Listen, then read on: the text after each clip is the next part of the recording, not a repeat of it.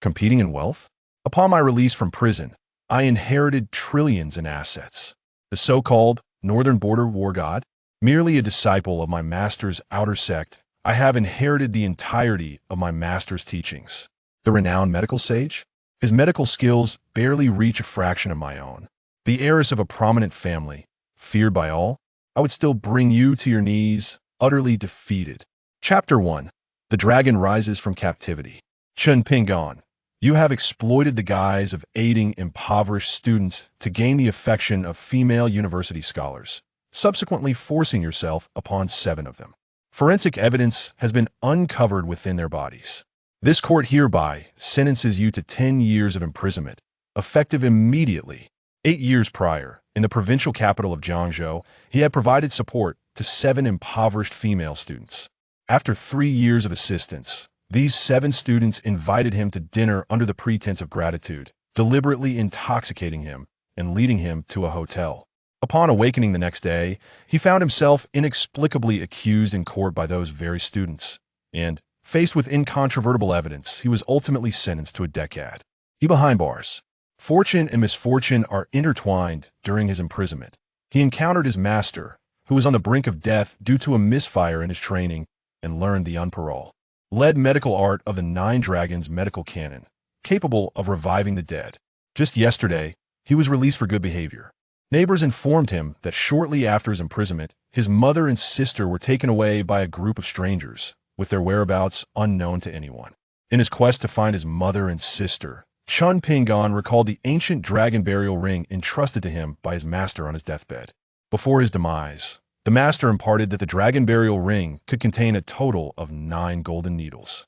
By acquiring the first golden needle, one would gain access to the unique medical techniques of the Hidden Dragon Hall, specifically the 9 Dragon Medical Classic, which he has already mastered, as the first needle is now in his possession.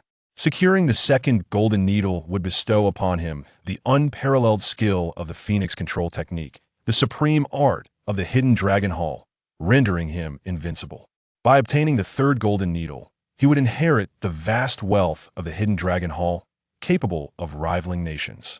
The 4th golden needle would grant him the extraordinary book of myriad wonders. With the 5th golden needle, he could command the 4 great kings under the Hidden Dragon Hall. Acquisition of the 6th golden needle would enable him to inherit the extensive intelligence network of the Hidden Dragon Hall, which spans the globe. Securing the 7th golden needle would lead him to the headquarters of the Hidden Dragon Hall. The 8th golden needle would unlock the gates of the Hidden Dragon Hall. Finally, the 9th golden needle would awaken the 9 true dragons interred within the Hidden Dragon Hall, allowing him to fulfill a singular wish. In pursuit of gathering more than 6 golden needles, Chen Pingon utilized the intelligence network of the Hidden Dragon Hall to locate his mother and sister, embarking alone to Dr. Agon City. For the 2nd and 3rd golden needles were held by the patriarch of the recently ascendant Mu family in Dragon City. With this thought, Chen Pingon exited the train station and waved down a vehicle. "Where to, young sir?" the driver inquired warmly. "Mu family estate," he replied. The driver paused momentarily before responding. "Are you going to pay your respects to the late Mr. Mu Xinbua?" "Pay my respects? Mu Xinbua has passed away?" Chen Pingon was taken aback, his expression darkening as he asked. The 2nd and 3rd gold needles were in the hands of Mu Xinbua. If he were to perish, where would he procure the needles? Indeed, the broadcast just announced that the founder of the newly ascendant Mu family conglomerate, Elder Mu Xinbua, passed away the day before yesterday. His funeral is scheduled to commence at 2 o'clock this afternoon. According to rumors, Elder Mu was secretly poisoned due to a fierce rivalry over a significant project with an established aristocratic family. Even the renowned healer, Master Hu, was powerless to save him. The Mu family has even prepared an ultra-low temperature coffin to preserve Elder Mu's remains. The driver relayed the information he had gleaned from the backstreets to Chen Pingon. "Drive us there immediately. We must arrive at the Mu estate before 2 o'clock. This money is yours." As he spoke, Chen Pingon pressed a wad of cash into the driver's hands. This sum, though modest, merely a few thousand yuan, was earned during his time in prison by tending to the ailments of the guards. "Rest assured, sir, I guarantee to get you to the Mu estate in time for you to bid farewell to Elder Mu." The driver glanced at the money and instantly shifted his address from little brother to brother. With that, he pressed the accelerator, and the taxi sped away, arriving promptly at 1:59 before a sprawling estate. The signboard displayed the characters Mu Fu in a flourish of dragon and phoenix. White silk hung from the doorframe, and the mournful strains of lament and weeping echoed from within. Thus, Chen Pingon stepped inside. At a glance, several direct descendants of the Mu family, clad in mourning attire, knelt before the spirit hall, while a few servants prepared to see out the coffin for burial. "Do not seal the coffin." Chen Pingan's voice, though not loud, seemed to possess a certain enchantment, resonating clearly in the ears of all present. Instantly, the gaze of everyone in the spirit hall converged upon him. Even the Mu family members, who had been weeping in sorrow, fell silent, turning to regard Chen Pingon as he entered from outside. With short hair and an old, worn canvas bag slung over his shoulder, his attire, though clean, appeared faded and bore the unmistakable marks of years of wear. Mu Jianan, the eldest son of the late Mr. Mu, stepped forward, his voice booming. "Who dares to intrude? The time for condolences has passed. Step aside, and do not hinder my father's auspicious burial. I am not here to offer condolences. I have come to collect a debt from Mu Xinbua. Until he returns what he owes me, he cannot be allowed to die." At these words, astonishment spread among those present. The Mu Group, valued at tens of billions, was founded by the venerable Mu Xinbua. How could he possibly owe a debt to a mere youth? This boy was clearly a troublemaker sent by an enemy. The members of the Mu family glared at Chen Pingon with palpable indignation. "Young man, my father has no enmity with you. How dare you disrupt his funeral? Do you truly think the Mu family is easy to provoke? Come, throw this rascal out and break his legs." With a command from Mu Jianan, several family retainers rushed towards Chen Pingon, their faces alight with fury. Before his passing, Elder Mu had treated them with kindness. If they did not impart a memorable lesson to this scoundrel, they would be unworthy of his benevolence. Chen Pingon stood resolute, unflinching in the face of adversity. Before those adversaries could reach him, he flicked a few coins from his hand, causing the housekeepers to suddenly collapse en masse. This astonishing sight left everyone astounded, jaws agape. By the time they regained their composure, Chen Pingon had already approached Elder Mu's coffin. "Do you wish to meet your demise without returning what is rightfully mine? It shall not be so simple," he murmured as he gazed upon Elder Mu, encased in a cryogenic coffin. Without hesitation, he withdrew the sole golden needle from the dragon burial ring on his finger and plunged it into the elder's forehead, targeting the Tian Ting acupoint. "You audacious fool! How dare you desecrate my father's remains? I shall end your life." The mourners were incensed, their faces contorted with fury, ready to retaliate against Chen Pingon. Ahem! At that moment, a sudden cough emanated from within the coffin. Chapter 2. Is your granddaughter unattractive? Who coughed just now? Mu Jianan inquired, his voice grave as he surveyed the crowd. Everyone shook their heads in unison. Since no one has coughed, then from whence did that sound originate? The members of the Mu family turned their gaze towards Elder Mu within the coffin. In the next instant, astonishment rippled through the crowd, for they noticed that the elder's complexion appeared to regain a hint of vitality. What have you done to my father?" Mu Jiandong, the second son of the esteemed Mu patriarch, stammered as he inquired. "I have previously stated that Mu Xinbo still owes me WH. At his rightfully mine, he is not yet deserving of death." Upon uttering these words, it became evident, even to the dim-witted, that Chen Ping and was intent on rescuing the aged Mu patriarch. The cough that emanated from the coffin moments ago kindled a flicker of hope within Mu Jiandong, prompting him to wager on the abilities of this unfamiliar individual and to pursue Ade, his elder brother, Mu Jiannan. The members of the Mu family shared this sentiment. Disregarding the onlookers, Chen Ping and continued his focused efforts, utilizing a golden needle to stimulate the Tian Ting acupoint on the Mu patriarch's crown while rhythmically applying pressure to the heart's location with his left hand. In a brief span, the lifeless body of the patriarch, who had been deceased for 2 days, began to exude faint tendrils of dark vapor. This was the toxic and cold energy within the patriarch being expelled, compelled forth by the golden needle. Remarkably, the heart began to beat once more, and the patriarch's pallid visage transformed regaining a hint of color at a visible pace. In the next moment, the patriarch coughed violently, expelling a substantial amount of dark blood, then gradually opened his eyes. Father has returned to life. The old man truly lives again. Everyone was rendered speechless by this miraculous spectacle. The servants of the Mu household, believing the patriarch had risen from the grave, recoiled in terror, stepping back. Several paces. Upon awakening, the Mu patriarch found himself ensconced in the frigid confines of a coffin, bewildered by the sight of his children clad in mourning attire, gazing at him in disbelief. What has happened to me?" the patriarch asked, his expression one of utter confusion. Upon Chun Pingan's reminder, the elderly Mu recalled previous events and immediately struggled to rise from his coffin to express his gratitude. Chun Pingan reached out to halt the elder's gestures of thanks. In truth, the reason the late Mu could awaken after 2 days was largely due to the specially designed cryogenic coffin beneath him. This ultra-low temperature coffin preserved his body remarkably well, freezing his cells before they could succumb to death. The dark energy emanating from the elder just moments ago was a result of him using golden needles to expel the chill and toxins from within his body. Debt collection? Everyone turned their curious gazes towards the elder, only to find him equally perplexed. While Mu had borrowed money in the early days of his entrepreneurial journey, he had repaid all debts after achieving success. Perhaps the elder recalls this ring? Chun Pingan cut to the chase, revealing the dragon's funeral ring on his left index finger. The dragon's funeral ring. Upon seeing the ring, the elder's face illuminated with excitement. "Since you recognize the dragon's funeral ring, you must understand why I am here to reclaim a debt," Chun Pingan inquired with a calm demeanor. After the initial thrill subsided, the elder spoke mysteriously to Chun Pingan. The latter's brow furrowed deeply.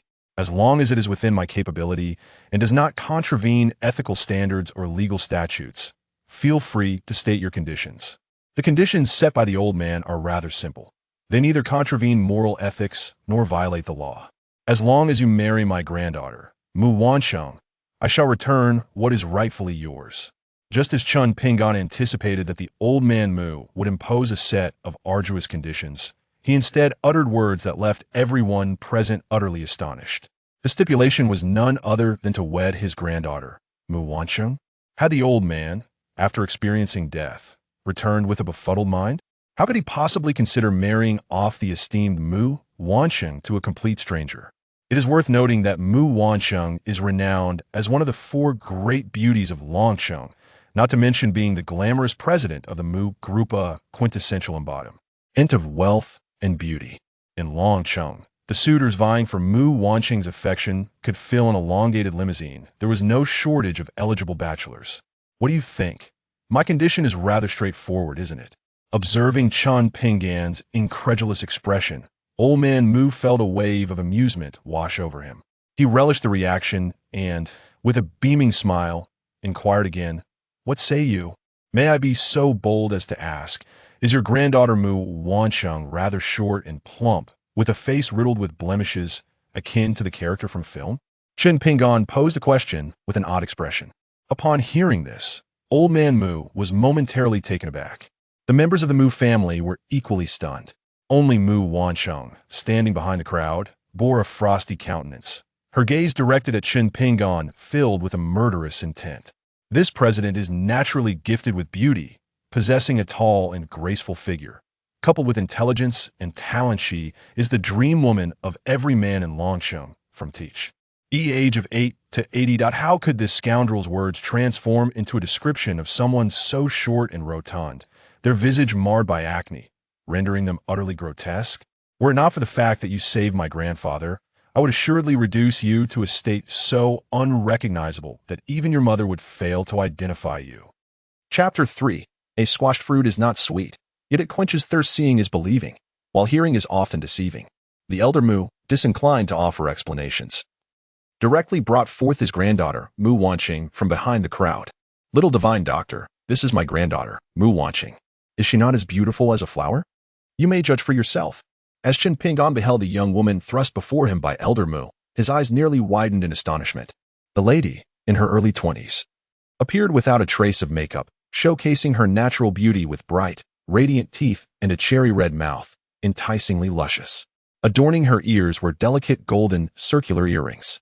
Even draped in mourning attire, her figure was undeniably alluring. With curves that accentuated her silhouette, she stood at least 1.75 meters tall, and her skin was as fair and smooth as milk, truly a goddess.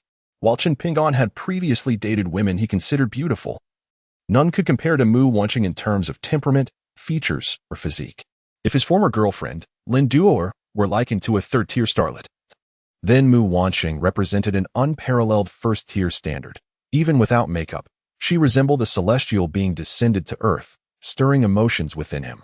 Chen Pingon found himself increasingly perplexed. With such a granddaughter and the Mu family being a newly prominent clan in Dragon City, it seemed improbable that young men of talent would not be clamoring to win her affection. Yet, Elder Mu had carelessly presented her to him, suggesting that something was amiss. Noticing the look of amazement in Chen Pingon's eyes, Elder Mu felt a surge of hope. What do you think? My granddaughter is worthy of your attention, young healer. Just give a nod, and she shall be your bride. Old Master Mu stated, grasping their hands, intending to unite his granddaughter, Mu Wanqing, with Chen Pingon. I will not marry. I will not wed. Both were taken aback, as they had not anticipated such a harmonious response. Father, Wanqing and this young healer do not even know each other's names.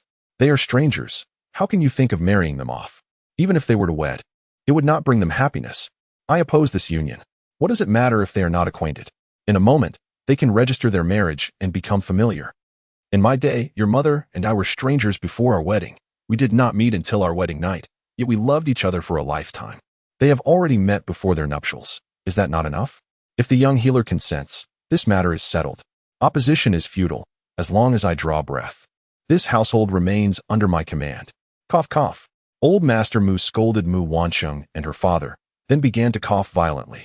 Initially, the pair intended to resist, but upon seeing the old man's pale face and precarious state, they felt compelled to remain silent for the sake of his health.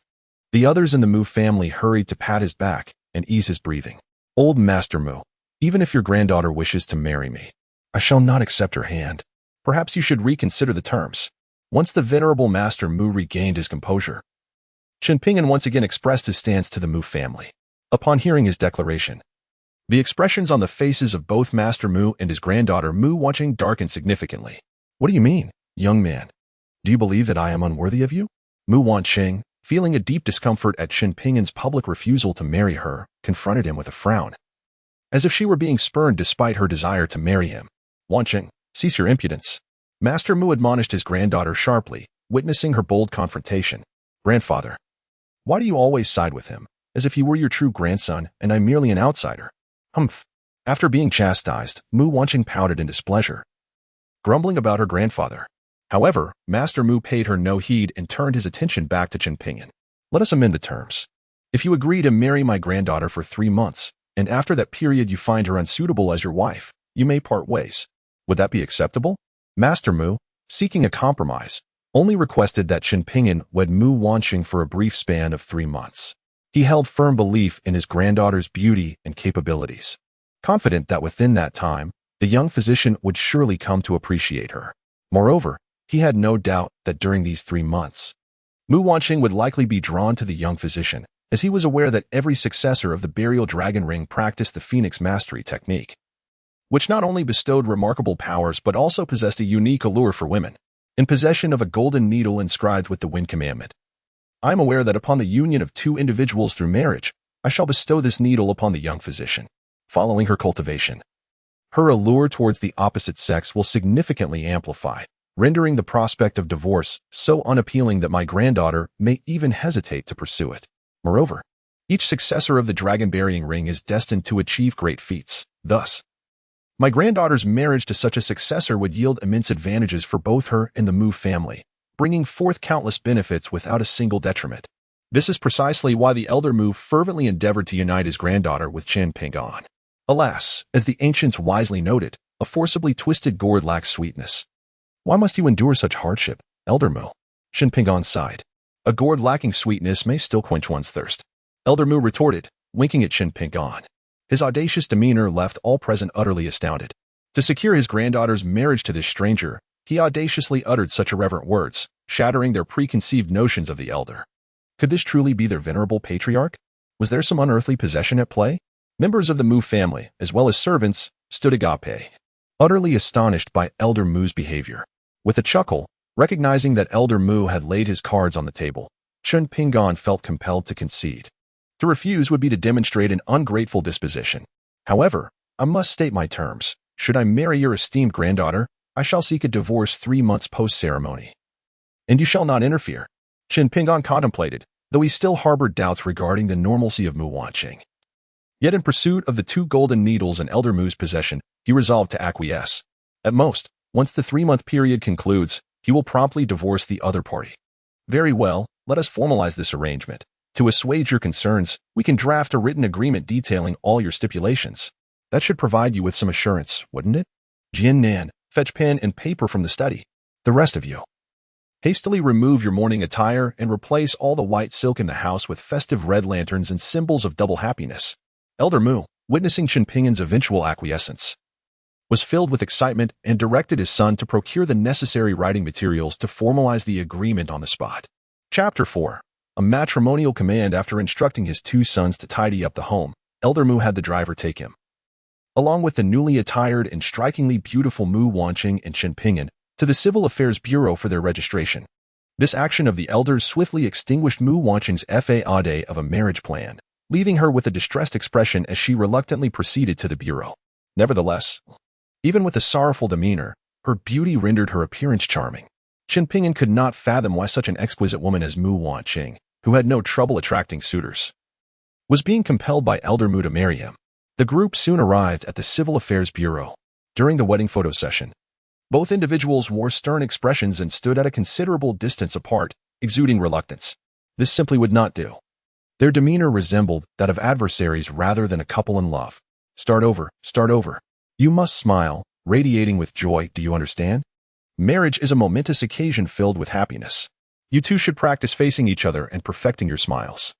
Old Master Mu did not resemble a person who had just returned from the dead.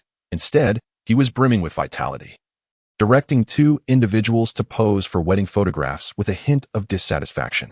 Mu Wanqing and Chen Pingan could only comply with the old man's wishes, exchanging awkward smiles as they faced each other. At that moment, however, the old gentleman unexpectedly staggered and collided into his granddaughter Mu Wanqing, who, caught off guard, fell directly into Chen Pingan's arms. In an astonishing twist of fate, their lips met in a serendipitous kiss. As their lips touched, it felt as though they were jolted by an electric current, both gazing wide-eyed at each other, momentarily forgetting to separate. Dear granddaughter, would you believe me if I said this was merely an accident? The grandfather jested. Grandfather, do you truly think I would take your word for it? Mu Wanqing retorted, her frustration evident as she stamped her foot and glared at him, nearly on the verge of tears. Since awakening, her grandfather had been anything but normal. Not only had he pressured her into marrying this stranger, but he also seemed to delight in orchestrating opportunities for them to kiss. Her very first kiss. Ah. Faced with her grandfather's antics, Mu Wanqing felt an overwhelming urge to scream in exasperation. Ha! You two will soon be husband and wife. What's wrong with a kiss? It's nothing to be ashamed of. Old Master Mu erupted in laughter at the sight of his granddaughter's furious foot-stomping. Grandfather, this is rather excessive. We haven't even finalized our marriage certificate yet. If you continue with your antics, we might just call off the wedding altogether. Chen Pingan interjected sternly, his expression serious as he regarded Old Master Mu, who, despite his age, possessed a youthful spirit. It is evident that he has also misunderstood Old Master Mu. If the current Mu Wanqing were a normal person, such beauty would indeed make for a splendid bride. Yes, grandfather, if you create any more disturbances, we shall not proceed with the wedding. This time, Mu Wanqing and Chen Pingan stood united, puffing their cheeks in a show of defiance toward her grandfather. Very well, I shall not cause any more trouble. You two hurry and take your photographs to obtain the marriage certificate. With no clarity to offer, Old Master Mu chose silence, expressing his discontent. Fearing that the grandfather might conjure further complications, the couple diligently collaborated, striving to present joyful smiles during the photo session. Soon enough, they emerged from the Civil Affairs Bureau with their marriage certificate in hand. Mu Wanqing stared at the certificate in a daze, never anticipating that she would marry in such a haphazard manner. Grandfather Mu, now that we have acquired the marriage certificate, may I have the item? Upon exiting the bureau, Chen Pingan eagerly sought the golden needle from Old Master Mu. You still call him grandfather? If you address me as grandfather, I shall give you the item. Old Master Mu retorted with a hint of displeasure. Gee, grandfather. Qin Pingon reluctantly stammered. Ah, now that sounds more like it. Old Master Mu beamed in response before turning to Mu Wanqing. Humph, I have no interest in your affairs, and you make it all so mysterious. Mu Wanqing shot them both an exasperated glance before departing. Did you notice the golden earrings adorning your wife's ears? What you seek is indeed what she received as earrings from her grandmother during her lifetime. This young lady cherishes these earrings as a treasured heirloom left to her by her grandmother, refusing to part with them for anyone. On the night of their nuptials, simply exert yourself a bit more, and when she is exhausted and asleep, you may discreetly remove the earrings. The old Master Mu remarked with a mischievous grin while pointing at Mu Wanqing's silhouette. It was then that Qin Pingon noticed the color of the round earrings adorning Mu Wanqing's ears bore an uncanny resemblance to the golden needle in his hand. In that instant, he felt utterly deceived by Mu Xinhua. Had I known the golden needle was adorning your granddaughter's ears, I would not have come to your aid. Qin Pingon gritted his teeth in frustration. It's priceless to have such foresight. This merely indicates the fateful connection between you two. The old Master Mu teased Qin Pingon with evident delight. The previously somber atmosphere, shrouded in white silk, transformed into a vibrant celebration, adorned with lights and decorations. I shall promptly instruct the arrangements, ensuring the date is auspicious, and book a venue for your wedding. Seeing the jubilant scene, the old Master Mu waved his hand excitedly. Let us not rush into the wedding arrangements. If we are still together in 3 months, then we can proceed. Qin Pingon hastily interjected. Very well. We shall defer the wedding for 3 months. However, this does not preclude your consummation tonight. If you are concerned about the prospect of a child affecting the potential divorce in 3 months, perhaps you should consider some precautionary measures. The old Master Mu generously advised Qin Pingon. Qin Pingon felt a wave of embarrassment wash over him. However, since this was a government-sanctioned wedding night, he decided not to be overly modest. After all, the two had already obtained their marriage certificate. As her grandfather had advised, they would simply take necessary precautions during their intimate moments. I shall go out to purchase a few items, Qin Pingon declared, turning to leave the Mu residence.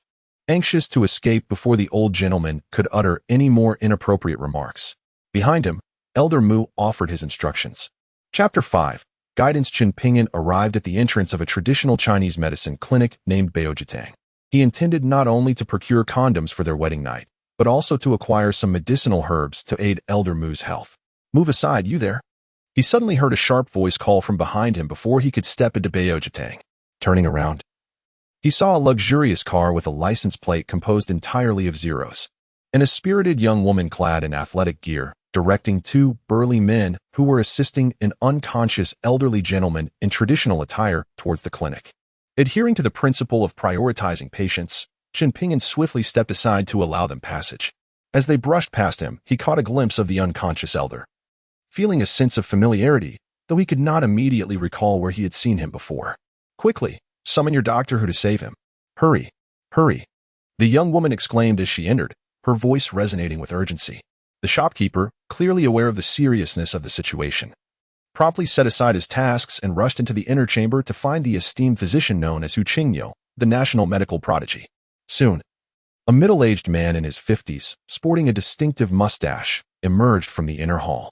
He was none other than the renowned physician, Dr. Hu Qingyo, revered for his exceptional medical skills. Upon seeing the unconscious elder, his expression shifted dramatically. Quickly, lay him flat on the ground. Everyone, step back to allow the air to circulate, he commanded urgently. Innkeeper, bring the needles. The innkeeper, perceptive to the gravity of the situation, had already prepared the silver needle pouch and the alcohol lamp as Doctor Who took the elder's pulse. Upon receiving the physician's command, he promptly handed over the items. After disinfecting the silver needles with the alcohol lamp, Doctor Who skillfully inserted several needles into the elder's body. Qin Pingon, observing the procedure, could not help but shake his head. Indeed, after Doctor Who's intervention, the elder showed no signs of improvement. Instead, his lips began to dry, and his body trembled with cold. Doctor Hu Qingyo, are you capable of handling this? If my grandfather suffers any misfortune due to your delays, you shall bear the consequences. The young woman threatened coldly, witnessing her grandfather's deteriorating condition. The already tense Doctor Who, startled by her words, felt his hands tremble. Although Qin Pingon found the young woman's threats distasteful, he realized that Doctor Who's composure had been compromised. If he did not act swiftly, the elder's life might be forfeit that very day. You've been misapplying the acupuncture since the second needle, after the courtyard of divinity point. The second and third needles should be placed at the left and right inner gate points, and the fourth and fifth at the hill ruins points. Chen Pingyan couldn't help but instruct the other party. Ignorant child, what nonsense are you spouting? There's a malevolent aura within the patient's internal organs. If the needles are applied as you say, the patient's entire viscera will be ruined. What exactly are you scheming? Doctor Who, already drenched in sweat, was incensed by Chen Pingyan's words and berated him. Doctor Who's words caused the young woman to cast a gaze filled with murderous intent towards Chen Pingyan. Air, you too, drag this malicious person out, cut out his tongue, and then gouge out his eyes. He seeks to harm my grandfather. As the young woman's voice fell, two menacingly fierce strongmen emerged from behind her. The one called Air approached Chen Pingyan with a ruthless expression and made a vigorous grab. The speed was swift and vicious, with even a faint whistling sound audible. However, as the grab landed, Chen Pingyan merely dodged slightly, causing the man's claw to miss, much to the surprise of both men. You are no match for me. Chen Pingyan, having evaded to behind Air, stated calmly. Although he had yet to master the Dragon Burial Hall's supreme technique, Phoenix Riding Art, he possessed a wealth of inner strength imparted to him by his master, making him an opponent beyond the capabilities of ordinary experts. Courting death, seeing his companion fail. Realizing Chen Pingyan was a trained martial artist, roared and struck out a palm towards Chen Pingyan. Chen Pingyan neither dodged nor evaded, meeting Da's palm head-on. Ada barely had time to murmur a word of regret before his body was violently hurled outside the clinic, crashing heavily onto the ground. The others had yet to react, and the battle was already over. Everyone was rendered speechless by the scene before them. The young girl, witnessing Ada being struck aside, instinctively reached for the weapon at her waist. Chen Pingyan's internal energy surged, propelling him like a wraith to stand before the girl in the blink of an eye. In the next moment, the weapon at her waist was seized by Chen Pingyan, now pressed against her temple. How dare you point a weapon at my head? Do you have any idea who I am? The girl, possessing remarkable courage, was not intimidated by the weapon aimed at her, but rather appeared furious as she confronted Chen Pingyan. I care not for your identity. If you dare to harm me, I shall respond in kind. Chen Pingyan replied coldly. He had merely sought to assist, yet was met with such hostility, stirring memories of those who had wronged him 5 years prior. Why does kindness so often go unreciprocated? A chilling aura of murderous intent surged within him. What do you intend to do? The girl, infuriated by Chen Pingyan's words, felt a surge of rage. Yet her life lay precariously in his hands, rendering her cautious. Your grandfather is not poisoned. Rather, he suffers from the resurgence of internal injuries, with his organs being corroded by malevolent energy. The needling technique he employed will only exacerbate his condition. To heal him, you must follow the method I just outlined. As the elderly man lying on the ground began to deteriorate once more, a look of anguish crossed his unconscious face. Witnessing the old man's condition, the esteemed physician, who felt compelled to act without delay, he would take a desperate gamble and follow the directives given by Chen Pingyan. Indeed, after adjusting his acupuncture technique in accordance with Chen Pingyan's guidance, the old man's previously tormented expression gradually softened, and before long, he stirred back to consciousness. A collective sigh of relief enveloped the room. Grandfather, you are finally awake. The young girl, disregarding the weapon that Chen Pingyan held against her head, cried out and rushed towards her grandfather. Thank you, young friend, for your invaluable advice. Had anything unfortunate occurred to old Zhao under my care, I would have found it impossible to absolve myself, even at the cost of my life. Once the old man's condition stabilized, the physician, approached Chen Pingyan and bowed deeply in gratitude. In the traditional Chinese medicine clinic, several ordinary patients present were astonished to witness the renowned physician, revered as a master healer, humbly express his appreciation to Chen Pingyan. Chapter 6. The Shock of the Old War God Who, you are too kind. The reason you were unable to administer the appropriate treatment earlier was simply due to the patient's unique condition. You could not ascertain the cause immediately. After a few polite remarks, Chen Pingyan handed Hu the pre-prepared prescription, requesting him to prepare the medicine. When it came time to settle the payment, Hu adamantly refused to accept any remuneration from Chen Pingyan, who, not wishing to make a fuss, took the medicine and departed. After Chen Pingyan left, the elderly man, supported by his granddaughter, approached Hu. Truly, you are a master healer. Had it not been for your timely intervention, I would have surely met my end today and reported to the King of Hell. The elderly gentleman clasped his hands in a respectful gesture towards Dr. Hu, expressing his heartfelt sentiments. Though his complexion remained somewhat pale, his tone exuded vigor, revealing the formidable presence he possessed under normal circumstances. With numerous onlookers present, Doctor, who dared not claim credit and humbly addressed the elder. "Oh, is that so?" Doctor Who's words ignited a look of astonishment upon the elder's face, prompting him to glance at his granddaughter. It was well known that Doctor Who had achieved great renown, his name echoing throughout the vast lands, making it evident that he harbored doubts about the capabilities of a youthful individual advising such a distinguished figure. The young lady nodded in affirmation, indicating that Doctor Who spoke the truth. Truly, the tides of talent continually surge forth with each generation. I must personally extend my gratitude to that young brother when the opportunity arises. The elder remarked with a sense of nostalgia after receiving his granddaughter's confirmation. The young lady pouted, clearly displeased. "What? That young brother managed to injure Ada with a single strike?" the elder exclaimed, turning to observe the injured Ada, who appeared pale and had an arm hanging limply at his side. "My lord, I am incompetent and failed to protect Miss Sunday. Please, punish me." Both Ada and Ayer bowed their heads in front of the elder, their faces etched with shame. The elder lifted Ada's hand, his eyes widening in shock at the examination results. Although Ada and Ayer were not the strongest among his ranks, they had once faced hundreds on the battlefield. He, Zhao Wujie, was heralded as the god of war in the northern frontier, and even in his prime, he would never have claimed that a single move could incapacitate Ada. "Doctor Who, where is that young brother?" The old warrior Zhao Wujie hurriedly turned to Doctor Who and inquired, "Has he left? Is there any way to locate him?" Zhao Wujie grasped Doctor Who's hand, his expression filled with urgency. The young friend did not leave any contact information.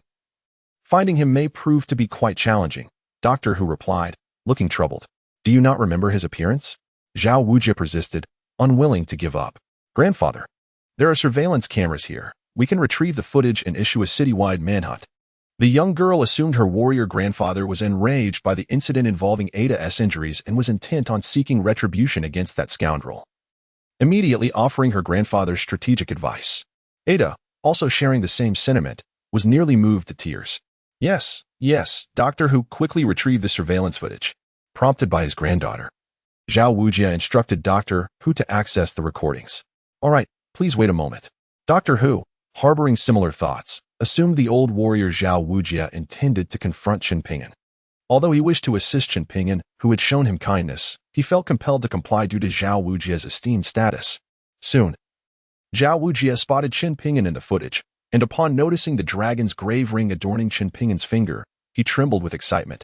To confirm that it was indeed the dragon's grave ring, Zhao Wujie incessantly directed those operating the surveillance system.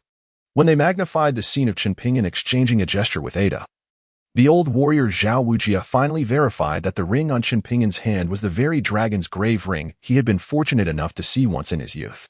Indeed, he is the heir to the dragon burial ring. No wonder he possesses such formidable prowess. Not only can he guide the esteemed Doctor Who, but with a mere flick of his hand, he has also managed to injure Ada. It appears that his intention was merely to teach Ada a lesson, and he was not truly angered. Otherwise, that strike could have easily claimed Ada's life. Upon confirming that Chen Ping'an is the successor of the dragon burial ring, Zhao Wujie found himself murmuring to himself. His remarkable achievements throughout his life stem from the guidance he received from the 8th-generation heir of the dragon burial ring in his youth, which allowed him to dominate the battlefield and earn his illustrious title as the war god of the northern frontier. Dispatch orders immediately. I require all information on this individual within 10 minutes. Zhao Wujie commanded sternly to the unharmed Ayer. Yes, my lord, Ayer replied, promptly retrieving a laptop from the vehicle to investigate Chen Ping'an's identity on site. Meanwhile, Doctor Who's expression changed dramatically, feeling that he had inadvertently implicated Chen Ping'an, and was filled with unease. Gritting his teeth, Doctor Who stepped forward, risking the wrath of the venerable war god Zhao and his subordinates to plead on Chen Ping'an's behalf. The elder was taken aback upon hearing Doctor Who's words. I seek this young brother to express my gratitude to him in person. What are you all implying? He explained, bemused. His statement left his granddaughter and subordinates exchanging bewildered glances. I have misunderstood old Zhao. Doctor Who stammered, his face flushing with embarrassment. Given Zhao Wujie's esteemed reputation, when he expresses a desire to thank that young man, it is undoubtedly sincere, devoid of any trickery. At that juncture, Ayer, leveraging the formidable intelligence network of the god of war manner, unearthed information pertaining to Chen Ping'an Master, he reported, we have thoroughly investigated this individual. He was formerly a distinguished attending physician at Jiangzhou People's Hospital, renowned for his medical expertise and sterling reputation. 8 years prior, he sponsored 7 female university students for 3 years, only to be falsely accused of violating them, resulting in a 10-year prison sentence. Due to exemplary conduct, he received a reduced sentence and was released early. According to records from the Civil Affairs Bureau, Chen Ping just registered his marriage today with Mu Wanqing, the eldest daughter of the Mu family in Dragon City. Chapter 7, The Ragdoll Has Come to Life, sponsored 7 impoverished female university students, only to be falsely accused and sentenced to 10 years? The old god of war mused to himself before turning to his granddaughter. Speaking of which, the Mu family patriarch and I were classmates. Minmin, didn't you mention hosting a birthday banquet for Grandpa in 3 days? Let's hold it at the Dragon City Imperial Hotel. Send an invitation to the Mu family as well, inviting them to attend. I want to personally thank Chen Pingyan, my little benefactor. The elder contemplated this and addressed his granddaughter. Having reached this advanced age, his days were numbered. Once he passed away, the Zhao family would undoubtedly face disintegration. If that young man was truly the heir to the dragon burial ring, befriending him would force those who sought to undermine the Zhao family to carefully consider the consequences. Throughout history, whether it was the first emperor unifying the world, the empress of the Great Shou ascending to the throne, or the Qing troops entering the pass, the shadow of the dragon burial ring's heir loomed behind these momentous events. Very well, Grandpa. Who? The divine physician standing nearby was visibly astounded by the conversation between the grandfather and granddaughter. Before them stood the formidable Zhao Wuji, the legendary warrior of the northern frontier. Although he had long since retired from the battlefield, his influence remained undiminished. Remarkably, he had chosen to host a birthday celebration expressly to express gratitude towards that young man, which spoke volumes about the significance he placed upon him. Doctor Hu, you should come and join us for the festivities. Zhao, the old warrior, noted the expression on Doctor Hu's face and extended the invitation.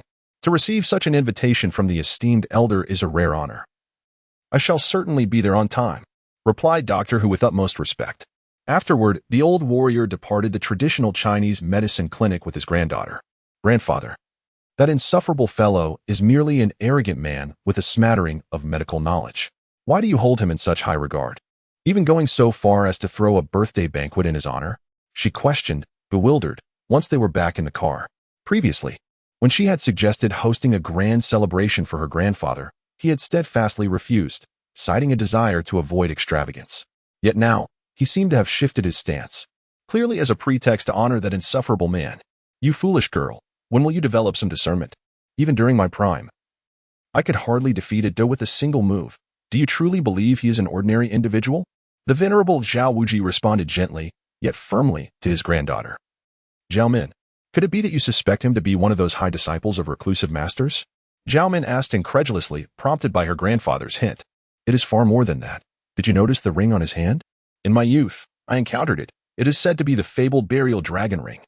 What? Could he possibly be the 9th successor of the burial dragon ring? Zhao Min was utterly astonished. The heir of the dragon burial ring disdainfully dismissed her grandfather's qualifications, refusing to take him as an apprentice. If the individual truly was the successor of the dragon burial ring, then her grandfather's actions would be entirely understandable. Once the elder finished speaking, the driver finally started the vehicle and departed. Upon seeing Chen Pingyan enter, the old gentleman joyfully commanded that dinner be served. Under his directive, the Mu family prepared an extravagant feast to honor Chen Pingyan, their new son-in-law. Although Mu Wanqing and her parents felt a tinge of dissatisfaction, they dared not oppose the elder, who had just awoken and was still recovering, treating the occasion as a celebration of his miraculous revival. Halfway through the dinner, Mu Wanqing received a call from her close friend and hurriedly left the table. Son-in-law, you shall reside in this room from now on. Upon Wu Ma's words, she produced a key, unlocked the door, and handed it to Chen Pingyan before departing. Curiously, he stepped inside, greeted by a subtle and enchanting fragrance that was refreshing. The room spanned approximately 30 square meters, adorned in soft pink hues, complete with an expansive bathroom. The vanity was lined with an array of prestigious cosmetics, and on the pristine white bed lay a plush doll towering to the height of a person, with a vibrant red double happiness symbol affixed above the headboard. It was immediately apparent that this was Mu Wanqing's boudoir. The old gentleman had surprisingly arranged for him to occupy her chamber. Yet, reflecting on the elder's insistence that he marry his granddaughter, it was hardly surprising that he would designate such a room for him. As he had no intention of maintaining a long-term marriage with Mu Wanqing, Chen Ping'an planned to divorce her once their 3-month agreement expired. Therefore, he felt no need to concern himself with appearances. After emerging from the bathroom, he instinctively donned a pair of oversized shorts, carelessly tossing the life-size doll onto the sofa before reclining on Mu Wanqing's exquisitely fragrant, snow-white bed. It had been ages since he had slept on such a comfortable mattress, and its delightful aroma quickly lulled him into slumber. However, a peculiar sensation stirred him. Why was it so smooth? Where was the doll's fur? Why did the doll seem to possess a heartbeat and warmth? Was it possible that his doll had come to life? Sensing something amiss, Mu Wanqing muttered to herself. Suddenly, an idea struck her, prompting her to switch on the bedside lamp. In the next instant, a piercing scream escaped her lips. She realized that her doll was nowhere to be found. Instead, she was embracing a man clad only in shorts, his bare torso exposed. Chapter 8.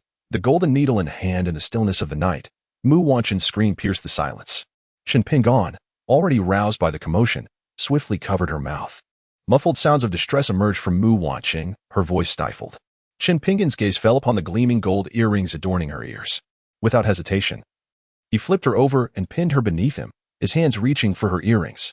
This sudden action reminded Mu Wanqing of the information her close friend had shared with her.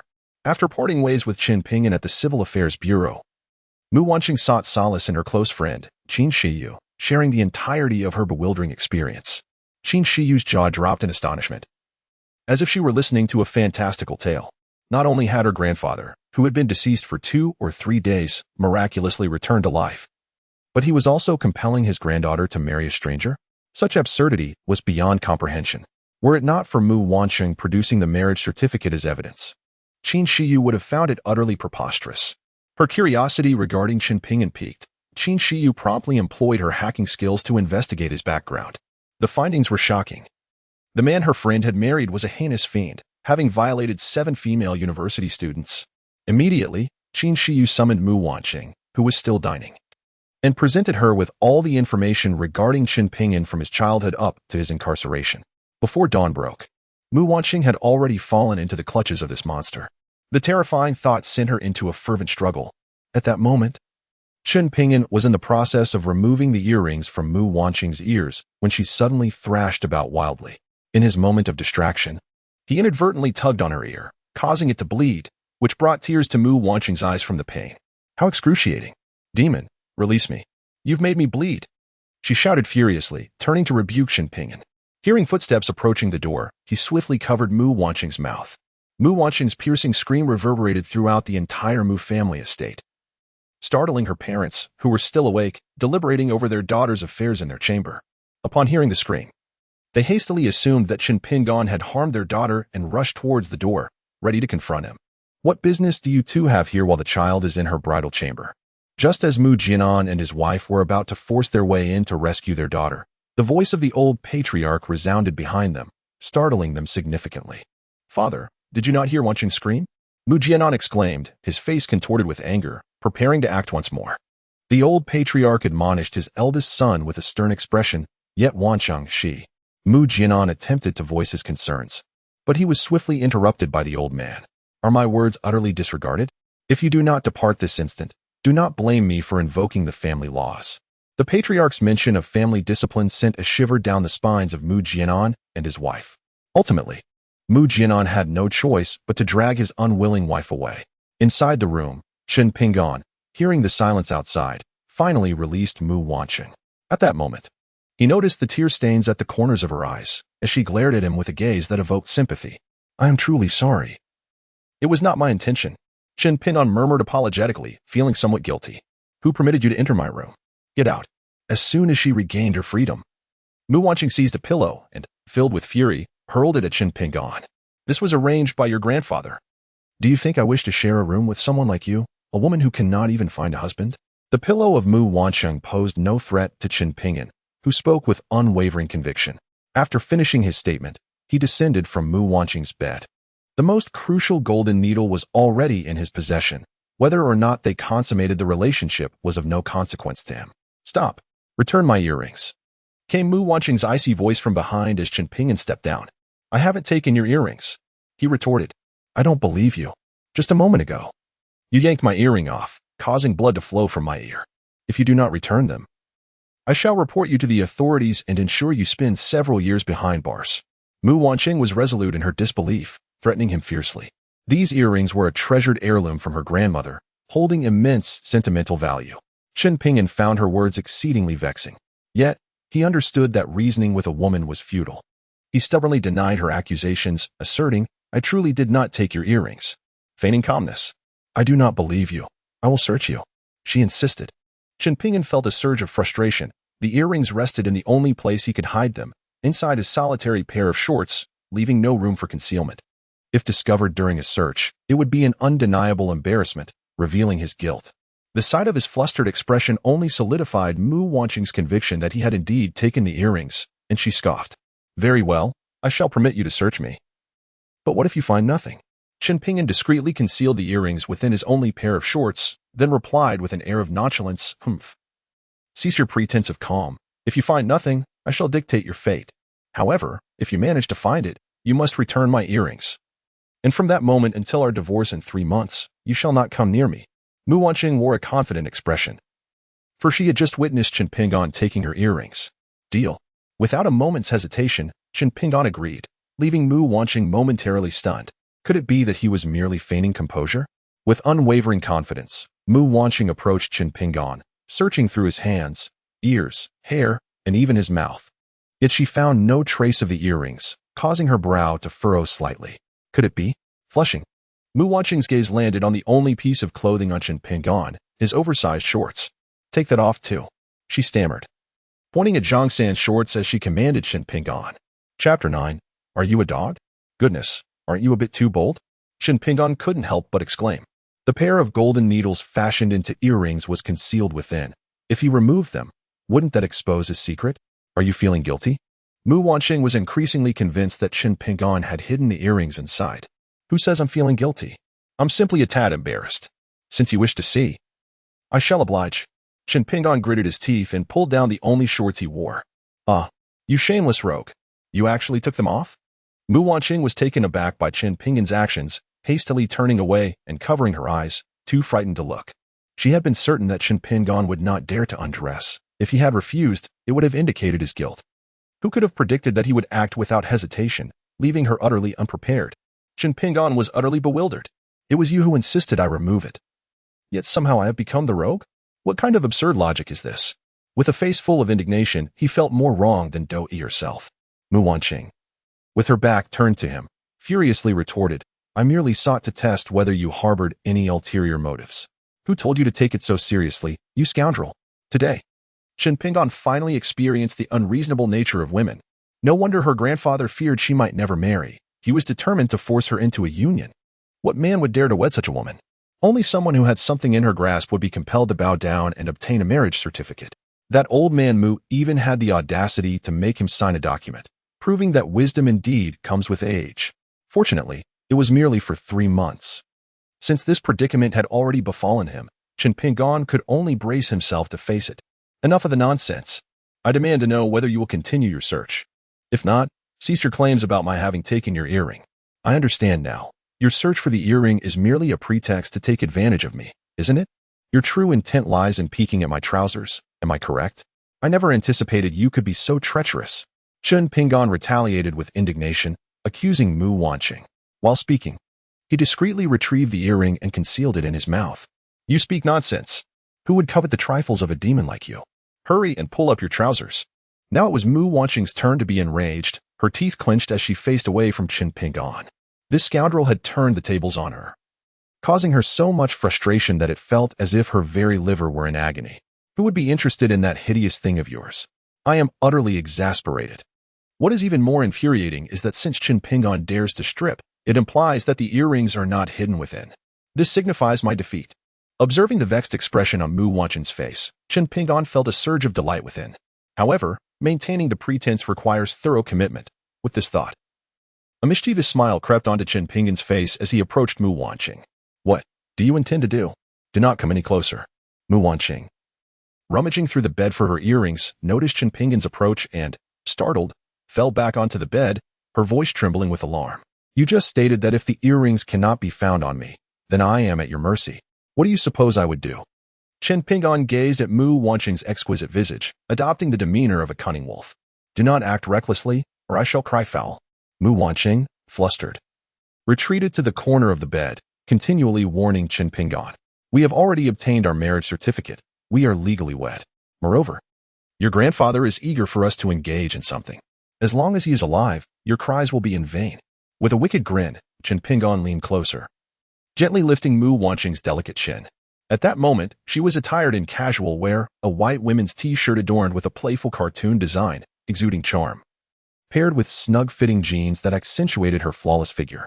Coupled with her stunning countenance, she was undeniably captivating. Alas, this woman harbors complications. Otherwise, having such a beauty as a wife would indeed be a tremendous fortune for any man. Chen Pingon's words plunged Mu Wanqing into despair, causing tears to cascade down her cheeks.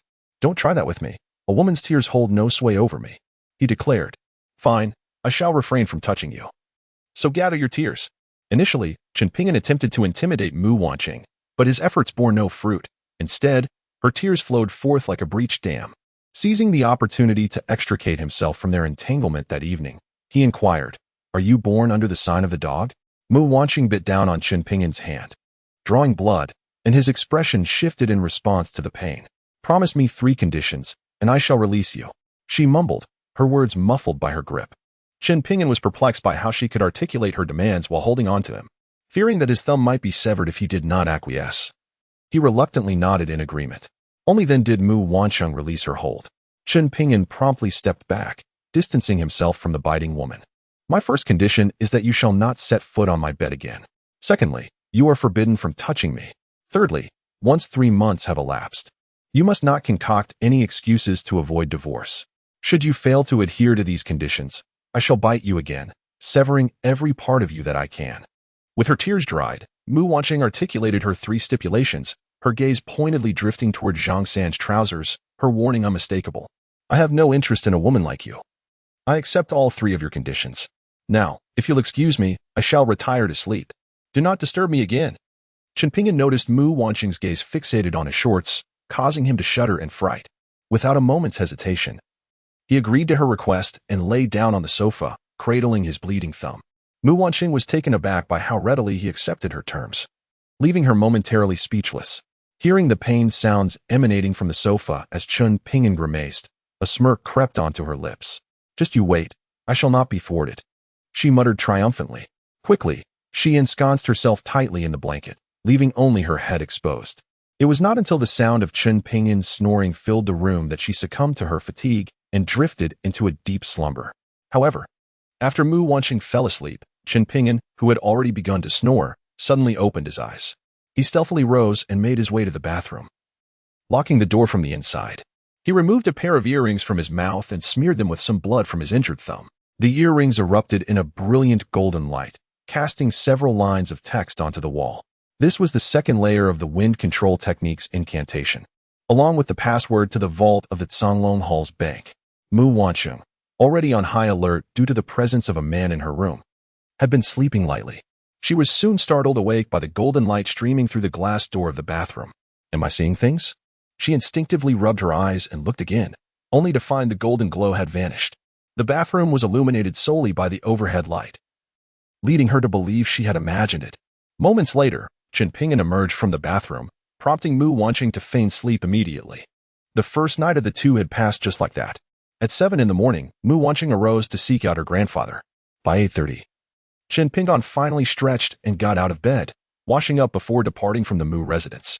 Today, he had 2 significant matters to attend to. The first was to claim the immense wealth stored in the vault of the Grave Dragon Hall, which was enough to rival nations, and the second was to replicate 2 gold earrings to return to Mu Wanqing. After enjoying a breakfast at a roadside stall, Chen Pingon made his way to the launching branch of Ruishi Bank. Ruishi Bank is positioned as a premier institution catering to the world's affluent elite. A tenth of the extraordinary fortune of the Grave Dragon Hall resided within Ruishi Bank's vaults. Upon his arrival, Chen Pingon found the bank's lobby bustling with a line of individuals engaged in transactions. Instantly, he captured the attention of everyone present. The men at Ruishi Bank were clad in tailored suits, while Chen Pingon wore the very outfit he had donned 5 years prior upon entering prison, outdated and faded. It starkly contrasted with the polished appearance of those around him. To the onlookers, Chen Ping'an's attire marked him as either a pauper or a rustic, eliciting expressions of disdain and ridicule as they maintained a safe distance, seemingly fearful of contracting his supposed poverty. Little bumpkin, do you even know what kind of bank this is? This is Ruishi International Bank, exclusively serving high-value transactions. If you wish to withdraw money, you should seek another bank. We do not accommodate country folk, a young woman remarked, covering her mouth and nose, offering a well-meaning admonition to Chen Ping'an. Thank you for your advice. I am indeed here to withdraw a substantial amount, he retorted. Could it be that the substantial funds spoken of by this rustic fellow amount to merely 100? The crowd erupted in laughter at Chen Ping'an's words, dismissing his mention of significant capital as a mere jest. Over the years, Chen Ping'an had grown accustomed to their ridicule and scornful remarks, his expression remaining unperturbed as he patiently waited in line for over half an hour until his turn arrived. Is it you? The beautiful bank clerk, upon recognizing Chen Ping'an, gasped in surprise. She was none other than Qin Shiyu, a close friend of Mu Wanqing, who had been assigned to Ruishi Bank for training last month. Just yesterday, while assisting Mu Wanqing in researching Chen Ping'an's background, she had seen his photograph and was struck by his appearance. Now, seeing him before her, she couldn't help but exclaim, "Do you know me, Chen Ping'an?" Observing the bank clerk, who possessed a beauty that rivaled Mu Wanqing's, enhanced by the intellectual allure of her bank uniform, asked in astonishment. I am a close friend of Mu Wanqing's. She showed me your photo yesterday. Qin Shiyu replied. May I inquire what business you wish to conduct? I must inform you that we are a high-end international bank, servicing transactions of 100 million and above. If you are seeking to handle a mere few hundred or thousand, I suggest you visit another bank.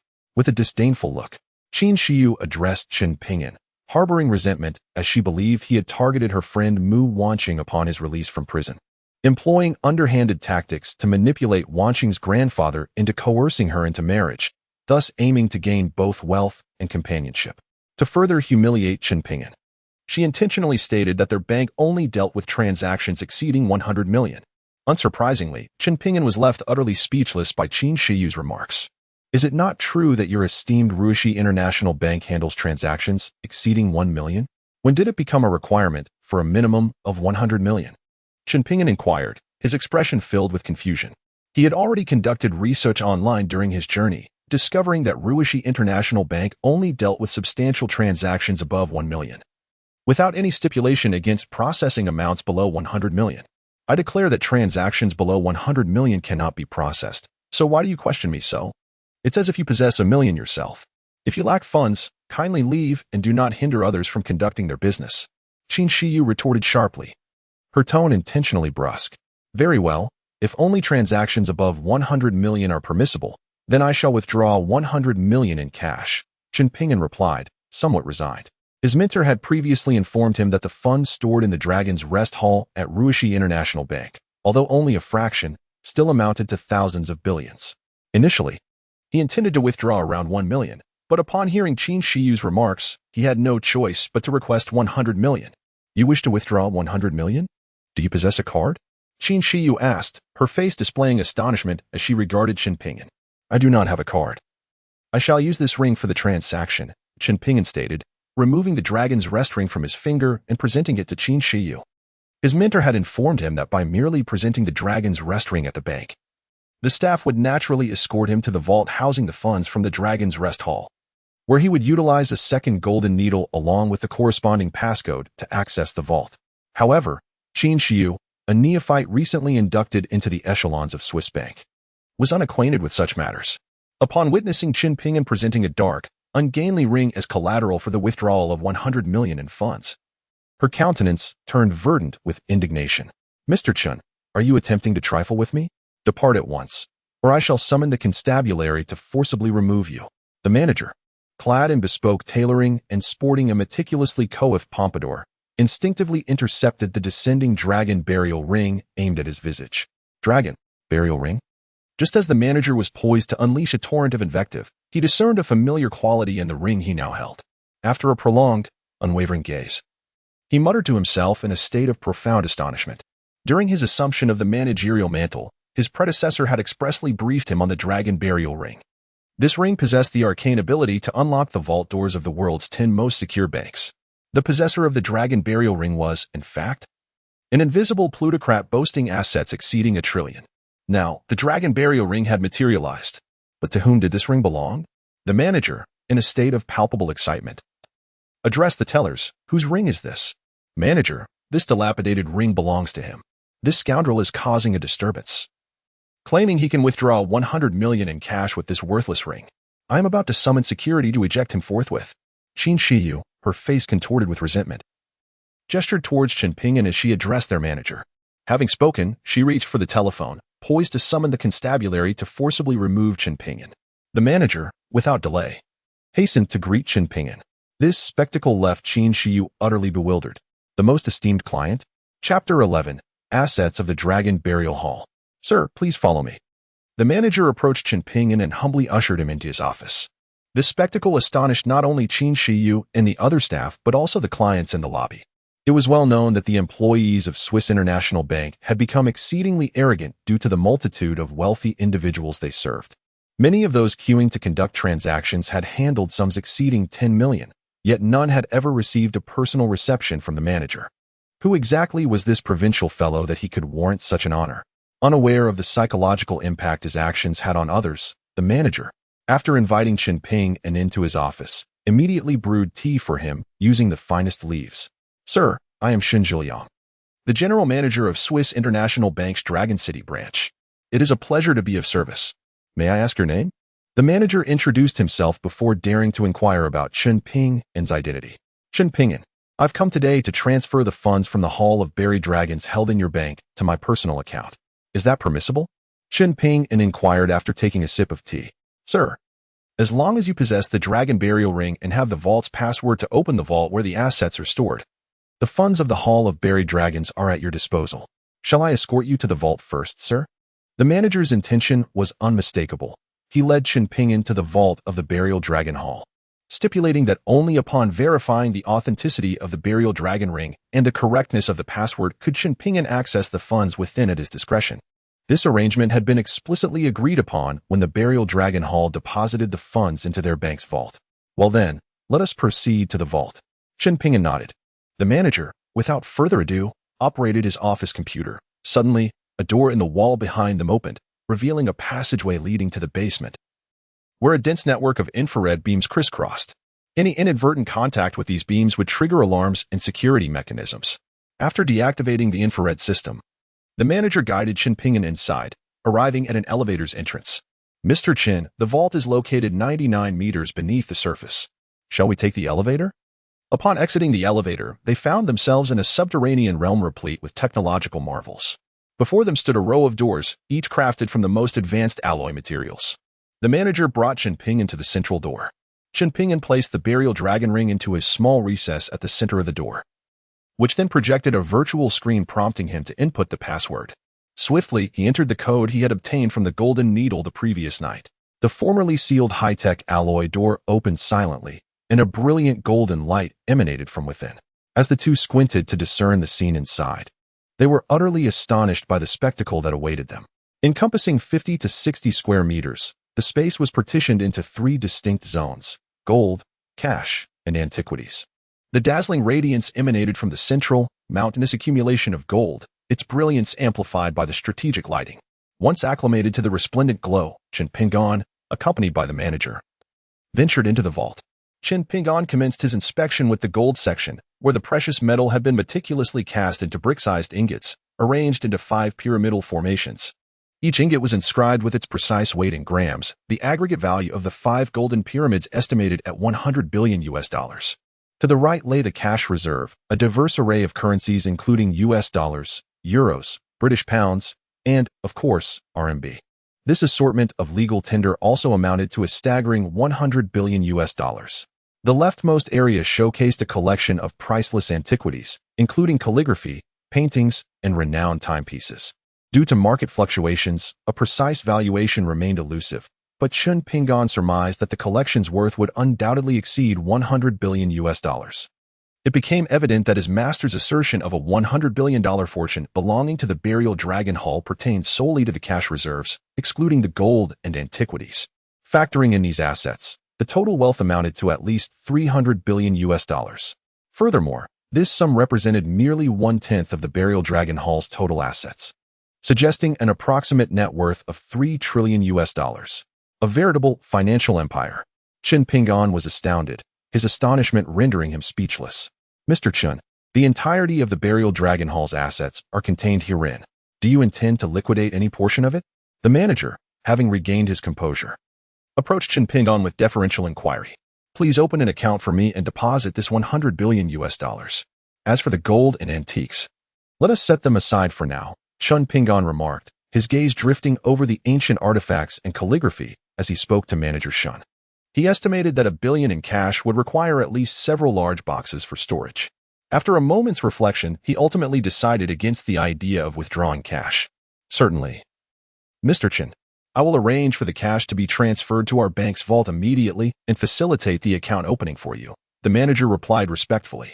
Upon receiving Chen Pingan's consent, the manager promptly made a call to have the $100 billion US in cash transported. Previously, the Dragon Burial Hall had merely rented their vault for the safekeeping of these funds, possessing no authority to allocate them. However, with Chen Pingan's intention to open an account and deposit the $100 billion US into their bank, the cash would henceforth be subject to their discretion. This was undoubtedly a significant boon for the bank. When the staff arrived at the underground vault, they were astounded to see the mountains of cash and gold stacked within. Mr. Chen, your account has been successfully established. Here is our Supreme Black Card, jointly issued by Ruishi Bank and Union Pay, in addition to offering unlimited credit for the cardholder. Our bank has partnerships with financial institutions worldwide, allowing the cardholder to enjoy benefits such as free cash withdrawals at any bank across the globe. Manager Shen explained as he handed Chen Pingan the sleek black card. Very well, Chen Pingan responded, nodding as he accepted the black card, before rising to take his leave. The manager personally escorted him to the entrance. While assisting a client, Qin Shiyu noticed the manager escorting Chen Pingan out and immediately paused her work to call Mu Wanqing. Qingzi, I just saw your devilish husband at our bank, and our general manager even respectfully invited him into the office for a personal reception. Qin Shiyu informed Mu Wanqing about Chen Pingan being personally attended to by the general manager at their bank. Chapter 12. You are unworthy of my daughter. Stop right there. Chen, you better explain yourself. Where have you been all morning? Seeing Chen Pingan walk past her without so much as a glance, Mu Wanqing was infuriated, nearly fuming. She blocked his path and confronted him. Just moments earlier, Qin Shiyu had called to inform her that Chen Pingan had been to the bank and received a personal reception from the general manager of Ruishi International Bank. As far as she knew, the staff at Ruishi International Bank were notoriously arrogant. Even for $1 billion transaction, the general manager had never personally attended to anyone. Why would he extend such courtesy to Chen Pingan, a mere pauper freshly released from prison? Yet, Qin Shiyu's earnest tone suggested she was not joking.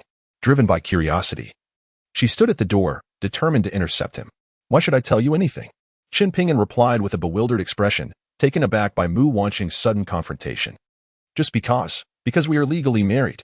I am your wife, doesn't that count for something?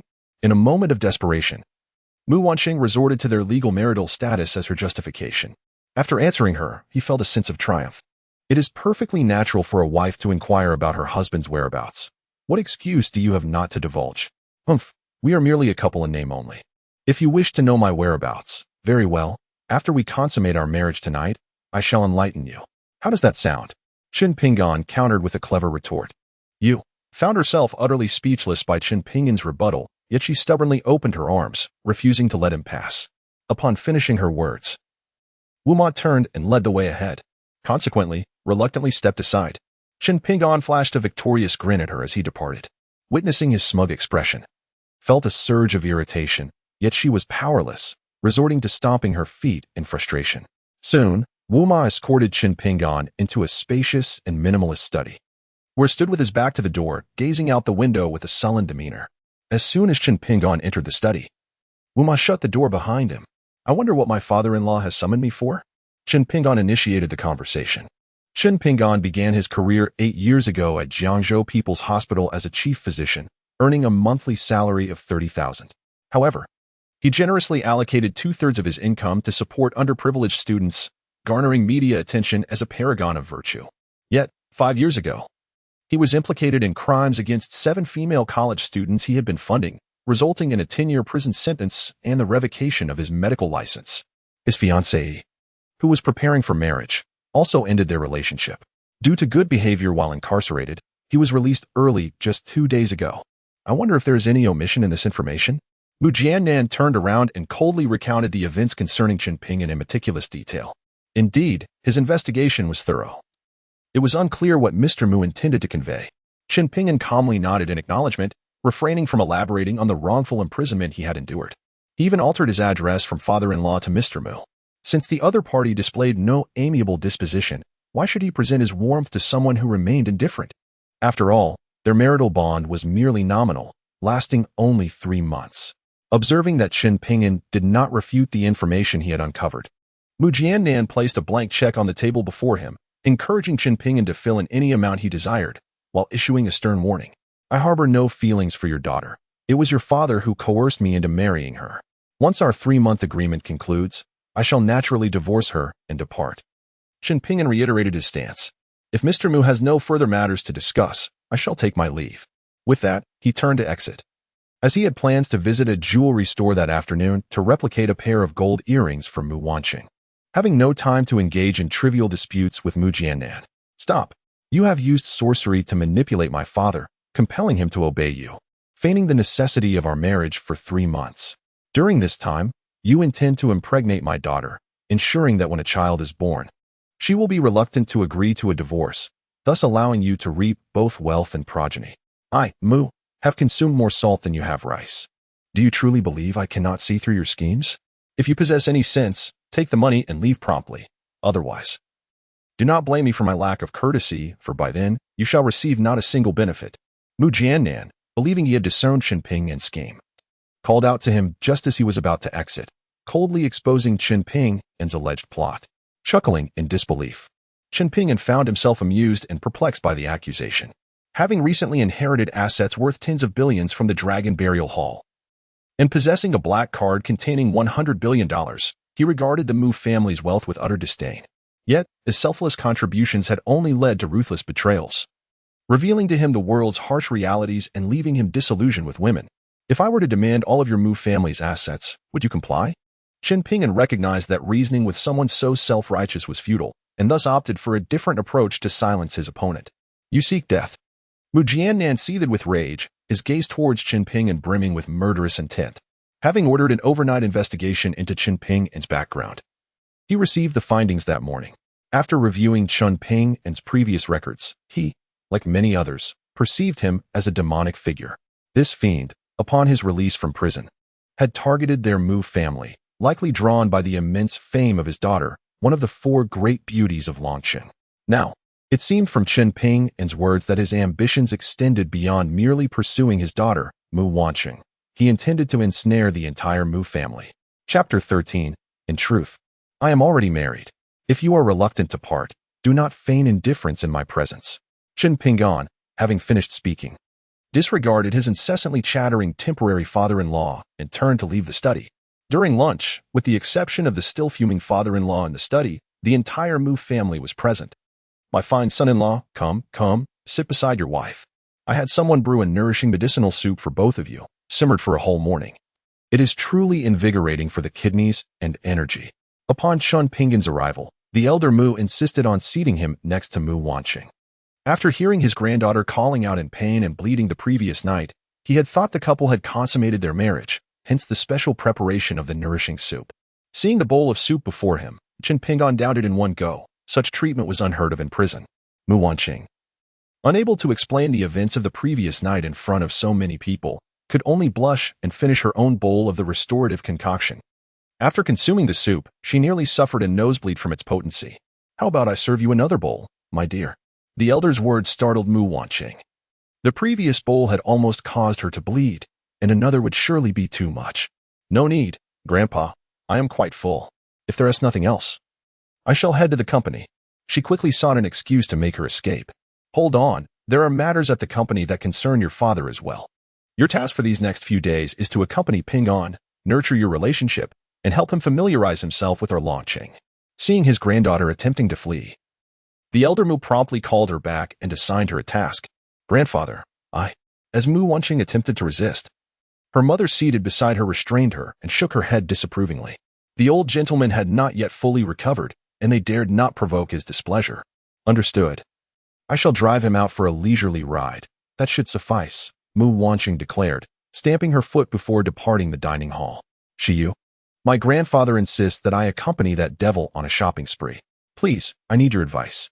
Once outside the restaurant, Mu Wanqing immediately sought assistance from her close friend. My dear lady, this is a simple matter. The relentless pursuer, Lin Xiaofeng, is the provincial champion of mixed martial arts. We can enlist his help to teach Qin Pingon a lesson, while simultaneously compelling him to reveal his connection with our bank's general manager. Qin Siyu's suggestion sparked a glimmer of excitement in Mu Wanqing's eyes. That is indeed a brilliant idea.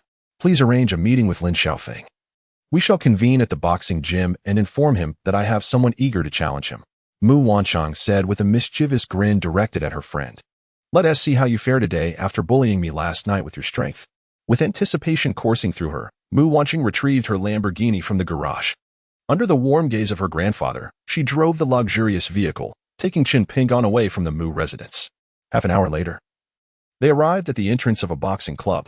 What are we doing here? Qin Pingon inquired, puzzled. I will introduce you to some friends. They have arranged to meet here. Kindly step out and wait for me while I fetch my friend, she instructed. Okay. Qin Pingon said nothing, allowing Mu Wanqing to take charge. After he stepped out of the car, Mu Wanqing drove away. Qin Pingon glanced around and noticed a large jewelry store next to the boxing club. He was contemplating crafting a pair of earrings to return to Mu Wanqing.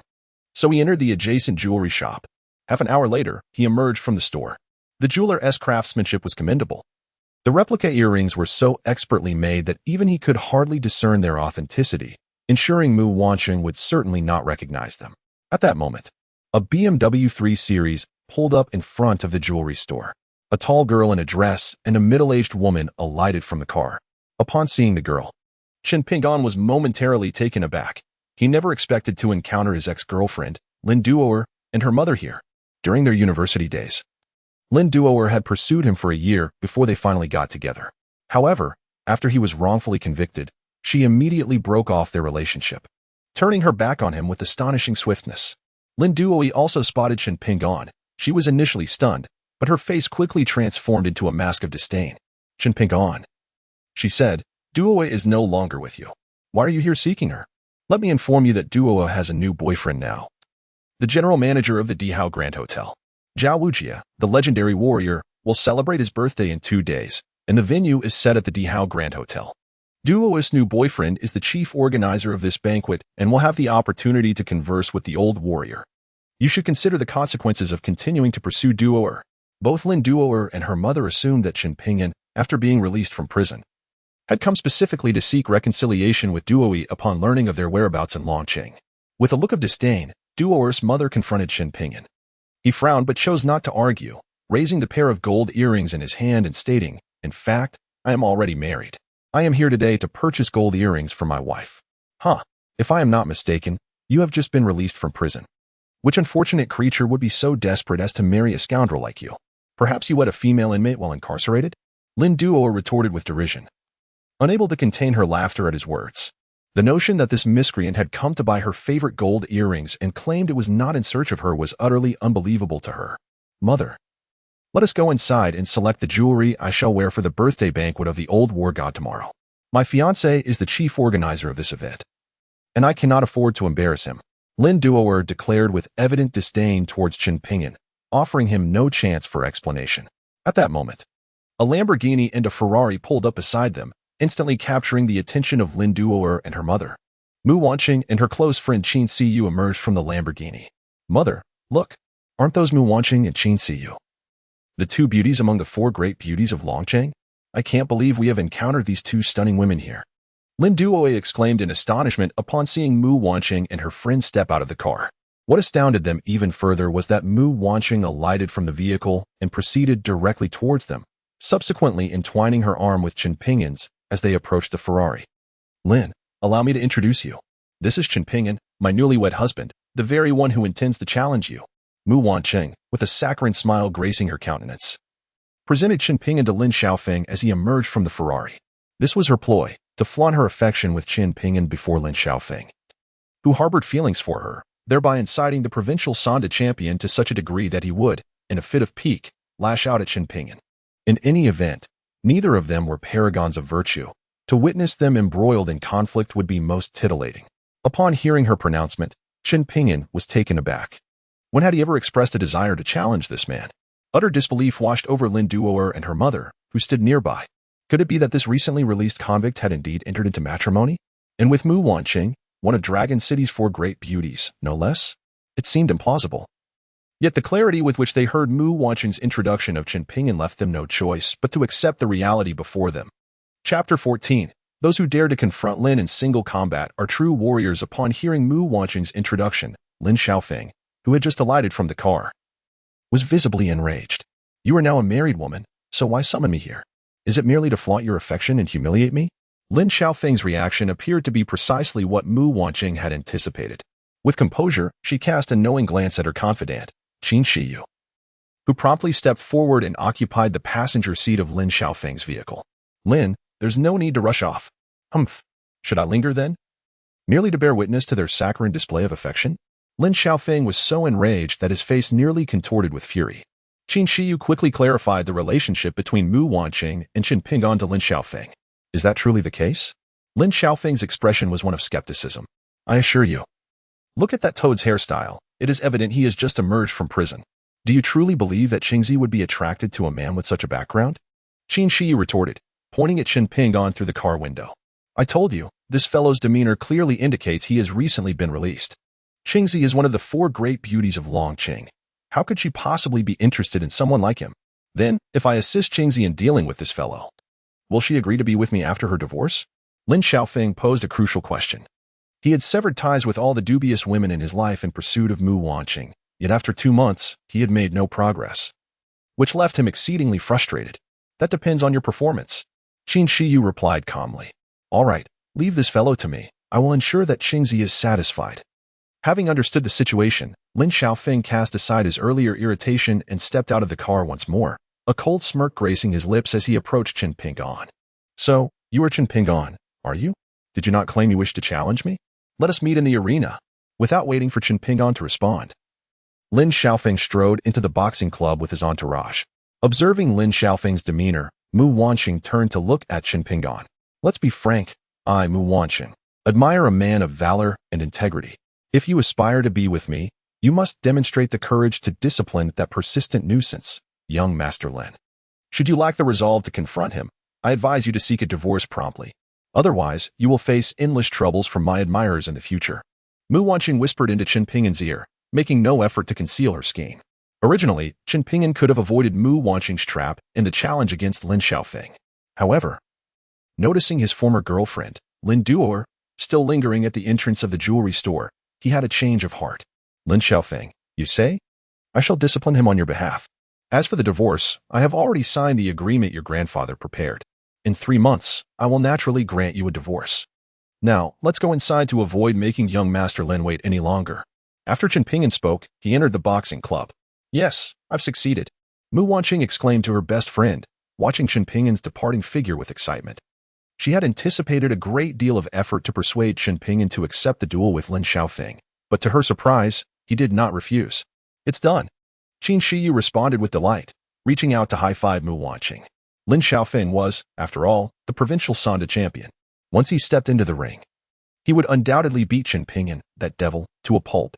The two, filled with elation, followed Chen Pingyan into the boxing club. Observing the scene from a short distance, Lin Duo mistakenly believed that Mu Wanqing had kissed Chen Pingyan on the cheek when she leaned in to whisper to him, causing her face to flush crimson. She had just ridiculed the notion that he might marry an unsightly woman or a female convict, but now Mu Wanqing, one of the 4 great beauties, had kissed Chen Pingyan in public, delivering a resounding slap to her face. Mother, is Mu Wanqing blind? As one of the 4 great beauties of Dragon City, she has so many men pursuing her. Why would she choose Chen Pingyan, this good-for-nothing? Lin Duoer asked her mother, perplexed, as Chen Pingyan and the others entered the boxing club. Well, is there anything particularly perplexing about it? I heard that Master Mu fell gravely ill a few days ago. The Mu family must have been seeking a groom to bring good fortune to Master Mu.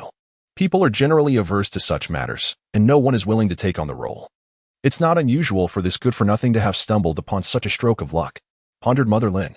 Aside from this explanation, She couldn't fathom why the eldest daughter of the newly affluent Mu family would marry this good-for-nothing who had just been released from prison. You're right, mother. This good-for-nothing must have married into the Mu family to bring good fortune to Master Mu. Otherwise, given his circumstances, how could Mu Wanchen possibly marry him? He's incredibly fortunate. After I attend the old war god's birthday banquet in a few days, the Mu family might even seek to curry favor with me. I'll let him know how formidable I am then. Let's go in and choose the necklace to wear to the old war god's birthday banquet. Having convinced herself that Chen Pingyan had only secured the hand of the beautiful Mu Wanchen by marrying into the Mu family to bring good fortune to the ailing patriarch, Lin Duo regained her confidence and led her mother into the jewelry store. Meanwhile, Chen Pingyan and Lin Xiaofeng had arrived at the boxing club's ring. Lin Xiaofeng removed his jacket, revealing a sculpted physique with 8-pack abs and explosive musculature. As the son of the chairman of Dragon City's Emperor Hotel, a veritable scion of a wealthy family, coupled with his own title as provincial Sanda champion, Lin Xiaofeng was undoubtedly one of the most talked-about young men in Dragon City. The patrons of the boxing club were, almost to a man, admirers of Lin Xiaofeng. When he stepped into the ring, he instantly became the cynosure of all eyes. Good heavens, isn't that Lin Xiaofeng, our provincial Sanda champion? Who's the fellow facing him? To dare challenge our champion, is he courting death? I believe ISB Mu Wanchen and Qin Shiyu, two of Dragon City's 4 celebrated beauties. Rumor has it that Lin Xiaofeng has been pursuing Mu Wanchen for 2 months. Could it be that the lad in the ring is also vying for her affections, and Lin Xiao has dragged him onto the stage for a duel? In Dragon City, to dare compete with Lin Xiao for a woman is an act of valor. While I admire his courage, I must say, this young man is practically begging for demise.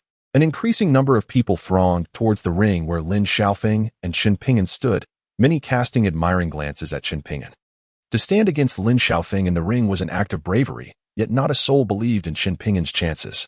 Innumerable warriors had previously faced Lin Xiaofeng in the arena, yet each encounter culminated in a severe defeat, with some even suffering permanent injuries.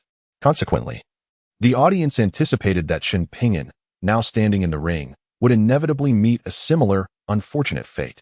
Chapter 15. Not even worth a tickle, young man, Lin Xiaofeng began. I commend your audacity. However, in the face of overwhelming power, courage is rendered inconsequential. You would be wise to concede now, for in the heat of combat, one cannot guarantee your future well-being. I shall grant you the first 3 moves, lest I be accused of taking advantage. Lin Xiaofeng, arms crossed, regarded Chen Pingyan with disdain. There is no need, Chen Pingyan replied, shaking his head. Unleash your full capabilities. I shall remain rooted to this spot, and if you can so much as displace me, I shall concede defeat. His declaration was met with disbelief. Shiyu, did you hear what this buffoon just said? Inquired of her confidant, Qin Shiyu. Her voice laced with incredulity.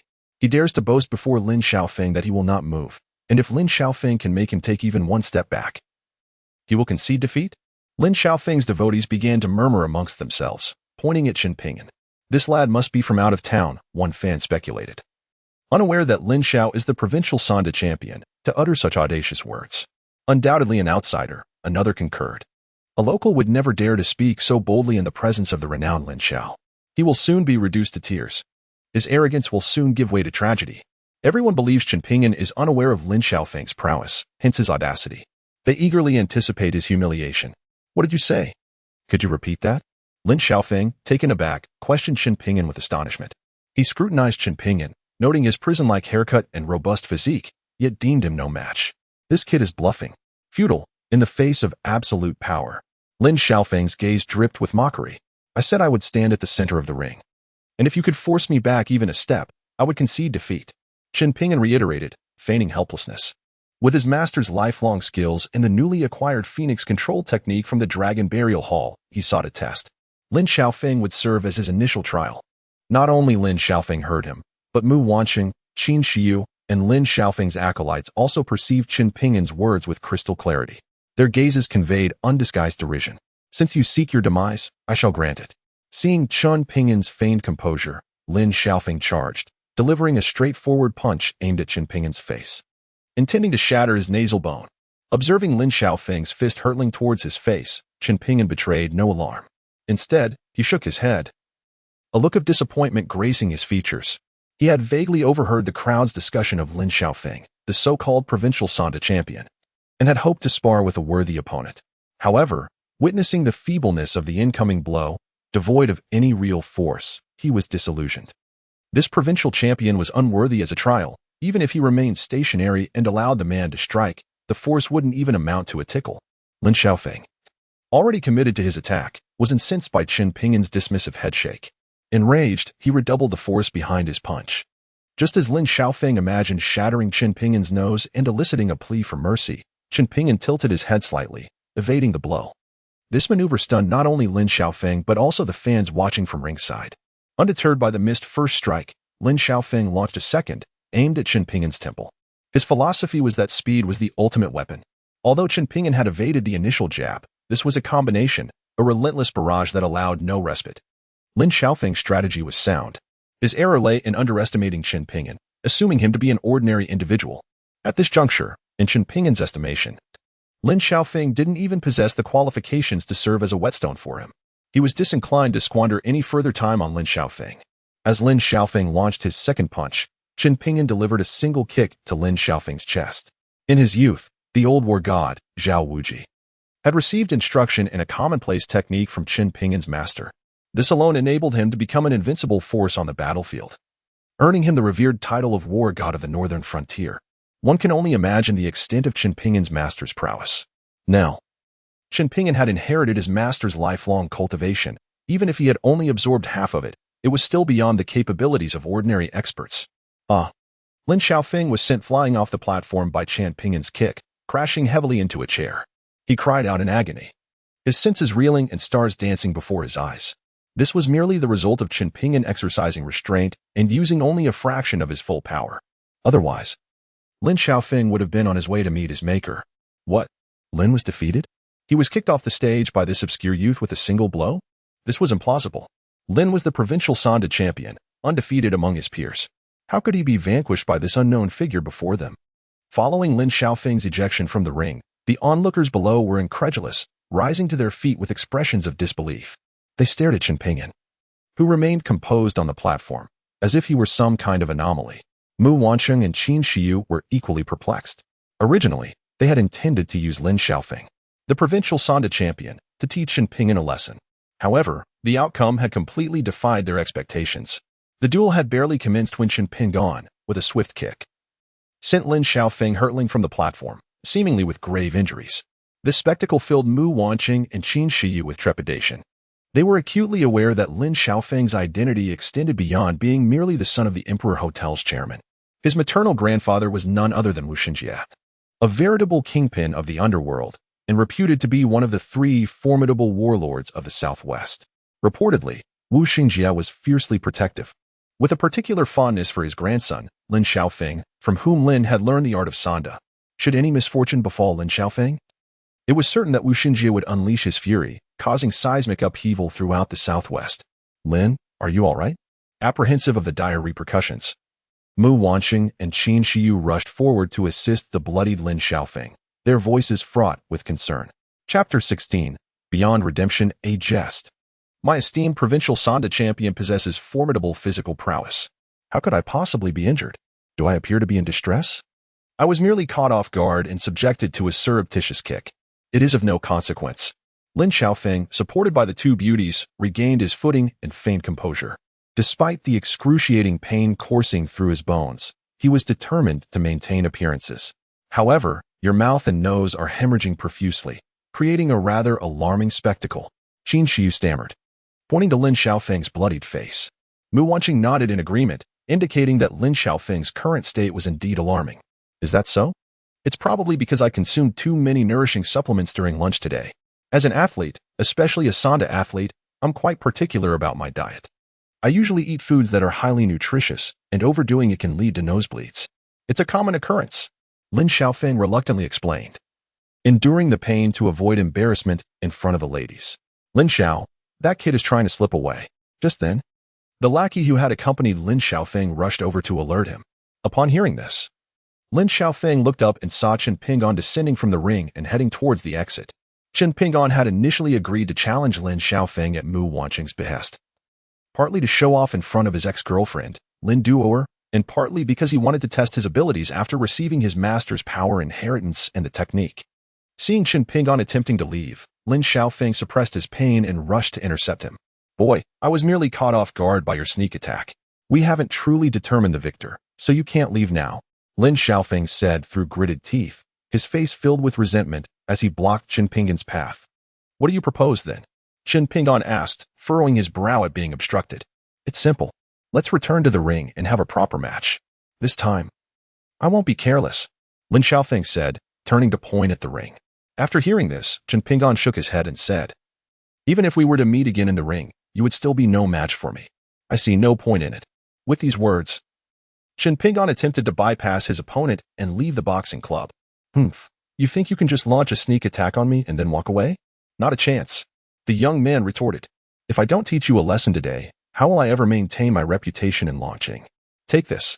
Seeing that Qin Pingan clearly didn't take him seriously, and with two beautiful women and so many local fans watching, he couldn't possibly let Qin Pingan leave. Otherwise, he would never be able to hold his head up in launching again. Without waiting for Qin Pingan's response, he threw a punch directly at Qin Pingan's heart. Seeing the punch aimed at his heart, Qin Pingan's expression changed drastically. If an ordinary person were struck by this punch, their heart would surely rupture, resulting in immediate death. It was clear that his opponent was trying to take his life.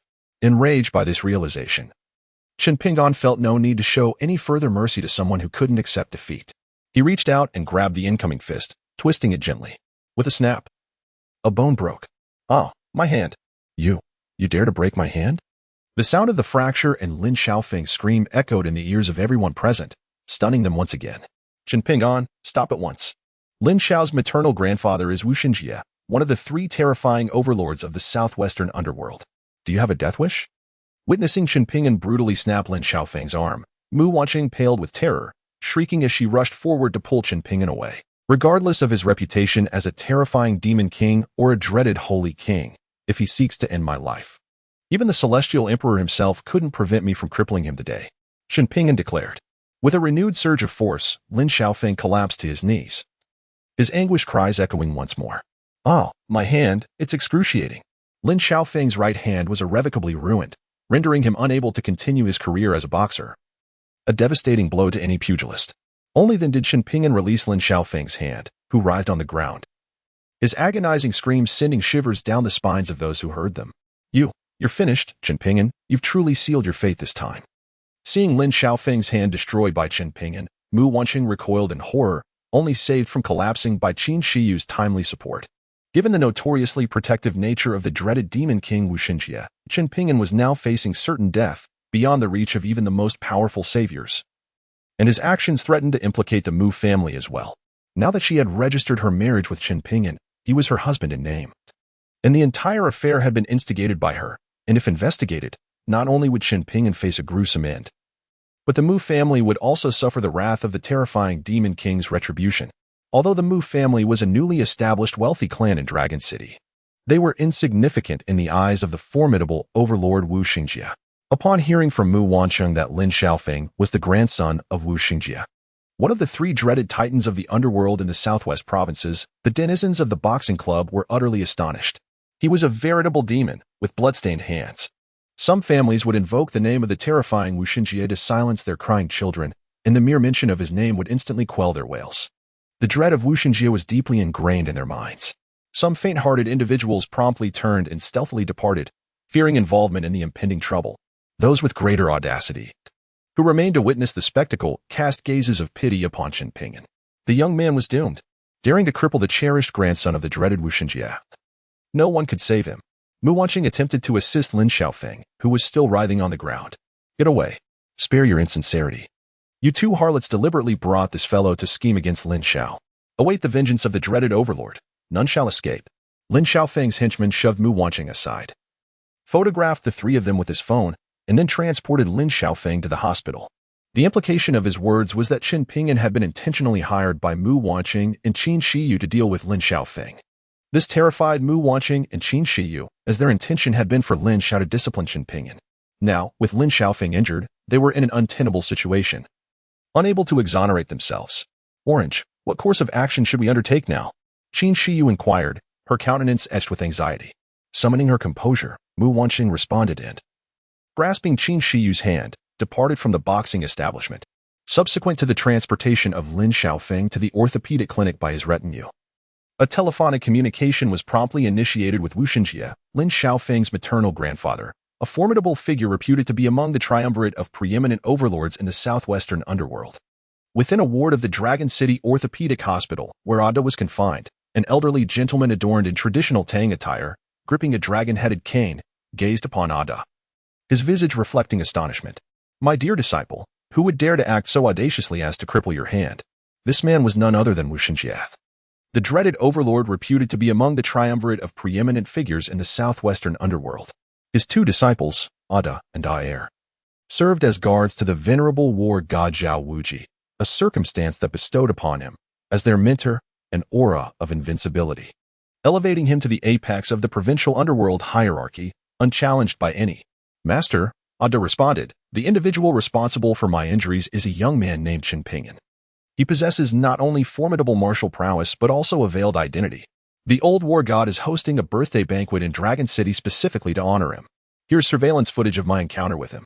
Please observe it, Master, and under no circumstances should you engage in conflict with this individual, lest it result in the annihilation of our lineage." Ada proffered his cellular device to his master, Wu Xinjie, which contained surveillance footage of his altercation with Chen Pingyan. "What?" Wu Xinjie exclaimed, seizing the device with alacrity. "Zhao, the old war god, is hosting a birthday banquet in Dragon City in honor of a young man?" As he beheld Chen Pingyan incapacitating Ada with a single palm strike, he was overcome with astonishment, having received his authentic tutelage. Ada was bested by a youth named Chen Pingyan. The venerable war god mentioned that this young man is an heir to the dragon burial ring. Upon investigating this ring, I was astounded to discover that it is a relic of the ancient dragon burial hall. Historical records indicate that the bearers of the dragon burial ring have been involved in significant events throughout the Celestial Dynasty's history. From the first emperor's unification of the Six Kingdoms to the ascension of queens and the Qing conquest. Ada's words caused Wu Xinjie's eyes to widen. This young man's lineage is so formidable that even the old war god seeks to curry favor with him. He secretly admonished himself that if he were to encounter this Chen Pingyan, he must avoid him, and if avoidance was impossible, he must not offend him, but rather attempt to ingratiate himself. At that moment, Wu Xinjie's subordinate hastily entered the ward with a mobile phone. "Master, dire news. Your grandson, Lin Xiaofeng, had his right hand twisted off at the boxing club and is currently receiving treatment at the orthopedic hospital." The subordinate reported to Wu Xinjie with a look of panic. "Who dares to bully even my grandson? Take me there immediately." Wu Xinjie thundered upon hearing his subordinate's words. Lin Xiaofeng is destined to inherit his mantle. But with his hand twisted off, how can he do so? Someone dared to twist his grandson's hand on his turf, which is a blatant provocation and humiliation. The followers of young Master Lin said that young Master Lin's life is not in danger and is undergoing bone grafting in the operating room. It was done by the master invited by the Mu family girl that young Master Lin has been chasing recently. This is a photo of that person. Following behind Wu Xinjie, his subordinate departed from Ada's hospital room. Wu Xinjie, his countenance somber, received his phone. Upon beholding Chen Pingyan's photograph, he paused, a sense of familiarity washing over him. What was the name of this scoundrel? Wu Xinjie halted, inquiring of his subordinate, "Chen Pingyan." "Chen Pingyan?" Wu Xinjie exclaimed, astonishment evident in his tone. The individual who maimed Ada's hand also bore the name Chen Pingyan. No wonder his face seemed so familiar. Was this not the very man who had crippled Ada's hand with a single strike? The heir to the dragon burial ring whom even the old war god sought to curry favor with? How had his grandson managed to provoke such a formidable figure? I shall proceed to the Mu residence first. Once Xiaofeng's bones are set, instruct him to hasten to the Mu residence immediately. Wu Xinjie, his expression grave, departed from the hospital, making his way to the Mu residence. He intended to first placate the Mu family and the formidable Chen Pingyan, instructing his subordinate to inform his grandson, upon completion of his bone setting, to immediately proceed to offer his apologies to the latter. He hoped that the other party, perceiving their sincere and heartfelt contrition, would spare the Wu and Lin families. Lin Xiaofeng, upon emerging from the operating room with his bones set, received his grandfather's instructions. Mistakenly believing that his grandfather had preemptively gone to the Mu residence to chastise Chen Pingyan, he promptly followed suit, eager to witness Chen Pingyan groveling before him, shattering his own limbs to assuage his resentment. What? That fiend actually broke the hand of the terrifying Grand Devil Wu Xinjie's grandson? He is going to doom our entire Mu family. Upon learning of the events at the boxing club, Mu Wanchen's parents were petrified, their faces drained of color. Though the Mu family holds a position among the elite, they are insignificant in the presence of the formidable Wu Xinjie. Should this matter incur the wrath of the terrifying figure, the Mu family faces immediate annihilation. Rest assured, I shall bear the responsibility alone and not implicate the Mu family. Disaster strikes. The dreaded Wuxinjie has arrived at our doorstep with a multitude. What? Has the terrifying Wuxinjie come so swiftly? We are doomed. Utterly doomed. Despair clouded the faces of the Mu family, as Wu Shengjia's rapid arrival indicated his extreme displeasure regarding Chun Pingan's actions against Lin Xiaofeng. Why do you hesitate? Seize this fiend, deliver him to the dreaded Wu Shengji, and let him face his judgment. Mu Jiannan commanded the servants urgently. However, his words were scarcely uttered when the imposing Wu Shengji, exuding a formidable aura, stormed into the Mu family's hall with his entourage. Spotting Chen Pingan amidst the crowd, Wu Shengji approached him with trepidation. A wave of terror washed over the Mu family, causing them to recoil involuntarily. With utmost humility, Wu Shengji knelt before Chen Pingan. Chapter 18. The most humble demeanor. I also extend my gratitude to Mr. Chen for instructing my wayward grandson, teaching him that there are always those superior and that arrogance is unwarranted. With trepidation etched across his visage, Wu Shengji prostrated himself, beseeching Chen Pingan for forgiveness on behalf of his grandson, Lin Xiaofeng. He characterized Chen Pingan's forceful correction of Lin Xiaofeng's right hand as a form of instructive guidance. This was the most submissive demeanor he could muster, hoping that such humility would dissuade any further repercussions for the Wu and Lin families. Having painstakingly elevated the Wu family to one of the preeminent clans in the southwest, largely through the influence of his disciples who served as guardians to the venerable war god, he was desperate to prevent its ruin. The spectacle unfolded before the family, leaving them utterly dumbfounded. The incongruity of the situation was palpable. How had the narrative shifted to one of apology to this reprobate? Could this miscreant be even more formidable than the dreaded Wu Shengji, inspiring such trepidation that Wu Shengji himself would grovel before him? Whether it was her parents or the domestic staff, they were all transfixed by the anomaly before them, questioning their very perceptions. Many rubbed their eyes, only to find that the dreaded Wu Shengji remained kneeling before Chen Pingan. Attention then shifted to Chen Pingan, who appeared just as bewildered as the family. At that moment, Chen Pingan was perhaps even more perplexed than the onlookers. He was at a loss to explain the unfolding events. Though courageous and undaunted by the prospect of facing Wu Shengji, he had steeled himself for a confrontation. Instead, the elder had entered and immediately knelt, offering both apologies and gratitude for the educational intervention with his grandson. What inscrutable machinations were at play? Are you truly Lin Xiaofeng's maternal grandfather, the formidable Wu Shengji, reputed as one of the three great overlords of the southwestern underworld? Chen Pingan inquired with a hint of uncertainty, finding the man before him somewhat divergent from the legends. I am indeed Wu Shengji, the elder affirmed. As for the moniker of terrifying overlord, those are merely jests amongst acquaintances in the underworld.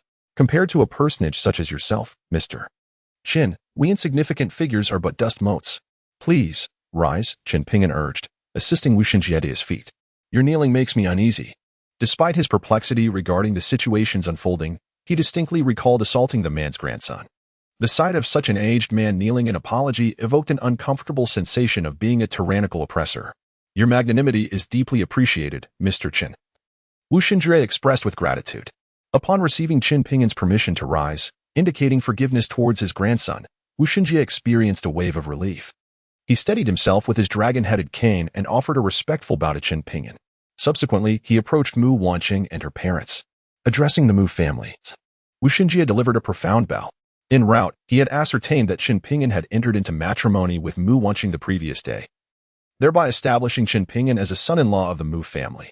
By demonstrating proper decorum before Mr. Chen's parents-in-law, there would be no cause for Mr. Chen to seek retribution against the Wu and Lin families. However, these actions, observed by the unsuspecting members of the Mu family, filled them with trepidation. The dreaded Wu Shengji not only refrained from causing them trouble but also bowed an apology? This was exceedingly bizarre. Mr. Wu, please, there's no need for such courtesy. Your grandson didn't cause any trouble for our family, Mu Jiannan, Mu Wanqing's father, stammered as he helped Wu Shengji up. Mr. Chen and the Mu family are all understanding individuals. I am deeply grateful, Wu Shengji said with sincerity. At that moment, Lin Xiaofeng, who had followed from the orthopedic hospital, arrived. His right arm was in a cast, and he stormed into the Mu residence with a resentful expression.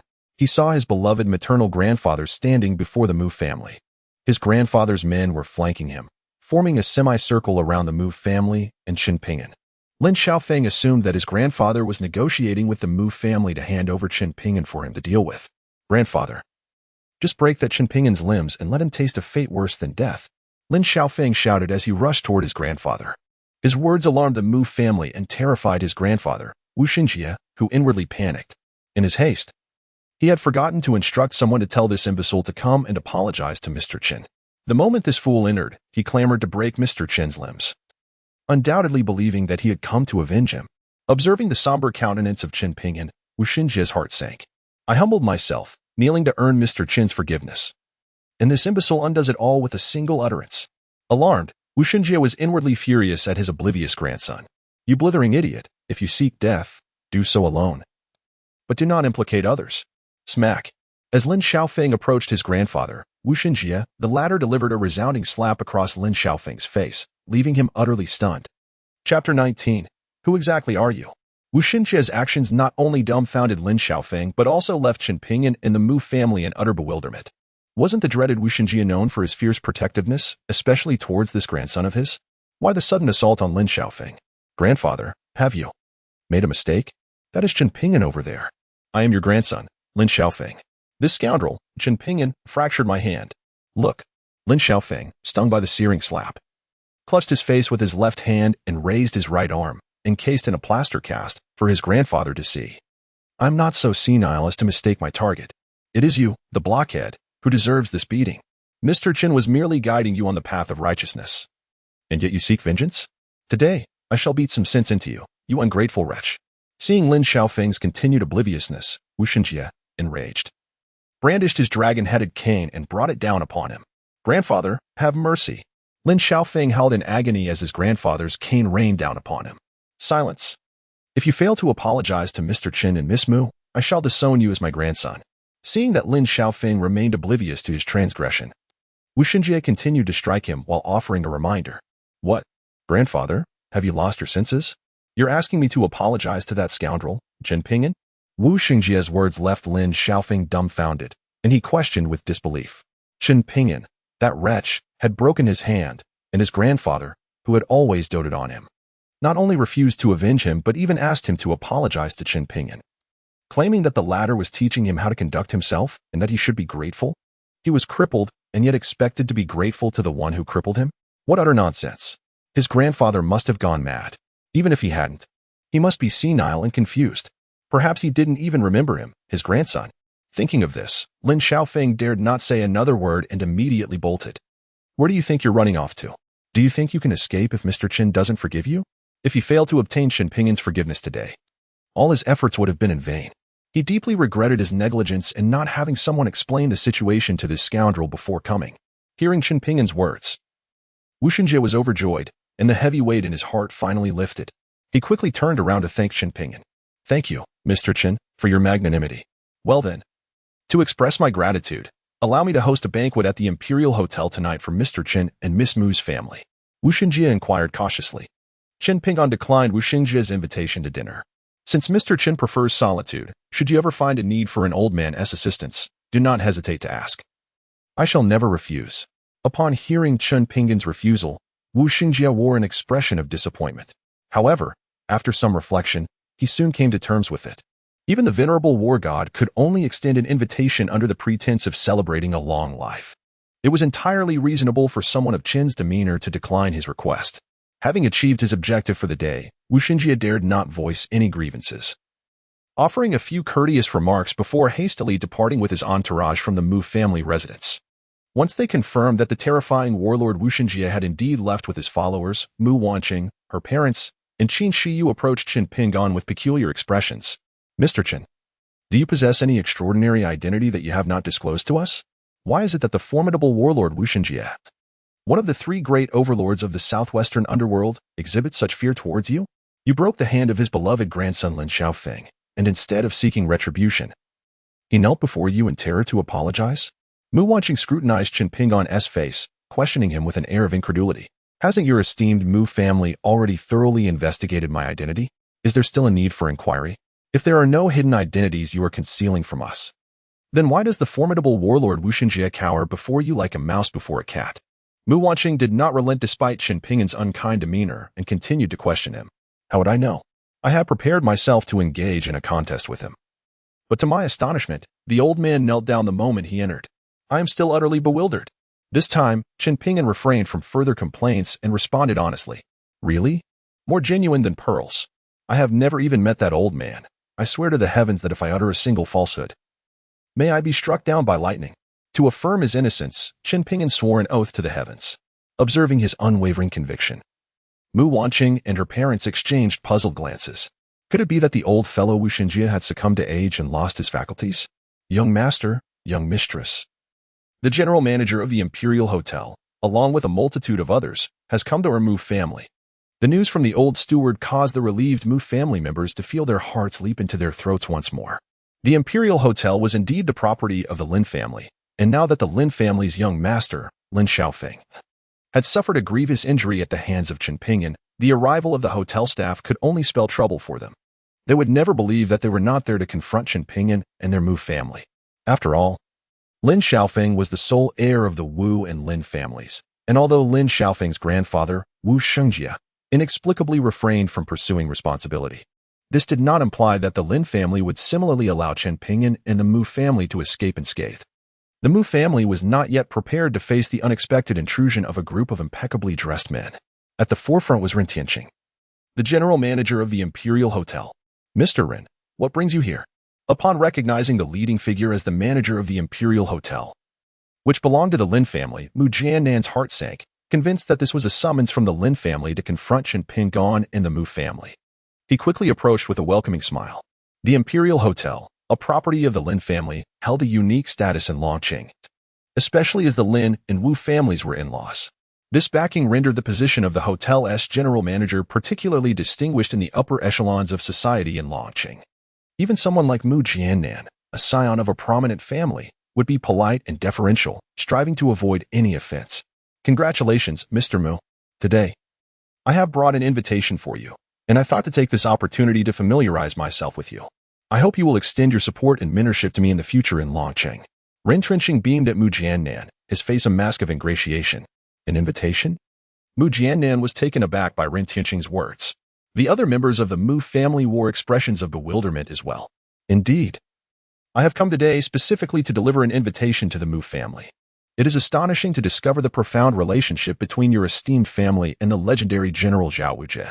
As he passes through Longqing, General Zhao intends to host a birthday banquet at our Imperial Grand Hotel in 2 days, specifically requesting the presence of the Mu family. He insisted that we personally deliver this invitation, as you are the only family among all the prominent clans in Longqing to receive such an honor. It is truly enviable.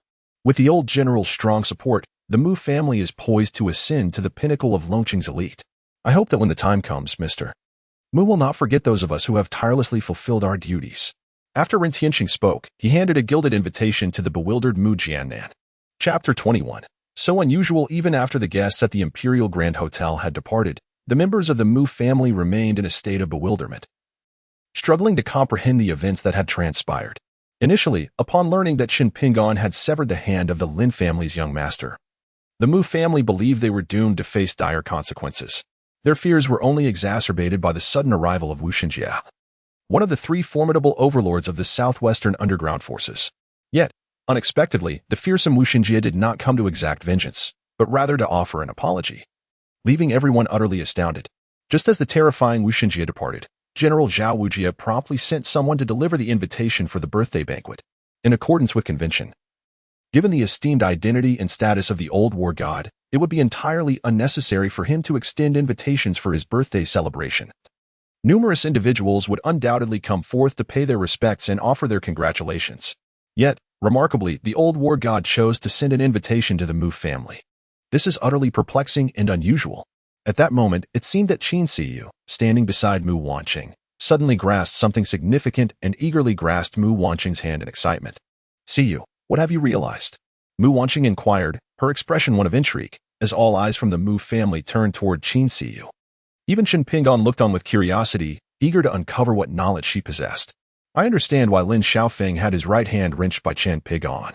His formidable grandfather, Wu Xinjie, not only refrained from causing us any trouble but even came to kneel and apologize in person. This must be because he anticipated that the old war god intended to invite your Mu family to partake in his grand birthday celebration.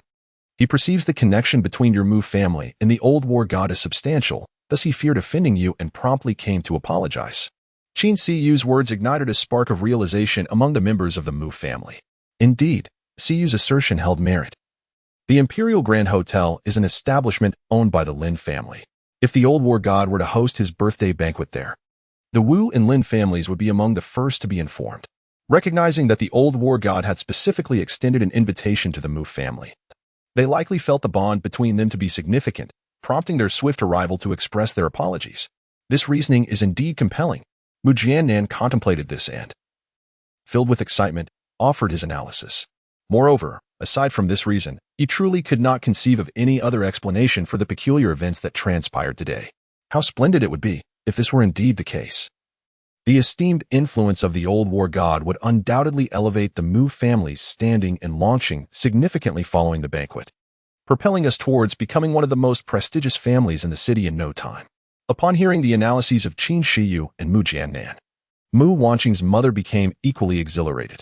Even Mu Wancheng, influenced by her family and close friends, found the rationale compelling and wore a joyful expression. Just then, as the Mu family reveled in their potential association with the venerable war god Zhao Wujia, Qin Pingan, standing aside, could not contain his laughter, which left the Mu family feeling as though they had swallowed a fly. What do you mean by that, Qin? Are you unable to bear the thought of our family's prosperity? Mu Wanqing's mother confronted him, her finger jabbing at his chest in disdain. Let me remind you, had it not been for the connection between our family and the old war god that saved your life, you would have perished at the hands of the terrifying demon king Wu Shenjie countless times by now. Not only do you lack gratitude, but you also dare to mock us? Do you think you are worthy? Chapter 22. Old Master Mu and the war god were classmates. I beg your pardon, but I was merely pondering whether the staff at the Imperial Hotel might have mistaken their targets. I've not heard of any ties between your family and the war god. Qin Pingan quickly clarified. His words were not without reason, for when the name of the venerable war god Zhao Wujia was mentioned, he finally comprehended why the gentleman in the tang suit whom he had encountered at the Beio Jitang felt so familiar. It turned out that he was none other than the revered war god of the north, Zhao Wujia, whose visage he had glimpsed on television during his childhood. After all, with the prowess of the war god, uncovering his presence within the Mu family would be a trivial endeavor. Yet, this was merely his conjecture, and thus he refrained from sharing it with others, lest he be met with embarrassment should he be mistaken. However, his statement left the members of the Mu family in a state of shock. Indeed, it seemed that the Mu family had no particular connection with the war god. Why would he extend such benevolence towards them? Moreover, in the entirety of Longqing, it was solely the Mu family that had received a personal invitation delivered by the general manager of the Dihao Hotel at the behest of the war god himself. This was utterly illogical. Orange, your father's age is quite similar to that of the war god. Perhaps there exists some unspoken bond between them that you are unaware of. Qin Shiyu, who had been standing alongside Mu Wanqing, voiced her disbelief towards Qin Pingan's assertion, addressing Mu Wanqing loudly. Her remark sparked a glimmer of realization among the Mu family members. Shiyu's suggestion holds merit. I shall call my father to inquire about this matter. The call to her father was swiftly connected. Dad, may I ask, do you know the war god Zhao Wujia? Mu Jiannan inquired, his expression fraught with anxiety. During my university years, I attended the same school as Zhao Wuji, and we were even classmates. However, he has since achieved remarkable fame, being hailed as the god of war in the north and a pillar of the nation, which made me hesitant to reach out to him. Why do you ask about this? On the other end of the line, Old Master Mu paused upon hearing his eldest son Mu Jiannan's words, then responded with a look of shame. Among his many classmates, Zhao Wuji stands out with the highest achievements, while he feels he has fallen to the bottom. He truly finds it difficult to openly mention that Zhao Wuji was his classmate. It's nothing much. I simply heard that the old god of war will be passing through our Dragon City and is hosting a birthday banquet at the Dihao Hotel in 2 days. The Dihao Hotel just sent us an invitation, and we were a bit puzzled, so we wanted to confirm with you. Facing his father's curiosity, Mu Jiannan dared not conceal anything and spoke truthfully. Old Master Mu on the other end of the phone appeared quite pleased and responded cheerfully. After finishing the conversation, Mu Jiannan hung up with a smile. Chapter 23. Expelled from the Mu family upon confirming that the old god of war had sent the invitation specifically due to his father's connection with him as a classmate. Mu Wanqing's mother immediately pulled Mu Wanqing and Qin Shiyu aside to whisper among themselves, seemingly discussing something important while glancing occasionally at Qin Pingan. A few minutes later, the three departed from the hall. "Are you planning to change my room?" Qin Pingan asked the trio with a puzzled expression. "Your appearance is rather unremarkable. Yet you seem to have quite the imagination, expecting us to change your room?" The esteemed elder of the Mu family and the venerable war god were once close companions. "And thus, we, the Mu family, cannot harbor a worthless scoundrel like you, lest we bring shame upon our esteemed patriarch and the revered war god. From this day forth, you shall find solace in a bridge underpass, should you still draw breath in 3 months. Do remember to visit the Civil Affairs Bureau to finalize your divorce with our dear Orange." With a mocking expression, Mu Wanqing's mother tossed Qin Pingan's bag at him, while Mu Wanqing followed suit, hurling the clothes he had changed out of the previous day. They unceremoniously expelled him from the Mu residence. After being cast out, Qin Pingan stood at the entrance of the Mu household and, with curiosity, inquired of Mu Wanqing and her companions. "That is our affair. There is no need for you to concern yourself. Be gone at once." Mu's mother retorted with palpable disdain, slamming the door shut, leaving Qin Pingan to face the cold rejection. He gathered the clothes he had discarded the day before into his bag and had departed from the Mu residence. With over $1 trillion at his disposal, he had no reason to worry about finding accommodation. He slung the canvas bag over his shoulder and strode confidently away, hailing a cab to visit a real estate agency in search of a suitable residence. He contemplated purchasing a villa for a few months, intending to master the phoenix taming technique and await the revelation of the 4th silver needle's whereabouts before leaving Long City. It dawned on him that he had never truly experienced the pleasures of residing in a villa, now that wealth was at his fingertips. He was determined to savor it fully, vowing never again to foolishly squander his riches on charity. Before long, Qin Pingan arrived at a street lined with real estate agencies in Long City, casually stepping into one. "Ah, is that not the illustrious son-in-law of the prestigious Mu family?" As Qin Pingan stepped into the real estate agency, the voice of his ex-girlfriend, Lin Duoer, pierced through the air. He glanced up and was taken aback to find Lin Duoer and her mother also perusing properties. A frown creased his forehead, and he instinctively contemplated turning to leave. It was not that he feared his former love. Rather, he sought to avoid any entanglement with her. Clutching an old canvas bag, one might wonder if he had been cast out after merely serving as a good luck charm. Indeed, the Mu family was a newly ascendant power in Longqing. Their daughter would undoubtedly wed a suitor of equal stature. A man like him, with a criminal record, was merely fit to serve as a fleeting fortune-bringer, destined to be dismissed once the festivities concluded.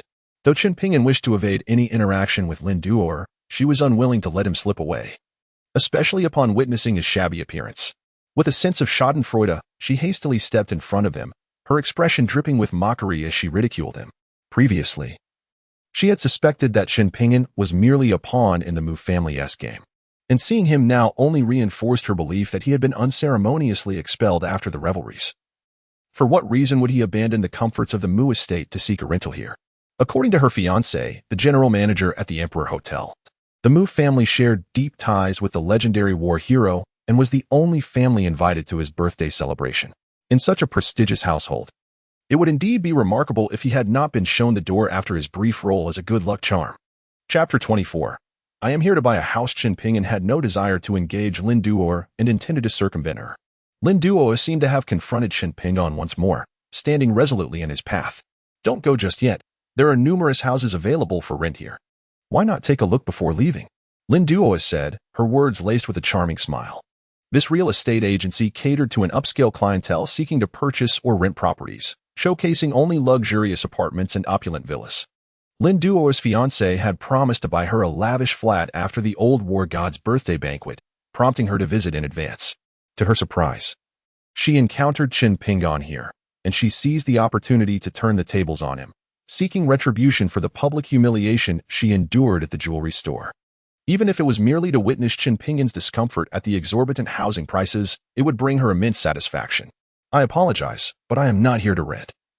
I am here to purchase a property," Qin Pingan declared, effortlessly discerning Lin Duoer's ulterior motives and deciding against leaving. "Aren't you simply eager to see me flustered by the steep prices here? Today, I shall demonstrate just how affluent I am." Qin Pingan's words momentarily stunned Lin Duoer, prompting her to scrutinize him anew. Clad in faded, worn garments, the backpack on his back was a relic from 5 years ago when they were together in Dragon City, where housing prices soared. A property typically started at a minimum of 1 to 2 million. Given Chinpingan's seemingly impoverished appearance, how could he possibly afford such a purchase? However, Chinpingan chose to disregard Lin Duo, waving at a beautiful saleswoman from the real estate agency. Despite the seemingly shabby attire of Chinpingan, the beautiful saleswoman mistakenly assumed he was accompanying the elegantly dressed Lin Duo, who carried a designer handbag. She approached him with enthusiasm. "Good day, sir. How may I assist you?" Without hesitation, Chinpingan got straight to the point. "Do you have any luxury villas? I would like some information, as I am considering a purchase." His statement left both the saleswoman and his ex-girlfriend, Lin Duo, momentarily stunned. Chinpingan, do you have any idea what the average price of a property in Long City is? With your current situation, you couldn't even afford a single square meter of a villa, not even a restroom. Lin Duo chuckled, thinking that Chinpingan was merely trying to put on a brave front. "Sir, we do have a number of luxury villas available, but the starting price is over 10 million, and some can reach into the billions. The minimum down payment begins at several million. Are you certain you wish to view villas?" The saleswoman's words were interrupted as Chinpingan revealed his black card from Ruishi International Bank, leaving her momentarily speechless. This real estate agency catered to a high-end clientele, and the saleswoman had previously encountered such a black card, knowing that its holder typically possessed wealth exceeding billions. With this card, purchasing a villa from your agency should not pose a problem, correct? Chinpingan handed the black card in his hand to the beautiful saleswoman and inquired, "Is it possible?" "Indeed, indeed, indeed," she exclaimed. "We still have 5 luxurious villas available for sale, one of which is renowned as the most expensive and opulent villa in Longchen's history, priced at 8 billion. It is said that within the courtyard of this villa lies a Longquan well, and the flavor of anything boiled with its water is unparalleled. Shall I take you to see it right now?" After verifying the authenticity of the Swiss bank black card, the saleswoman, brimming with excitement, promptly prepared to escort Chinpingan to view the most luxurious villa in Longcheng. "Let us go at once. If it meets my expectations, I shall purchase it today." Chinpingan nodded in agreement. The saleswoman led him away from the agency to view the villa. This scene left Lin Duo in a state of astonishment until her mother emerged from the restroom and found her daughter standing foolishly at the entrance, gazing outside. "Silly girl. What are you doing standing here all by yourself?" Lin's mother approached, glancing outside, seemingly puzzled as there appeared to be nothing noteworthy. "Mom, I just saw Chinpingan come to look at a house, and it was a villa," Lin Duo replied, her expression one of bewilderment. Originally, she had intended to witness Chinpingan's embarrassment, yet in the end, she found herself the fool. Moreover, Chinpingan had publicly humiliated her twice today, leaving her utterly mortified. What rendered her utterly incredulous was the fact that Chinpingan, who ostensibly should have been impoverished to the point of being unable to afford a meal, suddenly produced a black card, an emblem of status, identity, and affluence, only to express his intent to purchase a luxurious villa. Chinpingan buying a villa? How could that possibly be true? Are you jesting with me? Lin's mother, upon hearing her daughter's words, was equally bewildered. Given Chinpingan's disheveled appearance, it was evident he had just been released from prison, possessing at most the meager travel allowance provided by the institution. It was likely that his recent expenditure on gold earrings to please Miss Mu had depleted his funds significantly. "Mother, I assure you, it's the truth. Just moments ago." He walked in and handed a black card to the real estate agent, requesting a tour of the villas. Lin Duo, upon sensing her mother's skepticism, recounted the events in meticulous detail. The moment she witnessed Chinpingan produce the black card, she was taken aback, filled with regret over her impulsive decision to part ways with him. It is worth noting that her current fiancé, while the general manager of the Imperial Hotel, was merely a cog in the grand machinery of the affluent, potentially never able to afford a villa in his lifetime. Furthermore, he was on his second marriage, while Chinpingan, despite his time in prison, was likely a victim of circumstance, wrongfully accused. In this era where wealth often eclipses morality, it was apparent that as long as one possessed riches, the past was easily forgiven. Indeed, women would eagerly vie for the hand of someone emerging from decades of incarceration. Lin's mother, after absorbing her daughter's narrative, could not contain her laughter, bursting forth uncontrollably. Lin Duo spoke with a frown. "Mother, what are you laughing at?" Upon noticing her daughter's displeased expression, Lin's mother began to explain. "My dear, you have once again been deceived by that good-for-nothing." Lin Duo's confusion deepened at her mother's words. Observing her daughter's bewilderment, Lin's mother continued, "He is a worthless individual who has just been released from prison. And judging by your earlier description, He must have recently been expelled from the Mu family. How could someone like him possibly afford a villa? It is evident that after serving as the Mu family's son-in-law to bring good fortune, they merely gave him a small sum and sent him on his way. He has likely sought out a place to forge fake documents, spending money to obtain a counterfeit black card, and is now following you, waiting for the opportune moment to perform for you. His aim is to create the illusion that he has become wealthy, hoping to rekindle your relationship. Once you bear his child, he will use the child as leverage against you. That is precisely how your father managed to win me over. You must not foolishly repeat my mistakes. Lin's mother spoke earnestly, sharing her wisdom as a seasoned individual. Indeed, how had I overlooked this? This scoundrel must be stalking me, waiting for a chance to act in front of me.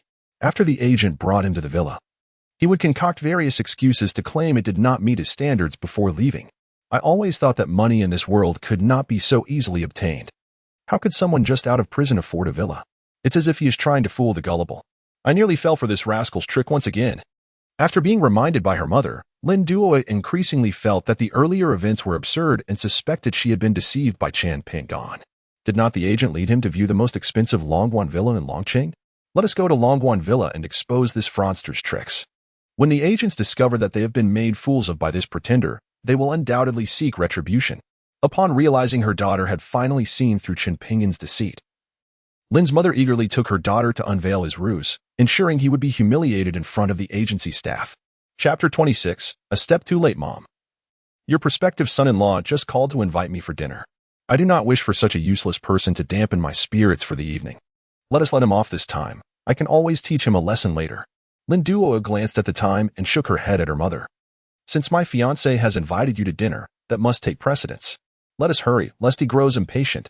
Upon hearing Lin Duo's words, her mother quickly took her leave from the agency. Meanwhile, the beautiful agent drove Chen Pingon to the Longquan Villa atop Longquan Mountain. In Longqing, the Longquan Villa is regarded as the premier sanctuary for the affluent seeking to rejuvenate. The villa's owner, facing financial difficulties due to a business failure, had listed the property with various agencies just 3 days prior. Observing the surrounding environment, Chen Pingon felt that Longguan Villa was indeed a most suitable residence for someone like him, devoted to cultivation. As the two individuals approached the entrance of Longguan Villa, they discovered a car parked at the gate. A representative from another real estate agency emerged, accompanied by a young man clad in high-end designer attire, radiating an air of contemporary fashion. Could it be that this is the esteemed gold medal salesperson from IKEA Realty? Apologies, but this 880 million villa has already been secured by my companion, young Master Zhao. Perhaps you should explore other options, the agent from the rival agency remarked smugly. Having noticed the beautiful sales representative guiding Chen Pingon to the villa's doorstep, the attire of Chen Pingon hardly suggested that he was in search of a villa. The two individuals exiting Longquan Villa assumed that he was merely a new recruit from the same agency as the alluring saleswoman, accompanying her to familiarize himself with the market. Young Master Zhao cast a disdainful glance at Chen Pingon before entering the vehicle with the agent who had been showing him the property, and they departed. Zhao Shikai had received a call from his grandfather, Zhao Wujie, the previous day, informing him of a birthday banquet to be held in Longqing in 2 days. He was urged to attend, as his venerable grandfather intended to introduce him to a significant figure at the event, advising him to cultivate a closer relationship with this esteemed individual. Upon receiving this call, Zhao Shikai was taken aback. The implication was unmistakable. His grandfather wanted him to curry favor with a person of great importance. It was well known that his grandfather was one of the most powerful figures of the era. And if even he deemed it necessary for Zhao Shikai to win over this influential individual, it was clear how exalted the person's status must be. Zhao Shikai arrived in Longqing late yesterday night to meet with his grandfather. According to his grandfather, the prominent figure is expected to reside in Longqing, prompting him to purchase a residence there. Today, he visited a real estate agency and, after a thorough search, found the Longguan Villa to be the most satisfactory in terms of location, decor, and environment. However, he did not intend to buy the Longguan Villa for himself. Rather, he planned to present it as a gift when his grandfather introduced him to the esteemed individual. He opted instead for a modest villa at the foot of Longquan Mountain for his own residence. Chen Pingon and the beautiful saleswoman could only watch as the two departed from the summit of Longquan Mountain. Mr. Chen, we have arrived too late. The Longquan Villa has already been reserved. Shall we explore other options? The saleswoman expressed apologetically after Zhao Shikai left. Very well, Chen Pingon replied, not one to be unreasonable. However, After experiencing the allure of the Longwan Villa, he felt dissatisfied with the subsequent properties they viewed, leading to several unsuccessful transactions. Mr. Chin, the sun is nearly set. Would you consider finding a hotel for the night and continuing our search for the remaining properties in the morning? The saleswoman suggested after their third viewing as daylight faded. That sounds fine. Please drive me to the city. Chin Pingon nodded in agreement, and they proceeded to leave the Longwan Villa area. Upon arriving in the bustling city center, the beautiful agent from the real estate company was just about to escort Chin Pingon to a nearby upscale hotel when, unexpectedly, a sudden break jolted him awake from his reverie. What happened? Chin Pingon inquired, his eyes wide with confusion. It seems we have encountered a scammer, the agent exclaimed, her voice tinged with panic, before promptly exiting the vehicle. Chapter 27. An old classmate's deceit, a scammer? Hearing those words, Chin Pingon was reminded of a female classmate from high school, Li Runan, who, due to financial difficulties, would often engage in such dubious activities on weekends to earn money for her ailing father's medical expenses. After graduating, she had entered the workforce, and over time, they had gradually lost contact. He wondered how she was faring now. Oh dear, you've broken my leg. You won't be leaving without at least 10 or 20,000 a day. As Chin Pingon stepped out of the car, he noticed a small electric scooter toppled in front of the vehicle, and a long-haired beauty was sitting on the ground, clutching her leg and wailing loudly. The real estate agent was visibly shaken by the scene. Bystanders began to murmur and point in their direction. Upon hearing the distinctive voice, Chin Pingon felt a sense of familiarity. As he scrutinized the sobbing figure on the ground, he realized it was none other than his high school friend, Li Runan. To his astonishment, she had transformed into a stunning woman with long hair. The difference between her short and long hair was striking, particularly in terms of her demeanor, which had undergone a remarkable transformation. If he hadn't looked closely, he might not have recognized her at all. What surprised him even more was that, after all these years, she was still resorting to such unscrupulous antics. You must have broken your leg 100 times by now. Chin Pingon, with a hint of irritation, inquired of the lamenting Li Runan who sat on the ground. The very lines she was uttering were those he had once taught her, and he could hardly believe they were now being directed at him, an old classmate. Li Runan, who had been wailing loudly, looked up and was momentarily taken aback. Chin Pingon, is that you? The previous cries of despair were forgotten as she sprang to her feet, her face alight with astonishment as she gazed at him. My dear lady, your leg is not injured, is it? The beautiful agent from the real estate company, stunned by the scene before her, pointed at Li Runan's leg and inquired, is she your friend? Li Runan disregarded the agent's question and turned to Chin Pingon instead. Not quite. She works for the real estate agency. I've just arrived in Longqing and have yet to find a place to stay. She was showing me some apartments today. What a coincidence. I have co-rented a 3-bedroom, 2-living-room apartment with someone else, and there is still 1 room available. You needn't search for a place any longer. Come stay with me. The person I'm sharing with is a stunning beauty as well, and she is single. Whether you can win her over depends on your charm. Upon hearing that Chin Pingon had no accommodation, Li Runan eagerly urged him to come live with her. Isn't that a bit inappropriate? We've been friends for so many years. Why pretend to be shy in front of me? Hurry up and get in the car. Li Runan insisted, mounting her electric scooter and beckoning him. What about your business? Chin Pingon asked, gesturing towards the beautiful agent from the real estate company. With just over half an hour remaining before work, I thought to seize the opportunity to complete a delivery along the way. Little did I expect that the intended client would turn out to be someone I knew. How could I possibly proceed under such circumstances?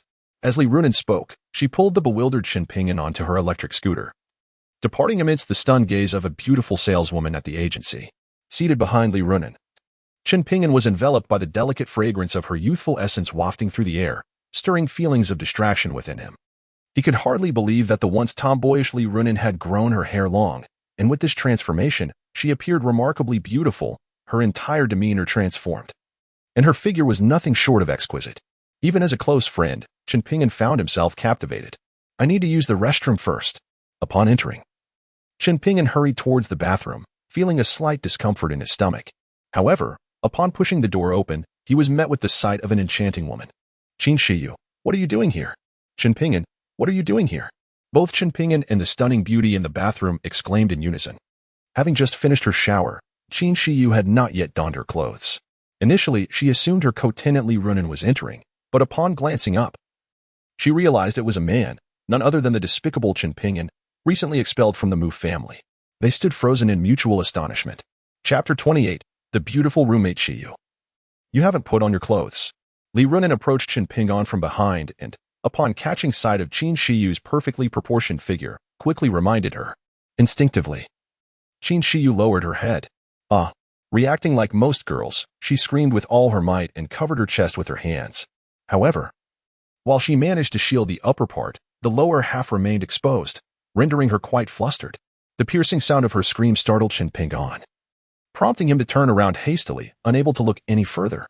Li Runin pulled Qin Pingon out and casually closed the bathroom door behind them. What do you think? My roommate is stunning, isn't she?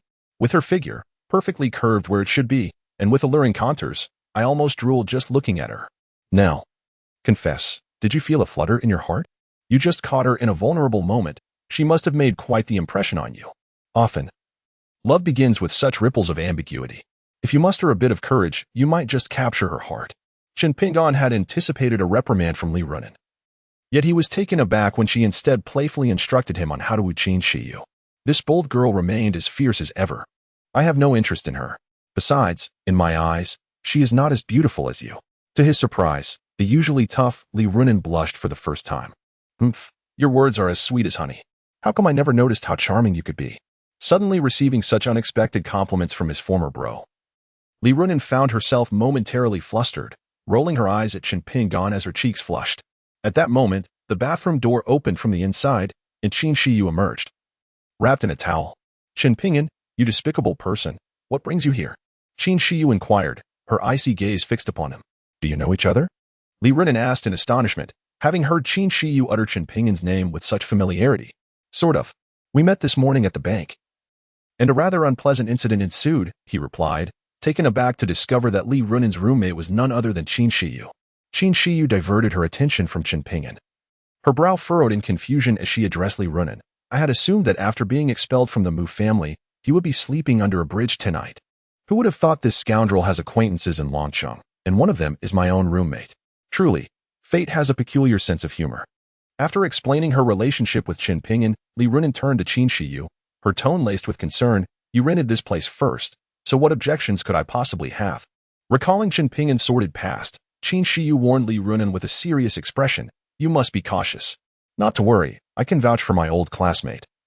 He harbors no ill intentions towards you. Right, Qin Pingon? Li Runin quickly reassured Qin Shiyu, tugging at Qin Pingon's sleeve to elicit a response. I have no interest in her, he asserted just as Li Runin's phone alarm blared to life. Oh no, I'm late for work. My perfect attendance bonus, she exclaimed.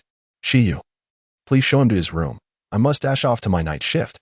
With that, she hurriedly left Qin Pingon and Qin Shiyu behind, racing out the door. Chapter 29. Are you her boyfriend? Which room do I stay in? With Li Runin gone to work, Qin Pingon had no choice but to inquire of Qin Shiyu. That room next to the restroom. Qin Shiyu pointed with her delicate hand towards the room adjacent to the restroom, responding to Qin Pingon with a hint of annoyance. Thank you, Qin Pingon replied as he made his way to the vacant room beside the restroom, carrying his modest belongings. Upon entering, he took a moment to survey the space. It was a small room, approximately 12 to 13 square meters, not particularly vast, yet it was equipped with a bed, wardrobe, air conditioning, and other essentials, a decent accommodation indeed. Afterward, Qin Pingon fetched a mop and cleaned the floor of the room. While he was tidying up, the sound of the door opening caught his attention. Peeking out, he saw that Qin Shiyu had, at some point, changed into a coffee-colored spaghetti strap dress, chatting on the phone as she exited. Once Qin Pingon finished arranging the room, he left the apartment to purchase some daily necessities. Two roommates, one had gone to work, and the other was off enjoying nightlife. Ultimately, Qin Pingon resolved to go to Li Runin's workplace to retrieve the key from her. Fortunately, Li Runin had previously shared her company address with him, the Jiaoxing Chain KTV on Sunshine Road. Upon arriving at the entrance of Jiaoxing Chain KTV, the welcoming hostess promptly approached him with enthusiasm. Good day, sir. How many are in your party? Do you have a reservation for a private room? I'm here to see your hostess, Li Runin. Is she inside? Qin Pingon inquired of the hostess. Are you the boyfriend of our hostess? The hostess, wearing an expression of perplexity, inquired of Qin Pingon. Am I her acquaintance? Has something happened to her?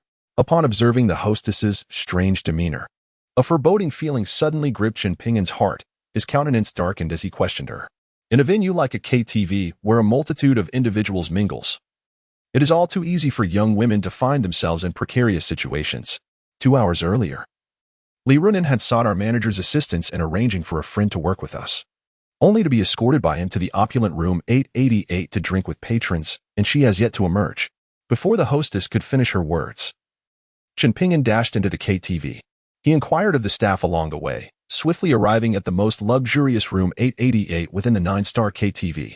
Without hesitation, he pushed open the door to room 888, and an overwhelming cacophony of sound erupted from within. Inside the dimly lit spacious room, 3 burly men were pressing Li Runin, who appeared intoxicated, to drink more. One of the men sported a name tag identifying him as the manager of 9-star KTV.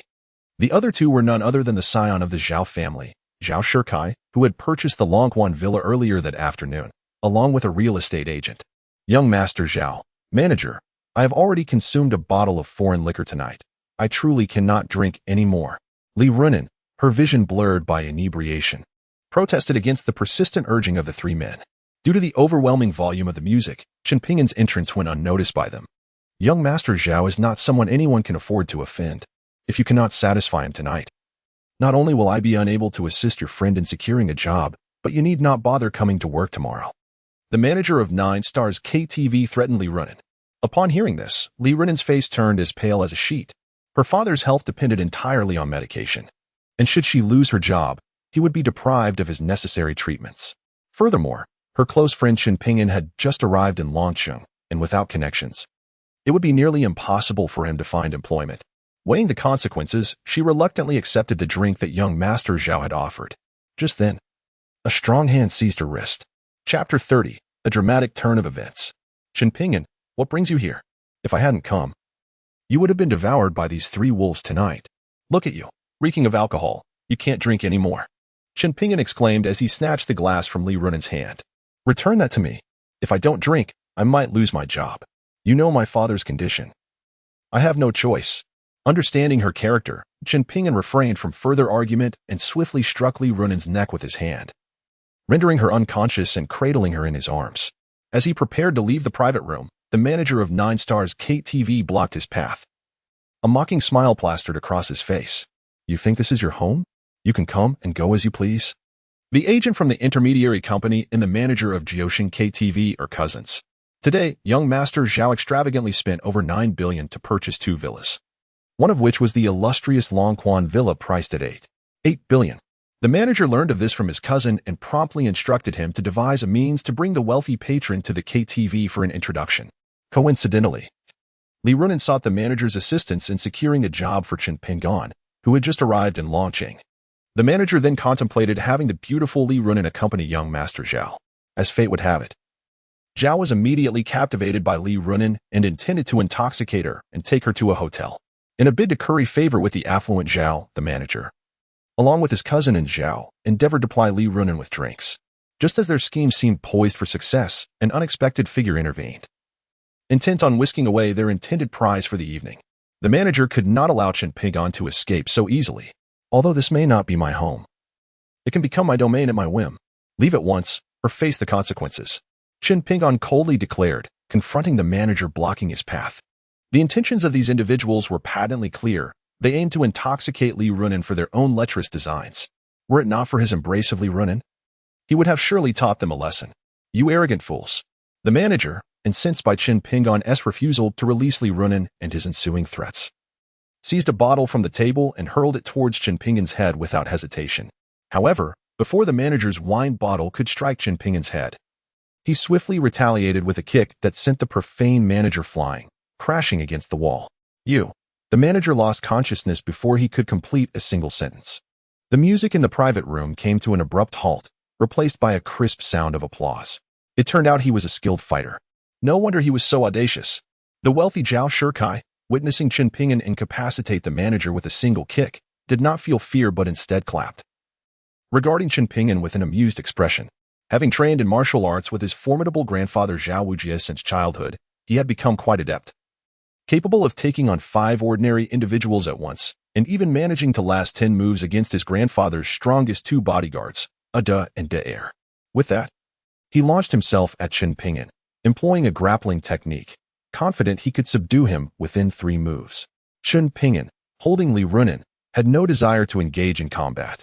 Instead, he executed a swift kick that sent the coffee table flying. The bottles of wine atop the table soared through the air, crashing violently into Zhao Shikai's chest.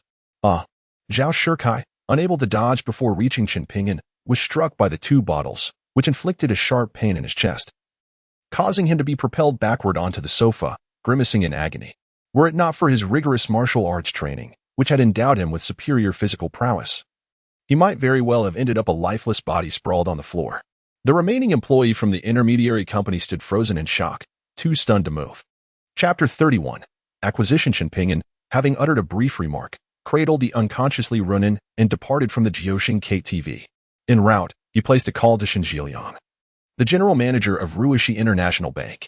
Mr. Chen, how may I assist you? Shen's respectful voice resonated through the line as soon as the call connected. Manager Shen, could you help me get in touch with the owner of Jiuxing KTV? I wish to acquire their establishment, Chen Ping'an stated without any preamble, directly addressing his intent. How fortuitous, Mr. Chen.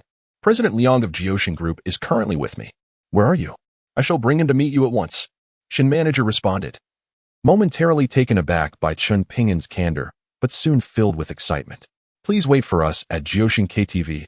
I shall arrive in 40 minutes. Chen Ping'an instructed Shen before ending the call. His desire to acquire Jiuxing KTV was not solely rooted in his earlier declaration that, should he wish, this place could seamlessly transform into his own domain. There was also another motive, his desire to assist Li Runin. Earlier, the receptionist had mentioned that Li Runin had sought out their manager to arrange a job for a friend, who was undoubtedly himself. She must have felt that, having recently emerged from prison, it would be challenging for him to find employment, which prompted her to seek assistance from the manager on his behalf. Out of respect for Li Runin's loyalty, he was determined to lend her a hand. However, he was acutely aware of her strong-willed nature. Should he offer her money directly, she would likely refuse.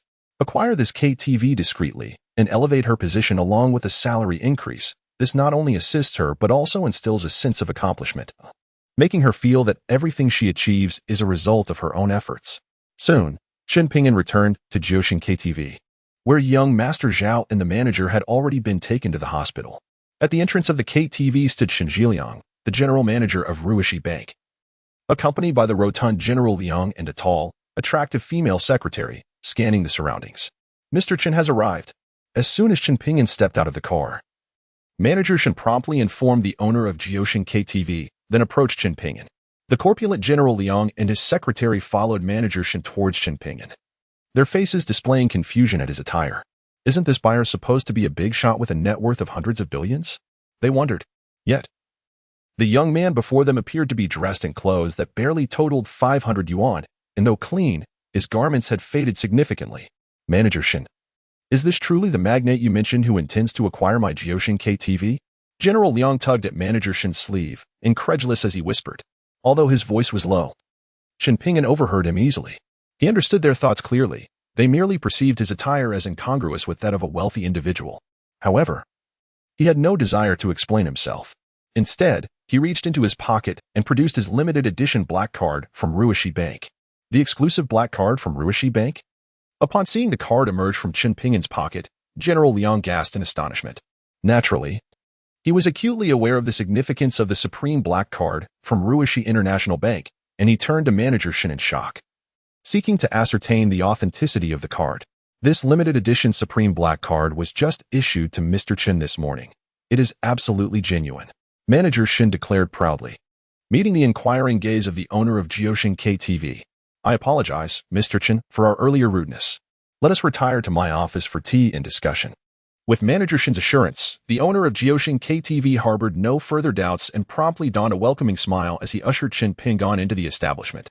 Coincidentally, Mu Wanqing and Qin Shiyu had also arranged to meet at Jiuxing KTV that evening. As they emerged from the restroom, Mu Wanqing happened to witness the scene of the KTV owner respectfully inviting Chen Ping'an into his office. Chapter 32. You really dare to return? Wanqing, why have you stopped? Qin Shiyu, walking behind her, bumped into Mu Wanqing and inquired with a puzzled expression. Shiyu, I think I just saw the owner of Jiuxing KTV respectfully invite that scoundrel, Chen Ping'an, into his office. Mu Wanqing replied, astonished, turning to her friend. Uft, Wanqing, are you seeing things? The owner of Jiuxing is worth billions, far more formidable than your Mu family. How could that scoundrel Chen Pingon possibly be acquainted with such a powerful figure, let alone be invited into his office with such deference? If he truly possessed the ability to earn the respect of the esteemed owner of Jiuxing by being invited into his office, would he find himself in such dire straits as to seek refuge with a former high school classmate? Surely. Our recent discussion concerning that scoundrel has led you to perceive everyone as resembling that individual. Qin Shiyu, who was walking behind, was amused by Mu Wanqing's words and, with reasoned analysis, remarked that perhaps I had indeed misjudged. Meanwhile, within the office of the Jiuxing KTV owner, Chen Pingon had commenced negotiations regarding the acquisition. With the backing of Shen Zhiliang, the general manager of Ruishi International Bank's Longqing branch, and Chen Pingon's considerable financial resources, the owner of Jiuxing KTV, eager to liquidate assets to salvage his other enterprises, finalized the transaction in less than an hour. Chen Pingon successfully acquired the Jiuxing chain KTV, comprising 99 establishments across the 3 southwestern provinces, for a sum of 300 million. The payment was settled on-site through a direct transfer. Liang, the executive of Jiuxing Group, announced in the senior management group that Jiuxing KTV had been officially transferred, instructing all senior executives from the Longqing branches to convene in his office to meet the new owner. Upon receiving the notification, the senior management of Jiuxing KTV was taken aback. However, considering the troubles surrounding the owner's South real estate ventures, their surprise soon dissipated, prompting all senior executives in Longqing to hasten to the office. Even those on the day shift, who had been preparing to rest, swiftly made their way to the KTV to meet the new proprietor. Meanwhile, the night manager, who had previously been knocked unconscious by Chen Pingon's kick, was currently lying in a hospital bed receiving intravenous fluids. If the new boss is left with a negative impression due to tardiness, even if he does not terminate the individual, he may subsequently subject him to various forms of subtle harassment. Do you not pay attention to your surroundings? Security. Apprehend this individual at once. Upon hearing the manager's command, several patrolling security personnel immediately surrounded Chen Pingon with disdainful smirks. Curious patrons gathered around, eager to witness the commotion. Observing the altercation between Chen Pingon and the manager, along with the security staff of Jiuxing KTV, the onlookers regarded him with pity. Those who operated nightclubs typically had powerful backers or connections to influential figures. This fool dared to create a disturbance here. It was tantamount to courting disaster. Chapter 33. He's your new boss. Seeing that Chen Pingon was trapped with no means of escape, the manager sneered menacingly at him.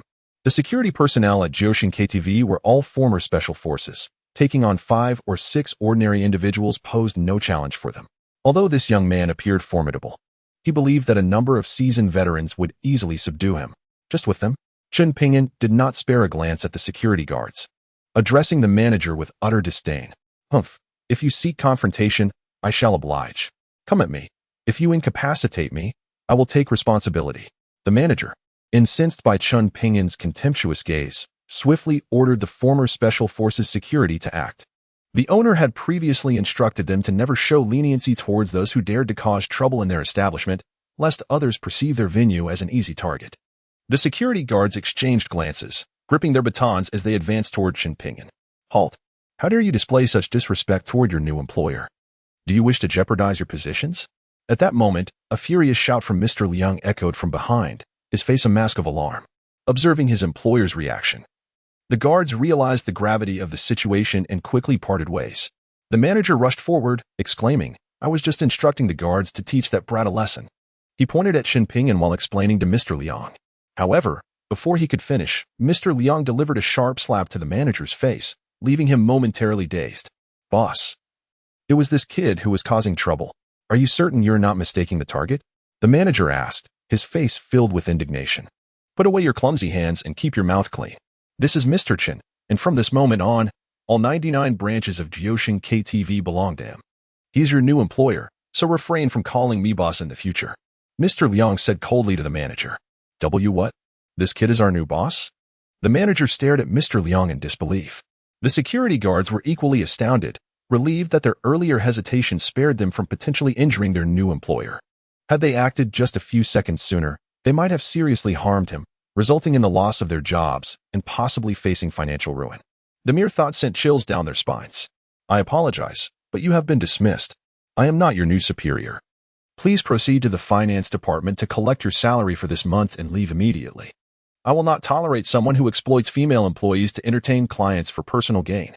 Without waiting for Mr. Liang to say anything further, Chen Pinggan announced the manager's dismissal on the spot.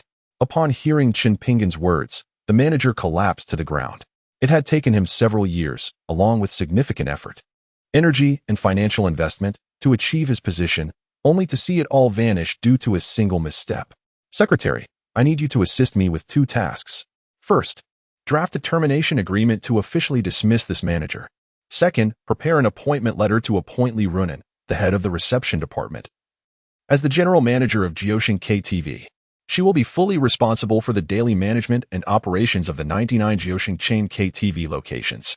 Tomorrow, personally deliver the appointment letter to her residence to surprise her. Chen Pinggan turned to the tall and elegant secretary, disregarding the manager who had crumpled to the floor. Chapter 34. Retribution. After addressing the manager's situation, Chen Pinggan held a brief meeting with the senior management of Jiuxing KTV, and by the time they concluded, it was already 1 o'clock in the morning. For those who frequent the nightlife, this hour is inconsequential. However, for the average person, it is indeed late.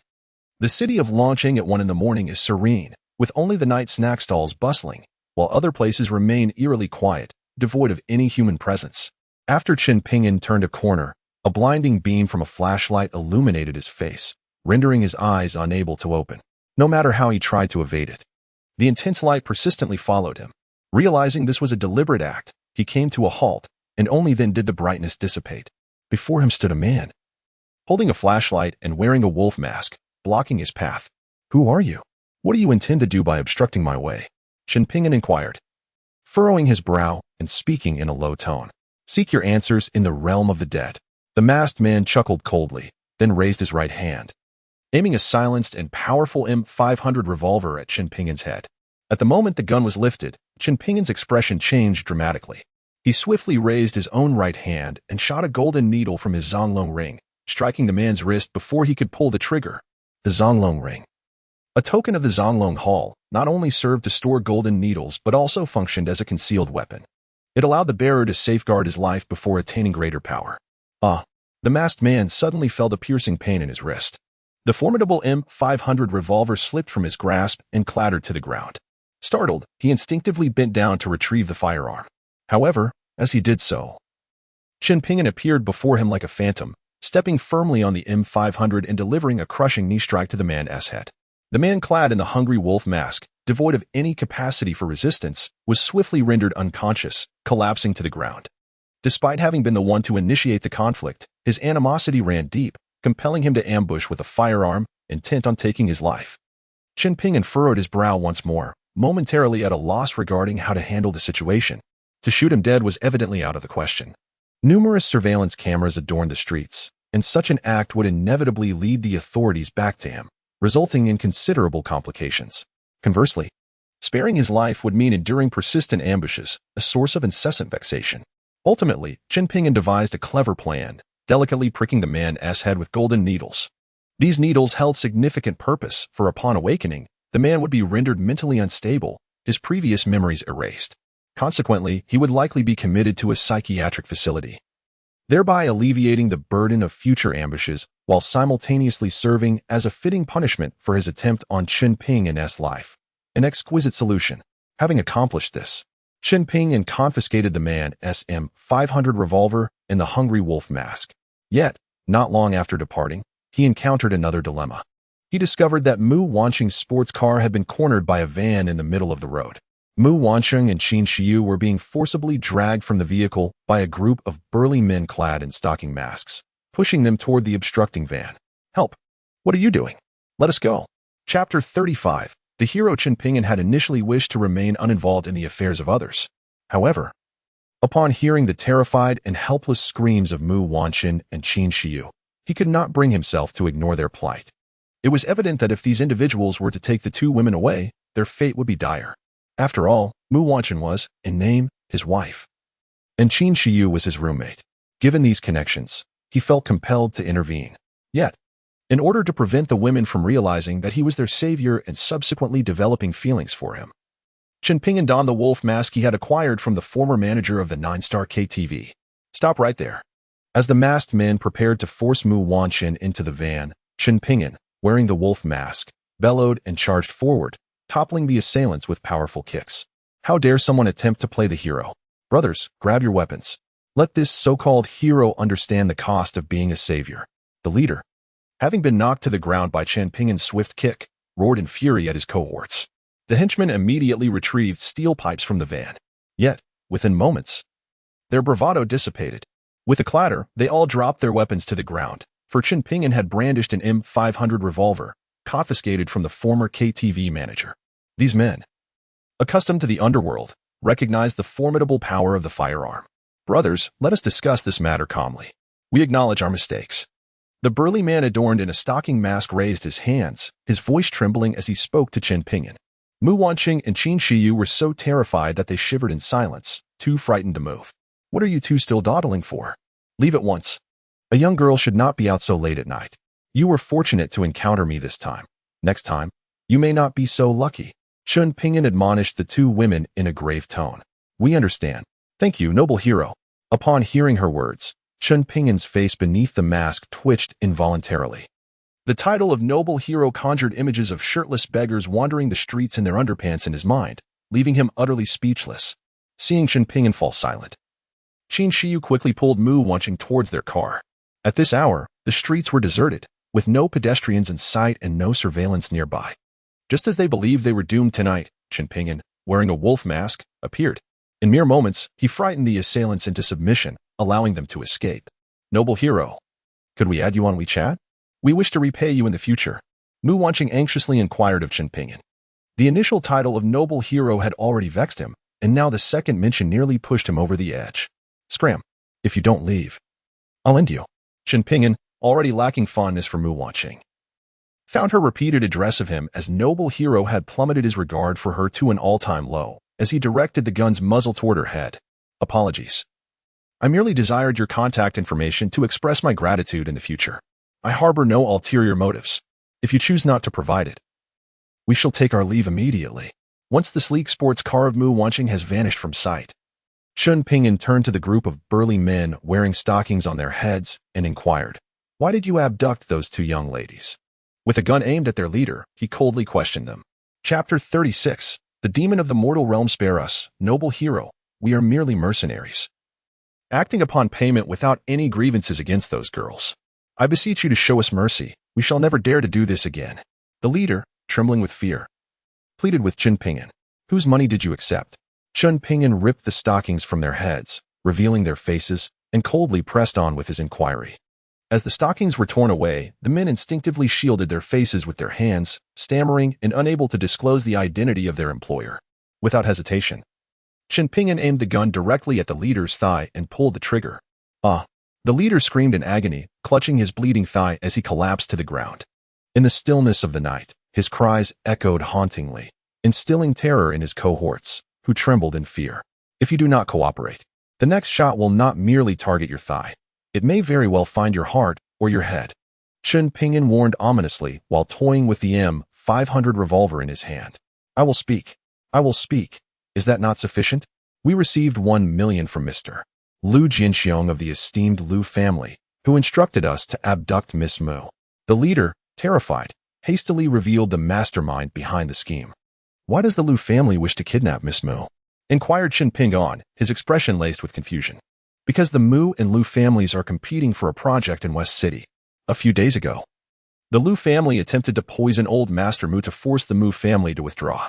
However, to their astonishment, old Master Mu survived after being presumed dead for 2 to 3 days. Thus, they devised the plan to abduct Miss Mu as leverage to compel the Mu family to retreat. We have divulged all we know to you, esteemed hero, and we offer you the 1 million we received, pleading for your mercy to spare our lives.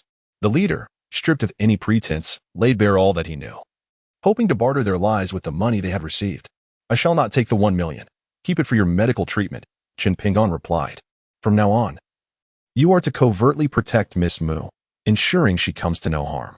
Should anything happen to her, your fate will mirror that of this van. Upon finishing his words, Chanpingan summoned all his strength and struck down upon their van with a single palm.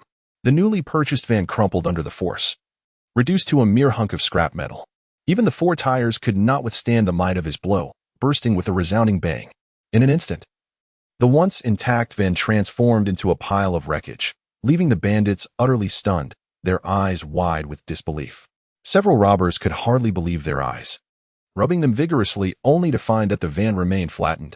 Their newly acquired vehicle had indeed been reduced to a mere heap of scrap metal by the masked assailant's single strike. Was such a feat even conceivable by mere human strength? Had they not witnessed it with their own eyes? They would have been reluctant to accept the reality of the scene before them. Had that blow landed upon their own bodies, they would undoubtedly have been reduced to mere pulp. The leader, paralyzed by fear, soiled himself, the acrid scent permeating the air. He silently thanked his fortune that Qin Pingyuan had only shot at him and not unleashed a similar blow. Otherwise, he would surely have been nothing more than a pile of mush by now. Speak. Why, yes. We will ensure Miss Mu's safety from now on, and we will not allow her to come to any harm. The leader, startled by Qin Pingyuan's voice, hastily knelt and vowed. The figure before him was no ordinary human. He was a demon, ruthless and heartless. Moreover, he was a demon who had already glimpsed their true selves, given their notoriety in Long City. It would be effortless to track them down. Should anything happen to Miss Mu, he could easily envision their grim fate. Chapter 37. The infatuated Mu, watching the two beauties lay in bed, still trembling with residual fear. Shiyu, who exactly were those people trying to kidnap us?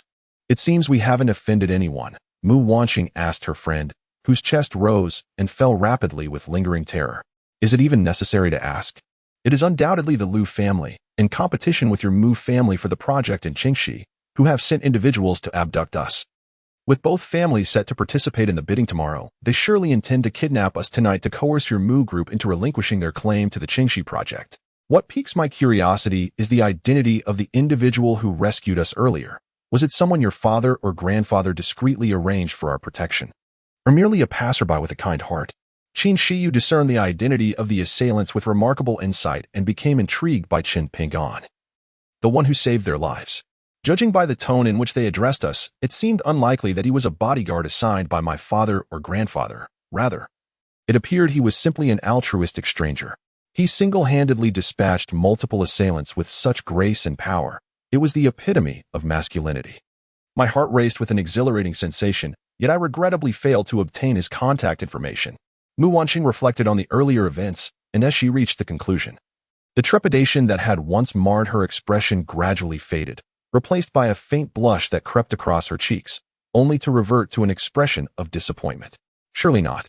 My dear Miss Orange, have you truly fallen for someone without even having seen his face? Observing the changes in Mu Wanqing's expression, Qin Shiyu was taken aback. The two had been inseparable friends since university, and in all these years, she had never witnessed her dear friend exhibit such feelings for any man. It was evident that love was blossoming. I have not fallen in love with anyone, Mu Wanqing hastily clarified. Moreover, throughout history, it has been said that beautiful women are drawn to heroes.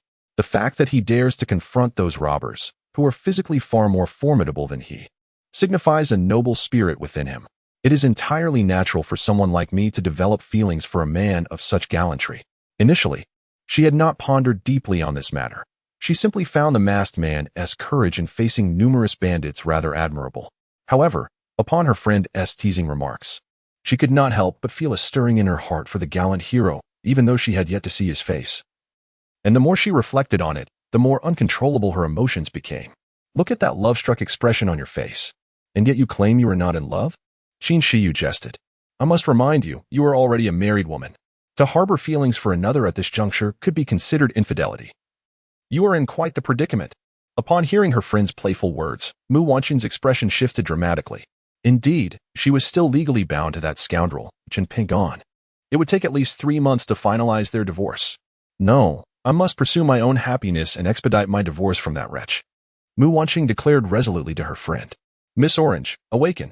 You have yet to behold the true visage of the individual in question. Whether they are handsome or unattractive, or possess commendable character, remains a mystery. Furthermore, it is uncertain if your paths will ever cross again. What folly it is to pursue happiness so blindly. Qin Shiyu chuckled at Mu Wanqing's demeanor, casting her a disapproving glance as she spoke with irritation. Who would have thought that her usually aloof friend could become so utterly captivated? The fact that he appeared before us in our moment of peril and came to our rescue is a testament to our fateful connection. Fate is a curious phenomenon, and I have an inkling that we shall surely meet again in the future. Mu Wanqing seemed entranced. dismissing Qin Shiyu's remarks as she firmly believed that tonight's events were orchestrated by the heavens to guide her toward her true love. Chapter 38. The mother-in-law arrives to chase people away. All right. Tonight's encounter was undoubtedly a romantic twist of fate arranged by the heavens. Now, off to sleep with you. Tomorrow, you must accompany your father to the bidding for the Western City renovation project. Besides, when you sleep, your dreams can hold endless possibilities. Qin Shiyu could no longer tolerate the conversation and, unwilling to further engage with Mu Wansheng on this matter, turned over and closed her eyes. Prompted by her friend's remark about the wonders of dreams, Mu Wansheng hurriedly followed suit, hoping that in slumber, she might indeed dream of the gallant figure donning the wolf mask. Meanwhile, Chen Ping'an, the object of their discussion, remained blissfully unaware that his masked intervention had inadvertently endeared him to Mu Wansheng. After glancing at the clock and realizing it was already past 2 o'clock, he decided against sleeping. At present, Chen Ping'an possessed only the profound abilities imparted to him by his master shortly before his passing. Although this formidable power granted him immense strength and heightened reflexes far superior to those of an ordinary person, it remained merely instinctive. He was at a loss on how to wield such extraordinary might. When confronted by adversaries, he resorted to the same crude tactics as before, engaging in slap contests or delivering powerful blows that could shatter a car, akin to a rampaging bull. However, upon mastering the Phoenix control technique, he would come to understand the application of these internal forces. According to his master, learning this technique would yield significant surprises, though the specifics were left undisclosed for him to discover on his own. The Phoenix control technique consists of 9 levels. The first level involves sensing the qi in accordance with the technique's principles and gathering it within the dantian. Given that Chen Ping'an had inherited his master's immense internal energy, he could bypass this initial step entirely, effortlessly circulating his internal power to reach the second level. The second level entails guiding the qi from the dantian through the body's meridians. Chen Ping'an had already accomplished this under his master's formidable influence, and simply following the principles of the Phoenix control technique allowed him to traverse the meridians and ascend to the third level. The third level is particularly crucial. Typically, one would direct the cultivated internal energy to break through the Ren and Tong meridians. Successfully navigating this step would facilitate entry into the fourth level. While this stage is challenging for most, it posed no difficulty for Chen Ping'an, due to the profound internal energy inheritance bestowed upon him by his master. A mere surge of that formidable power shattered the meridians in his body. However, the internal energy imparted by his master could only assist him to a certain extent, for his master had only cultivated the Phoenix control technique to the 6th layer. Consequently, after receiving his master's internal energy inheritance, he absorbed merely half of its potency, with the other half squandered. The realms beyond the 4th layer must be traversed through his own diligent cultivation. Time passes swiftly for those engaged in cultivation. By the time he stabilized his mastery of the 4th layer of the Phoenix control technique, it was already past 9 o'clock the following morning. Awakened by the voices of Li Runen and others in the living room, had it not been for their commotion, he might have remained in meditation until nightfall. Curiously, Chen Ping'an opened his room door and discovered, in addition to Li Runen and Qin Shiyu, the presence of Mu Wansheng's mother, his temporary mother-in-law. To his surprise, she had pushed 1 million in cash toward Li Runen. Miss Li, I have gleaned some understanding of your family situation from Shiyu. Your father's health has been reliant on medication since your high school days, and life has not been easy for you. Now, an opportunity for wealth presents itself before you. If you are willing to expel Chen Ping'an from your home, this 1 million will be yours, alleviating your worries about your father's medical expenses in the future. Mu Wansheng's mother declared, as she slid the cash toward Li Runen. Chapter 39. I will not abandon him. He seeks to discern the choice that Li Runen must make between her friendship with him and the allure of wealth. As for the unexpected presence of his future mother-in-law, Chen Ping'an could easily surmise that Qin Shiyu believed he was financially destitute and had informed the Mu family about Li Runen offering him shelter, while also disclosing the challenging circumstances of Li Runen's family. The Mu family, in turn, intended to exploit monetary incentives to persuade Li Runen to cast him aside. They planned to present him with a sum of money alongside a divorce agreement when he found himself at his most vulnerable, compelling him to sign the documents and sever ties with Mu Wansheng prematurely. Such melodramatic schemes were familiar to Chen Ping'an from the television dramas he often watched. It was quite remarkable how accurately he had deduced the motives behind Mu Mother's visit today. This morning, Mu Wansheng had risen early to accompany her father to the bidding for the renovation project in the old city of the Western District. Qin Shiyu, having awoken later, discussed over breakfast with Mu Wanqing's mother the fact that Qin Pingan had become her roommate. Mu Wanqing's mother mistakenly believed that Qin Pingan was in dire straits. Rescued by Li Runan. Upon learning about the difficulties faced by Li Runan's family from Qin Shiyu, she devised the current scheme. The plan was simple. Should Qin Pingan be cast out by Li Runan and left homeless, they could present him with a substantial sum of money and a divorce agreement, persuading him to discreetly sign it without informing their elder. They assumed Qin Pingan was away from home. And thus Mu's mother directly approached Li Runan in the living room to reveal her intentions, opening a bag containing 1 million yuan in cash. A stack of vibrant red 100 yuan bills appeared before Li Runan, a sight both shocking and enticing. Li Runan, still reeling from the effects of last night's revelry, was abruptly awakened by the sight of 1 million cash before her. As a young woman who had left school after high school to support her family, she had toiled for years to attain the modest position of a small team leader, earning a monthly salary of 7,000 yuan. Moreover, she had to send 2/3 of it home each month to purchase medicine for her father. When had she ever encountered such a vast sum of money? What was it you just said? If I expel my good friend Qin Pingan from here, you will grant me this 1 million? Li Runan asked, her disbelief evident as she looked at Qin Shiyu and Mu. The two exchanged knowing glances and nodded vigorously. But why do you harbor such animosity towards Qin Pingan? Are you truly willing to spend 1 million simply to have him cast out, left to wander the streets? Do you not fear that I might take the money and share half with him, allowing him to rent a better place? Li Runan queried, utterly bewildered. She pinched her cheek to ensure she was not dreaming, and the sharp pain confirmed the reality of the astonishing scene before her. Such fortuitous blessings truly exist. Observing her astonishment and excitement at the sight of the money, Qin Shiyu and Mu felt a surge of hope. I am aware of your family's dire circumstances and trust that you would not commit the act of sharing the money with him. You need not concern yourself with our grievances against Qin Pingan. Simply follow our instructions, and this money shall be yours. Mother Mu beamed as she spoke, pushing the 1 million cash towards Li Runan. She deemed it exceedingly worthwhile to spend such an amount to rid her daughter of that scoundrel. Moreover, this sum had originally been set aside for Qin Pingan as a token of gratitude for saving their elderly patriarch's life. They had intended for Qin Pingan to accept the money and then divorce their daughter, Mu Wanqing, and depart. However, to their dismay, Qin Pingan, that wretched man, had audaciously sought to claim their entire Mu family. Thus, they could not be blamed if they were to show no mercy, ensuring that he received not a single penny. Mother Mu could already envision the scene of Qin Pingan, cast out by Li Runan, wandering the streets, filled with regret and sorrow. Chapter 40. Congratulations on your promotion to General Manager. What did you just say? Please repeat that. Mother Mu thought she might have misheard, instinctively urging Li Runan to clarify. After her shift last night, she had intended to speak with the manager about securing a position for Qin Pingan. Yet, the manager insisted she entertain a guest, promising that if she pleased him that evening, not only would he help Qin Pingan find work, but she would also receive a promotion and raise. However, upon meeting this so-called young master Zhao, it became evident that he harbored lascivious intentions, seeking to intoxicate her. She could easily deduce his ulterior motives. Had Qin Pingan not arrived just in time, she feared she would have fallen victim to the machinations of both the manager and young master Zhao.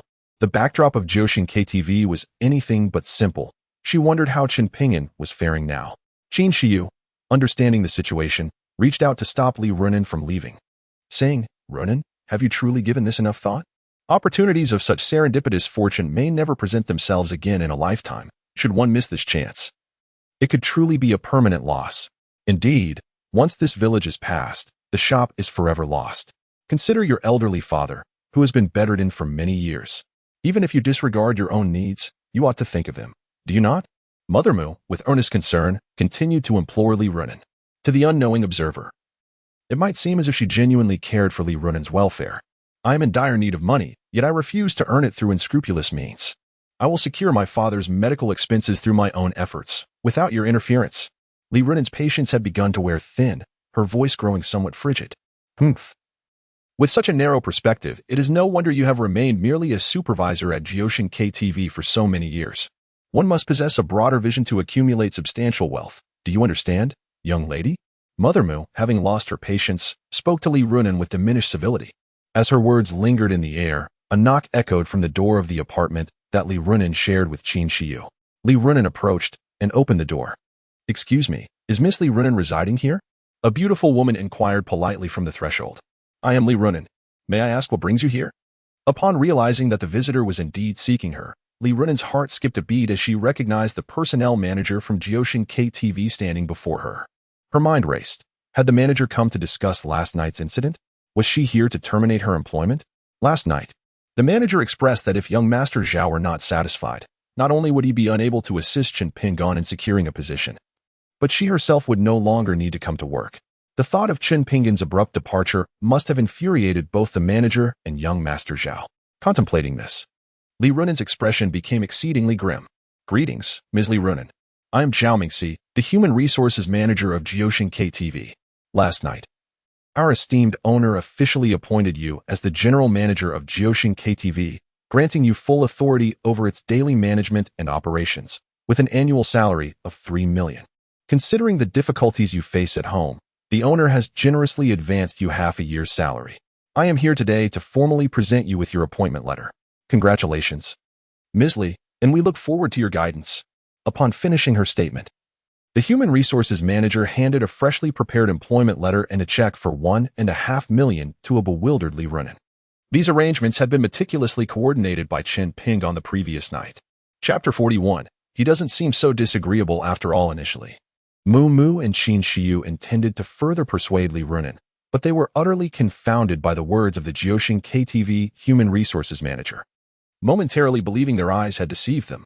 However, upon confirming the authenticity of the scene before them, they stood awkwardly in place. Just moments ago, they had dismissed the notion of anyone earning merely a few thousand a month, asserting that such paltry sums could never lead to significant wealth. Little did they know how swiftly their assumptions would be overturned. The individual they had underestimated had been elevated to the position of general manager. With an annual salary of 3 million, the 100,000 they had brought with them suddenly seemed trivial and rather stingy. I have been promoted to the general manager of 9-Star KTV? Manager Zhao, could there be some misunderstanding? Li Runen hesitantly refrained from reaching for the employment letter and the check, her expression one of utter bewilderment. After all, she had angered the lobby manager and young Master Zhao the previous night. She expected to be dismissed, not elevated to the position of manager. While becoming a manager had always been her aspiration, it was merely to oversee a single store's lobby. Yet, judging by the implication of the conversation, the owner was bestowing upon her the role of general manager, responsible for managing nearly 100 establishments under the 9-Star KTV banner. Surely, this must be a mistake. Or perhaps she was ensnared in a dream. Yes, it must be a dream. Manager Zhao, might you slap me to confirm? Li Runen uttered this perplexing request to Manager Zhao from the Human Resources Department. The scenario you describe feels so surreal. I, Li Runen, am merely a humble head of the reception department. Why would the owner promote me to manager, let alone general manager? If this is merely a dream, then that slap certainly would not sting. Observing the puzzled expression on the HR manager's face, Li Runen quickly sought to clarify. With a chuckle, Manager Zhao from the HR department found humor in Li Runen's words. Li, you are truly delightful. Li Runen opened the employment letter, and indeed, her name was inscribed upon it, alongside the substantial check of 1,500,000. To ascertain the authenticity of the situation, Li Runen pinched her own cheek vigorously until she felt a pang of pain, which finally convinced her of its reality. However, she was utterly perplexed as to why her boss had inexplicably promoted her to the position of general manager. At that moment, Chen Pingon emerged from his room, and upon seeing him, both Qin Shiyu and Mu's mother experienced a subtle change in expression. It appeared that this young man had been inside the room all along. His spirited demeanor suggested he was not just waking up. Did that mean he had overheard their earlier conversation with Li Runen? Qin Shiyu scrutinized Chen Pingon for a moment, hoping to glean something from his expression. The phoenix taming technique, as the name implies, bestows a significant allure towards women upon its mastery. Having cultivated the technique to the 4th level, Chen Pingon emanated a distinctive charm that drew the attention of the opposite sex. After stealing a glance at him, Qin Shiyu unexpectedly found that the once detestable Chen Pingon, with his sharp features and resolute gaze, seemed less objectionable than before. Memories of last night's incident, where he had burst into the bathroom and seen her naked, flooded her mind, causing a blush to bloom on her cheeks. The rapid beating of her heart instilled a sense of unease within her. Overcome by an inexplicable anxiety, Qin Shiyu instinctively sought to flee, tugging at Mu Wanqing's mother to depart. However, Mu's mother could barely utter her thoughts before Qin Shiyu whisked her away. Chapter 42. The Bewildered Li Runen. Chen Pingon, What truly transpired last night at the KTV after I had too much to drink? Did the manager and that young master shall give you a hard time? Li Runin inquired, her face a mask of curiosity as she turned to Qin Pingan. They did attempt to trouble me, but during my years in prison, I acquired numerous skills. I dealt with them swiftly and efficiently, leaving them helpless as they watched me escort you away. Qin Pingan recounted the events of the previous night in the private room without reservation. You must be boasting. Li Runin clearly doubted Qin Pingan's words. While she believed he could rescue her from the Jiuxing KTV, given his extensive experience in prison, it was widely known that those emerging from such institutions often possessed a certain toughness. However, she found it utterly implausible that he could effortlessly extricate her from Jiuxing KTV. The security there was no trifling matter, comprising primarily of highly skilled veterans from special forces. She could not fathom that Qin Pingan possessed the ability to contend with such seasoned professionals. Even more astonishing was the fact that this morning, the manager from the Human Resources Department had come directly to her home to announce that she had been appointed as the general manager. Believe it or not, it matters little to me. Qin Pingan shrugged, not pressing her to accept his account. Observing Li Runin's earlier rejection of the Mu family's bribe warmed his heart, reinforcing his belief that his actions last night were indeed worthwhile. By the way, there is bread and milk in the fridge. You can have them for breakfast. I have some matters to attend to. As Li Runin hurriedly exited, Qin Pingan surmised that she was likely heading to Jiuxing KTV to verify the authenticity of her new title as general manager. Qin Pingan quickly placed a call to his secretary. Secretary Liu, please arrange a vehicle for the newly appointed general manager Li Runin, ensuring it is of a high standard. Moreover, should she inquire about my identity as the new boss, kindly conceal it. Do not let her know that I am indeed her superior. Also, extend my regards to the senior executives from last night. After connecting with his secretary, Qin Pingan instructed her. As a close friend, he understood Li Runin's character better than anyone. She was a formidable woman, even stronger than many men. If she were to discover that he was her boss, she would undoubtedly feel pitted and patronized, which would lead her to reject the high-paying position. Furthermore, if she were aware of his authority, even if she reluctantly accepted the role for the sake of her father, their relationship would shift to one of hierarchy, causing her to become subservient and unable to treat him as her equal friend. Understood, boss, replied the secretary, a highly competent individual who dutifully executed tasks without questioning Qin Pingan's motives, much to his satisfaction. You may continue with your work. I will call you again if needed. Shortly thereafter, Li Runin arrived at the Jiuxing KTV with great enthusiasm. Hello, General Manager Li. Welcome. During the morning meeting, the day shift employees had already been informed that the KTV had a new proprietor. The night shift supervisor of the reception department, Li Runin, was now the general manager, and everyone greeted her with utmost respect. Filled with curiosity, Li Runin made her way directly to the boss's office. 20 minutes later, she emerged from the office, a set of keys to a Mercedes-Benz in her hand. From the secretary, she learned that not only had she been inexplicably promoted to general manager, but the KTV had changed owners overnight, and the lobby manager had been dismissed by the new proprietor due to a clash. The secretary also handed her a set of luxury car keys, stating they were a gift from the new owner. Who could this new boss be? Why had she been elevated to such a position? Chapter 43. I do not wish to be your subordinate regardless of who the new owner was. Since I have been appointed as general manager, I shall first secure a favor for my friend and arrange for Qin Pingan to join me at the KTV as my assistant.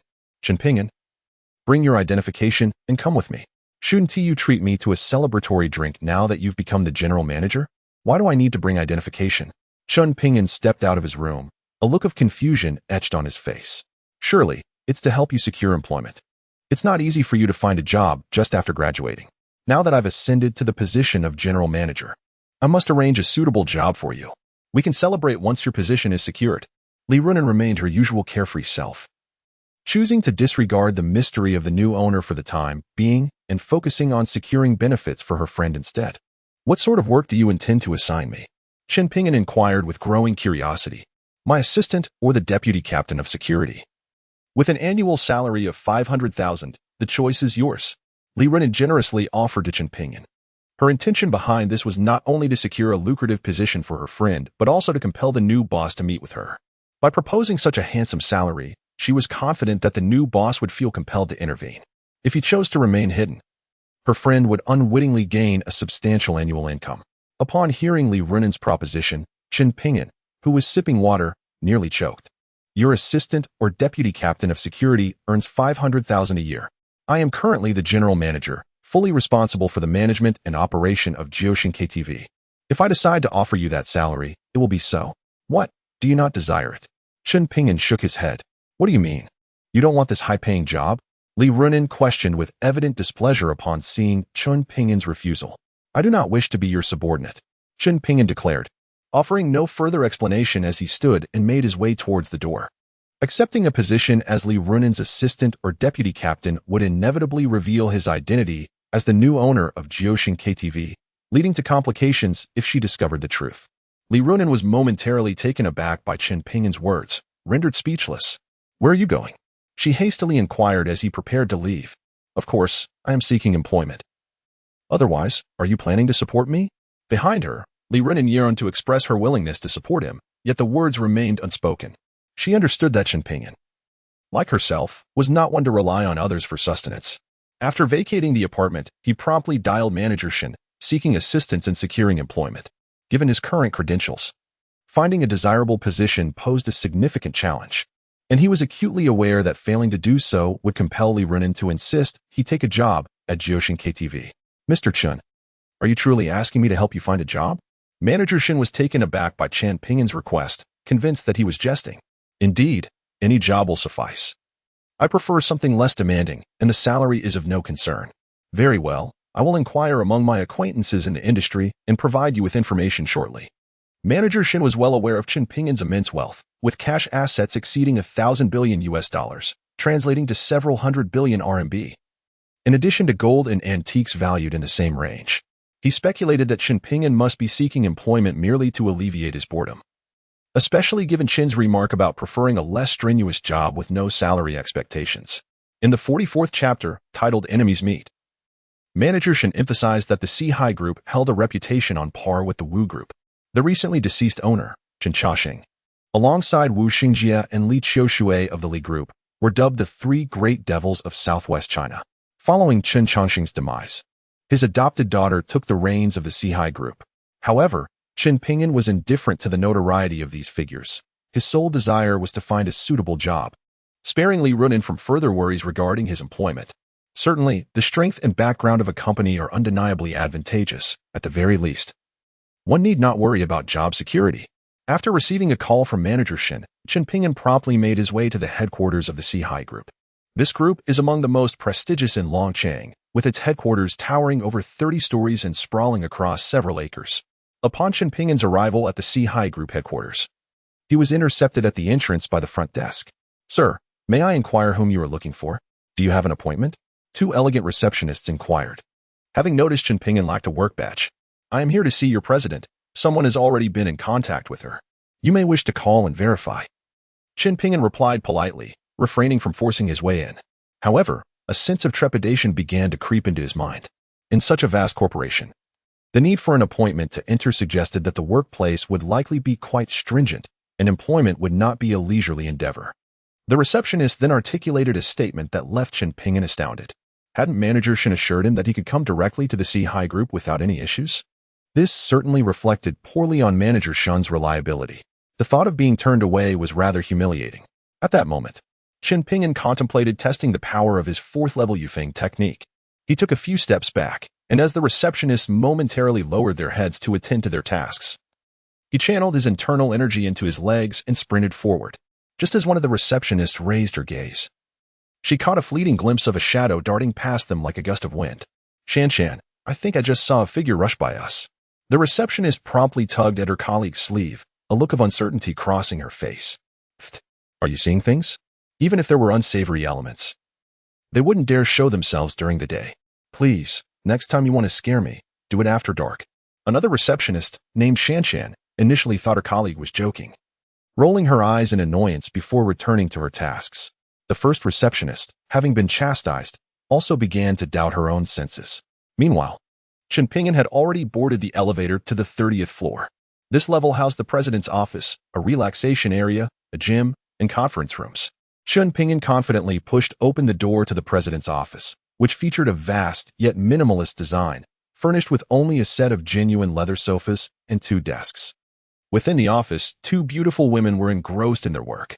The woman seated at the secretary's desk wore a white blouse and a form-fitting skirt. Her long hair elegantly styled in a bun, embodying the essence of beauty in both figure and complexion. However, upon entering the office, Chen Pingyan's gaze lingered on the secretary for merely a second before it shifted to the president of the C-High Group. His expression momentarily froze, only to be replaced by a glint of intensity, hinting at an undercurrent of animosity. The C-High Group's president, seated at her desk, was clad in a chic light blue blouse, her long hair neatly tied back, exuding an air of professionalism and intellect. Even if the other party did not raise her head, Chen Pingyan could instantly recognize the beautiful CEO before him as Gao Weiwei, one of the female college students he had once supported. It was she, along with several other female students, who had conspired to have him imprisoned. To his astonishment, 5 years had passed, and she had risen to become the president of a conglomerate worth billions. In the midst of her busy schedule, Gao Weiwei sensed someone watching her. She looked up in confusion, and upon recognizing Chen Pingyan, she was momentarily stunned, a look of panic crossing her exquisitely beautiful features. At that moment, the secretary also noticed Chen Pingyan's unexpected presence and gasped in shock. She abruptly stood up and admonished, "Who are you? When did you breach the president's office? Please leave immediately, or I will call security." After speaking, the secretary reached for the phone on the desk to summon assistance. "Xiaoran, there's no need to call security. I know him. Please step outside," Gao Weiwei interjected, halting her and instructing her to leave. The secretary, taken aback by Gao Weiwei's words, hesitated, but ultimately complied, putting down the phone and exiting the office. Once the secretary left, Gao Weiwei hurriedly approached Chen Pingyan, whose expression was dark and brooding. "Senior Chen, when did you?" Before she could finish her sentence, Chen Pingyan suddenly seized her by the neck and forcefully pushed her onto the luxurious leather sofa. "Why? Years ago, I selflessly dedicated 2/3 of my income each month to support your education. Why have you conspired against me? Why? Speak up." Chen Pingyan could no longer contain his emotions. His gaze turned crimson as he gripped Gao Weiwei's neck with fervor, roaring in rage. After his release from prison, his foremost desires were to reunite with his mother and sister, and then confront the 7 ungrateful women who had orchestrated his wrongful imprisonment to demand an explanation for their treachery. He had intended to locate his mother and sister before seeking out those heartless women, but fate led him to Gao Weiwei before he could find them. To his dismay, instead of gratitude, he encountered a cruel betrayal. His heart brimmed with hatred for his own naivety and for their mercilessness. Had it not been for their deceit, he would not have faced imprisonment, and his mother and sister would surely be basking in happiness under his care. Now, not only was his life in ruins, but his mother and sister were also missing, their fates unknown. He yearned to snuff out the life of the woman before him. Yet he was reluctant to do so without first uncovering the whereabouts of the other 6 ungrateful women who had conspired against him.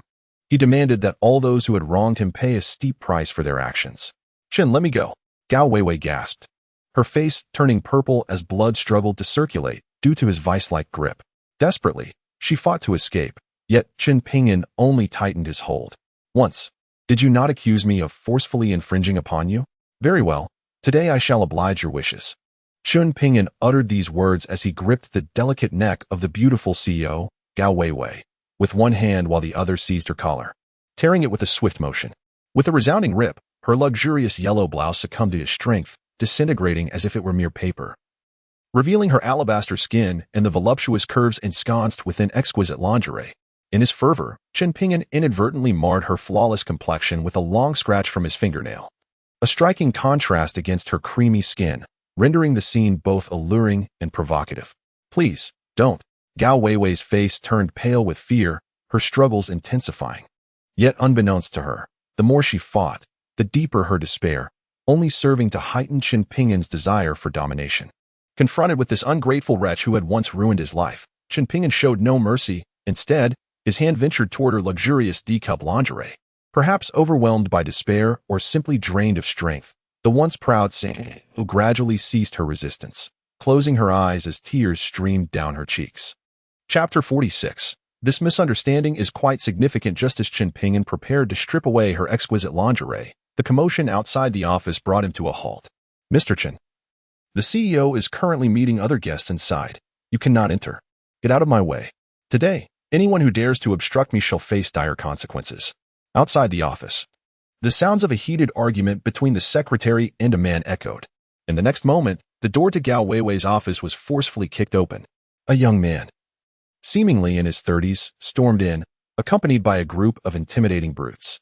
Upon witnessing Gao Weiwei pinned to the sofa, her attire disheveled, and Chen Pingyan's hand poised to strip away her last defenses, the men were momentarily taken aback by the provocative scene. Even Gao Weiwei's secretary was left in shock. Realizing that the newcomers harbored animosity towards Gao Weiwei, Chen Pingyan instinctively released her. Freed, Gao Weiwei hastily pulled her clothing to cover her fair skin. While the group of men gradually regained their composure, "Did you not say this Gao woman was meeting clients? Engaging in such a scandalous display in her office is what you call meeting clients?" The man turned, pointing an accusatory finger at Gao Weiwei's secretary. He had evidently mistaken Chen Pingyan for Gao Weiwei's paramour. No wonder the president has shown no interest in any man over the years. It appears she has long held someone in her heart, and a remarkably handsome and charming man at that, due to Chen Pingyan's cultivation of the Phoenix control technique. The attractive female secretary felt an enchanting aura emanating from him, capable of ensnaring one's attention with just a fleeting glance. Suddenly, the secretary felt that the man before her, Chen Pingyan, seemed somewhat familiar. In the drawer of the president's desk lay a photograph of him. The president often gazed at it absent-mindedly during moments of leisure. "Chen Shinian, what brings you and this entourage into my office? Are you staging a rebellion?" Gao Weiwei inquired frostily, having adjusted her attire to conceal any inadvertent exposure. As she rose from the sofa to confront the intruder with a glacial expression, "You guessed correctly. I have indeed come to revolt." The man referred to as Chen Shinian did not conceal his intentions. Without hesitation, he drew a firearm from his coat and pressed it to Chen Pingyan's temple. "The Sihai organization and Sihai group were established by my late uncle. They are the property of the Chen family. You are merely his adopted daughter, an outsider. Now that he has passed, the authority over the Sihai organization and Sihai group rightfully belongs to me, the legitimate heir of the Chen lineage. What right do you have to govern them? I am here to take control of both.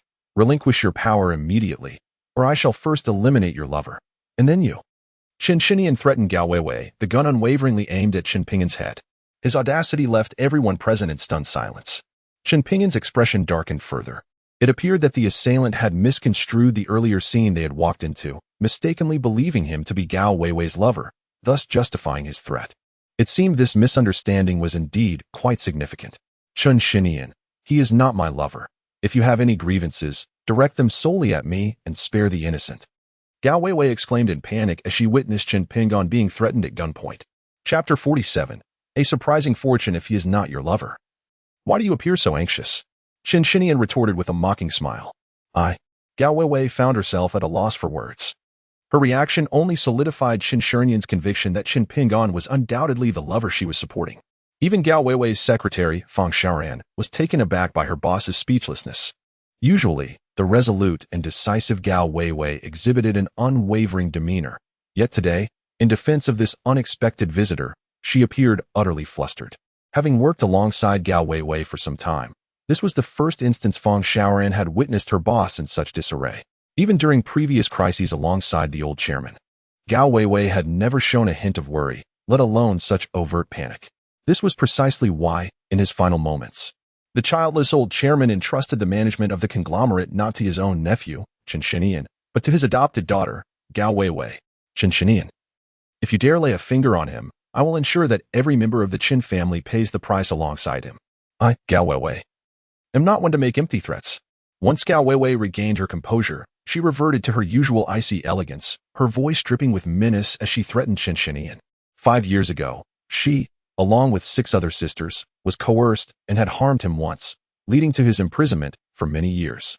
This guilt has lingered within her until now. Should he encounter any misfortune today due to her, she would never forgive herself for the rest of her life. Gao Weiwei's words, as cold as ice, startled Chen Shinian, causing him to involuntarily take a small step back. However, Chen Shinian quickly reminded himself that he was armed and had brought many companions with him, no matter how formidable Gao Weiwei appeared. She could not possibly be his match alone. His demeanor gradually steadied. "Humph, spare me your posturing. I advise you to obediently hand over the 4 C's demon order, otherwise I shan't hesitate to eliminate you and your lover first before thoroughly searching for the order," Chen Shinian declared, pressing the gun he had aimed at Chen Pingyan's head more firmly against him. The 4 C's organization is a highly structured entity, governed by the 4 great demon generals who oversee its combat, logistics, finance, and personnel divisions. Only by obtaining the 4C's demon order can one command these 4 generals. Otherwise, even if he were to seize the 4C's group, it would be of little consequence. His uncle, known as one of the 3 great demon kings of the Southwest, Qin Changsheng, entrusted the management of the 4C's group to Gao Weiwei before his passing, along with the 4C's demon order. The appointment of a 4C's demon king can occur in 2 ways. The first involves the older generation of demon kings directly designating a successor by handing over the order. If no candidate is appointed, the successor is determined through internal competitions within the 4C's organization. After several days of scheming, Qin Shinian orchestrated today's audacious coup. He had long since fabricated evidence claiming that his uncle designated him as the successor to the 4C's demon king before his demise. Now, he merely required the 4C's order from Gao Weiwei. Once he secured the order, the 4C's organization would be under his dominion. However, he was taken aback to discover that the typically aloof Gao Weiwei was engaged in an intimate encounter with a man in her office. This revelation was an unexpected boon for him.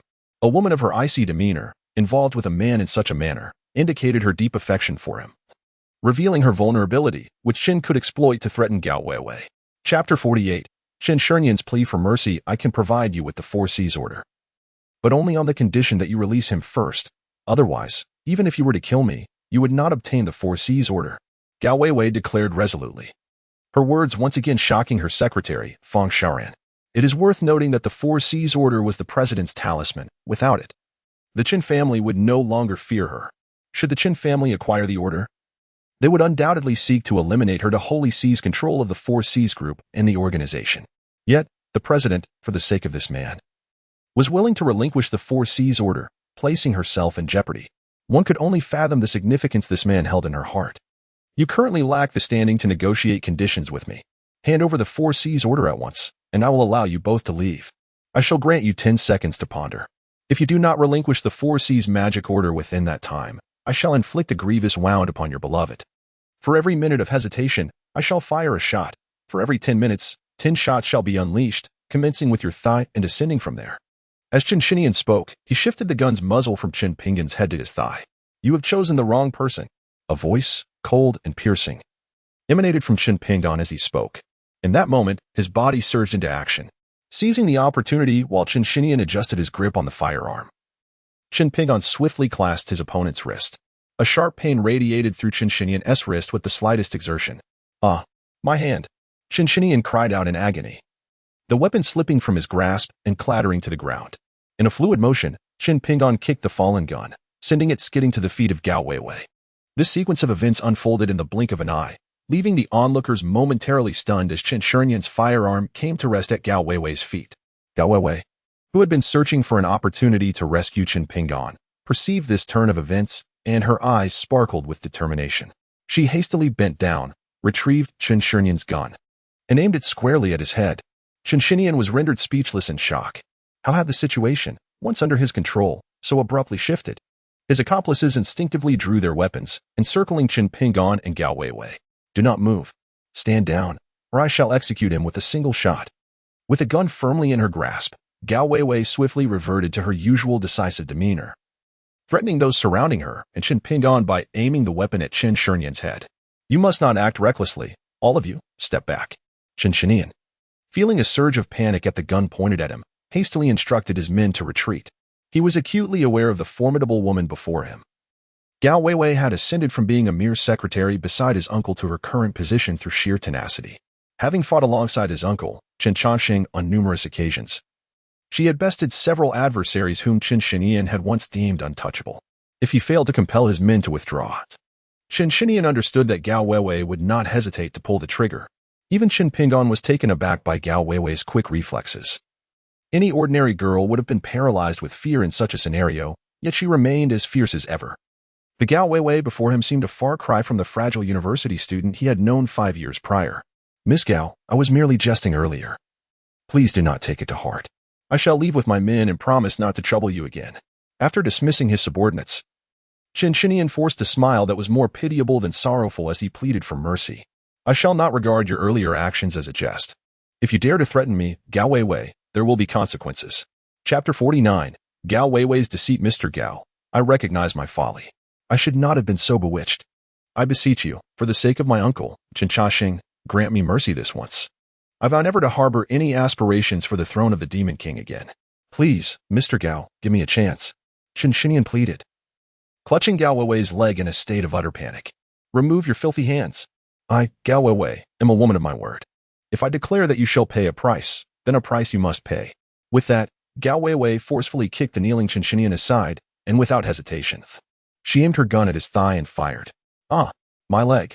A spray of crimson erupted from Chun Shinian's thigh, accompanied by his agonizing cries.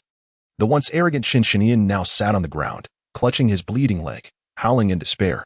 Remove him at once, lest he tarnish the floor of my office. Gao Weiwei coldly commanded those accompanying Chinchinian. Secretary, immediately dismiss all the security personnel, the manager, and the receptionist on the day shift. Once Chinchinian was taken away, Gao Weiwei swiftly turned to her secretary, Fang Xiaoran, and instructed her. Chinchinian's audacious entry into her office, flanked by so many, without any prior warning to her or her secretary, indicated that the security and reception staff had been bribed. To prevent such an incident from recurring, she resolved to replace all the personnel from the day shift. Even the manager of the security department is not spared, preferring to err by 1,000 than to let one slip away. Yes, President. I shall make arrangements immediately. Upon receiving Gao Weiwei's orders, the secretary understood the gravity of the situation, promptly acknowledging and departing to make the necessary arrangements.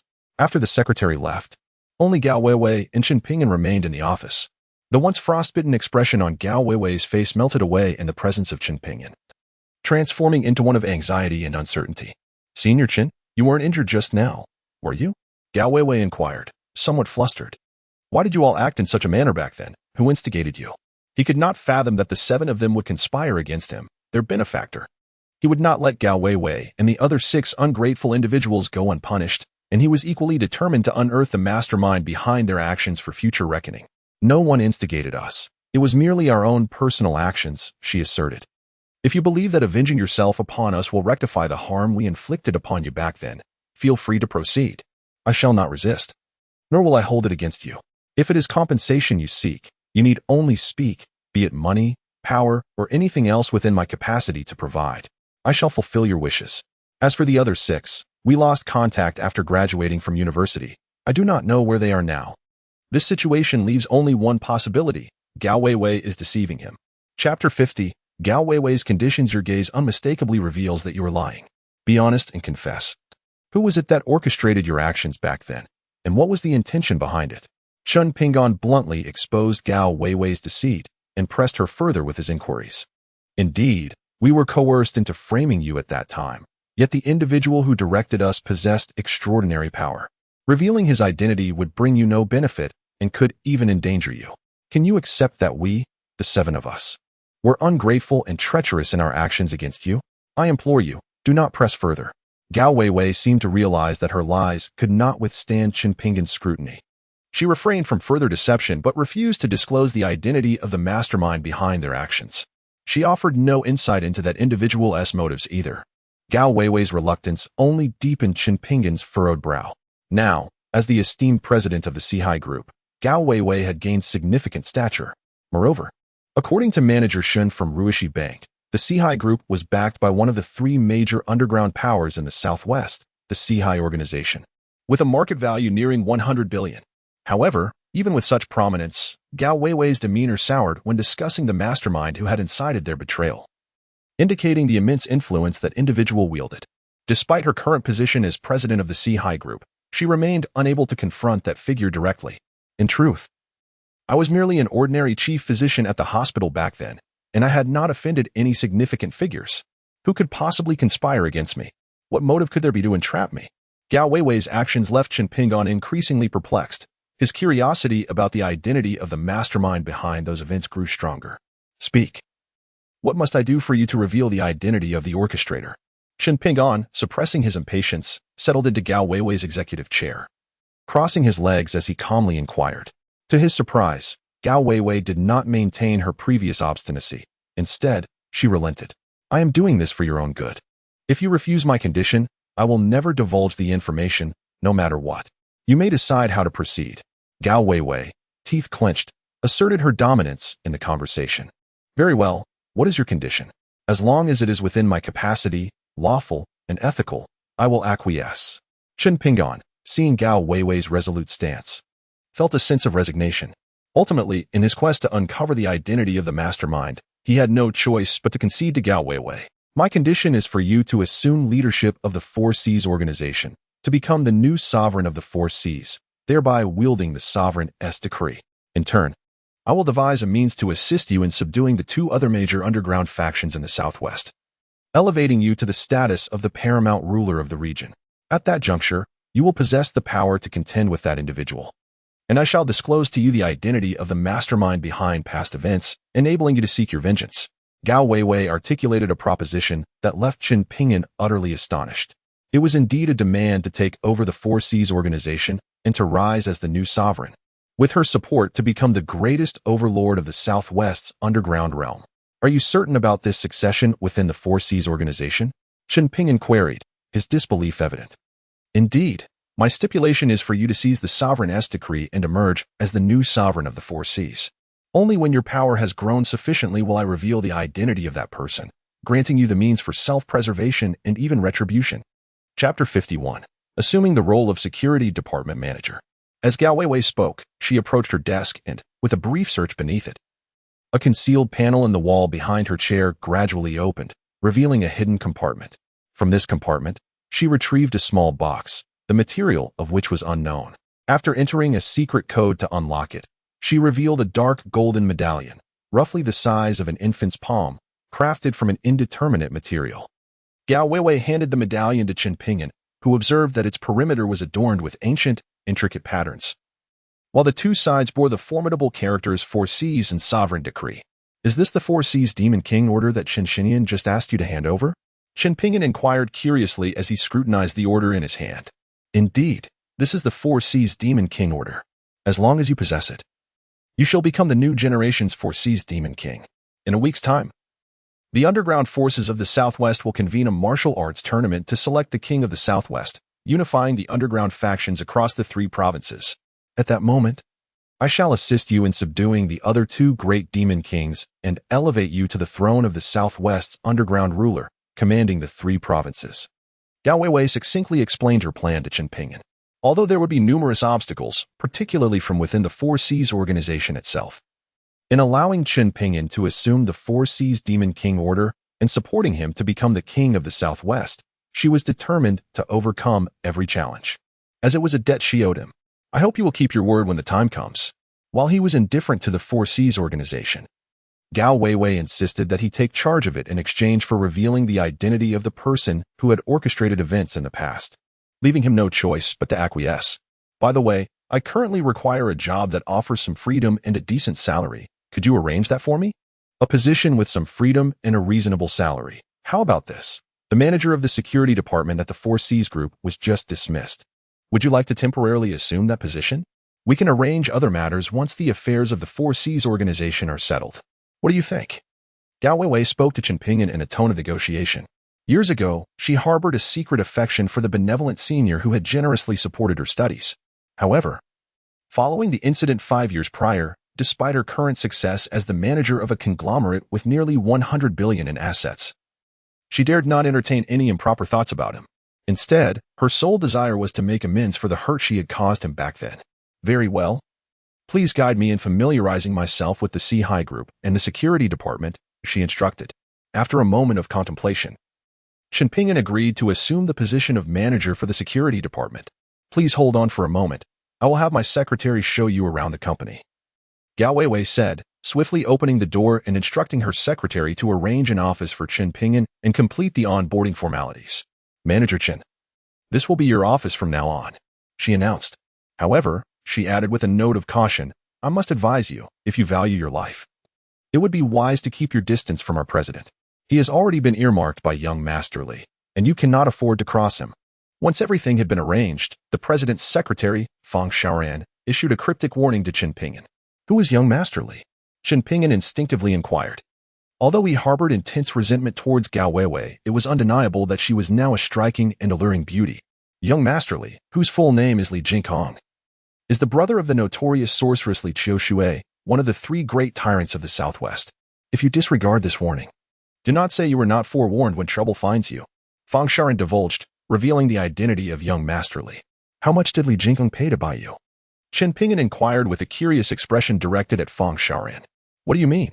Upon hearing Chen Ping'an's words, Fang Sharan's countenance darkened, and her gaze towards him brimmed with hostility. I mean it literally. If that Li Jingkong didn't bribe you, why would you be so concerned about my closeness to the president? Could it be that you were the mole he placed beside Gao Weiwei? Chen Ping'an asked with a half-smile. Manager Chen, I urge you to watch your words. I merely intended to offer a friendly warning. If you choose to disregard it, that is your prerogative, but do not slander me. Do you truly believe Fang Sharan is someone to be trifled with? Should you continue to defame me? Do not expect me to be courteous. Fang Sharan, incensed by Chen Ping'an's remarks, issued a direct threat. Chen Ping'an shrugged, disinterested in further engagement, and turned to leave the office. Where are you going? Fang Sharan felt as though she were striking at air, her frustration mounting as she stomped her foot behind him, questioning Chen Ping'an.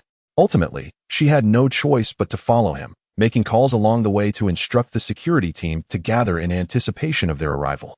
After all, the president had specifically tasked her with familiarizing Chen Ping'an with the workings of the group, and now that he was headed to the security department, it was only natural that she accompany him to introduce him to the personnel there. Upon their arrival at the security department, both Fang Sharan and Chen Ping'an were met with hostile glares from the personnel within. Do you know me? Chen Ping'an inquired curiously of the nearest security guard, noticing the collective animosity directed towards him.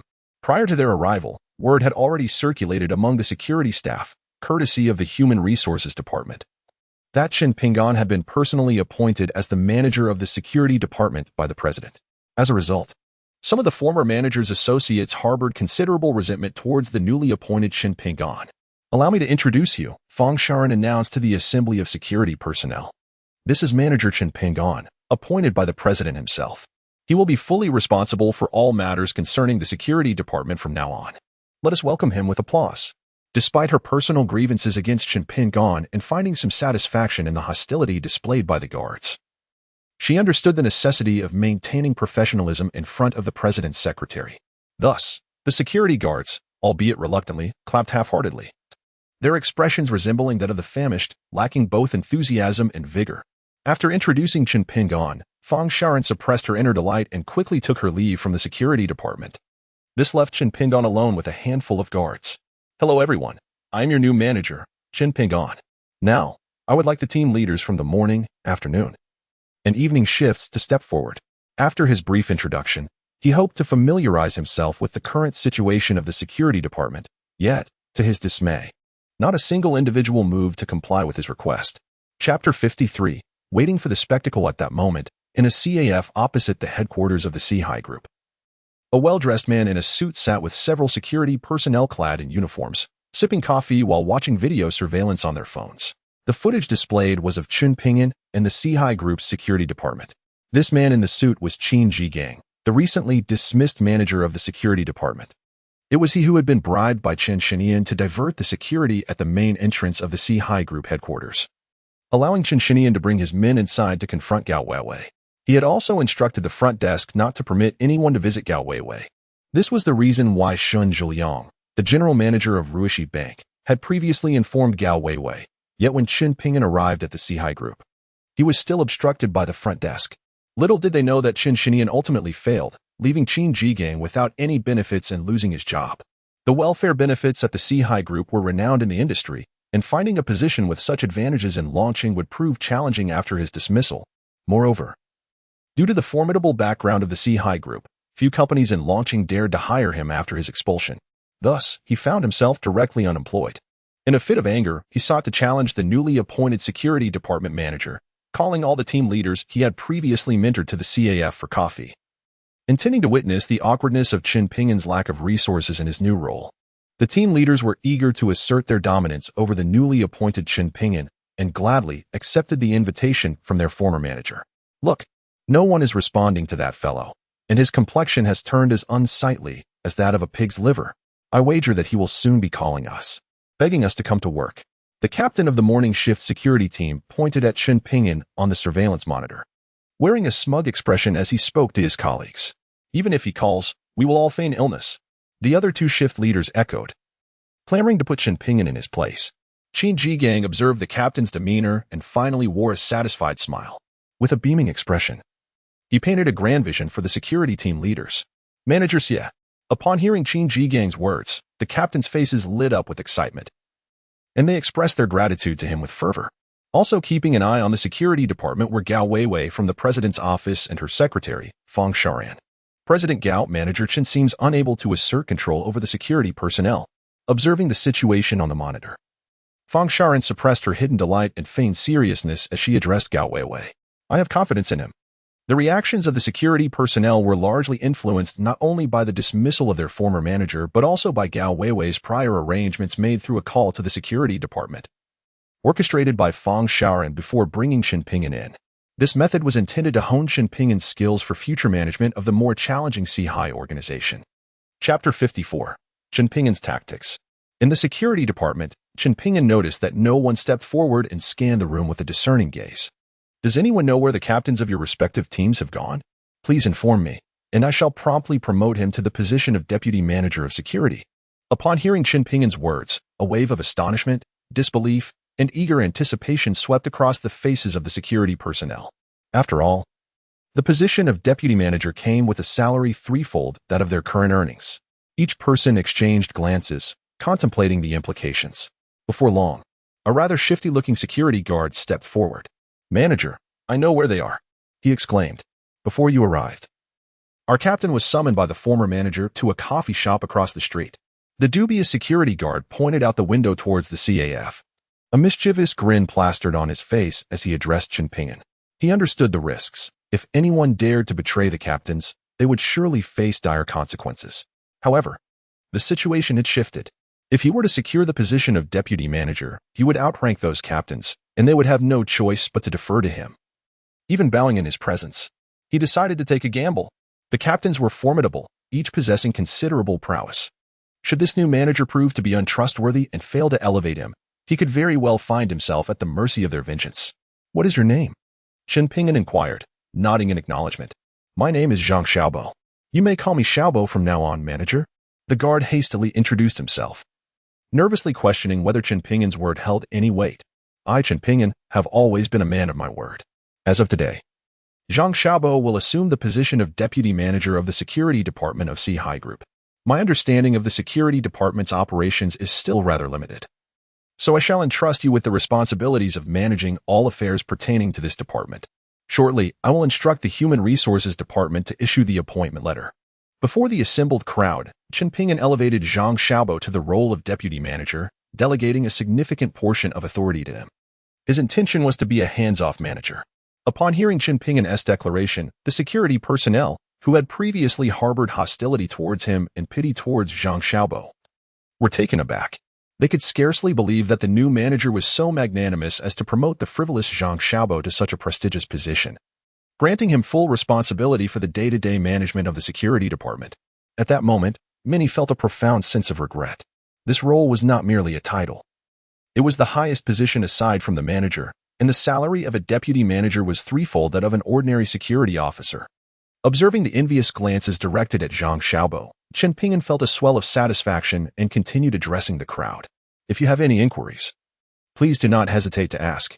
We shall provide you with all the knowledge we possess. In light of Zhang Xiaobo's precedent, as soon as Chen Ping'an concluded his statement, others hastily stepped forward to engage him. Given the stakes involved, they were keen to advocate for their interests. After all, their purpose in coming to work was to earn a living. Who would refuse a raise? Chapter 55. Regret. Chen Ping'an once again addressed the crowd. Manager, I have the phone number of the night shift captain. I shall contact him immediately. I possess the contact numbers of the afternoon shift leaders. As Chen Ping'an's words fell, several individuals stepped forward eagerly to contact the leaders. Those who were unable to get through could only harbor feelings of envy. Manager, the leader of the morning shift has reported feeling unwell and will not be coming in today. Manager, the leader of the afternoon shift has also claimed to be indisposed and is currently recuperating at home. Shortly thereafter, the security personnel set aside their phones to relay the results to Chen Ping'an.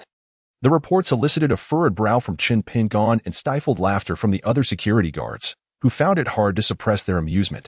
Even the mere arrival of a girlfriend's monthly cycle warranted a leave of absence. It was evident that the leaders were attempting to assert their authority over the newly appointed manager.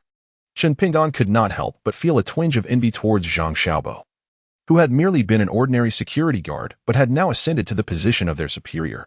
This development served as a lesson for Chen Ping'an, illustrating the consequences of the absence of their most capable personnel from the Sihai Group's security division.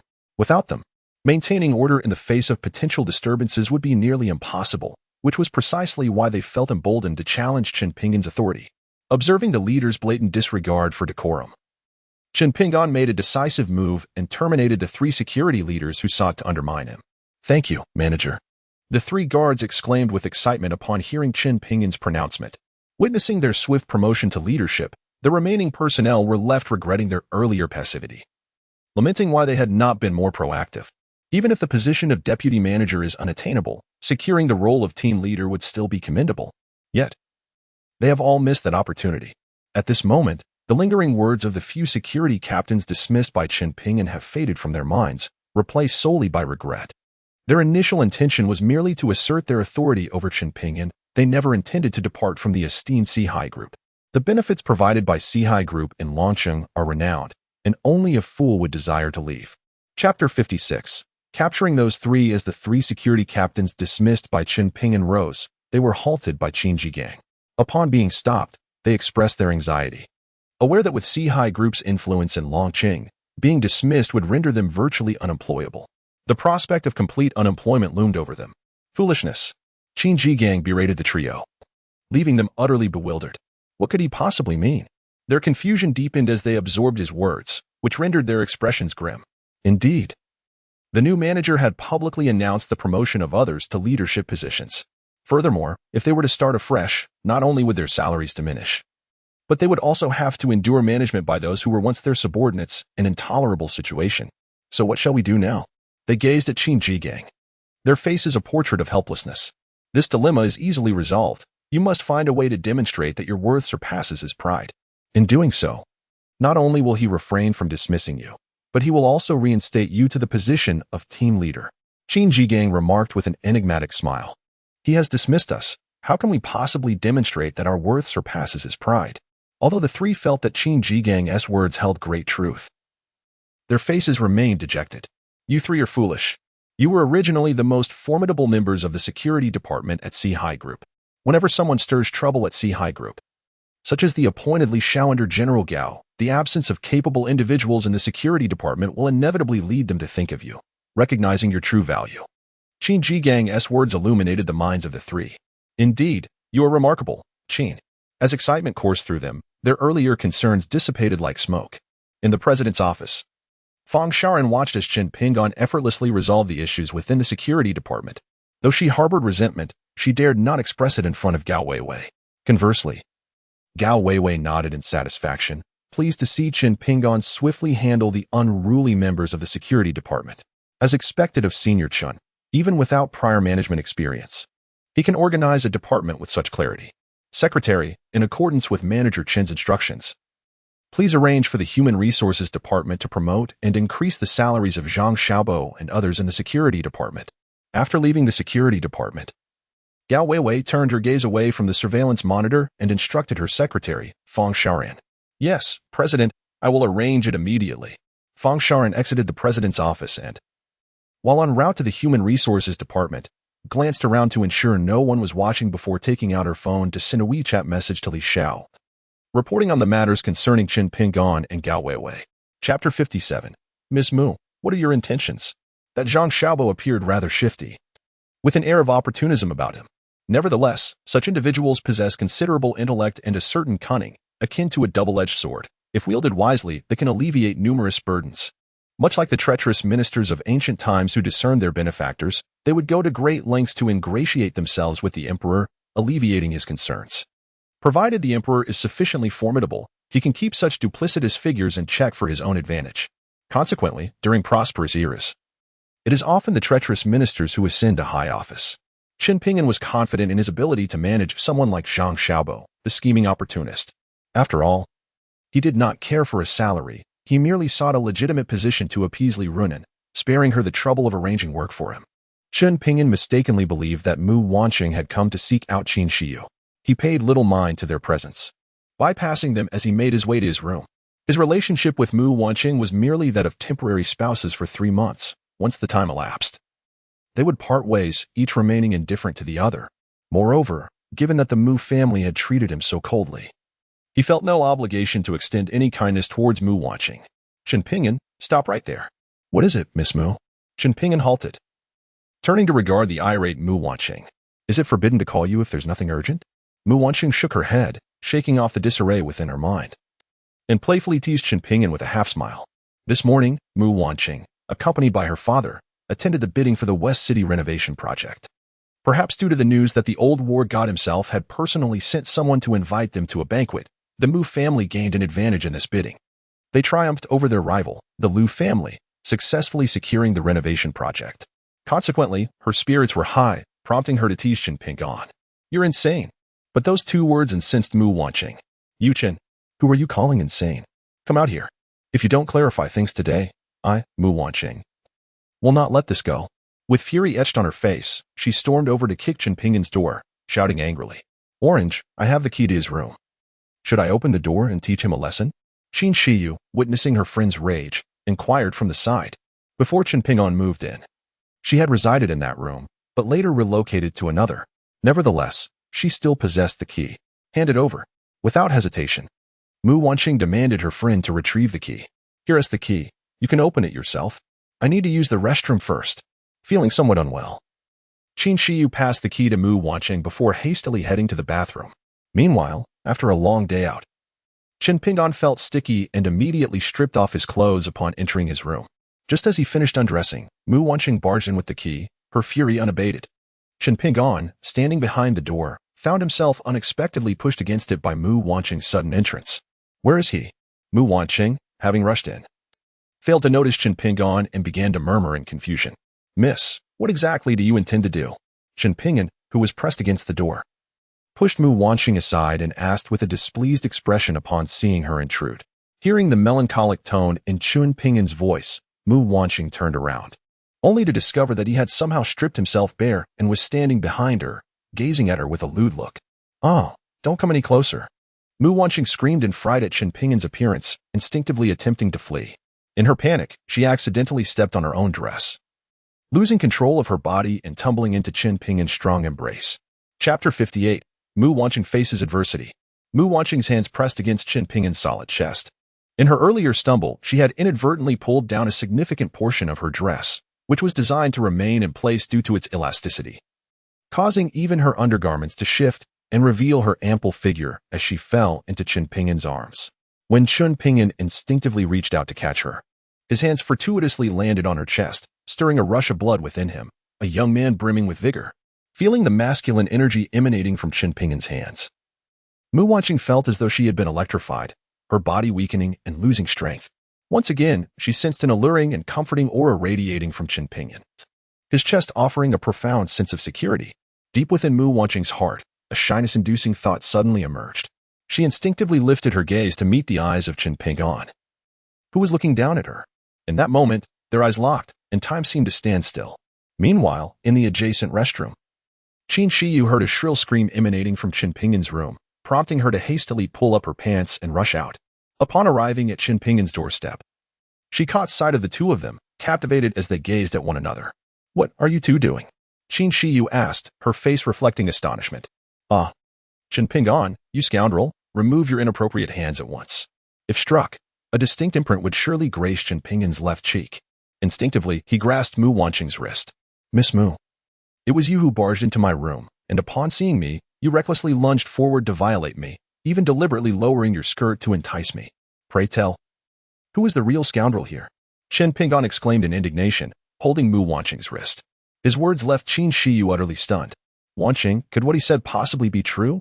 She queried, instinctively turning to Mu Wanqing as Chen Pingyan's accusations appeared logically sound. Wanqing, how could you believe his nonsense? The moment I opened the door and stepped in, I found him standing there without clothing, which startled me so much that I nearly fled. I inadvertently tripped over my own skirt and fell towards him. How could I possibly be the one acting shamelessly? You are infuriating me. Mu Wanqing hurriedly explained to her best friend. Did you hear? She now admits that she tripped over her own skirt and fell towards me, and then she turned around and accused me of being a rogue. If I do not receive a reasonable explanation today, I shall accuse you of barging into my room and assaulting me. Chen Ping'an suppressed the laughter bubbling within him and feigned an expression of indignation as he threatened Mu Wanqing. You incorrigible one. It was you who undressed to frighten me, causing my panic and leading me to step on my own skirt. You bear full responsibility. Mu Wanqing felt as if she could never clear her name, her anger nearly reaching a boiling point. She could only blame Chen Ping'an for his reckless disrobing. Huffed. My dear lady, I was merely changing clothes in my own room. You barged in uninvited. Am I not entitled to undress in my own space? Chen Ping'an's words left Mu Wanqing momentarily speechless, her expression frozen in shock. Humph. Regardless, it is still your fault. The purpose of her visit to Chen Ping'an was entirely forgotten in the heat of the moment. Chapter 59. Who says he had no invitation? Qingzi came today to inform you that we are to gather at the entrance of the Dihao Grand Hotel tomorrow at 9 in the morning to attend the birthday banquet of the old war god. Do not be late. Qin Shiyu, having seen her friend leave in a rush, shyly tossed a parting remark to Chen Ping'an before following suit. At that moment, Chen Ping'an was still shirtless. Recalling the devilish deeds he had previously committed, she felt too apprehensive to remain alone with him in a room. Understood. Chen Ping'an nodded in acknowledgement, locked the door, and then changed into another outfit before heading out for a meal. The following day, after practicing the Phoenix control technique throughout the night, Chen Ping'an felt a slight improvement in his abilities. He recalled that the Mu family had invited him to attend the birthday banquet of the old war god today, prompting him to rise early at 8 o'clock. The Imperial Grand Hotel, the most luxurious 5-star establishment in Long City, was the leading figure in the local hospitality industry. Due to the celebration of the old war god Zhao Wujia, the entire hotel had been booked for the occasion. When Chen Ping'an arrived punctually at the hotel entrance at 9, he found the area bustling with elegantly dressed high society individuals, a continuous stream of men, women, and children. Ah, isn't that the son-in-law who was just expelled by the Mu family? What brings someone like you, a mere commoner, to the old war god's birthday banquet? Just as Chen Ping'an was about to step through the grand entrance of the hotel, he heard the mocking voice of his former girlfriend, Lin Duo'er, behind him. Turning around, he saw Lin Duo'er and her mother, adorned in jewels and finery, swaggering toward him accompanied by the hotel manager, Ren Tianxing. Why do I keep running into this insufferable woman? It's truly unfortunate. Initially, he had been somewhat courteous to Lin Duo'er, considering their shared past. However, her increasingly outrageous and shameless behavior had caused his once mild feelings towards her to plummet to an all-time low. Duo'er, who is this? I feel like I've seen him somewhere before. Wasn't he at the Mu family when I delivered the invitation a few days ago? Ren Tianxing inquired, pointing at Chen Ping'an. Dear, if he looks familiar, it is indeed so. This fellow is none other than the scoundrel ex-boyfriend I previously mentioned, who was sentenced to prison for assaulting several female university students. He was released just a few days ago, having entered the Mu family to bring good fortune to the elderly patriarch due to his financial woes. After some misdeeds within the Mu household, he was swiftly expelled once the elder regained his health. Now, he is stealthily attempting to infiltrate the birthday celebration of the esteemed war god, harboring unknown ulterior motives. Such a nefarious individual must not be allowed entry into the war god's birthday banquet. Otherwise, as the hotel manager, you would bear the consequences of any ensuing chaos. Lin Duo'er disdainfully pointed at Chen Ping'an while introducing his past to her fiancé, cautioning him against granting Chen entry. In her view, Chen Ping'an's intention to sneak into the Imperial Grand Hotel was merely to seek an opportunity to connect with some influential figure attending the celebration. She was determined to thwart him. If he wished to attend the war goddess' birthday banquet, she would ensure he was denied access. Eager to see how he would respond, Lindwood's remarks captured the attention of numerous guests entering and exiting the Imperial Grand Hotel, many of whom paused to watch the unfolding drama. Do you have an invitation? Upon hearing Lindwood's account, Ren Tianxing, the manager of the Imperial Grand Hotel, also felt it imperative to bar Chen Ping'an from entry. He could not afford to bear the responsibility of any potential issues that might arise. Even if Chen Ping'an were blameless, the mere fact that his fiancée, Lin Duo'er, opposed his entry was sufficient reason for Ren to deny him access. I do not possess an invitation. It was merely a call from the Mu family requesting my presence. The Mu family indeed holds the invitations. Huh. As soon as Chen Ping'an's words fell, Lin Duo'er couldn't help but let out a soft laugh. Chen Ping'an, I am increasingly impressed by you. You now lie without the slightest hint of shame. The Mu family members had entered 20 minutes prior, and you claim they summoned you. Please, could you at least draft your lies more carefully? What an embarrassment. Lin Duoer's remarks caused Qin Pingan's brows to furrow. Just yesterday, Qin Shiyu had clearly informed him that Mu Wanqing had come to their shared apartment to notify him of his attendance at the old war god's birthday banquet today. Could it be that Qin Shiyu had intentionally deceived him for her amusement? Young man, without an invitation, we cannot allow entry here. I kindly ask you to leave immediately. Security, please escort this gentleman out. Upon hearing that Qin Pingan lacked an invitation, Ren Tianqing promptly issued an expulsion order. The security personnel at the entrance, seeing their manager taking charge, swiftly moved to expel Qin Pingan. The onlookers began to murmur and point at Qin Pingan, who said he had no invitation. Just as the security was about to usher Qin Pingan away, a commanding voice from behind the crowd suddenly resonated. Chapter 60. Only he cannot enter. Upon hearing the elder's voice, everyone turned around to see an elderly man clad in traditional attire, leaning on a cane, approaching the entrance of the Dihao Grand Hotel, accompanied by a middle-aged man. Mr. Mu, you have arrived. Upon seeing the elderly gentleman in traditional Tang attire, the manager of the Empire Hotel swiftly adorned his face with a welcoming smile. Accompanying Mr. Mu was his second son, Mu Jiandong, the uncle of Mu Wanqing. Yesterday, Mu Wanqing had sought out Qin Pingan on her grandfather's orders to invite him to the birthday celebration of the old war god. However, before she could fulfill her mission, she found herself embarrassed in front of Qin Pingan, who took advantage of the situation. Distraught, she abandoned her task and fled. Fortunately, her close friend, Qin Shiyu, conveyed the message to Qin Pingan on her behalf. Good day, Mr. Mu. Mr. Mu exuded an aura of vitality. The attendees of the old war god's birthday celebration were all prominent figures from Longqing, and naturally, they recognized Mu Xinbua, the founder of the newly affluent Mu family. They all approached him to extend their greetings. Manager Ren, although my son-in-law lacks an invitation, I, Mu Xinbua, possess one. Surely, I may bring him inside? Mr. Mu inquired with a playful tone, gesturing toward Qin Pingan. Mr. Qin, since you are indeed Mr. Mu's son-in-law, you are certainly entitled to attend the birthday celebration of the old war god.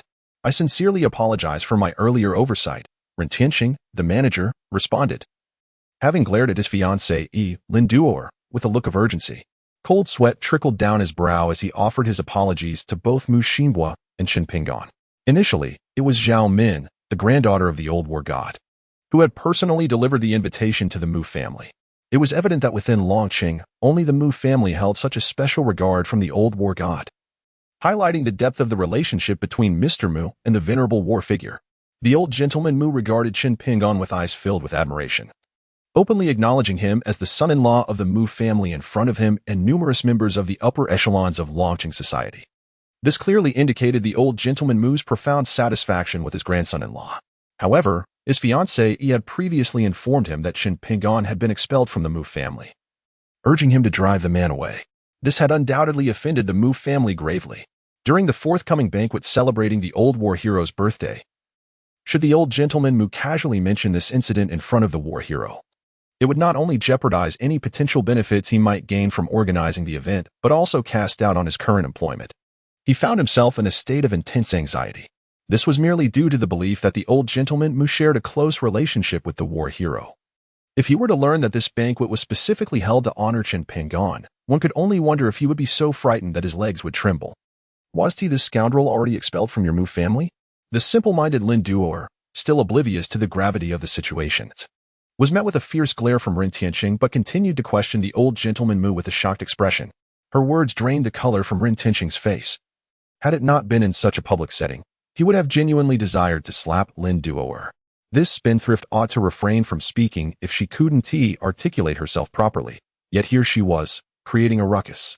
Not only was the manager of the Imperial Hotel furrowing his brow, drenched in cold sweat, but even the old gentleman Mu cast a puzzled glance toward Qin Pingan after hearing Lin Duoer's words. Old sir, this matter is rather complex. Let us step inside, and I shall explain it to you in detail. Upon encountering the puzzled gaze of the elder Mu, Qin Pingan sighed in resignation and said, Very well. Let us converse as we walk. Old Master Mu nodded in agreement and, supported by his second son, Mu Jiandong, gestured for Qin Pingan to proceed. At this moment, neither Lin Duoer and her mother nor the hotel manager or security dared to expel Qin Pingan any longer. Stop. Others may enter, but this fellow cannot. Just as Qin Pingan believed he could smoothly gain entry into the Imperial Hotel, a cold voice suddenly echoed from behind them. Chapter 61. Embarrassment at the sound of the voice, the crowd turned with curiosity. Earlier, old Master Mu had proclaimed Chun Pingan to be his granddaughter's husband, and even the manager of the Imperial Hotel had refrained from voicing any objections. Who could this audacious individual be to stand up and provoke at such a moment? Turning their heads, they beheld a youth clad in trendy attire, mimicking the signature pose of Neza from an anime, hands tucked into his pockets. Approaching Chun Pingan with a playful expression. Following closely behind him was a burly man in a black suit, resembling an iron statue, whose prominent temple indicated he was undoubtedly a formidable martial artist. Is it him? Chun Pingan murmured quietly upon recognizing the youth, for this was Zhao Shikai, the very individual who had outbid him for the Longquan Villa and had attempted to intoxicate Li Runin at the KTV, only to be taught a lesson by Chun Pingan. After being unceremoniously kicked away by Chun Pingan, he finally realized that Longqing was a place teeming with hidden talents. Thus, whenever he stepped out, he ensured to bring along a bodyguard, specifically the strongest one assigned to him by his grandfather, whose prowess in the Xinjiang mansion ranked just below that of a De and A heir, to prevent a recurrence of the incident at the KTV. As soon as Ren Tianqing, the manager of the Dihao Grand Hotel, spotted Zhao Shikai, he immediately donned a respectful demeanor. Who is this? The elder Mu noticed the shift in Ren Tianqing's expression and inquired, puzzled. The surrounding elite of Longqing also regarded the scene with curiosity. Elder Mu. This young gentleman holds significant stature. He is the eldest grandson of the legendary war god Zhao Wujin, Mr. Zhao Shikai. Ren Tianqing introduced, quickly donning a beaming smile as he approached. Upon hearing Ren Tianqing's introduction, Elder Mu and the surrounding dignitaries of Longqing gasped in astonishment. Elder Mu swiftly turned to Chun Pingan, asking, "Grandson-in-law, how did you offend such a person?" Concern flickered in his gaze. "It was merely a chance encounter at the KTV a couple of days ago. He attempted to bully my friend, and I intervened to teach him a lesson. I had no idea he was someone of such renown," Chun Pingan responded, prompting the surrounding dignitaries of Longqing to collectively gasp in disbelief. This young man is exceedingly audacious, daring to confront even the grandson of the old war god. He must be courting trouble. No wonder they refused him entry. Though you are the grandson-in-law of the Mu family, with their backing, you ought to consider the stature of those you provoke. Although the Mu family is considered a prominent force in Long City, they pale in comparison to the esteemed identity of the grandson of the old war god. This young man is about to have quite the experience. Such were the thoughts of those present, aware of Zhao Shikai's background and the animosity between him and Chun Pingan. Lin Duor, standing nearby, trembled with excitement. Just moments ago, she had suffered humiliation before Chun Pingan, receiving a harsh glare from her fiancé. With the Mu family backing Chun Pingan, she thought her chances for revenge were slim. Little did she expect that retribution would come so swiftly. Someone was about to confront Chun Pingan, and it was none other than the illustrious grandson of the old war god. Now, not only would Chun Pingan be barred from entering the Imperial Hotel, but he might also be subjected to severe humiliation by young Master Zhao in front of the city's elite. Faced with the grandson of the old war god, even the elder Mu would be powerless to defend Chun Pingan. As the elder Mu observed the sympathetic or schadenfreude expressions directed at Chun Pingan, his demeanor became unexpectedly calm. Setting aside his past camaraderie with Zhao Wuj, he reasoned that Zhao Wuj would not trouble his granddaughter's husband, and it should be noted that his grandson-in-law was no pushover. He was the heir of the burial dragon ring. Zhao Wuj likely understood better than anyone the significance of his grandson-in-law. With this thought, he felt no further concern for Chun Pingan. "Young Master Zhao, welcome. Has the old war god not accompanied you?" The manager of the Imperial Hotel approached Zhao Shikai with a bow, his face a mask of respect. "My grandfather and sister are still on their way.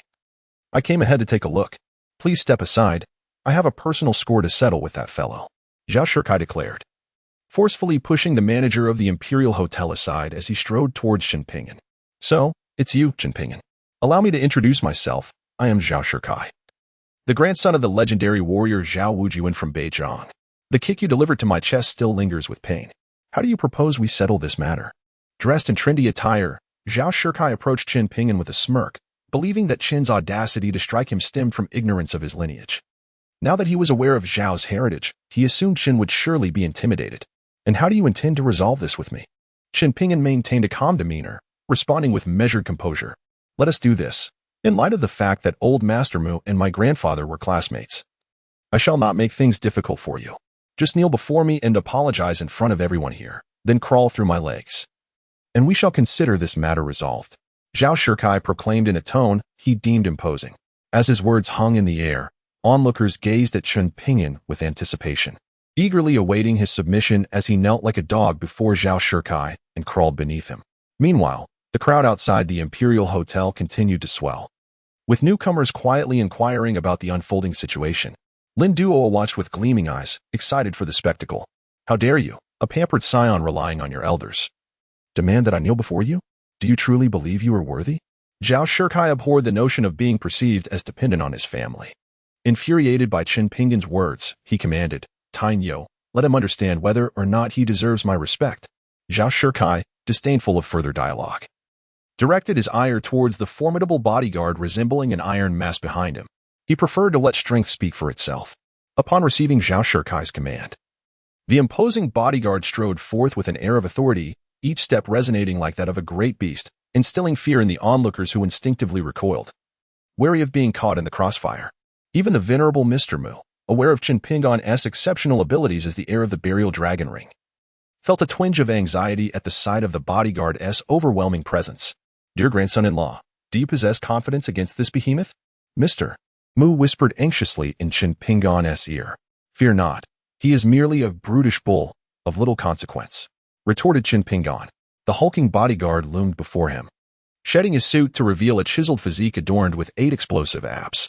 He flexed his bulging muscles provocatively before Chen Pingyan, his voice deep and menacing as he threatened, "Kneel and apologize to our young master, and crawl beneath his legs. Otherwise, I shall reduce you to a mere pulp with a single blow," before reprimanding others. The young master of their household would always insist on demonstrating his strength to intimidate his adversaries. Should they yield in fear, no further action would be necessary. However, if they remained defiant after his display of power, he would not hesitate to take matters into his own hands, showing no leniency. After all, any repercussions would be borne by the war god's residents. Everyone regarded Chen Pingyan with pity. The formidable Iron Bull, not only robust but also exuding an aura that instilled dread, was unmistakably a master in combat. In contrast, Chen Pingyan appeared as a mere child challenging an adult, utterly unaware of his own limitations. No one believed that Chen Pingyan could stand a chance against the Iron Bull. Faced with the taunts from the ironclad brute, Chen Pingyan refrained from idle chatter. Leveraging his petite and agile stature, he swiftly delivered a forceful stomp onto the instep of his opponent. "Ah, my foot!" The Iron Bull, in agony, grimaced and clutched his foot, unleashing a bone-chilling scream that astounded everyone present. Chen Pingyan had dared to retaliate, launching a preemptive strike against the Iron Bull's bodyguard. As the crowd processed the shocking turn of events, they realized that the Iron Bull's polished shoe had been crushed, revealing his mangled toes, with even the bones starkly visible. You dare to stomp on my foot. I will kill you." The Iron Bull, his toes throbbing with pain and fury, raised his massive fist, akin to a heavy iron hammer, and swung it menacingly toward Chen Pingyan's forehead. The sound of slicing through the air resonated in the ears of the crowd, silencing them with the ominous force of the iron behemoth's punch. A chilling thought flashed through everyone's minds. Should that fist collide with Chen Pingyan's head, it would undoubtedly reduce it to a gruesome pulp. Yet, how could the skilled Chen Pingyan allow such a blow to land? Just as the adversary's fist was about to strike his forehead, he deftly sidestepped, evading the lethal attack, and then brought his foot down with force upon the unscathed instep of his opponent, shattering the toes beneath. With a resounding cry, the seemingly formidable iron giant found both feet rendered useless, collapsing to the ground in agony, clutching his feet and howling, nearly devoid of combat capability. "Iron Bull, you worthless fool. You can't even handle a mere weakling. What use is it for me to spend so much on your upkeep?" Zhao Shikai erupted in furious exclamations as he watched his most formidable bodyguard fall. At that moment, a commotion surged from the outskirts of the crowd. "The old war god's special vehicle has arrived. Clear the way," shouts echoed from behind. Upon hearing this, the crowd instinctively parted to create a path. Turning around, they beheld 3 luxurious cars approaching, with the central vehicle being none other than the personal transport of the legendary Zhao Wujie, the old war god of Beijing. 3 vehicles came to a halt in front of the Emperor Hotel. Ada and Ayer, both with their arms encased in plaster, alighted from the front and rear vehicles, respectively, taking their positions on either side of the venerable war god, standing vigilant. It was only then that the driver of the war god stepped out to open the rear door. The first to emerge was a slender, snow-white leg adorned with high heels, belonging to Zhao Min, the granddaughter of the war god. With grace and poise, Zhao Min assisted her illustrious grandfather from the vehicle. Upon seeing the elderly Mu Xinbua, the war god, Zhao Wujie momentarily froze, quickly recognizing his old classmate from decades past. Meanwhile, Qin Pingon crouched before the formidable figure of Iron Bull, his own stature appearing diminutive in comparison, rendering him unnoticed by the war god, his granddaughter Zhao Min. In the vigilant Ada and Ayer, Zhao Sekai's expression brightened upon hearing of his grandfather's arrival. Although his grandfather had aged and was unlikely to engage in combat, he was flanked by two formidable guardians, Ada and Ayer. Despite Ada's arm being incapacitated by a master mentioned in a phone call, Ayer remained in fighting form. Should Ayer decide to teach Qin Pingon a lesson, escape would be an impossibility for him today. However, it was Mu Xinbo who anticipated the war god's arrival ahead of Zhao Sekai. I pay my respects to the esteemed war god of Beijing. Mu Xinbo approached Zhao Wujie with urgency, clasping his hands in salute and bowing respectfully before him. Although both individuals are of the same generation and classmates, Zhao Wujie has valiantly fought on the battlefield for his country, sacrificing his life and shedding blood, earning remarkable military achievements. This bow signifies Mu Xinbo's respect for Zhao Wujie's outstanding contributions to the people. My old classmate, it has been many years since we last met. I trust you have been well. Zhao Wujie, aware that the successor of the Dragon Burial Ring is the grandson-in-law of the Mu family, approached Mu Xinbo with utmost politeness, helping his old classmate to his feet. As the two elders exchanged courteous pleasantries, Zhao Shikai hastily approached Masters A and B. Masters A and B. I have just encountered an arrogant individual who incapacitated my bodyguard, Iron Bull. I implore you both to assist me in subduing this young man, so he may understand the might of our North Border War God's mansion. Zhao Shikai pointed at Qin Pingon as he spoke. Who possesses such strength to incapacitate Iron Bull? Masters A and B were startled upon hearing Zhao Shikai's words. Although Iron Bull may not have exceptional talent, he possesses innate strength, and under the guidance of both them and the old war god, while not as powerful as the two masters, he remains formidable, capable of easily overpowering a dozen or 20 ordinary individuals. Yet, he has been put out of commission? Truly, launching is a place where talents are hidden. The image of Qin Pingon, who effortlessly severed Master A's arm with a single light strike, surfaced in their minds. It is he, the arrogant young man named Qin Pingon.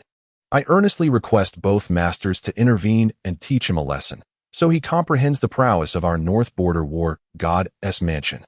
Zhao Shikai led Ada and Ayer beside Tainyo, pointing indignantly at Qin Pingon, whose body was obstructed by Tainyo. Upon hearing the commotion, Qin Pingon glanced up at Ada and Ayer, offering a broad smile that revealed his 8 gleaming white teeth. Initially, Ada and Ayer were puzzled by the abundance of formidable masters in Longqing, contemplating approaching to avenge young Master Sunday. However, once Qin Pingon smiled at them, their hearts seized with terror, nearly causing them to collapse to the ground. Wasn't this the very youth who had effortlessly incapacitated Ada's arm with a mere flick of his hand? According to the old war god, this young man was not only a master but also of an extraordinary lineage, a successor of the Dragon Burial Ring. Someone even the old war god sought to curry favor with. Young master, we are no match for him. You must promptly apologize. Or even the old war god may not be able to save you today. Ayer warned Zhao Shikai gravely. Upon hearing this, Zhao Shikai was taken aback, astonished that the two elite guardians of the Northern Frontier's War God Mansion would concede defeat without a fight, admitting their inadequacy and urging him to bow in apology. Zhao Shikai thought perhaps he had misheard, turning to Ada, whose hand was still encased in plaster. The expressions of those around them mirrored their shock. The formidable prowess of the two guardians, Ada and Ayer, who stand beside the old war god, is well known to many. They can easily take on 100 opponents. However, upon encountering Qin Pingon, they instantly succumbed, which is utterly astonishing. Ignoring the onlookers, Ada nodded decisively when he caught sight of young Master Sun, affirming that Zhao Shikai had not misheard. Once reassured, Zhao Shikai turned to his grandfather. Throughout his life, he had witnessed everyone show utmost respect in his grandfather's presence, hardly daring to breathe, making this scene all the more unprecedented for him. He even speculated that Ada and Ayer were hesitant to engage in combat, as Ada had lost a hand due to a powerful figure mentioned by his grandfather during a phone call, and were intentionally feigning such demeanor. At this moment, the old war god, Zhao Wujie, was still exchanging pleasantries with Mu Laozu. Old classmate, why have you come alone? Where are the other younger members of the Mu family? Zhao Wujie inquired, his expression filled with curiosity. Of course, he was not genuinely concerned about the younger members of the Mu family. Rather, He wished to ascertain whether Mu family's son-in-law, Chen Pingyan, was present. Over there, indeed. My eldest has already brought people into the hotel, while my second son and son-in-law await you at the entrance. Mu Laozu gestured towards his second son, Mu Jiandong, and the now standing Chen Pingyan. Zhao Wuji immediately recognized Chen Pingyan as the heir of the burial dragon ring, previously seen in the surveillance footage of Hushini's Baojitang. Particularly, the ring on Chen Pingyan's hand was unmistakably the burial dragon ring, even from a distance. His remarkable skills and glory could almost be attributed to the legacy bestowed upon him by the previous generation's heir to the dragon burial ring. Upon seeing the dragon ring, he instinctively advanced with great excitement. Zhao Min also noticed Chen Pingyan and quickly assisted her grandfather to approach. Grandfather, you have arrived. A lowly individual is attempting to cause a disturbance at your birthday banquet and has even injured my bodyguard, Tainyel. Please instruct Masters Ada and Air to teach him a lesson. Otherwise, he may think our northern border's war god manner is easy to bully. Upon seeing his grandfather approach, Zhao Shikai hurried to meet him, pointing at Chen Pingyan with gritted teeth. Shikai, have you had a conflict with Mr. Chen? The old war god halted, his expression darkening as he solemnly inquired of his grandson. Grandfather, what Mr. Chen? This fellow is merely a son-in-law of the Mu family. Not only did he speak arrogantly to our war god manner, but he also injured my bodyguard. What right does such a lowly person have to be addressed as Mr. by you? Zhao Shikai, upon hearing his grandfather refer to Chen Pingyan as Mr. Chen, assumed his grandfather was being courteous out of respect for his old classmate, Mu Xinbua, and dismissively responded to him. You insolent fool! Who permitted you to speak disrespectfully to Mr. Chen? Apologize to him at once. Immediately, the old war god's face turned as grim as liver upon hearing his grandson's words, and he instinctively rebuked him. What? Grandfather. You are the esteemed war god of the northern border. Are you asking me to apologize to a lowly individual? Zhao Shikai, unable to believe his ears, stared incredulously at his grandfather. Not only he, but all those around, who were merely spectators, were utterly stunned by the words of the old war god. Rendered speechless as if they had been struck dumb, they believed their ears were deceiving them. Lin Duoduo and her mother stood agape, witnessing the astonishing scene unfold before them. Am I not seeing or hearing correctly? The venerable old war god of Beijiang is actually instructing his esteemed grandson to apologize to Chen Pingyan, the son-in-law of the Mu family? This is utterly absurd. To confirm she was not dreaming, Lin Duoduo's mother pinched her daughter hard, causing Lin Duoduo to cry out in pain. Chapter 65. He is the master spoken of by grandfather Ada. Air, clear the area. Please escort the irrelevant individuals away. Zhao Wuji appeared to be awakened by Lin Duoduo's scream. Sensing that having his grandson apologize to Chen Pingyan in front of such a multitude would tarnish the dignity of their Beijiang war goddess residence and his grandson's reputation, he promptly ordered Ada and Air to disperse the onlookers, with the old war god's command echoing, who would dare to defy? In less than 2 minutes, the once bustling scene was left with only Chen Pingyan, old Master Mu, and a few members of the war god's family. Grandfather, why must I apologize to him? Brother, this Mr. Chen before us is the esteemed individual grandfather mentioned to you over the phone. Grandfather summoned you from Beijiang to cultivate a friendship with Mr. Chen. How could you have clashed with him and even insulted him? Seeing her brother, Zhao Shikai, still stubbornly resistant, Zhao Min approached him and whispered softly. Well, what? Is he the extraordinary person that grandfather urged me to befriend? Wasn't the distinguished individual that grandfather wanted me to connect with supposed to be an elderly gentleman, much like him, with a long white beard? Upon hearing his sister's words, Zhao Shikai was momentarily taken aback, his mouth agape in disbelief. Although Chen Pingyan displayed formidable strength, effortlessly sending him flying with a single kick and incapacitating his most formidable bodyguard in mere moments, he appeared far too youthful, seemingly devoid of any association with the term extraordinary. Initially, he had assumed that the esteemed figure his grandfather had referred to would resemble an elder of similar age to his grandfather. Yet now, his sister claims that this man, who appeared to be of a comparable age to him, is indeed the extraordinary individual his grandfather had spoken of, a notion he found utterly inconceivable. Why all this unnecessary chatter? If the extraordinary person were to resemble his grandfather in age, then his grandfather could have befriended him himself, without the need to summon him all the way from Beijiang to Longqing. Observing his grandson's continued incredulity, the old war god Zhao raised his cane, poised to strike.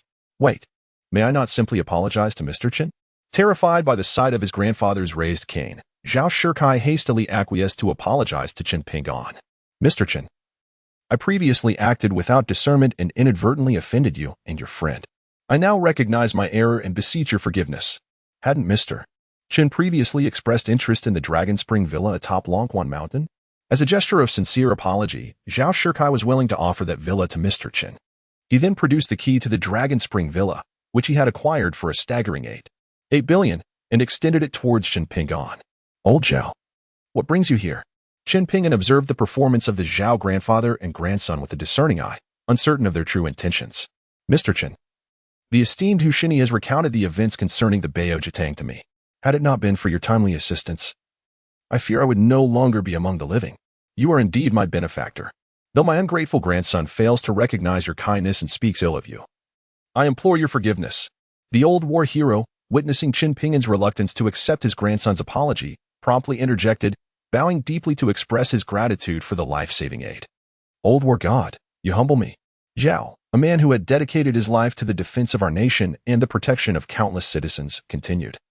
What merit do I possess to deserve such profound respect? I shall simply forgive your grandson.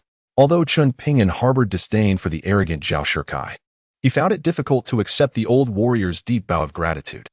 The reason he felt a sense of familiarity with the old war hero during their first meeting at the Bao Jitang was that he had frequently seen him on television and in the media before his retirement. The old war hero had always been someone he deeply respected.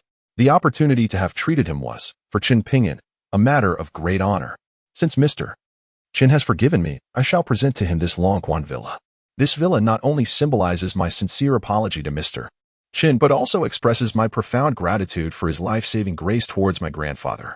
If Mr. Chen were to decline this gift, I would forever be plagued by an uneasy conscience. Furthermore, my own villa is situated not far from Longquan Villa, allowing me to seek Mr. Chen's guidance frequently in the future. Upon hearing Chen Pingan's words of forgiveness, Zhao Shikai once again offered the key to Longquan Villa, earnestly imploring Chen Pingan to accept it.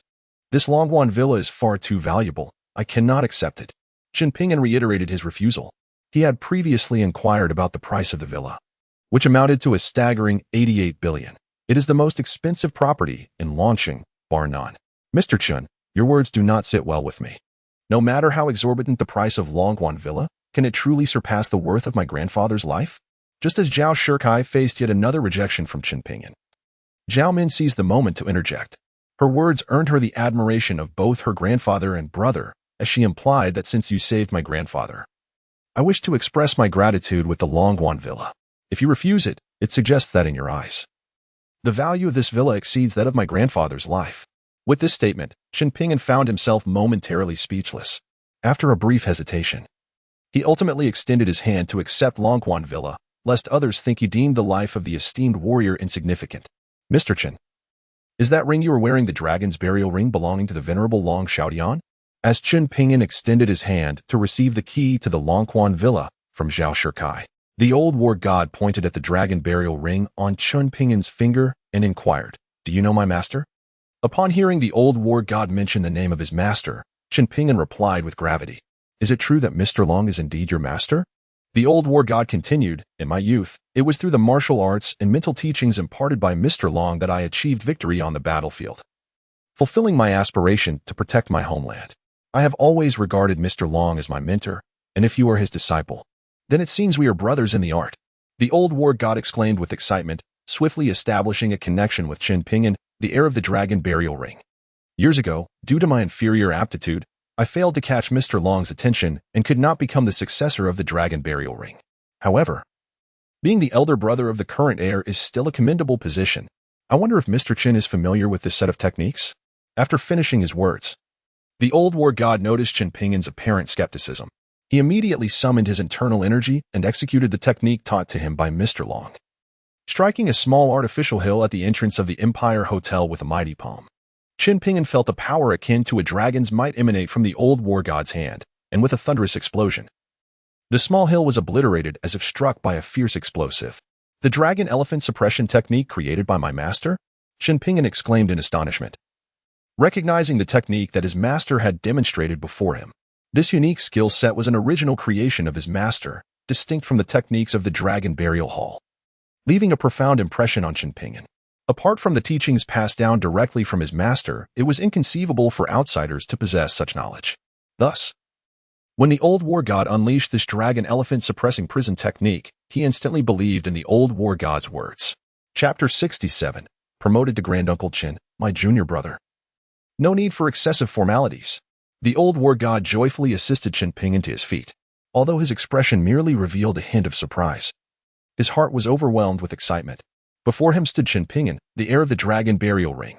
Establishing a connection with this individual would ensure that even a century later, no one would dare to challenge the northern border war god's estate, effectively providing them with a form of insurance. At this moment, Chin Ping was equally elated. He had inadvertently acquired a powerful war god as a senior brother, and after fostering a rapport, he might even leverage this connection to search for his mother and sister. Both individuals harbored their own intentions, each believing that the other could provide the means to attain their desires. Junior brother Chin, allow me to introduce my two unworthy descendants, Zhao Shikai and Zhao Min. I kindly ask you to look after these young ones in the future. The old war god promptly brought his grandson and granddaughter before Chin Ping, formally introducing them. Given Chin Ping's youth, he might find little common ground with the old man, yet he shared a similar age with the grandchildren, suggesting they could maintain the relationship with Chin Ping moving forward. You two, quickly pay your respects to your granduncle. Upon witnessing his grandson and granddaughter standing before Chin Ping without any response, the venerable Zhao Wujing promptly admonished them. Zhao Shikai and Zhao Min were momentarily taken aback by their grandfather's words. How could he expect them to address someone of similar age as Uncle Master? What are you two dawdling for? Hurry up and greet him, Zhao Wujing exclaimed, raising his cane in a display of irritation.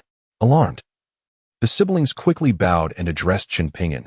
Zhao Shikai and Zhao Min pay their respects to Uncle Master. Their actions left Chin Ping feeling rather embarrassed. However, since he intended to acknowledge Zhao Wujing as his senior, he had no choice but to accept the title of Uncle Master. Chin Ping was not one to be overly pedantic. He swiftly adjusted his mindset. You needn't stand on ceremony, given the haste of our meeting. I have not brought any gifts.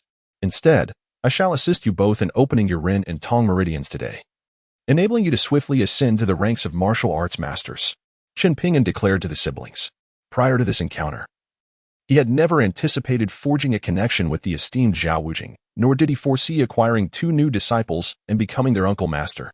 Thus, he resolved to offer his medical expertise and formidable internal strength as a form of greeting. The moment Zhao Shikai and Zhao Min, who had trained under their grandfather since childhood, heard Chin Ping's words, they were instantly filled with excitement, fully aware of the significance of opening the Ren and Tong meridians. A sentiment echoed by Zhao Wujing's deeper understanding of its importance. It was none other than Chin Ping's master, Long Xiaodian, who facilitated the unlocking of the Ren Tong meridians, enabling him to refine the dragon elephant prison art to a minor accomplishment, rendering him invincible on the battlefield. The moment the Ren Tong meridians are opened, a qualitative leap in both strength and cultivation speed is achieved. However, traversing the Ren Tong meridians is exceedingly challenging. Even the renowned god of war from the north, Zhao Wuji, lacked the capability to assist his grandchildren in this endeavor. Thus, Chin Ping presenting this as a greeting gift is an immense surprise for the Zhao siblings. This indicates that Chin Ping's prowess surpasses that of their grandfather, which is also a great astonishment for the old war god. Should his grandson successfully navigate the Ren Tong meridians and continue to study the dragon elephant prison art, it is conceivable that the Zhao family may once again produce a war god. Shouldn't you express your gratitude to your granduncle? Zhao Wuji reminded his grandchildren, Zhao Shikai and Zhao Min, as they stood in a daze. Thank you, granduncle. The siblings promptly bowed in sincere appreciation towards Chin Ping. There is no need for excessive formality. Simply find a room. It is merely a trivial matter, Chin Ping replied dismissively. While it is inherently difficult to assist others in opening the Ren Tong meridians solely through internal force, when combined with his medical expertise from the Nine Dragon Medical Canon, it becomes significantly simpler. All right, I will arrange for a room immediately. The old war god, more anxious than anyone, swiftly summoned Air to secure accommodations at the Emperor Hotel for Chin Ping. After Air arranged a room with the manager of the Dihao Grand Hotel, he promptly led Chin Ping and the others to the venue.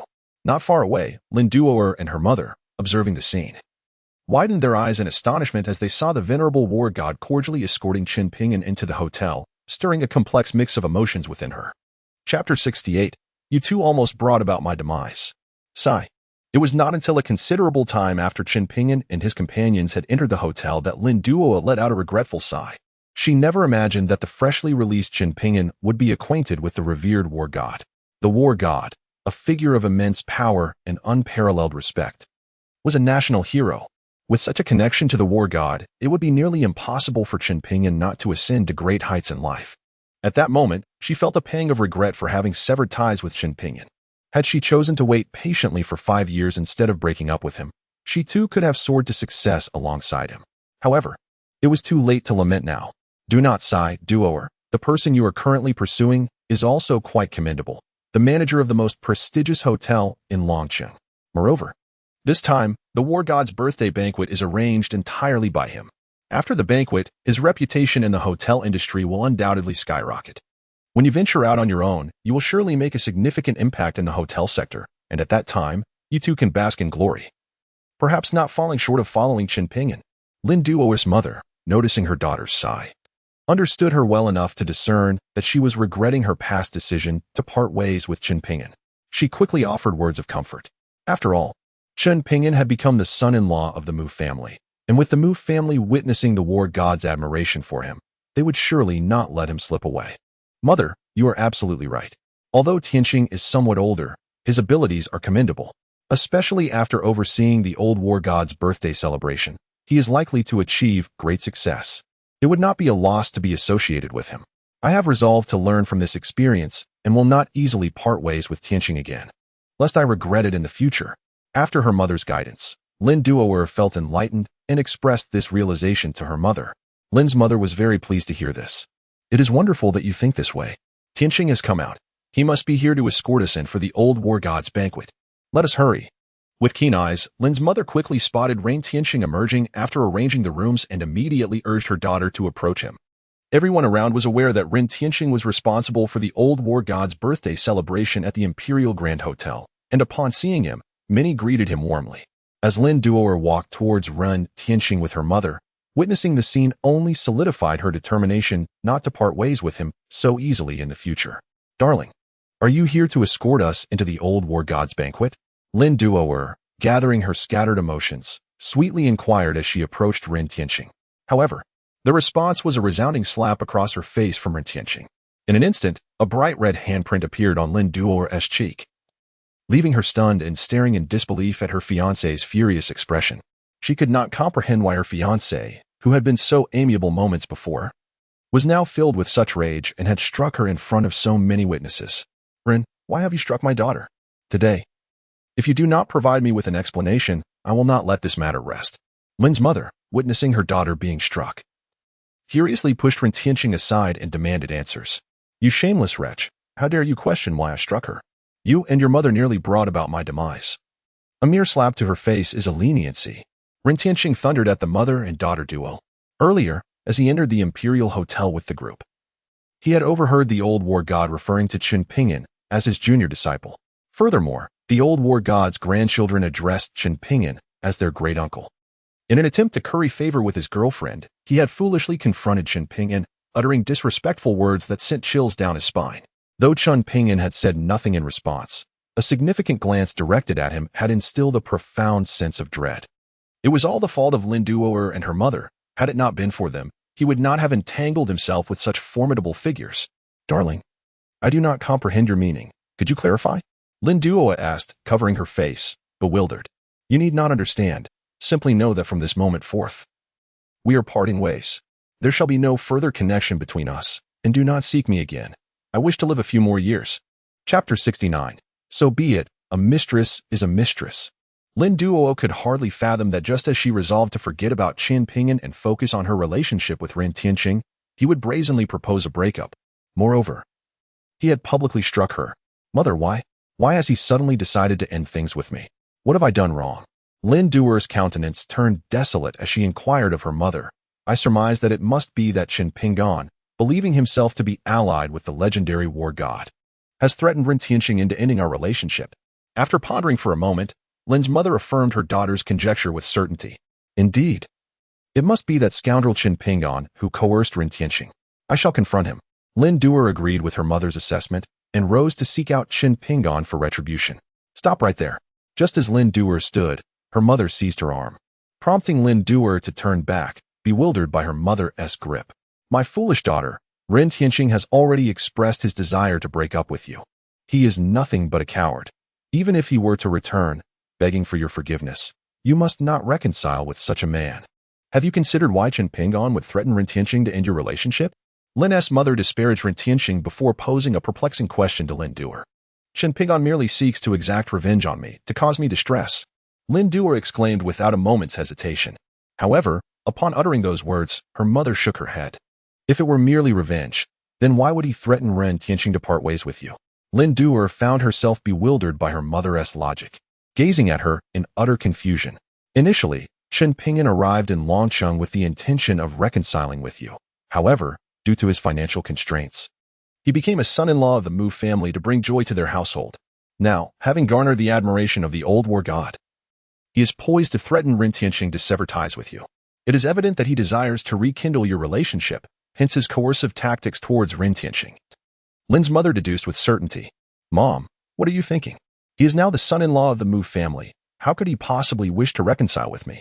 Lin Duo was taken aback by her mother's peculiar thoughts and shot her a disapproving glance. You fail to comprehend, my dear. Although he is now a son-in-law of the Mu family, he has earned the esteem of the old war god, and his status has transformed significantly. He undoubtedly wishes to maintain a faade of marital fidelity at home while indulging in affairs outside, Lin's mother asserted confidently. Drawing from her extensive experience dealing with men throughout her life, does Chen Pingon wish to keep me as his mistress? That is inconceivable, based on my understanding of him. He would never entertain such an idea. Lin Duo exclaimed, startled by her mother's analysis. You only know the man he was 5 years ago. There is no cat in this world that refrains from straying. Once a man acquires wealth and power, he often succumbs to corruption. Moreover, you are well aware of what he has experienced over the past 5 years. His mindset must have undoubtedly shifted. Lin's mother maintained her unwavering conviction. What should I do then? Lin Duo found herself swayed by her mother's resolute demeanor, starting to believe that Chen Pingon's threat to Ren Tianqing was indeed a desire to reconcile and secretly develop something further. My foolish daughter. Is there any need to ponder this?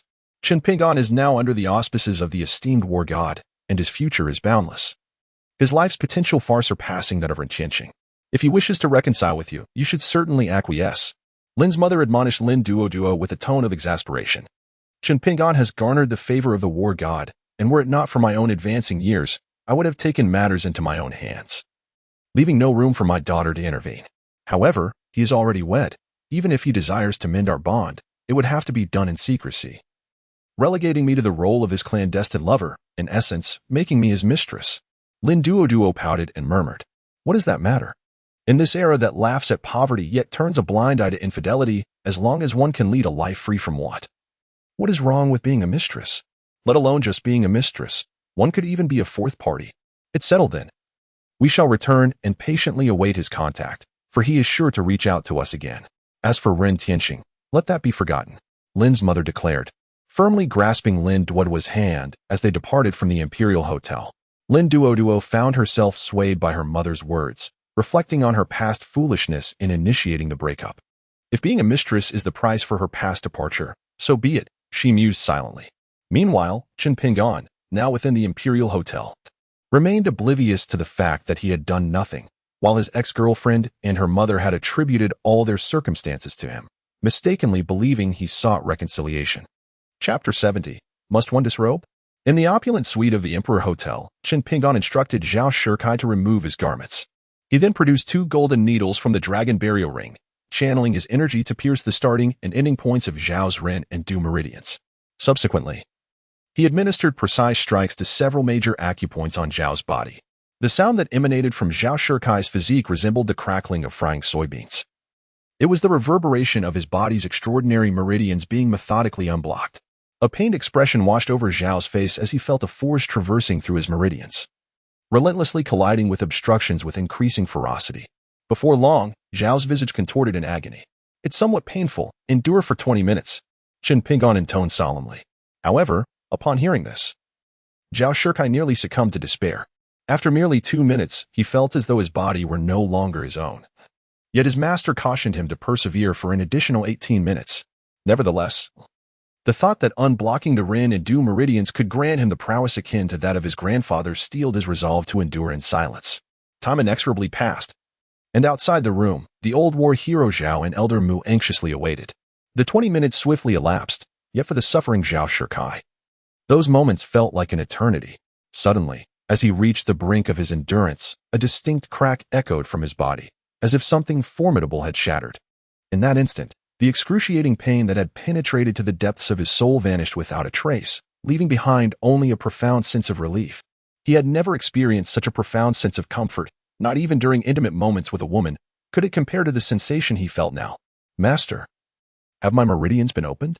Zhao Shikai inquired with a look of astonishment as he sensed the changes within his body.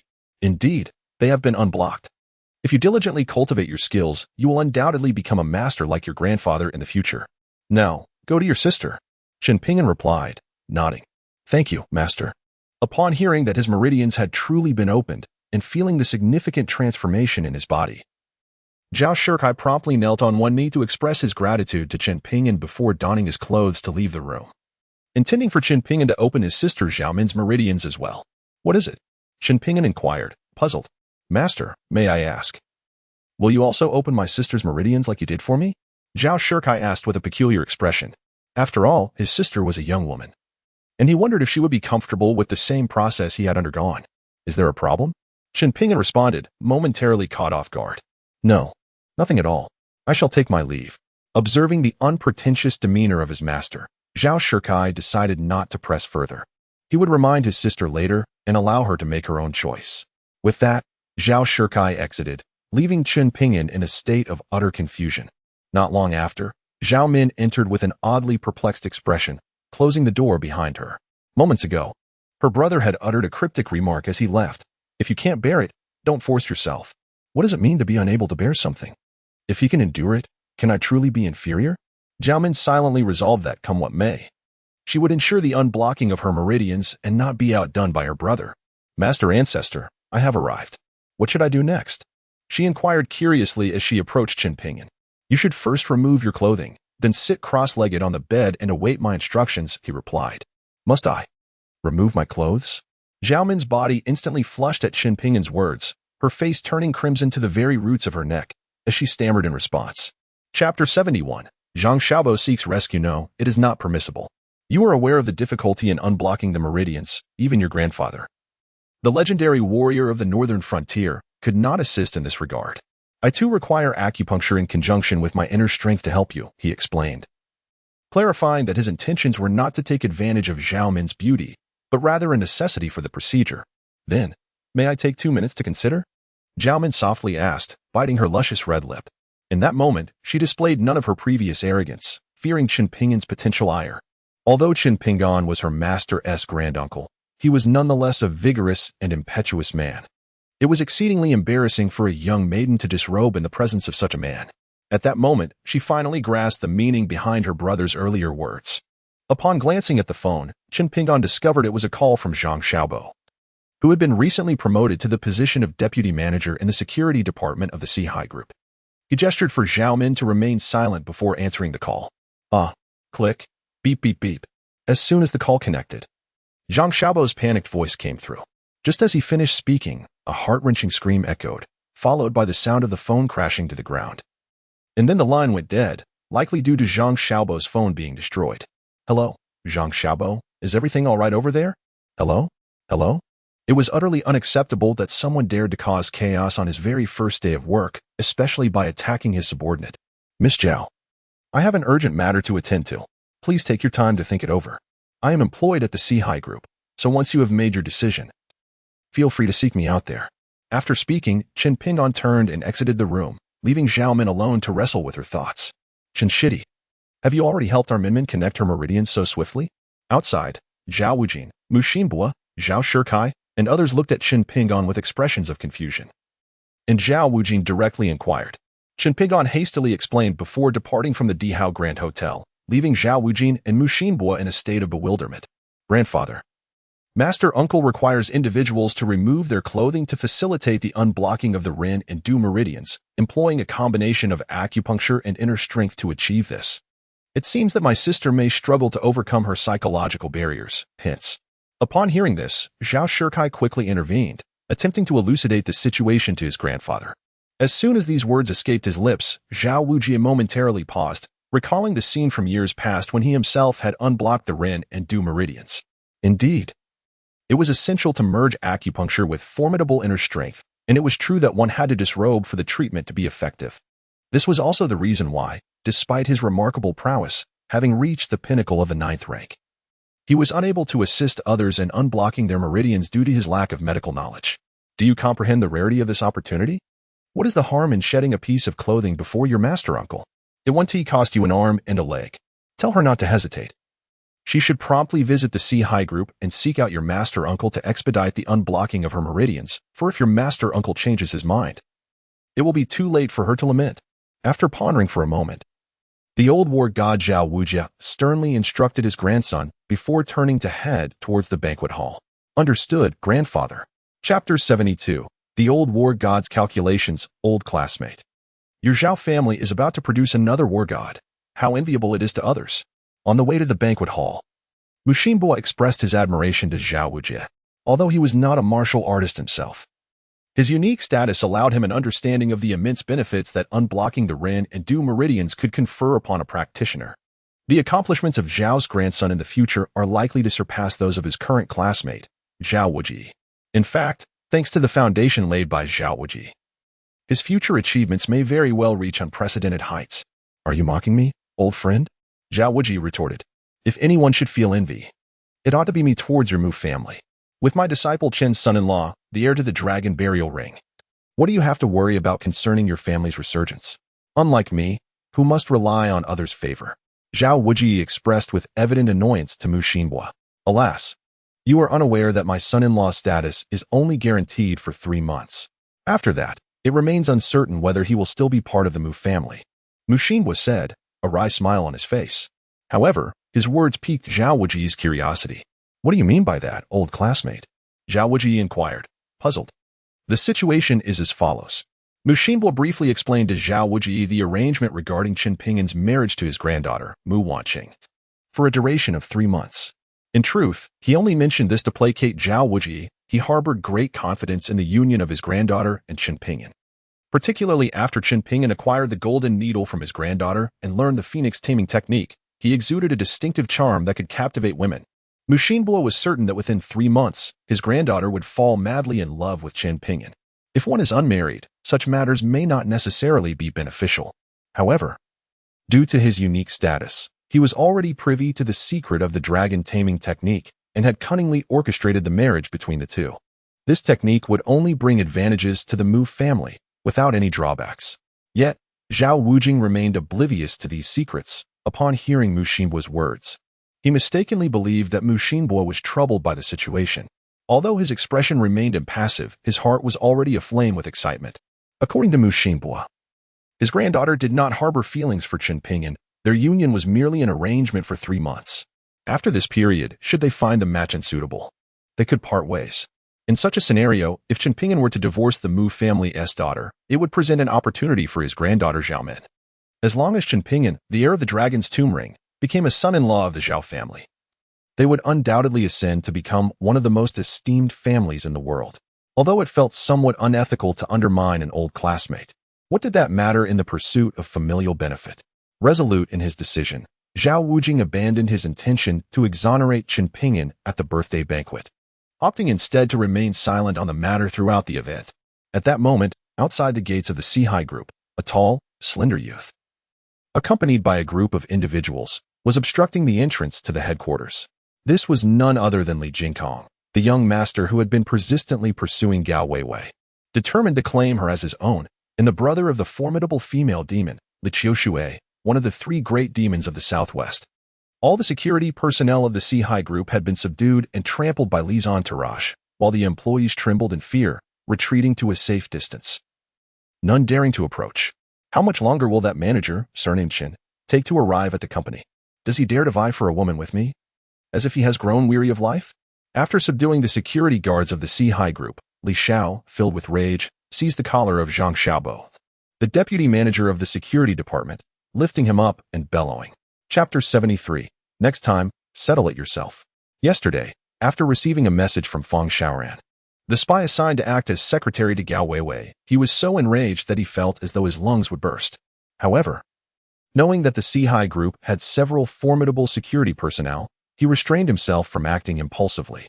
To his surprise, last night, those capable guards contacted him, informing him that they had been dismissed from the Sea group and encouraged him to pursue trouble with them. Initially, he suspected that they were merely toying with him. But after conducting a swift investigation, he confirmed the truth.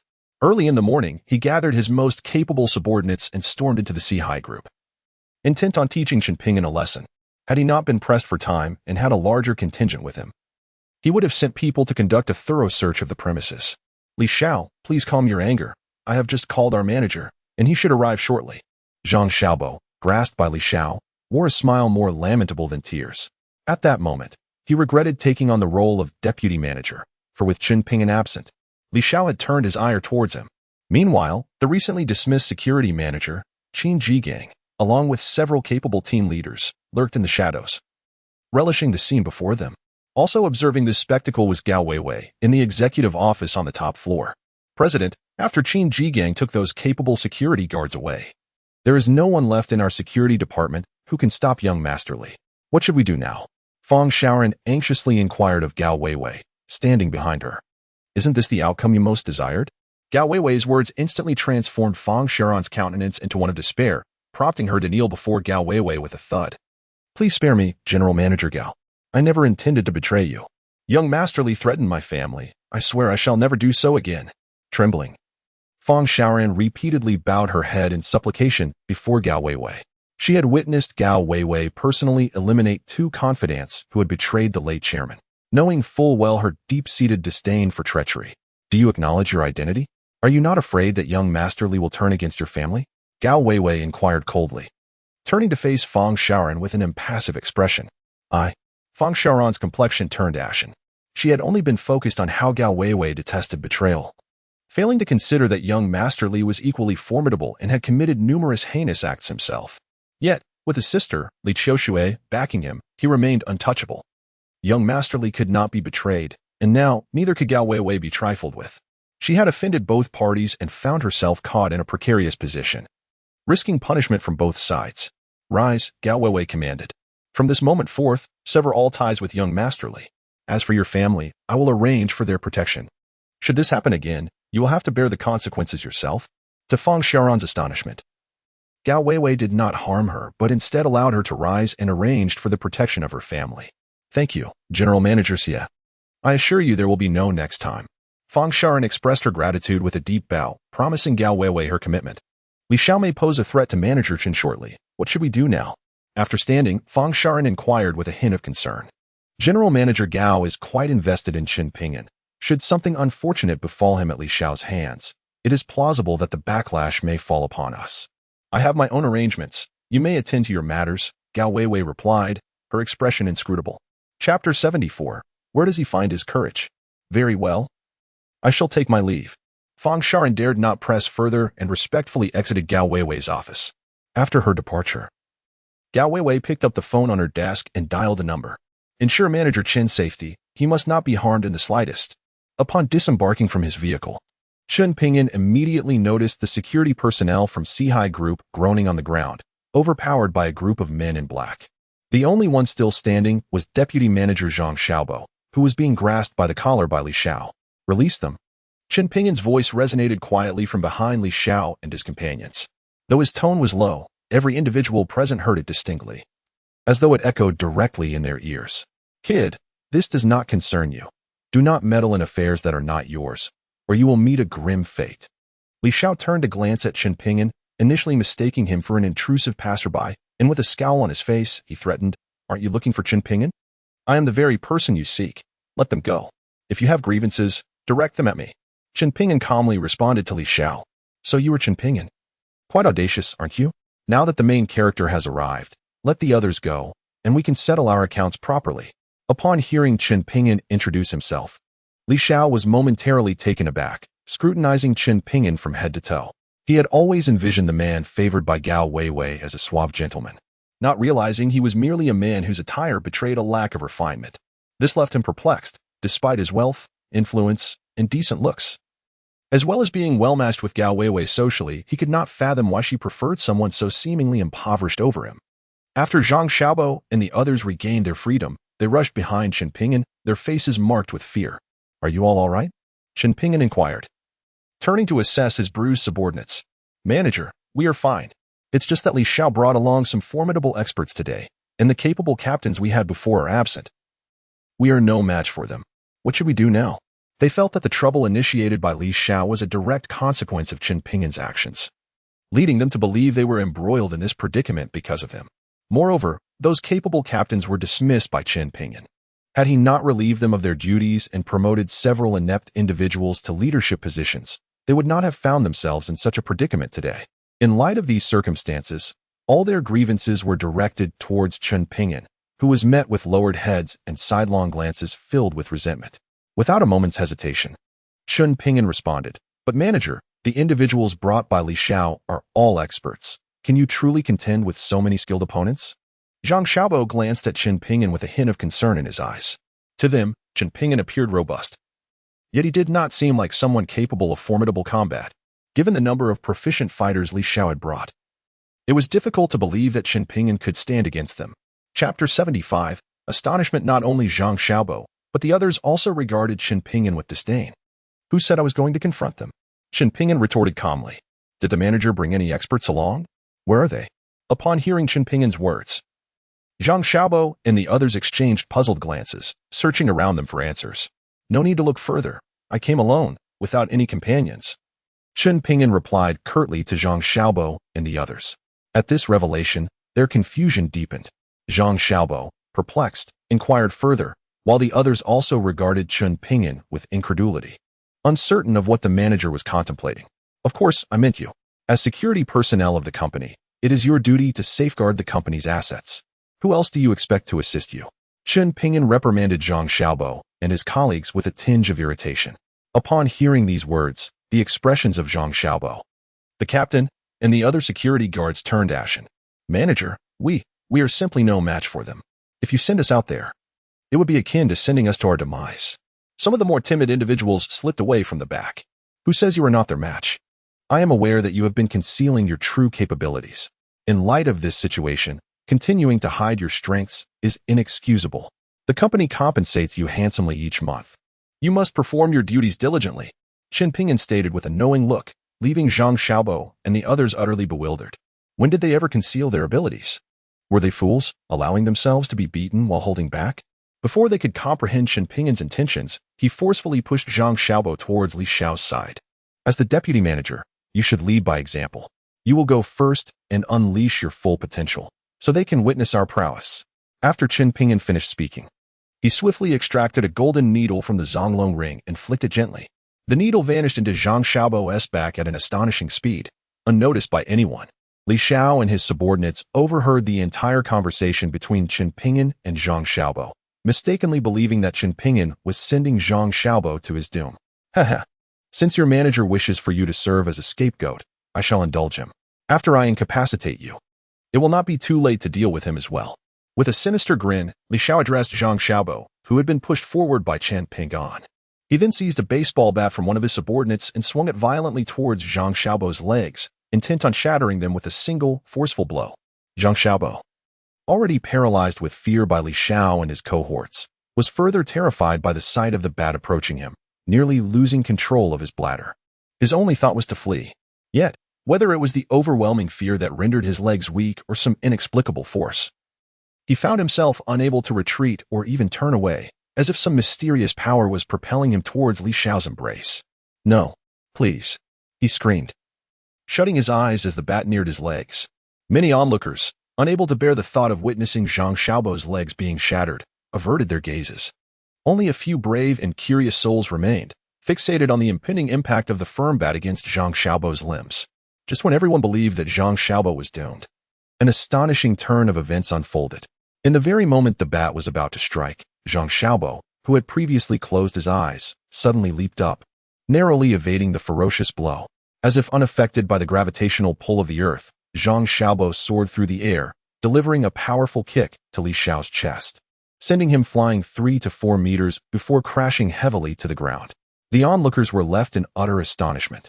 Could it be true, as the manager had just suggested, that the deputy manager Zhang Xiaobo had concealed his true capabilities? Their minds inevitably recalled Chen Ping'an's earlier remarks. Chapter 76. Vanquishing these scoundrels, not only were the spectators taken aback by Zhang Xiaobo's actions, but even he himself felt as though he had encountered the supernatural. The moment his body leapt into the air, his eyes widened in disbelief, watching in horror as his body, seemingly beyond his control, launched a fierce counterattack against Li Xiao. Had this body not belonged to him, he might have assumed, like everyone else, that he had been concealing his strength all along. Yet he knew all too well that he possessed no such power to begin with. Where could any hidden strength come from? The retaliation against Li Xiao was not his intention. Rather, he was being manipulated by an inexplicable force, executing actions that filled him with dread. Among the crowd, only Chen Ping'an remained composed. For he was the one orchestrating this entire scenario from the shadows. Zhang Xiaobo's sudden display of prowess was a result of the puppet technique from the Nine Dragons medical canon, while others employed fine threads to control their puppets discreetly. His method relied on an extraordinary internal energy complemented by golden needles, so subtle that even ordinary individuals and most martial artists would remain oblivious to it. At this moment, Zhang Xiaobo's body had been entirely commandeered by him. Alas, the pain is excruciating. This rascal dares to play the fool while concealing his true strength. Let us unite and vanquish him. Should anything go awry, I, Li Jingkong, shall take full responsibility. Li Xiao, disoriented and reeling, bellowed at his subordinates before he could even regain his footing. If even Li Xiao can be provoked, this wretch is courting death. Let us eliminate him. Upon receiving the command, Li Xiao's followers surged forth in a cacophony of fervor, intent on annihilating Zhang Xiaobo. Stricken with terror, Zhang Xiaobo stammered, Li Xiao, I swear, this is not my doing. Spare me. Yet, his body betrayed him, moving contrary to his pleading thoughts as he charged recklessly toward Li Xiao's henchmen. The foremost lackey barely had time to swing the steel pipe in his grasp before Zhang Xiaobo's fist collided with his nose, rendering him unconscious. The second assailant, weapon raised, had not yet struck when Zhang Xiaobo delivered a swift kick that sent the weapon flying into his comrades behind him, toppling them like dominoes. Zhang Xiaobo moved through the throng as a wolf among sheep, leaving none capable of standing against him, all falling before his might.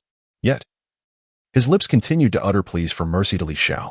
This spectacle left Li Xiao utterly astounded. He initially believed Zhang Xiaobo was merely toying with him. Well done, Zhang Xiaobo. Wipe out these scoundrels. Chen Ping'an rallied, encouraging Zhang Xiaobo in his valiant endeavor. The security personnel shared a common sentiment with Li Xiao, initially believing that Zhang Xiaobo was concealing his true capabilities. With the arrival of manager Chen Ping'an, they thought he aimed to impress and thus chose to reveal his extraordinary prowess. The guards felt a surge of exhilaration, with Chen Ping'an leading the charge. They rallied behind Zhang Xiaobo, cheering him on. Zhang is formidable. Zhang is valiant. Zhang, strike harder, eliminate these scoundrels. Zhang Xiaobo, who had initially appeared terrified, gradually found his composure as he swiftly dispatched several adversaries.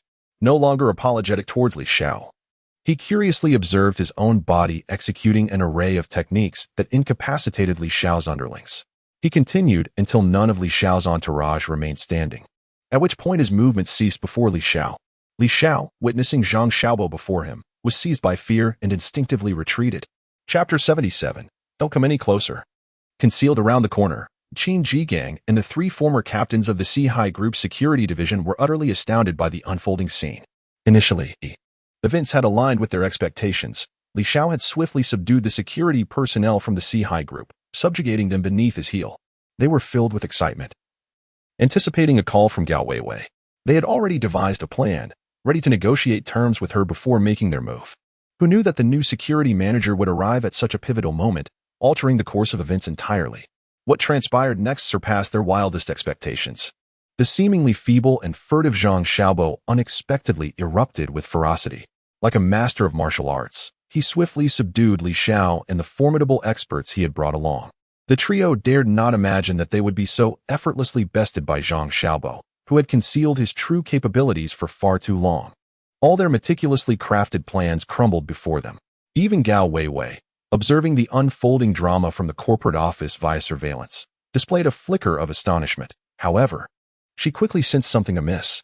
Throughout the ordeal, Zhang Xiaobo's demeanor was marked by acute tension, bordering on terror, entirely inconsistent with that of a concealed expert.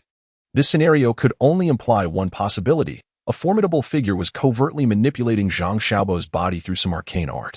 As this realization struck her, she recalled her earlier phone call to the shadow.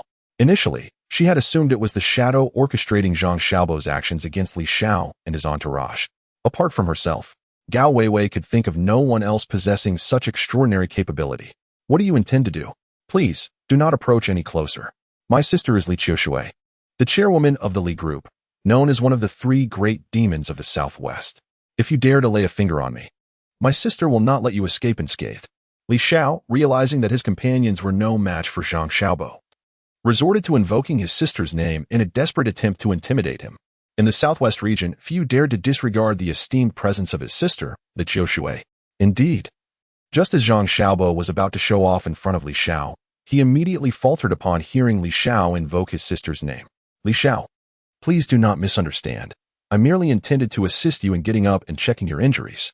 Zhang Xiaobo exclaimed, bending down to help the terrified Zhang Xiaobo, who lay on the ground gazing up at him. However, upon witnessing Zhang Xiaobo's actions, Li Xiao recalled how, moments ago, Zhang Xiaobo had simultaneously apologized while fiercely berating his subordinates. Fearing a repeat of such audacity, he swiftly sprang to his feet. Do not approach me. I do not require your assistance. I can rise on my own. After regaining his footing, Li Xiao promptly concealed himself behind his entourage. Aside from his sister, it was the first time he encountered someone so formidable. In less than 2 minutes, the elite group he had brought along was utterly vanquished, truly terrifying. Chapter 78, Li Xiao's Humiliation and Retreat. Vice Manager Li, you performed admirably this time. I will apply for a bonus for you this month. Chen Pinggan remarked to Zhang Xiaobo, his expression laden with significance. Upon hearing Chen Pinggan's words and reflecting on his prior actions, along with Zhang Xiaobo's inexplicably newfound prowess, a sudden realization dawned upon him that perhaps manager Chen Pinggan was orchestrating events behind the scenes. Otherwise, Chen Pinggan would not have alluded to Zhang Xiaobo's concealed strength with such enigmatic remarks. Manager, was it you just now? Zhang Xiaobo intended to inquire whether Chen Pinggan had been secretly assisting him, but before he could finish his sentence, Chen Pinggan silenced him with a mere glance. Having previously been wrongfully imprisoned, Chen Pinggan believed that his past high-profile demeanor had antagonized others, leading to his downfall. Although he had since acquired remarkable skills, he was acutely aware that there might be even more formidable individuals in this world. With the painful lessons of his past etched in his memory, Chen Pinggan understood that discretion was the true path to success. Therefore, he preferred not to showcase his abilities or draw attention to himself unnecessarily. Zhang Xiaobo, inherently cunning and opportunistic, reacted swiftly. Upon perceiving Chen Pinggan's gaze, he promptly fell silent. Grateful for Manager Ste's mentorship, Zhang Xiaobo quickly altered his demeanor, bowing in thanks to Chen Pinggan. From Chen Pinggan's admonishing look, he grasped that the recent events were orchestrated by the new manager. Initially, after work last night, colleagues had speculated that the newly appointed manager had secured his position in the security department through dubious connections with General Gao, labeling him a mere opportunist. However, it now appeared that the reality was far from the rumors. The current manager was, in fact, a concealed expert. It was even conceivable that he possessed extraordinary talents akin to those remarkable figures found in novels, which would aptly explain the recent occurrences. Chen Pinggan nodded appreciatively, pleased with Zhang Xiaobo's prompt understanding. It appears that entrusting the security department to Zhang Xiaobo for management and nurturing a couple of skilled individuals to handle situations like today's could allow one to aspire to be a hands-off manager in the future. Chen Pinggan approached Li Xiao and coldly inquired, "Who are you, and why do you trouble this manager?" Li Xiao retorted, "Our manager is inquiring of you. Are you deaf or mute? How dare you touch my woman and still question my motives?" He continued, "Gao Weiwei is a woman coveted by Li Jingkong. You would do well to keep your distance and refrain from harboring any improper intentions towards her, or else you shall meet a most unfortunate end, I swear." With that, Li Xiao, realizing the presence of the formidable Zhang Xiaobo beside Chen Pinggan, understood that his small entourage would gain him no advantage. Continuing the altercation would only lead to further humiliation. He cast a fierce glare at Chen Pinggan, uttered a few harsh words, and then summoned his battered subordinates to depart. Chen Pinggan made no attempt to stop them. After Li Xiao and his group left, other security personnel and some employees from the Sihai group quickly surrounded Zhang Xiaobo, offering warm inquiries and deep concern for his well-being. Those security guards who had previously suffered at the hands of Li Xiao expressed profound gratitude to Zhang Xiaobo for avenging them. Chapter 79. May I accompany you? Everyone. This is truly the manager's achievement. It is thanks to the manager's adept leadership and encouragement that I was able to unleash my potential and drive Li Xiao and his associates away. If you wish to express your gratitude, direct it towards the manager. However, everyone in the security department was aware that Zhang Xiaobo was quite a shrewd individual. Upon hearing his words, they assumed that he was merely deflecting praise onto his superior, Chen Pinggan, in an attempt to curry favor with the manager. Consequently, they all echoed Zhang Xiaobo's sentiments and turned to express their gratitude to Chen Pinggan.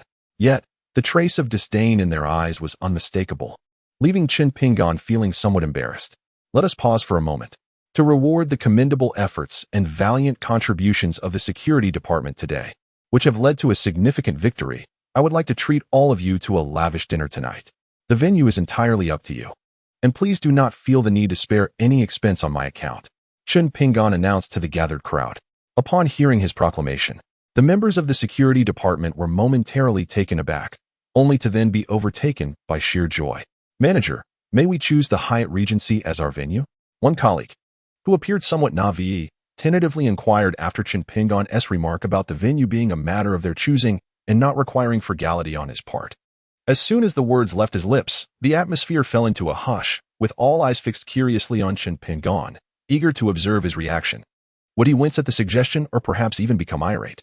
In Longqing, the Hyatt Regency is the second largest hotel, surpassed only by the Imperial Hotel. And it is rumored that a single meal there could easily exceed 10,000 yuan. The colleague refrained from suggesting the Imperial Hotel, having learned that the esteemed veteran warrior was hosting a birthday banquet at the Imperial Hotel today, which had been entirely reserved. Thus, Hyatt Regency was his only option. Zhang Xiaobo promptly approached the colleague, delivering a playful slap to the back of his head. How outrageous! Is there such a manager as you? Zhang Xiaobo admonished his colleague. Do you think this company is owned by the manager? Going to such an expensive hotel with our large group, including those working the evening and night shifts, at least 4 or 5 tables, this meal would consume months of the manager's salary. Zhang Xiaobo felt a sense of resentment. It was only because of Chen Pinggan's arrival that he had the opportunity to become the deputy manager. Chen Pinggan had allowed him to shine earlier, and he felt an involuntary inclination to defend Chen Pinggan's interests. But the manager himself said we could choose the location. Do you dare to retort? Seeing his naive colleague challenge him, Zhang Xiaobo felt the urge to slap him on the back of the head. Xiaobo, what are you doing? It's just the Hyatt Hotel. What's the big deal? Tonight, we shall celebrate at the Hyatt. Chen Pinggan quickly intervened, adding, those with family can bring them along for a lively gathering. Upon hearing this, Zhang Xiaobo gasped in surprise. This manager is incredibly generous. Many of us have family with us. Doesn't that mean tonight will cost at least a year's salary for the manager? What he was unaware of was that even if they dined at the Hyatt for an entire year, it would not deplete Chen Pinggan's resources. Long live the manager. Manager, I adore you. Manager, we all adore you. Upon hearing that tonight's grand feast will be held at the Hyatt Hotel and that family members are welcome, all the security personnel erupted in cheers. They were indifferent to the cost of the meal.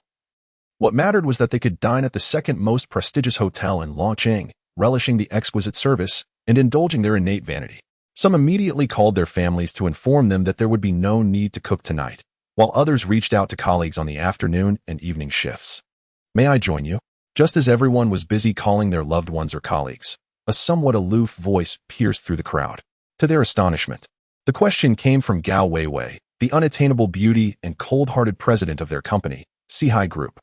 Was it truly possible that the usually lofty and imperious president desired to dine with them? It felt as though the sun had risen in the west. Everyone stared at Gao Weiwei, convinced they had misheard. What, am I not welcome to join you? With a smile, she approached Chen Pinggan, playfully inquiring. Her smile seemed to melt the ice and snow, ushering in the spring breeze and a blooming array of flowers, leaving everyone momentarily spellbound once again. Truly, she was worthy of being mentioned alongside Mu Wanqing, Qin Xiu, and Li Qiushui, the 4 renowned beauties of Longqing. Her smile was so enchanting, so healing. You are the president. If you wish to go, then go. I have not bound your legs. Chen Pinggan's indifferent tone made everyone break into a cold sweat on his behalf. He is indeed the notorious autocratic president of the Sihai Group. How could Manager Chen dare to speak to him in such a tone? The rumors were evidently accurate. Manager Chen and President Gao must have something intimate going on. The gazes of the onlookers towards Chen Pinggan were filled with admiration.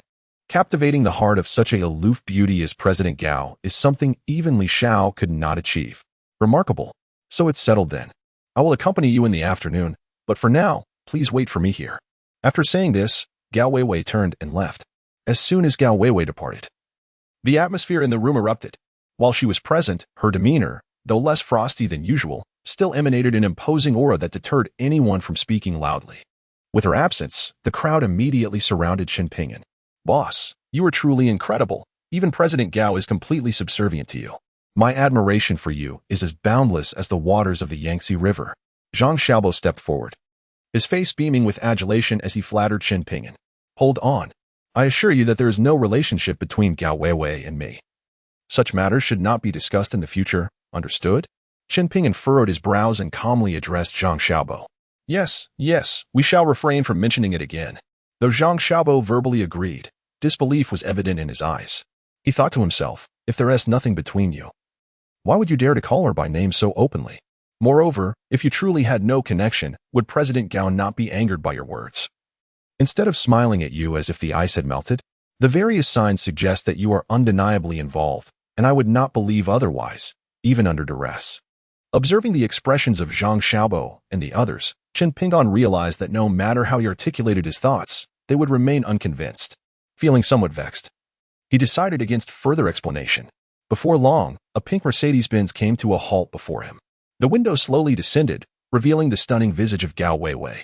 "Get in," she called out to Chen Pingyan with gentle insistence. "What do you mean by get in?" Chen Pingyan replied, his demeanor remaining as aloof as ever. Gao Weiwei understood that Chen Pingyan harbored resentment towards her, yet she remained unfazed by his attitude, greeting him with a warm smile. "Your clothing appears quite worn. Allow me to take you shopping for some new outfits. Otherwise, when we arrive at the Hyatt this afternoon, they might mistake you for a beggar and deny you entry." Gao Weiwei remarked, gesturing toward Chen Pingyan's attire. Seeing his outdated clothing, she assumed he had recently been released from incarceration and lacked funds, which stirred her compassion. "No need. I find my attire perfectly suitable. You need not worry about it, Miss Gao." Chen Pingyan promptly declined her offer without a second thought. "As the manager of our company's security department, your shabby appearance tarnishes our corporate image. I am considering the company's interest here. You must go. Or you can forget about your job altogether. I will support you from now on." Gao Weiwei's words were abruptly silenced by Chen Pingyan's hand covering her mouth. However, he was a moment too late, as everyone around had heard both the appropriate and inappropriate remarks. The security department's personnel regarded Chen Pingyan with peculiar expressions. The esteemed General Gao had even offered to support him, yet he maintained that he had no connection with her? What a deception. Chapter 81. Unyielding. Faced with the strange gazes of those around him, Chen Pingyan felt as though no amount of cleansing in the Yellow River could absolve him. Conversely, Gao Weiwei was entirely unfazed by the misunderstanding surrounding her and Chen Pingyan. In fact, witnessing Chen Pingyan's woeful countenance elicited a subtle smile from her, having been rendered speechless. She playfully arched her recently groomed eyebrows. "I am frightened of you. Do not speak recklessly again." Chen Pingyan, observing Gao Weiwei's antics, issued a resigned warning. Unable to articulate a response, she simply nodded, conveying her understanding through her eyes, prompting Chen Pingyan to release her exquisitely alluring lips. However, he did not yield to her and accompany her on a shopping trip for clothes. Instead, he turned his attention to Zhang Xiaobo. "Zhang Xiaobo, please fetch me several sets of security uniforms. As the manager of the security department, it is my duty to lead by example and don the work attire. General Gao, this surely will not tarnish the company's reputation?" After instructing Zhang Xiaobo, Chen Pingyan turned to Gao Weiwei, who sat coldly in the car, inquiring. Gao Weiwei appeared poised to respond, yet at that moment, her phone rang. Upon glancing at the caller ID, her expression swiftly reverted to its former haughtiness, and without hesitation, she answered the call. "Wu Xinjie is dead." A mechanical voice echoed from the phone. Though the voice was not loud, Chen Pingyan, standing beside Gao Weiwei, heard it distinctly, causing his brow to furrow. Just a few days prior, he had encountered Wu Xinjie, one of the three notorious figures of the Southwest, who appeared to be in good spirits. How could he have suddenly passed away in such a short span of time? Gao Weiwei, clutching her phone, paled dramatically before hastily ending the call. "Since you prefer not to dress so formally, do as you wish. Should you require assistance, my secretary can help you. I have pressing matters to attend to and must take my leave." Noticing Chen Pingyan's reluctance to accompany her in purchasing clothing, Gao Weiwei felt a twinge of disappointment. And with the unexpected phone call weighing on her, she pressed the accelerator and departed. As Gao Weiwei drove away, Chen Pingyan dismissed the matter from his mind. After all, people die every moment in this world, and it was not his concern. Regaining his composure, he turned to find the security team regarding him with peculiar expressions, prompting him to furrow his brow once more. Zhang Xiaobo, why are you still standing there? Hurry and fetch me some clothes, and bring them directly to my office. Chen Pingon said tersely. Yes, manager, I will get them for you right away. Zhang Xiaobo promptly turned to retrieve the garments for Chen Pingon. In less than 10 minutes, Zhang Xiaobo knocked on Chen Pingon's office door, carrying 2 sets of security uniforms. Upon entering, Chen Pingon noticed that not only Zhang Xiaobo had come. The 3 individuals he had promoted to captains the previous day accompanied him, each holding a uniform. Manager, here are the clothes you requested. We have brought a total of 4 sets. Zhang Xiaobo, with a grin, pointed at the clothes in their hands and remarked to Chen Pingon. Is it truly necessary for you to make such a grand effort for just a few outfits? Did all 4 of you really need to come together? Chen Pingon, caught between laughter and exasperation, inquired about the quartet. Besides Zhang Xiaobo, he had taken note of the names of the other 3 individuals the previous day. The tall, crew-cut fellow was named Lu Hang. The slender, artistic one was known as Zhang Shixian, and the last, possessing a rather naive expression, was called Wu Yong, though Chen Pingon found little bravery in him. Zhang Xiaobo, once again donning a bright smile, stepped closer to Chen Pingon and, with a hint of embarrassment, expressed, Manager, we came not only to deliver your clothes, but also to seek your guidance in some skills. Otherwise, we might struggle with our current duties. Upon hearing this, Wu Yong and the others nodded vigorously, like chicks pecking at grain, their enthusiasm palpable. Earlier, when Zhang Xiaobo went to fetch the garments for Chen Pingon, the 3 had eagerly pursued him, bombarding him with questions about when he had acquired such prowess, and why they had never noticed it before. Zhang Xiaobo shook his head, dismissing the notion of his newfound strength, and recounted the events, along with his suspicions that Chen Pingon might indeed be an extraordinary figure. The trio, familiar with Zhang Xiaobo's past as an ordinary individual like themselves, were astonished by his sudden display of valor, having effortlessly defeated Li Xiao and his skilled companions. In light of Chen Pingon's remarks prior to Zhang Xiaobo's appearance, they all found Zhang Xiaobo's analysis to be quite insightful. After a brief discussion, they approached Chen Pingon, seeking to learn martial arts from him. Chapter 82. Ancient Zhuang Fist. If you wish to learn martial arts, my requirements are exceedingly stringent. If you can meet them, I shall consent to teach you. Chen Pingon was not particularly surprised by Zhang Xiaobo's words. Rest assured, manager, we will certainly adhere to the rules you establish. After Zhang Xiaobo finished speaking, the other 3 nodded in agreement. Then let us proceed. Chen Pingon said no more and rose to leave the office. Manager, where are we going? Zhang Xiaobo and the others inquired, following behind with curiosity. Since you have expressed a desire to learn martial arts, we are undoubtedly heading to our security department's training ground. Upon hearing that Chen Pingon intended to instruct them at the training ground, Zhang Xiaobo and the others displayed expressions of delight and hurried to keep up. Soon, they arrived at the training ground, where several security personnel from the afternoon and evening shifts were engaged in physical training. Zhang Xiaobo, assuming his role as deputy manager, promptly dismissed them. Ultimately, only the 5 of them remained in the training area. Listen carefully, for today I shall teach you a set of ancient Zhuang Fist techniques. This martial art is immensely powerful, rivaling even the ancient Thai boxing, and is said to have evolved from it. Once you have mastered it, do not misuse this power to bully the weak or commit wrongdoing. Otherwise, I shall personally intervene to incapacitate you. Chen Pingon warned Zhang Xiaobo and the others with a grave expression. Rest assured, esteemed manager, that after mastering our martial arts, we shall never resort to bullying the weak, nor will we misuse our skills for nefarious purposes. Should such an occurrence arise, I would rather render myself incapable than require your intervention. Zhang Xiaobo declared emphatically to Chen Pingon. The other 3 echoed Zhang Xiaobo's assurances. Chen Pingon nodded with satisfaction. He held a considerable trust in the words of the 3 captains, yet he harbored reservations about Zhang Xiaobo, based on his understanding of individuals like Zhang Xiaobo. Such fervent declarations often masked uncertainty regarding true capability. Nevertheless, those of his ilk tend to possess commendable operational skills, provided their actions do not breach fundamental ethical boundaries. Subsequently, Chen Pingon imparted a form of ancient martial art, the Guzhuang Quan, which surpassed even the formidable Gu Tai Quan in power. The adage states that profound knowledge should not be shared lightly. Thus, he was reluctant to pass on the teachings bestowed upon him by his master, adhering to the traditions of their lineage.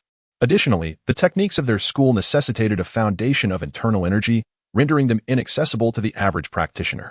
Upon witnessing Qin Pingan demonstrate the Guzhuang Quan before them, Zhang Xiaobo and the others were left in awe, their expressions reflecting a hint of trepidation.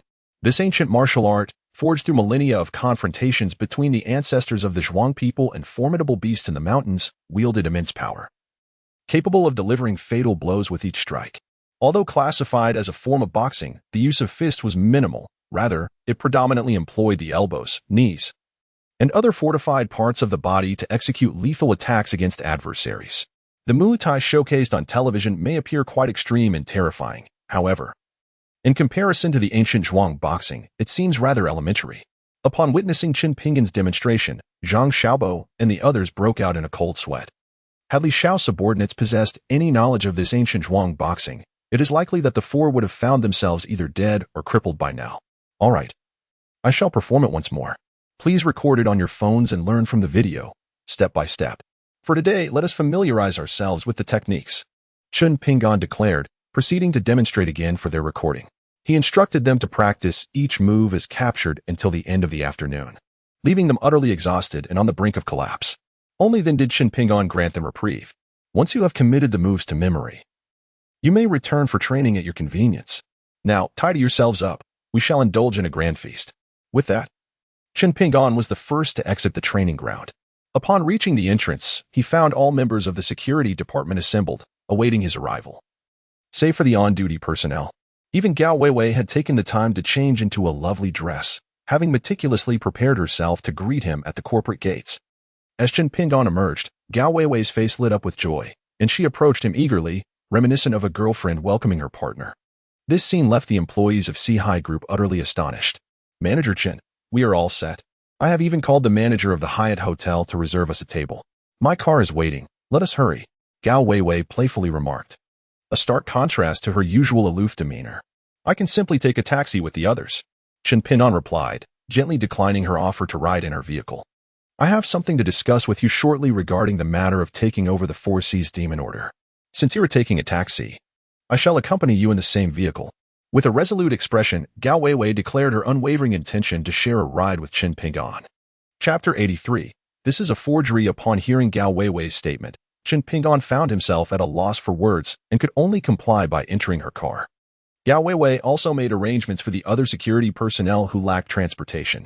A grand convoy of over 20 vehicles made its way toward the Hyatt Hotel in a magnificent procession. Feel free to speak your mind.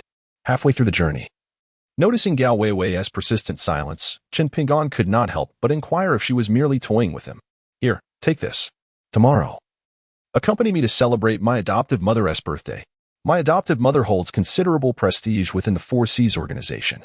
And if you wish to smoothly assume control of the Four Seas Demon Order, her approval is essential. She has a penchant for collecting antiques, much like the gentleman of old, and has long coveted the Lantingi Su. What you hold within this box is the authentic Lantingi Su.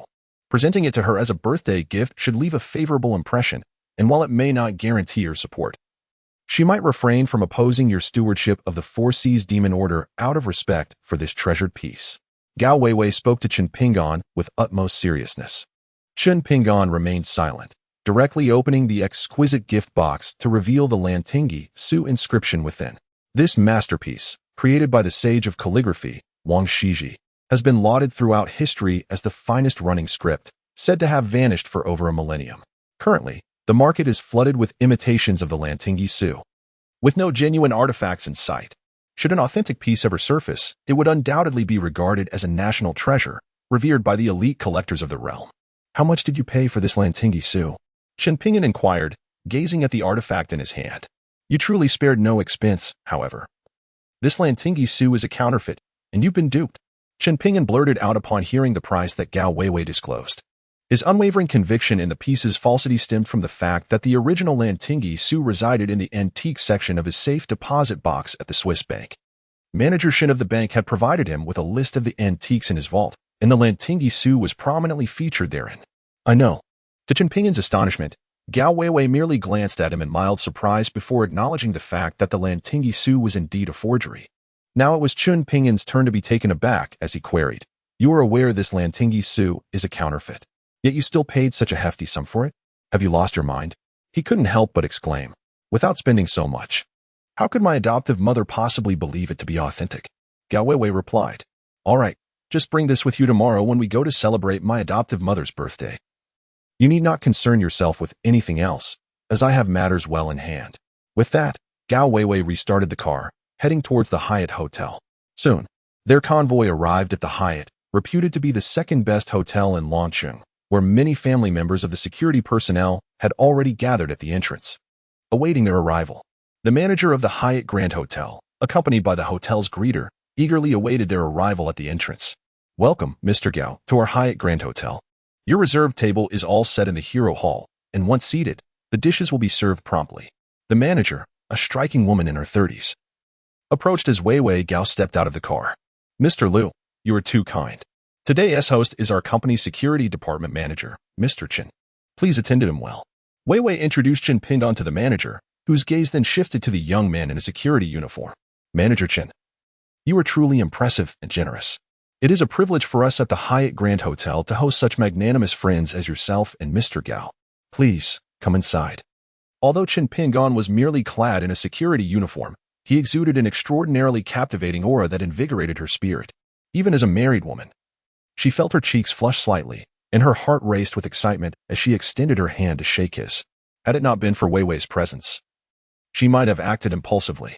While the compensation at Sea Group is above average, the Hyatt Grand Hotel stands as one of the most luxurious establishments, second only to the Imperial Grand Hotel. Many, especially their family members, had never had the opportunity to experience the opulence of such a venue, and they were left in awe upon entering. Chapter 84. The Four Great Beauties. Though Chen Pingdong was a newly appointed manager, he immediately promoted newcomers and hosted a lavish banquet at a splendid high-end hotel, allowing family members to join. Consequently, the security department harbored no animosity towards him. Under the guidance of Zhang Xiaobo and others, the attendees frequently raised their glasses to toast and ingratiate themselves with Chen Pingdong. Zhang Xiaobo, Lu Hang, and Zhang Shixian offered to shield him from alcohol, but Chen Pingdong graciously declined their assistance. He accepted glass after glass of potent liquor, embracing every toast. Even the lady seated beside him, Gao Weiwei, began to express concern for his well-being, while Chen Pingdong and the security team reveled in their drinking atop the Hyatt Hotel. In a tea room sat a woman in her 30s, exuding charm as she held a cigarette in one hand while preparing tea. Beside her stood an elderly man. "Miss," he respectfully reported, "today in Longcheng, there are 3 significant events. The legendary warrior Zhao Wuji is hosting a birthday banquet at the Dihao Hotel, attended by not only underworld figures but also all the prominent families. The second event is the sudden demise of Wu Xinjia, who was reported to have succumbed to a cerebral infarction. The third matter involves the young master, who has once again stirred trouble at the Sea Group, bringing a considerable entourage only to end up in a most disgraceful retreat. This woman, renowned alongside Wu Xinjie and Chen Changxing, was known as Li Qiushui, one of the 3 formidable demons of the Southwest. Alongside Mu Wanqing, Qin Shiyu, and Gao Weiwei, she was also celebrated as one of the 4 great beauties of Longcheng, adorned with numerous titles. One of the prominent figures in Dragon City. Have you ascertained why the old war god chose to hold his birthday banquet here? Upon hearing the elder's words, Li Qiushui parted her crimson lips, her voice akin to that of a lark, melodious and captivating. "What are your thoughts on Wu Xingjia's demise?" Li Qiushui did not linger on the first question. She gently exhaled a puff of smoke and directly posed her next inquiry.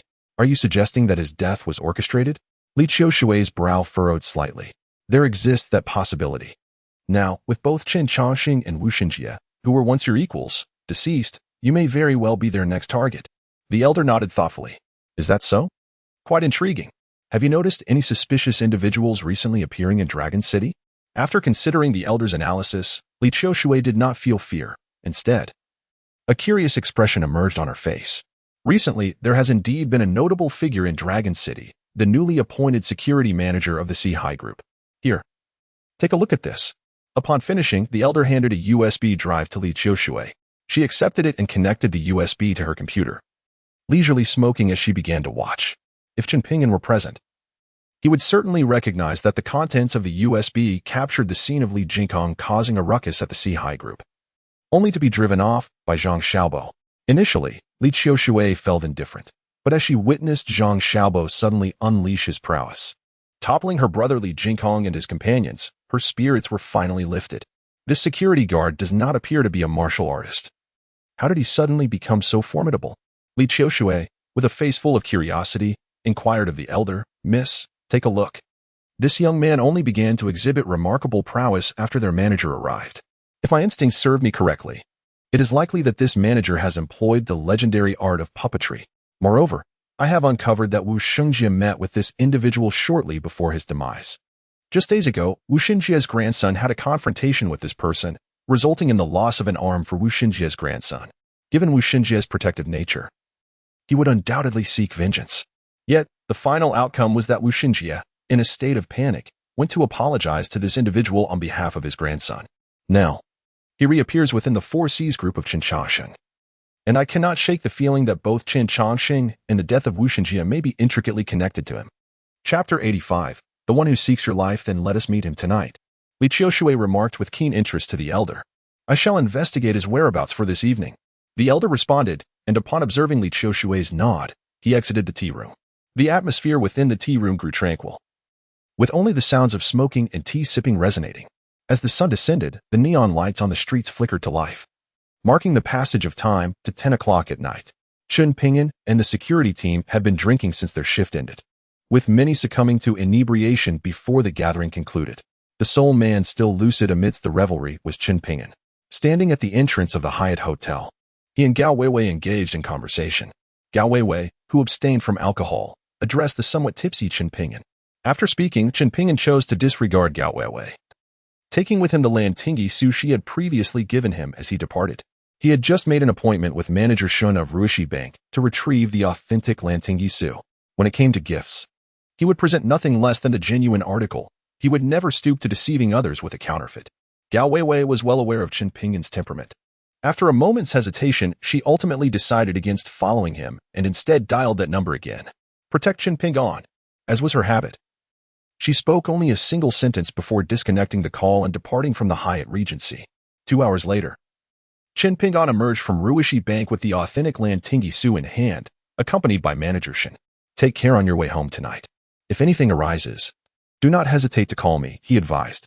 Chen Pingyan mentioned he still had matters to attend to, prompting manager Shun to refrain from further conversation and drive away.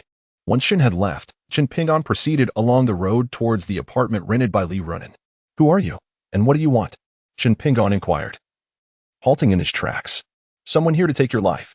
A voice, dripping with seduction, reached Chen Pingyan's ears. No sooner had the words left her lips than the slender figure across from him sprang into action. Her movements were swift and deliberate, as she lunged forward with her sword aimed directly at Chen Pingyan's throat. Yet, Chen Pingyan stood frozen, seemingly paralyzed by the sudden turn of events. Uncle Zhong had mentioned that this young man was formidable, having slain both Wu Shenjie and Chen Changxing, his equals. Why then did he seem utterly defenseless, incapable even of evading the attack? The woman, observing his lack of response, felt a twinge of confusion in her heart. In an instant, her long sword was poised before Chen Pingyan's throat, seemingly ready to pierce it. Suddenly, a faint sound of slicing air emerged from the side, and two gleaming throwing knives flew forth. One deftly deflected the sword that was about to strike Chen Pingyan's throat, while the other aimed directly at the woman's neck. Startled, she immediately abandoned her target and retreated explosively. At that moment, a shadow appeared as if conjured from thin air, standing protectively in front of Chen Pingyan. Shadow, is that you?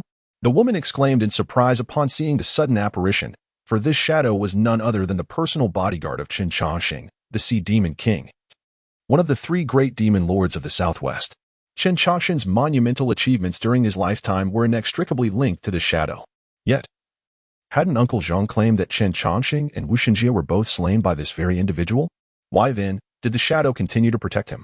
Chapter 86. Why do you betray me? He is my charge. You must depart at once, or you shall not escape my wrath. The voice of the shadow emerged, echoing with an electronic timbre, reminiscent of a machine. Humph, is that all you have? The woman scoffed disdainfully. With that, her long sword swung out once more. But this time her target was not Chen Pingyan, it was the shadow standing before him. Only by eliminating the shadow could she hope to vanquish Chen Pingyan.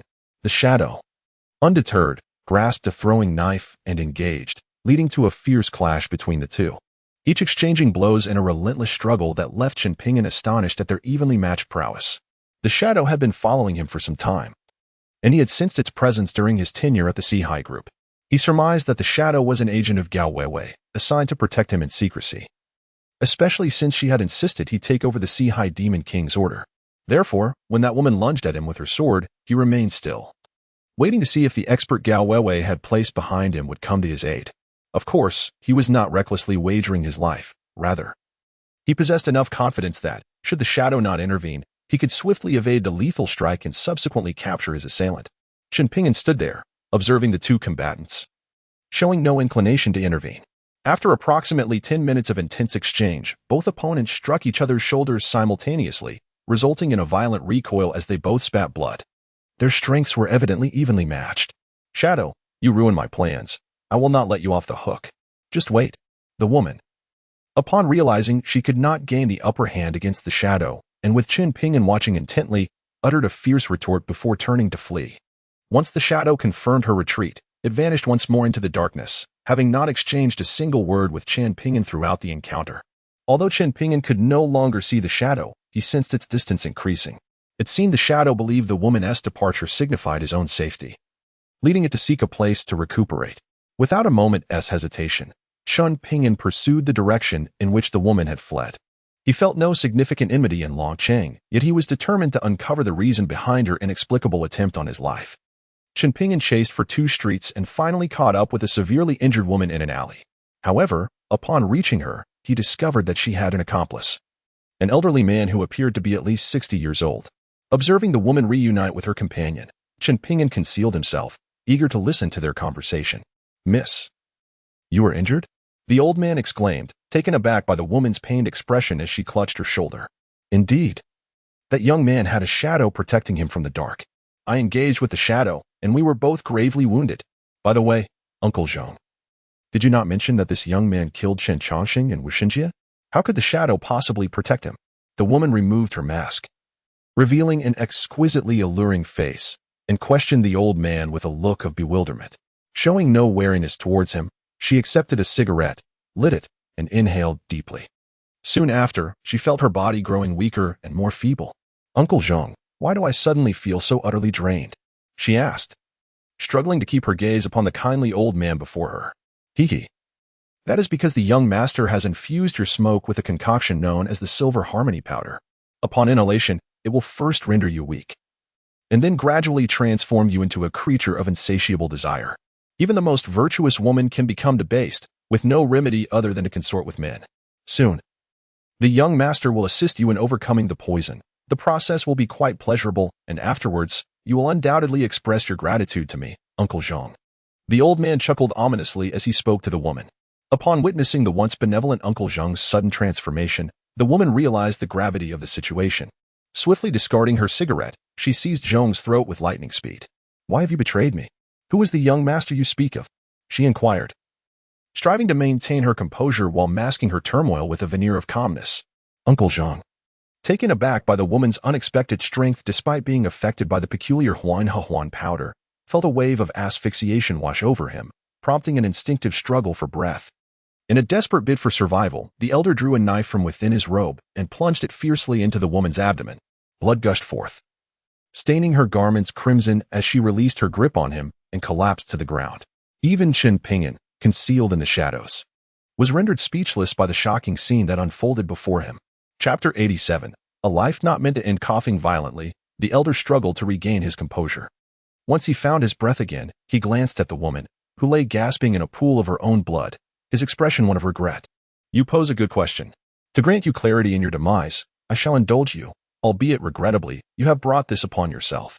Even under the influence of an aphrodisiac, you dare to demand my life. Thus, I have no choice but to respond accordingly." The elder's words plunged the woman into despair. "Impossible. The Uncle Zhong I know is not this man. You are deceiving me, are you not?" she gasped, her voice trembling, before she could utter another word. The elder struck once more, driving the blade into her once again. Her eyes widened in shock, her legs kicked out in a final struggle, and she succumbed to the darkness, unable to close her eyes. Having served the Li family for so many years without gaining anything, I have become nothing more than a mere servant, summoned at will. I have had enough. It is time for me to live for myself. If blame is to be assigned, let it fall upon your unfortunate fate," the old man proclaimed, wiping the blood from his blade onto the woman's body before rising and departing from the alley. Once the old man had vanished from sight, Chen Pingon approached the woman. From their earlier exchange, he discerned that this woman was none other than Li Qiushui, one of the 3 great demon lords of the Southwest. Her earlier intention to kill him had been orchestrated by others. Crouching before her, Chen Pingon checked for her breath and pulse. Though she no longer breathed, her pulse still faintly throbbed. "You were fortunate to encounter me. Your life is not yet forfeit," Chen Pingon murmured to himself, then pressed his index and middle fingers together, gently tapping along her body to seal her meridians using the acupressure techniques from the 9-dragon medical canon, staunching her bleeding. He then retrieved a gold needle from the dragon burial ring and inserted it into her shunting acupoint, first halting the loss of her life force before he lifted her from the alley and hailed a taxi. "Sir, to which hotel shall I take you?" The driver, noticing Chen Pingon cradling the motionless woman, failed to see the blood due to the dim street lights and assumed he was merely assisting a drunken woman in need of a hotel. "To Longguan Villa within 20 minutes, Chen Pingon replied with a solemn tone. The driver, upon hearing the destination, felt a twinge of confusion. Longguan Villa was renowned as the most expensive and luxurious residence in Dragon City. The driver scrutinized Chen Pingon, noticing the security uniform he wore, mistakenly assuming that Chen was merely a security guard for Longguan Villa. Chapter 88. The salary is indeed high. What are you staring at? Drive, Chen Pingon exclaimed, his temper flaring. In a moment of life and death, the driver seemed only concerned with scrutinizing him rather than promptly getting the vehicle in motion. "You're just a security guard. Why are you acting so tough? I won't take you anymore. Please exit the vehicle." The driver, feeling humiliated by being reprimanded by a mere guard, grew irate and insisted on ejecting Chen Pingon from the car. Taken aback by the driver's abruptness, Chen Pingon quickly deduced the reason for the refusal. He likely believed that a security guard had no right to speak to him in such a manner. Under normal circumstances, Chen would have been indifferent, but given the critical situation, with the woman in his arms gravely injured, every second counted. He could afford no more than 20 or 30 minutes. Beyond that, he could not guarantee her survival. Lacking the patience to engage in further dialogue, Chen Pingon struck the passenger seat from the back with a forceful palm. Previously, he had been able to flatten a van with a single blow. A mere chair in the front seat was no match for his strength. The seat was instantly crushed beneath his strike. Remarkably, he had restrained himself, employing less than a third of his full power. Otherwise, the vehicle's chassis would have been obliterated by his hand. Gulp. The driver, startled by Chen Pingon's display of strength, felt a shiver run down his spine and could not help but swallow hard. His eyes were filled with fear as he gazed at Chen Pingon. Was this truly the strength of a mere human? "Drive now. We must reach Longguan Villa within 15 minutes, or your fate will mirror that of this passenger seat," Chen Pingon remarked coolly. "Why, yes, I guarantee we will arrive at Longguan Villa within 15 minutes. The driver, wiping the cold sweat from his brow with a tissue, hastily accelerated. He thought to himself, it is no wonder this person is a security guard at Longguan Villa. Such authority is quite overwhelming. In a desperate bid for survival, the taxi driver pushed the speedometer to 150 kilometers per hour, running through over 20 traffic lights, ultimately arriving at the gates of Longguan Villa within the stipulated time. Fortunately, being an experienced driver familiar with the terrain of Longqing, coupled with the early hour when the roads were nearly devoid of traffic and pedestrians, enabled him to achieve the impossible. Upon disembarking, Chen Pingon transferred 100,000 yuan as fare. The notification of the transaction rang through. 100,000 yuan. This sum is designated for your vehicle repairs, fines for speeding and running red lights, the cost of retaking your driving test, and compensation for lost wages during the retraining period, he stated. As the driver stood in astonishment at the generous fare, given that the driver had recklessly run through 20 traffic lights, incurring a fine of 200 yuan for each. The total fines alone would amount to 4 or 5,000 yuan. With so many infractions, it was inevitable that his driving points would be exhausted, leading to the revocation of his license and the necessity of retaking the test. Chen Pingon never neglected those who assisted him, regardless of the coercive circumstances they found themselves in. Upon hearing Chen Pingon's words, the driver was taken aback, trembling all over. He had been frightened by Chen Pingon and had not even considered the possibility of being fined for running so many red lights. Now, reminded by Chen Pingon, he broke out in a cold sweat. Fortunately, the passenger had generously paid a substantial fare, leaving him not only unscathed but also with a profit of several thousand yuan. "Thank you, boss." The driver quickly expressed his gratitude to Chen Pingon, thinking to himself that it was no wonder he was a security guard at Longguan Villa. given the lucrative salary. Meanwhile, Chen Ping'an, carrying the woman, made his way to the entrance of Longquan Villa. It was only after he had opened the door and entered that the driver, beaming with joy, departed. This was Chen Ping'an's first visit to Longquan Villa.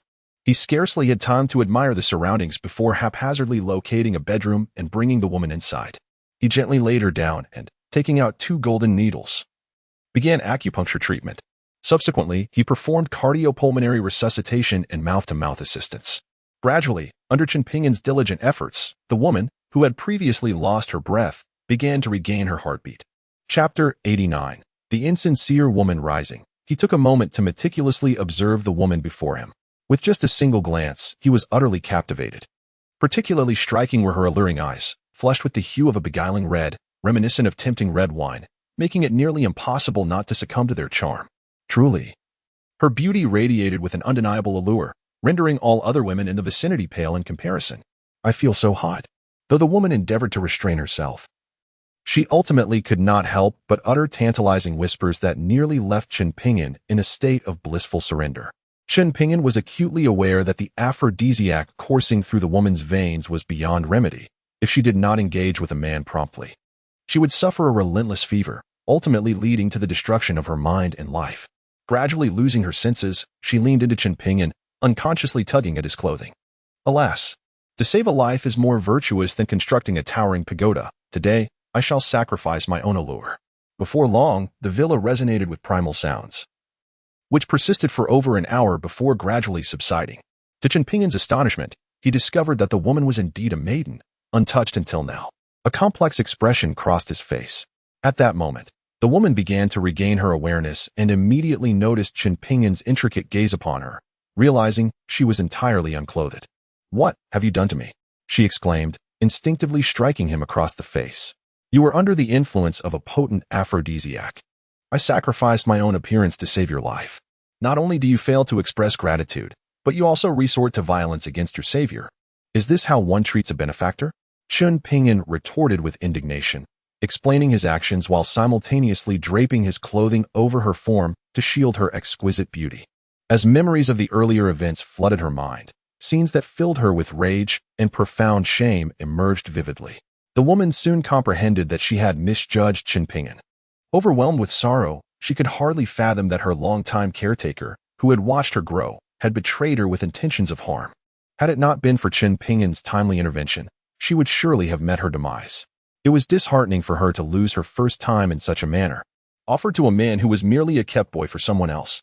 Since she had narrowly escaped a grave fate, she vowed to seek revenge. The Dragon King Hall's ambition to control the underground forces of the Southwest would never come to fruition. With this thought, she repressed her sorrow and turned her gaze toward Chen Ping'an, asking, "Do you have a cigarette?" Chen Ping'an was momentarily taken aback by her request, surprised that such a beautiful woman would smoke. "Smoking is detrimental to your recovery," he cautioned. "That's fine. As long as I'm alive, it's all good," she replied dismissively to his concern. Upon hearing her response, Chen Ping'an refrained from further protest, retrieving a pack of cigarettes from his pocket. He offered her one, lit it for her, and held it as she could not move. The pack had been bought earlier when he was job hunting, but he had never used it. After a couple of puffs to satisfy her craving, he extinguished the cigarette. "You," she began, slightly irritated by his action. However, upon meeting his resolute gaze, she reluctantly accepted the situation. "I had intended to kill you. Why did you choose to save me?" she inquired after a moment of silence, her curiosity piqued.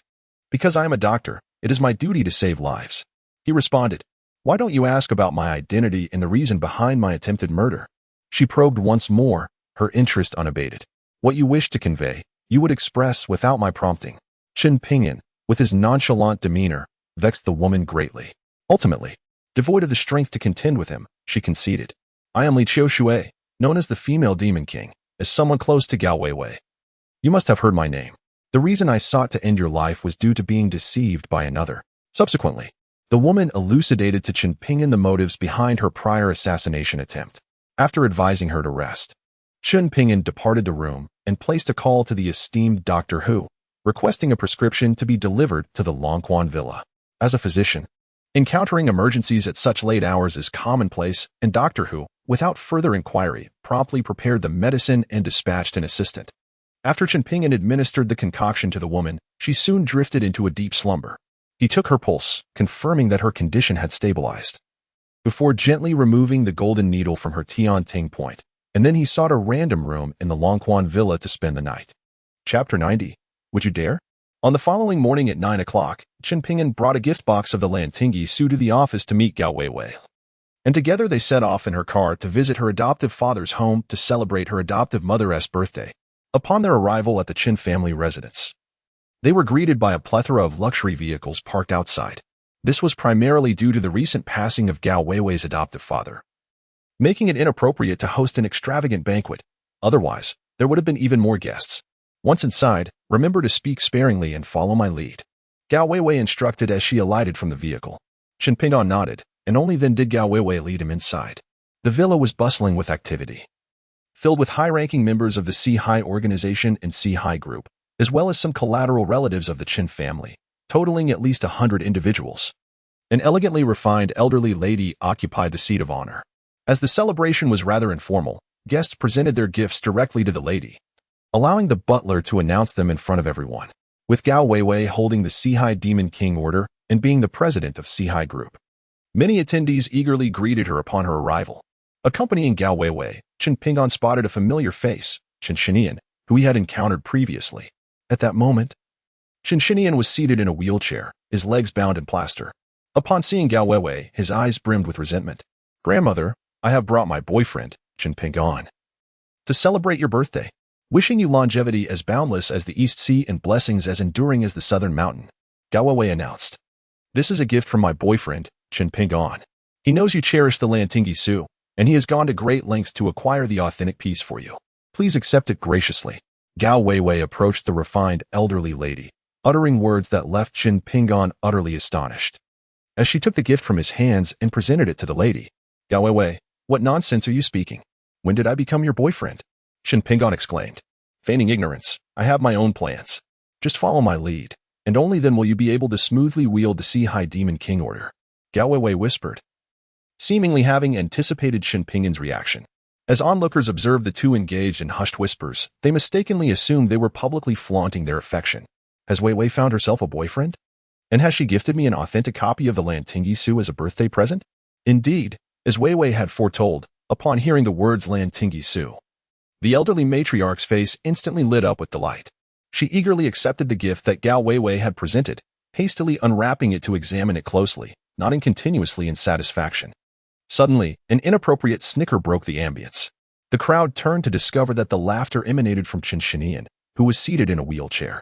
"Chen Shinian, what are you laughing at?" Gao Weiwei inquired frostily. "What am I laughing at? Surely you must have an inkling," Chen Shinian retorted with an icy smirk. "Gao Weiwei, you have quite the audacity. Knowing well that the matriarch has long cherished the authentic Lantingyi Su, you dare to deceive her with a counterfeit. What are your true intentions?" His statement sent shockwaves through the gathering, inciting whispers and pointed fingers directed at both Gao Weiwei and Chenping. Some expressed disbelief that Gao Weiwei would present a fake gift to the matriarch, while others harbored doubts. "Chen Shinian, how dare you slander me? Do you truly believe that I, Gao Weiwei, am afraid to confront you?" Weiwei threatened darkly. "If it's a matter of authenticity, why not call upon the esteemed connoisseur Wei Jiangwo to verify? Are you brave enough to have him assess it?" Rather than being intimidated, Chen Shinian responded with resolute defiance, unyielding in his stance. He has recently dispatched individuals to monitor Gao Weiwei's movements. Aware that she spent over 100 million to acquire a counterfeit copy of the Lantingyi Su, intending to present it to the matriarch for her birthday, he had long since prepared to expose all of Gao Weiwei's deceptions. Chapter 91. Are you afraid? Upon hearing Chen Shinian mention calling the esteemed expert in the collection world, Mr. Wei Jiangwo, to authenticate the treasure, Gao Weiwei's expression shifted subtly, her gaze fixated on Chen Shinian, as if she were attempting to devour him with her eyes. Initially, she had splurged such an exorbitant sum to preempt any doubts regarding the authenticity of the Lantingyi Su, even going so far as to orchestrate widespread publicity to ensure everyone knew about her acquisition of this national treasure. She believed that something purchased for over 100 million could hardly be questioned as a forgery. Little did she expect Chen Shinian to be so audacious as to suggest bringing Mr. Wei, a titan in the collection community, for appraisal. His proposal caught her off guard. Mr. Wei is not only highly esteemed in the antiques world, but is also renowned for his integrity. If he were to authenticate the piece, The counterfeit nature of the Lantingi Su would undoubtedly be unveiled. Anxiety began to creep into Gao Weiwei's heart. So, are you afraid at the prospect of inviting Mr. Wei? Chen Shinian noted the subtle shift in her demeanor, smirking as he posed the question once more. This is a commendable suggestion. If President Gao is above reproach, she should not fear the shadows of doubt. I wholeheartedly agree to let Mr. Wei conduct the authentication. Indeed, Mr. Wei's prestige would ensure a fair assessment. Let us call Mr. Wei. Chen Shinian had long arranged for people to bolster his position. As soon as he finished speaking, several individuals promptly emerged to endorse his proposal. These individuals held significant status within the Sihai organization, with one being second only to the Sihai Demon General. Gao Weiwei could afford to disregard Chen Shinian's suggestion. Yet she could not overlook the proposals from these influential members, especially since she was in dire need of support at that moment. However, if she were to summon Old Wei, her entire plan would unravel. Should the matriarch discover that the Lantingsu was a forgery, not only would she reject Chen Pingan's authority over the Sihai Demon King's command, but her own position might also be jeopardized. Gao Weiwei remained silent, her mind racing with strategies. What if Mr. Wei, upon being invited to authenticate the Lantingsu, deemed it genuine? Just as Gao Weiwei pondered her next move, Chen Pingan, standing nearby, playfully posed a question to the self-assured Chen Shinian. The assembly was taken aback by his inquiry, redirecting their attention towards Chen Pingan. Gao Weiwei's expression shifted dramatically as she discreetly tugged at his sleeve. Did I not advise you to speak as little as possible when entering? You could already discern yesterday that the Lantingsu was a forgery. Why are you provoking him further? This could lead us into a trap. She whispered reproachfully to Chen Pingan. Fear not. I possess my own discernment. He is merely a buffoon, incapable of causing any real disturbance. Chen Pingan confidently reassured Gao Weiwei. You are unaware of Mr. Wei's true character. Never mind, since it has come to this, let us adapt to the circumstances. Observing Chen Pingan's audacity, Gao Weiwei secretly sighed, feeling a tinge of disappointment towards him. Entrusting him with the authority over the Four Seas Demon Order, she wondered if it would prove beneficial or detrimental. If your Lantingi Su is authentic, I would willingly relinquish my shares in the Four Seas Group, which my uncle bequeathed to me, without any compensation. However, I must lay my cards on the table. Should your Lantingi Su prove to be a counterfeit, Gao Weiwei must surrender the power of the Four Seas Group and the Four Seas Demon King Order. Do you dare? On the opposing side, Chen Shinian responded to Chen Pingan with equal confidence. To entice Chen Pingan, he even offered his shares in the Four Seas Group. He firmly believed that the Lantingi Su purchased by Gao Weiwei was undoubtedly a replica, and he was certain of his victory, feeling no fear. Yet, upon hearing his words, Chen Pingan merely shook his head. What, are you afraid? Seeing Chen Pingan's gesture, Chen Shinian mistakenly thought his confidence had intimidated him, feeling a slight regret. Yet he coldly inquired. Chapter 92, Mr. Wei has arrived. Afraid? Throughout my life, I, Chen Pingan, have yet to learn how to write the character for fear. How about this? Let us wager.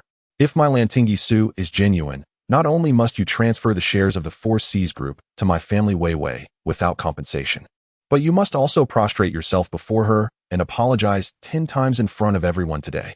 If it is false, then let us proceed as you just suggested. If you dare to agree, summon Mr. Wei. Chen Pingan declared with unwavering confidence.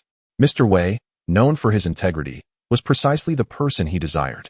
The Lantingi Su he possessed was not the one gifted to him by Gao Weiwei just yesterday. Rather, it was the genuine artifact he had retrieved from the vault of the Dragon Burial Hall. Observing Chen Pingan's self-assured demeanor, Chen Shinian found himself momentarily taken aback. He pondered whether the Lantingi Su, which Gao Weiwei had purchased for over 100 million, could indeed be authentic. However, he recalled hearing from masters in the collecting community that the genuine Lantingi Su had been lost for over a millennium. And all those circulating in the market were mere replicas. The possibility of an original was non-existent. The other party was merely posturing, attempting to intimidate him. He resolved not to be deceived by such tactics. With this thought, Chen Shinian regained his composure and smirked once more.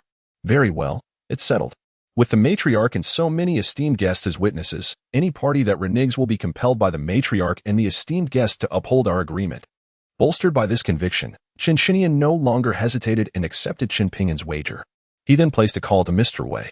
Standing beside Chen Pingan, Gao Weiwei initially shared Chen Shinian's sentiments, believing that Chen Pingan was merely engaging in psychological warfare, trying to intimidate Chen Shinian into retreating from summoning Mr. Wei for authentication. At this juncture, it appeared to be the most effective strategy. Regrettably, it seemed that Xinxian was not swayed by Chen Ping'an's words. This outcome left Gao Weiwei with a sense of disappointment. It seems that I can only wait and see if I can covertly threaten Elder Wei to gain his cooperation. With this thought in mind, Gao Weiwei made an excuse to visit the restroom and discreetly arranged for her plans.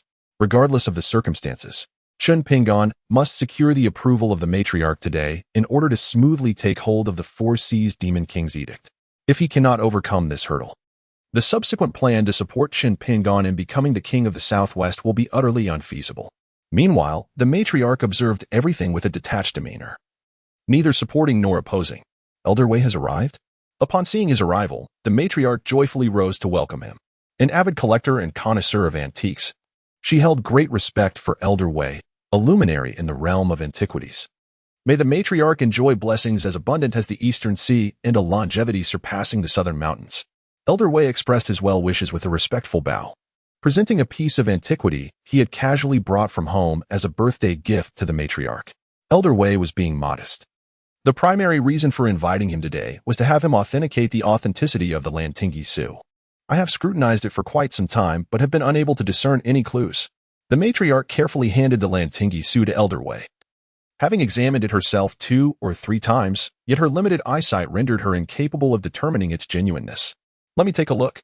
Prior to this meeting, Xinxian had already informed him over the phone that he was coming to appraise the Lantinggi Su.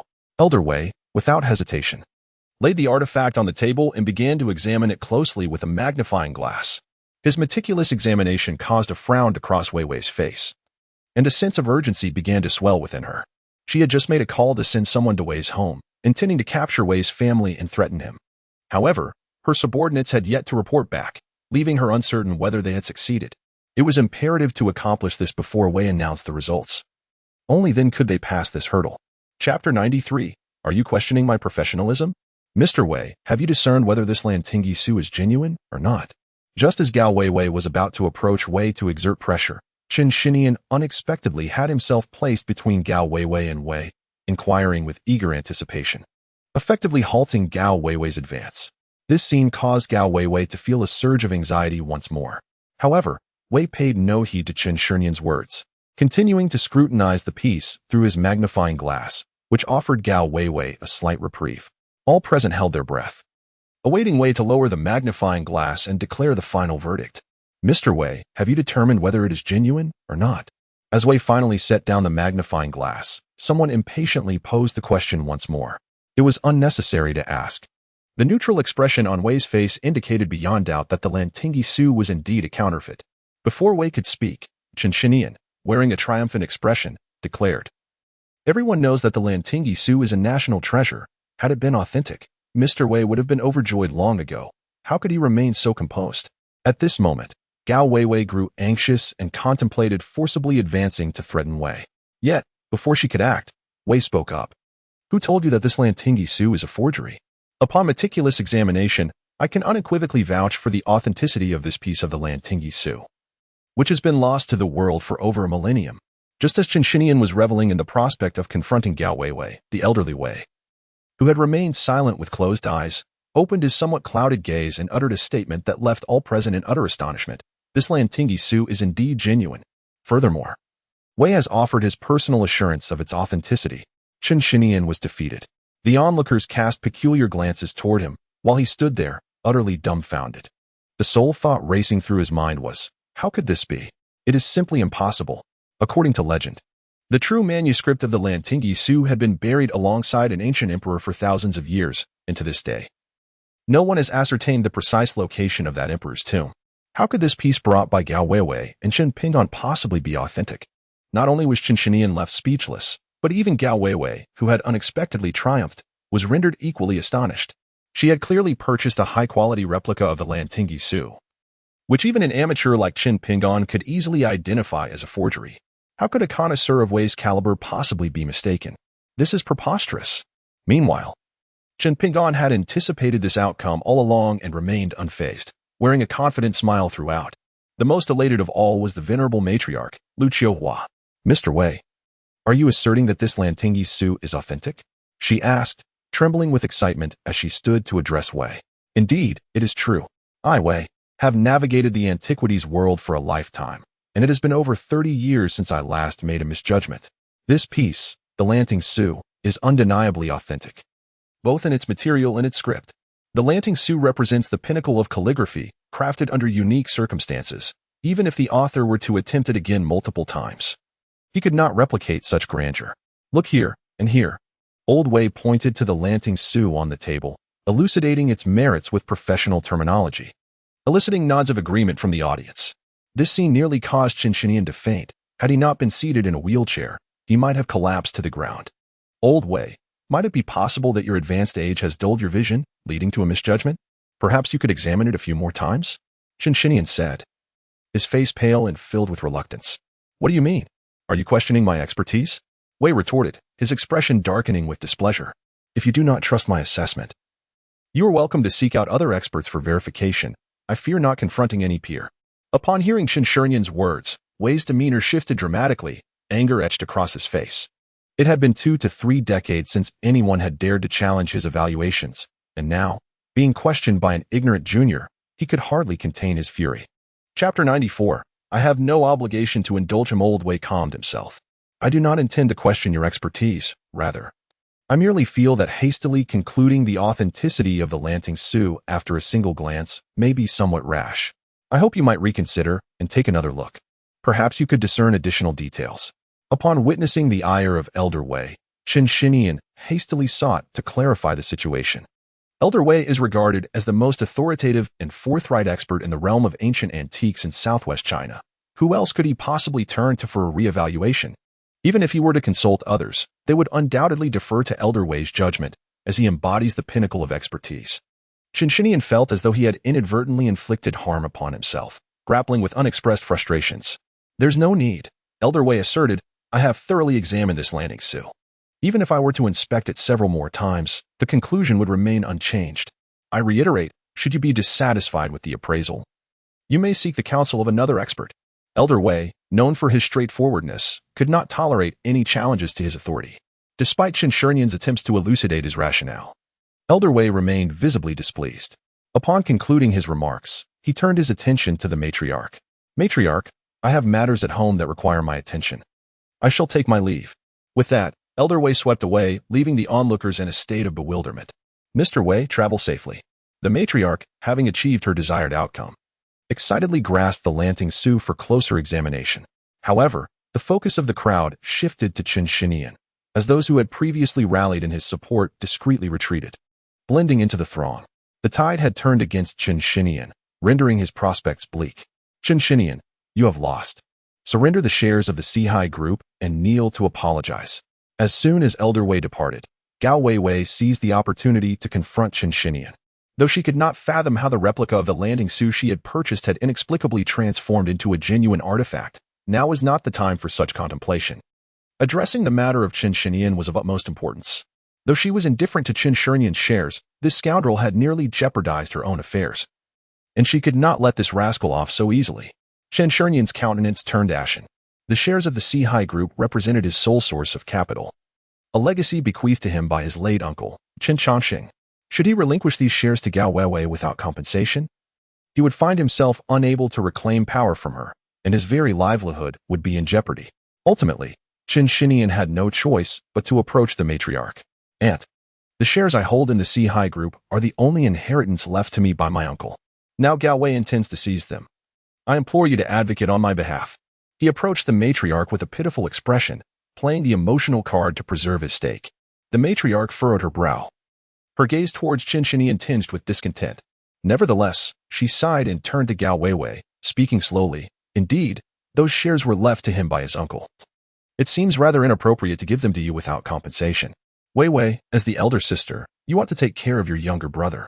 Let us consider this wager null and void. The matriarch's words caused Gao Weiwei's brow to furrow. Although she was loath to comply, it was imperative for Chun Pingyan to secure the matriarch's support to successfully wield the Sihai Demon King's decree. Ultimately, she had to yield. However, just as Gao Weiwei was about to acquiesce to the matriarch, Chun Pingyan stepped forward first. Matriarch, this wager is between Qin and myself. It bears no relation to Weiwei. I am not his brother and have no obligation to indulge him. Moreover, it was he who instigated this matter. We are all adults. And if one has erred, one must bear the consequences. Therefore, he should relinquish his shares in the Seahai group. Not only that, but he must also bow to Wei Wei 10 times in apology. Both conditions are non-negotiable. Chun Pingan stepped forward, his expression resolute as he addressed the matriarch and Qin Shinian. You, young man, who granted you the audacity to speak to me in such a manner? The matriarch, taken aback by Qin Pingan's defiance, glared at him with indignation. His words blatantly disregarded her authority, placing her in an embarrassing position before the crowd. Chapter 95. 10 bowings, none to be missed. Senior, what are you doing? Quickly. Cease this. Gao Weiwei, startled by the matriarch's fury, hastily grasped Qin Pingan's arm. They were still reliant on the matriarch's favor, and provoking her at this juncture would be akin to digging their own graves. Qin Pingan have never needed to borrow courage from anyone. Perhaps due to the influence of the Phoenix Mastery technique he had practiced, Qin Pingan's demeanor had become somewhat domineering. Even when Gao Weiwei attempted to restrain him, he remained unyielding, coolly confronting the matriarch. If she refused to accept his possession of the Seahai Demon King's command, he would employ his own methods. There was no need to endure the disdain of this young man, Qin Shinian. Qin Shinian sought to win over others from the Seahai group through the dividends from his shares, intending to incite trouble for Gao Weiwei. It would be prudent to reclaim these shares now, leaving him without the financial means to rally support. In this era, who would choose to align themselves with him in the absence of wealth? Witnessing Qin Pingan act so impulsively, Gao Weiwei was thoroughly alarmed. She quickly positioned herself behind him. Esteemed matriarch, Qin Pingan did not intend to confront you. It was Qin Shinian who first slandered me. Moreover, our wager with him was proposed in your presence, along with many esteemed guests. Now that he is lost, he wishes to retract his words. Qin Pingan, seeing me wronged, acted out of indignation. Might you consider sparing him this once, given his gift of the authentic Lantingi Su? Gao Weiwei implored the matriarch on Qin Pingan's behalf. The onlookers were astonished to witness Gao Weiwei willingly humble herself for a man. Even the matriarch appeared taken aback.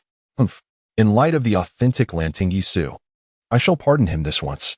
Should there be a next time, I will not be so lenient. As for your matters with Shinian, I shall remain uninvolved.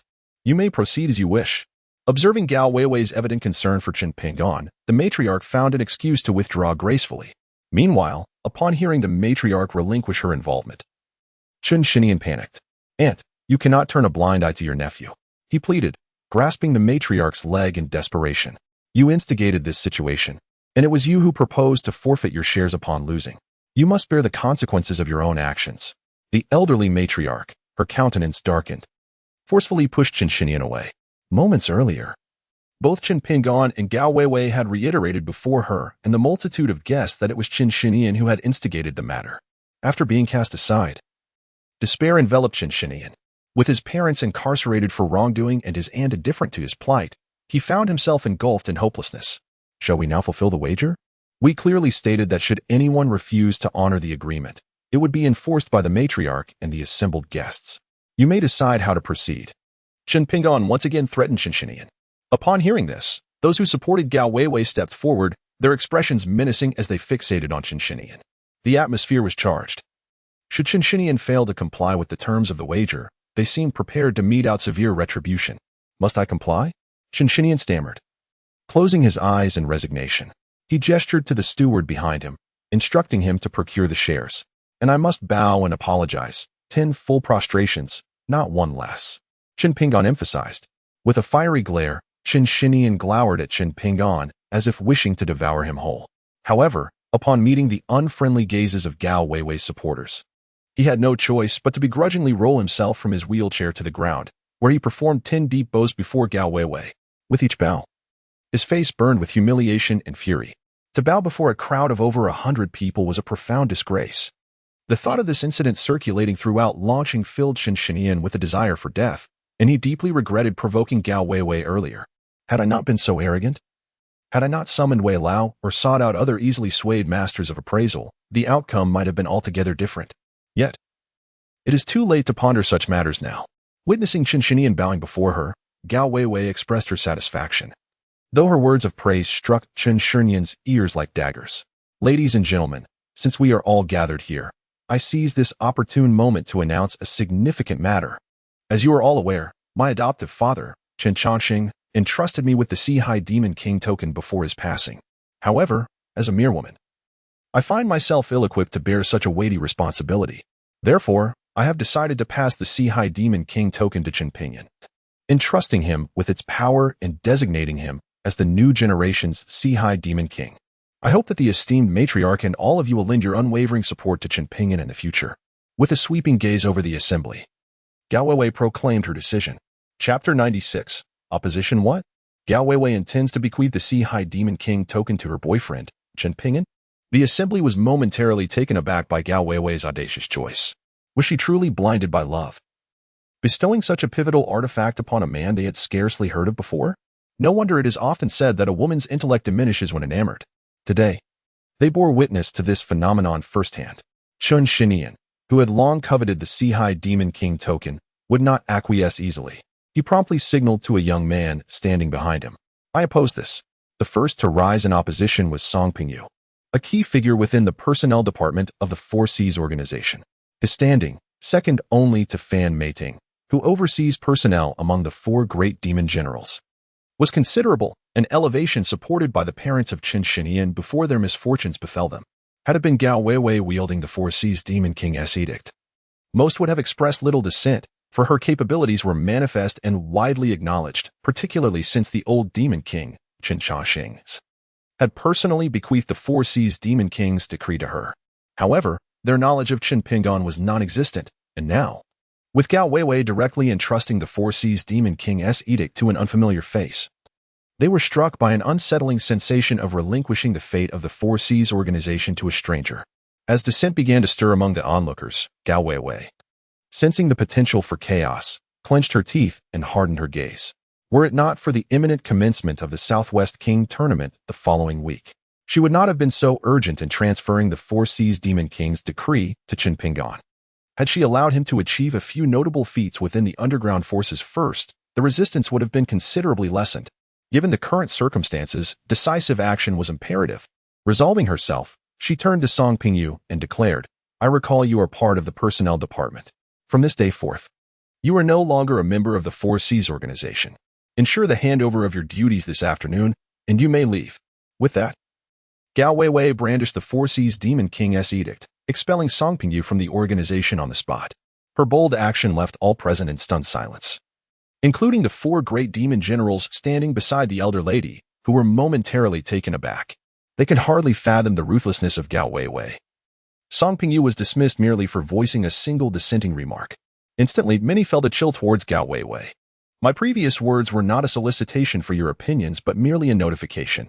If anyone wishes to oppose me, they may step forward now. I am unperturbed by the prospect of dismissing a few more. In the absence of a leader, they could only gaze at Gao Weiwei with complex expressions, awaiting a more formidable figure to take the lead. Gao Weiwei, you are exceedingly oppressive. I shall bring you down.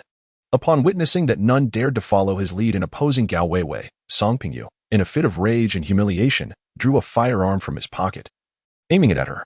This scene terrified everyone present, particularly the servants within the villa, who had never encountered such a spectacle. They turned pale and instinctively fled, seeking refuge. However, Gao Weiwei remained composed, seemingly anticipating such a perilous move. In the very moment Song Pingyu brandished his weapon, she deftly hurled a gleaming throwing knife from her hand, striking him directly in the heart. Before Song Pingyu could even pull the trigger, his body fell stiffly to the ground, his eyes wide open, unblinking in death. This shocking display left the onlookers in a state of fear once more. Yet, most of those present were seasoned individuals accustomed to tumultuous scenes.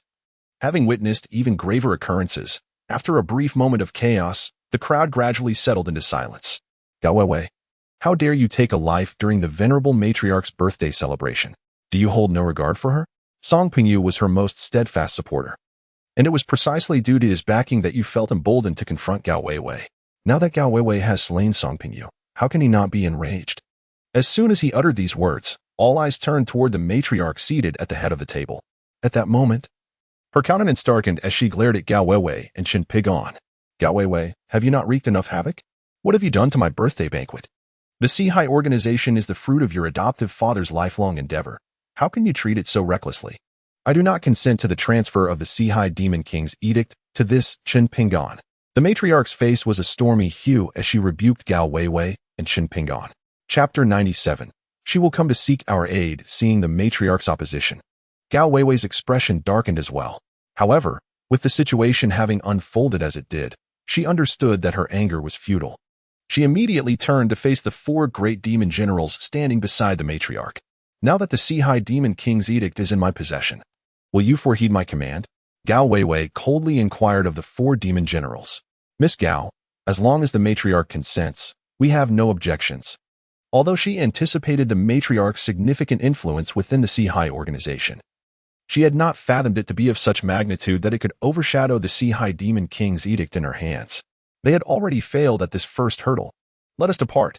Ultimately, Gao Weiwei found herself compelled to turn away from Qin Pingyun, contemplating alternative solutions. However, just as she was about to leave, Qin Pingyun grasped her arm, casting a glance at the matriarch seated in the principal position. All present regarded him with puzzled expressions. Gao Weiwei, rendered speechless, was uncertain of Qin Pingyun's intentions. Young man, there is no need for persuasion. Although you have gifted me with the treasured original of the Lan Tingyi Su, matters stand as they are. This issue is non-negotiable. I shall not entrust the lifetime efforts of Weiwei's adoptive father to a stranger. The matriarch, believing that Qin Pingyun sought to personally persuade her, spoke icily. Matriarch, my intention is not to sway you, but rather to alert you to a grave concern regarding your health. You must promptly seek medical attention for your heart. Otherwise, you may not endure another 2 days. Should the hospital prove incapable of assisting you, do not hesitate to reach out to me, Qin Pingyun said, regarding her with a hint of compassion. Having mastered the Jiolong medical canon, Qin Pingyun could discern that the matriarch had been afflicted by a rare and potent poison, which would soon manifest its effects. He had not originally intended to issue a warning, yet given the recent events, he feared that should the matriarch succumb to the poison, he and Gao Weiwei might be unjustly held accountable. He had already witnessed the considerable influence wielded by the matriarch within the Sea-High organization, and thus, he felt compelled to offer this well-meaning caution to avoid further complications. However, the words he spoke resonated differently in the ears of the matriarch and the others present. The matriarch's expression darkened instantly. Today was her grand birthday celebration, and she was in good health. How dare this young man suggest otherwise in such a setting? Was he not cursing her? She cast a glance at Qin Pingyun, her eyes brimming with malice. How audacious! This young man dared to curse the matriarch. What was his true intention? The 4 formidable generals apprehend this insolent brat at once. Qin Xinian seized the opportunity to strike at both Qin Pingyun and Gao Weiwei, immediately rebuking Qin Pingyun as soon as his words fell. The 4 generals looked to the matriarch. Should she nod in agreement, they would not hesitate to subdue Qin Pingyun. I challenge anyone to lay a hand on him. Witnessing the general's eagerness to act, Gao Weiwei was taken aback. She swiftly produced the 4 Seas Demon King token and commanded all present, let them depart. The matriarch, seeing Gao Weiwei wielding the 4 Seas Demon King token, understood that the generals could not defy the order and could only darken her countenance while allowing Gao Weiwei and Qin Pingyun to leave. At last, Gao Weiwei successfully escorted Qin Pingyun away from the villa. Senior, I apologize. I was too naive. Believing that the matriarch would be pleased with our gift of the Lan Tingyi Su, I thought that if she were delighted, she would agree to your wielding of the 4 Seas Demon Order. Who would have guessed she accepted the gift yet still opposed your authority over the order? It infuriates me. Back in the car, Gao Weiwei expressed her remorse to Qin Pingyun. Wasn't this a perfectly reasonable response? Were I in her position, I too would have voiced opposition. Qin Pingyun remarked nonchalantly. Gao Weiwei, with unwavering determination, responded to him, rest assured, by tomorrow at the latest, she will be begging us. At that point, you may ask her to do anything you desire. Chapter 98. We have all been deceived. Those words you uttered earlier were not merely curses aimed at the old matriarch, but were they truly sincere? Gao Weiwei inquired, her expression one of astonishment. Before exiting the villa, she, like the others, assumed that Qin Pingyun was merely angered by the old matriarch's opposition to his claim over the 4 Seas Demon King's decree and had cursed her out of frustration. In her moment of indignation, she even felt a sense of satisfaction at his curses. Am I truly that malevolent? Have you forgotten what my profession was before you all conspired against me and I ended up imprisoned? Qin Pingyun replied with a hint of indifference. Upon hearing his words, Gao Weiwei was overtaken by shame, turning her gaze away from him. In those days, Qin Pingyun was the chief physician at Jiangzhou People's Hospital. Despite his youth, his exceptional medical skills had garnered him considerable renown in Jiangzhou, with patients queuing daily for his consultations and earning a substantial salary. Yet, he selflessly dedicated 2/3 of his income to support 7 impoverished girls, including Gao Weiwei. Had they not been left with no options? Had the influence of that individual not loomed so large, they would never have betrayed him.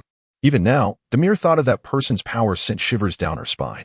Before Chen Ping'an ascended as the king of Southwest, commanding the underground forces there, facing that individual had seemed like a path leading only to death.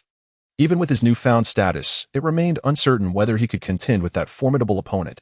The reason she allowed Chen Ping'an to ascend as the king of the Southwest before revealing the identity of the mastermind was merely to provide him with an additional layer of assurance. Her capacity to assist him was limited to this. She hoped that after experiencing the treacherous nature of the Jianghu, Chen Ping'an would relinquish certain meaningless burdens, such as hatred. Fortunately, that individual had refrained from taking Chen Ping'an's life back then. Otherwise, it remains uncertain whether he would still be alive in this world today. However, at times, she finds herself grateful to that person, had it not been for them. The once insecure and introverted version of herself would never have mustered the courage to willingly offer herself to the inebriated Chen Ping'an. Following that fateful night, one of their sisterhood bore a daughter with a senior. In order to protect that innocent child from repercussions, she decided to disclose this matter to Chen Ping'an only after he had genuinely let go of his hatred or vanquished that individual. It was precisely due to the coercion and betrayal of the revered Chen Ping'an that the seven of them vowed to rise above their circumstances, each excelling in their respective fields. Now, she has finally achieved a modest success. After Gao Weiwei and Chen Ping'an departed, someone promptly removed Song Pingyu's lifeless body and began to clear the scene. The atmosphere at the birthday banquet had turned somber, devoid of any celebratory spirit. At that moment, the butler, who stood behind Chen Shinian, received a phone call and leaned in to whisper a few words in Chen Shinian's ear, subsequently showing him a video. Upon viewing the video, Chen Shinian's expression brightened with joy, and he immediately instructed the butler to bring him before the matriarch. Matriarch, we have been deceived by Gao Weiwei and Chen Ping'an. Moments ago, my associate informed me that they witnessed Gao Weiwei's personnel visiting Elder Wei's residence, where they apprehended his family and coerced him into deceiving us by claiming that the Lantingyi Su was authentic. Chen Shinian declared through gritted teeth to the matriarch. What? Is this truly the case? You mustn't speak without evidence. The matriarch, upon hearing Chen Shinian's words, fixed him with a piercing gaze and admonished him sternly. Matriarch, I would never dare to speak recklessly without substantial proof. My associates have even recorded a video of the incident. If you doubt my words, please watch it for yourself. Chen Shinian asserted, extending his phone toward the matriarch. Taking the device, the matriarch observed the video, which vividly depicted Gao Weiwei's confidant leading a group into Elder Wei's home, seizing his family. The date displayed was precisely today. Unbelievable.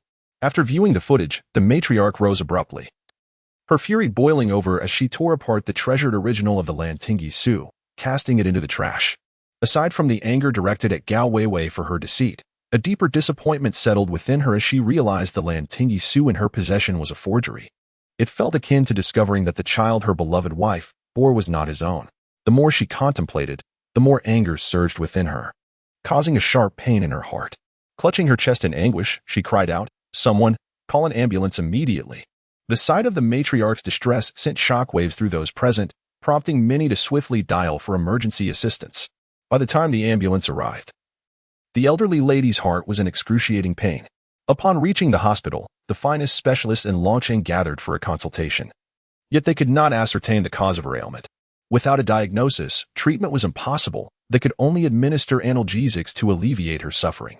Doctor, what affliction plagues my heart?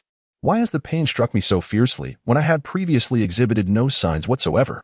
I undergo comprehensive checkups annually, and my heart has always been deemed sound, she inquired, her voice edged with desperation. In the hospital room, Chen Shinian and the four formidable generals of the Four Seas organization were present. After receiving the pain relief injection, the elderly lady, now somewhat eased, turned to the director with a questioning gaze. Madam, we have conducted a thorough examination and found no abnormalities in your heart, the director replied. Ridiculous. If my heart were truly normal, how could I be in such agony?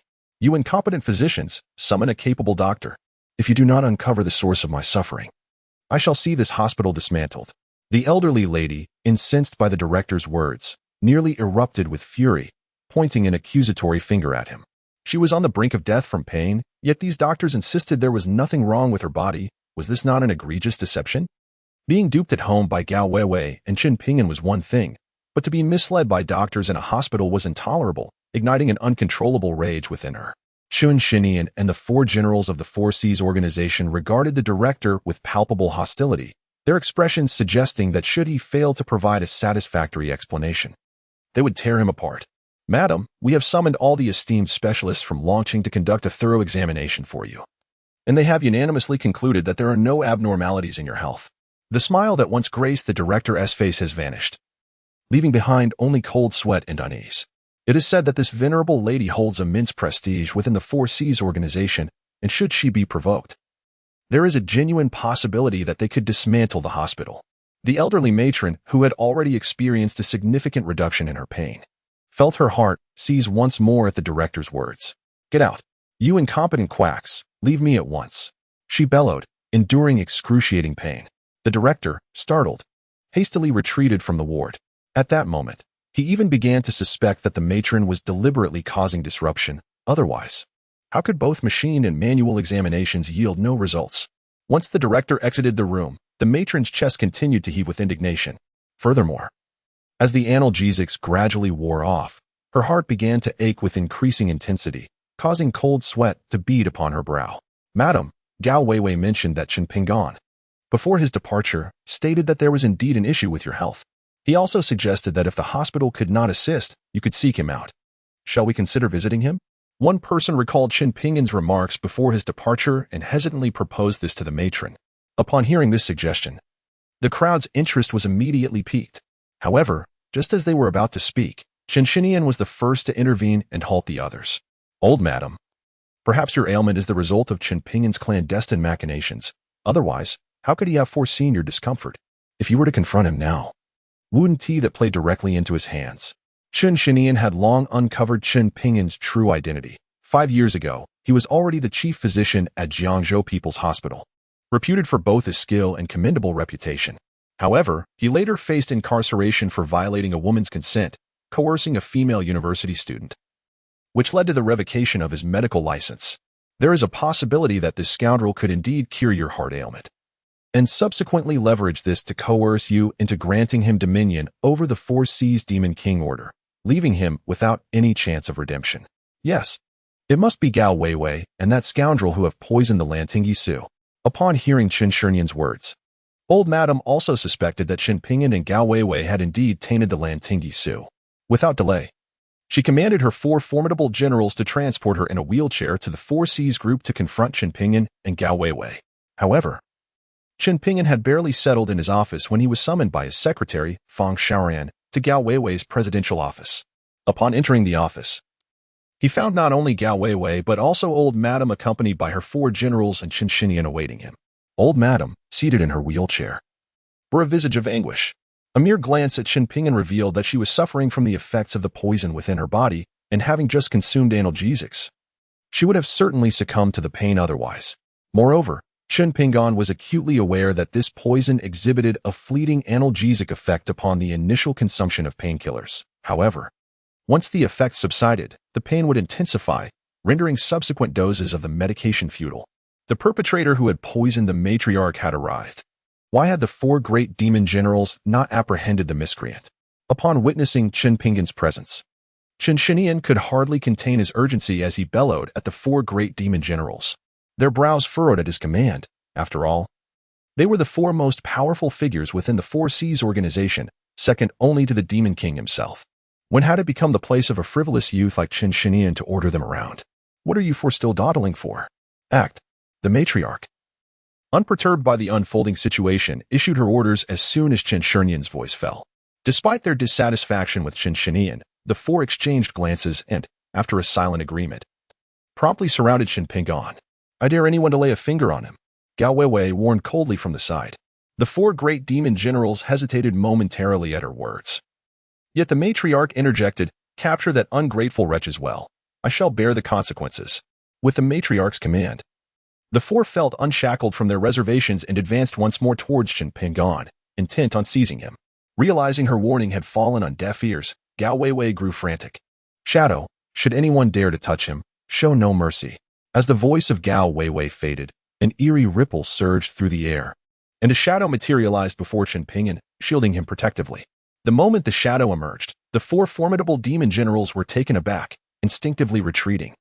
They recognized that the figure before them was none other than the late Demon King's personal bodyguard, the elusive Shadow. Shadow, do you dare meddle in my affairs? The Grand Matriarch inquired darkly upon witnessing the Shadow's arrival and its compliance with Gao Weiwei's orders to safeguard Qinpingyan. The late Demon King entrusted me with the protection of Miss Gao, awaiting her commands. Should anyone dare to harm him at her behest, they shall face ruthless retribution. A voice, cold and devoid of emotion, akin to electronic tones, emanated from the Shadow. Chapter 101. Deception. Upon hearing the Shadow's emotionless proclamation, Qinpingyan, the Grand Matriarch, and the 4 demon generals all grew grim, none daring to make a rash move. The Shadow, the late Demon King's appointed protector, was not to be underestimated, shrouded in mystery, appearing and disappearing at will. Although the 4 demon generals possessed remarkable strength, they lacked the confidence to subdue the Shadow. Gao Weiwei, my uncle treated you well in his lifetime. Yet you conspire with outsiders to poison the Grand Matriarch in a bid to seize control of the 4 Seas organization and the 4 Seas group. Have you no conscience? Qinpingyan chastised Gao Weiwei. Today, he intended to place the blame for the poisoning squarely upon the shoulders of both individuals, rendering them unable to refute the accusations. Qinpingyan, you ought not to slander recklessly. Should I, Gao Weiwei, wish to seize power entirely, I could simply command my Shadow to eliminate you all in one fell swoop.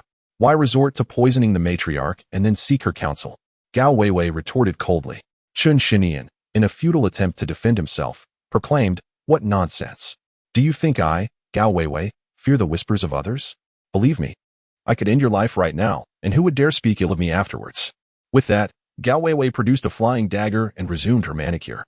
This scene evoked a chilling memory in Qinpingyan's mind, recalling the moment when Gao Weiwei had shot Song Pingyu dead, sending shivers down his spine as he hastily concealed himself behind the matriarch. Although she found Gao Weiwei's words distasteful, the matriarch recognized their truth.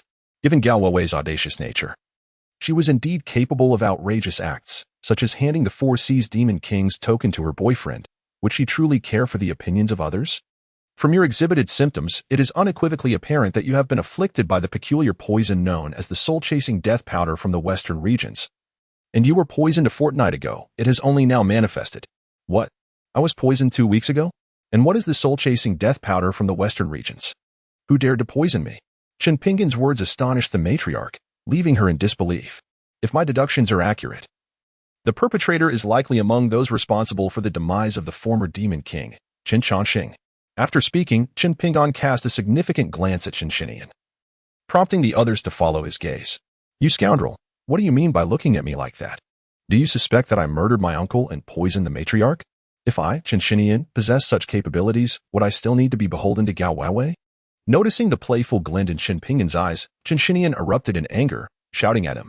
You might lack such power, but the Dragon King's Hall does.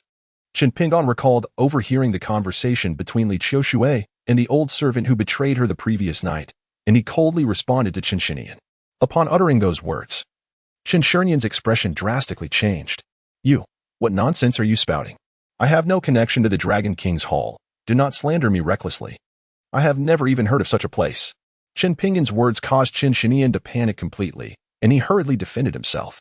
Did I ever claim that you were associated with the Dragon King's Hall? Observing Qinpingyan's flustered demeanor, Qinpingyan's lips curled into a slight smirk as he playfully inquired. Last night, I overheard an elder mention that the deaths of Qin Changxing and Wu Xingjie, the 2 infamous tyrants of the Southwest, were orchestrated by the Dragon King's Hall, which secretly supports those who heed their words. Qin Changxing has no children, only Gao Weiwei as an adopted daughter.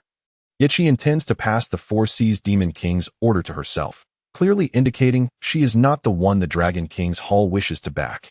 Moreover, the only one qualified to become the new generation of the 4 Seas Demon King is Qinpingyan, the nephew of Qin Changxing, who has long sought to seize the 4 Seas Demon King's order from Gao Weiwei.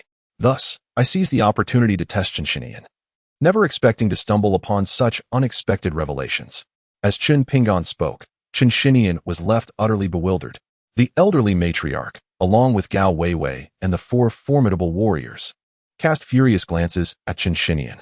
Even a fool could discern that the demise of the old Demon King, along with the matriarch's poisoning, was inextricably linked to Qinpingyan. Chapter 102. A plea for Mr. Chun's antidote. Matriarch, I assure you, my uncle's death has nothing to do with me. I, Qinpingyan, can swear to that. Chun Shinian exclaimed, noticing the malevolent gazes of the matriarch and the four warriors. Overcome with fear, he tumbled from his wheelchair. Yet, the more he protested, the more convinced the others became of his guilt, their stares growing increasingly frigid. "Seize the scoundrel," commanded the matriarch, and the four warriors sprang into action, restraining both Chun Shinian and his companions. "Tell me, did you poison your uncle to bring about his death?" the matriarch interrogated, her eyes aflame with fury. Chun Changxing had unexpectedly succumbed to cardiac arrest a month prior, a demise that everyone found peculiar. As a martial artist, he underwent regular checkups with a personal physician, and like the matriarch, no anomalies had been detected during his examinations. How could he have suddenly suffered a fatal heart failure? At the time of his passing, only Shadow was present. Chun Changxing had instructed Shadow to hand over the Four Seas Demon King's order to Gao Weiwei and to follow her commands before he met his end. The forensic examination revealed no abnormalities. However, Chun Shinian's current demeanor suggested that the situation was far more complex than it appeared. "I did not, esteemed matriarch. I truly did not poison my uncle. I implore you to believe me," Chun Shinian pleaded desperately. How could the matriarch simply accept his words? She pressed him again, her voice sharp with accusation. "I know nothing. I have no connection with that Dragon King's palace." Chun Shinian shook his head vigorously. "Humph. You refuse to speak, do you? You four shall escort him to the East Sea Dragon Palace for a taste of its hospitality." The matriarch did not pursue her inquiries further but ominously commanded the four formidable generals. The mere mention of the East Sea Dragon Palace nearly caused Chun Shinian to faint from terror. The infamous East Sea Dragon Palace was a den of vipers, home to hundreds of poisonous serpents, from which no one had ever emerged alive. It served as a grim punishment for members of the Four Seas organization who had committed grave misdeeds. "Yes, matriarch," the four generals, upon receiving their orders, prepared to seize Chun Shinian. "No, I beg you, I will speak. I will tell you anything you wish to know. Please do not cast me into the East Sea Dragon Palace." Chun Shinian, now utterly terrified, found himself overwhelmed with fear. "Speak," the matriarch commanded sternly. As those present covered their noses, gazing at Chun Shinian, "I will tell you immediately. Indeed, my uncle, Chun Changxing, was poisoned and ultimately perished at the hands of the Dragon King's Hall. This organization represents the foremost underground force among overseas Chinese, having been expelled over a century ago. Now, they seek to re-establish their presence and dominate the domestic underground factions, commencing their endeavors in the fiercely spirited Southwest. Their scheme entails the elimination of the three formidable leaders of the Southwest, Chun Changxing, Wu Xinjie, and Li Qiushui, before installing individuals loyal to them to control the entire underground power of the region. After they poisoned my uncle, they approached me, asserting that if I could seize the Four Seas Demon King order and command the Four Seas organization and group, they would support my ascension as the king of the Southwest, transforming the region into a branch of the Dragon King's Hall with me as its head. As for the poison afflicting the matriarch, it too originated from them.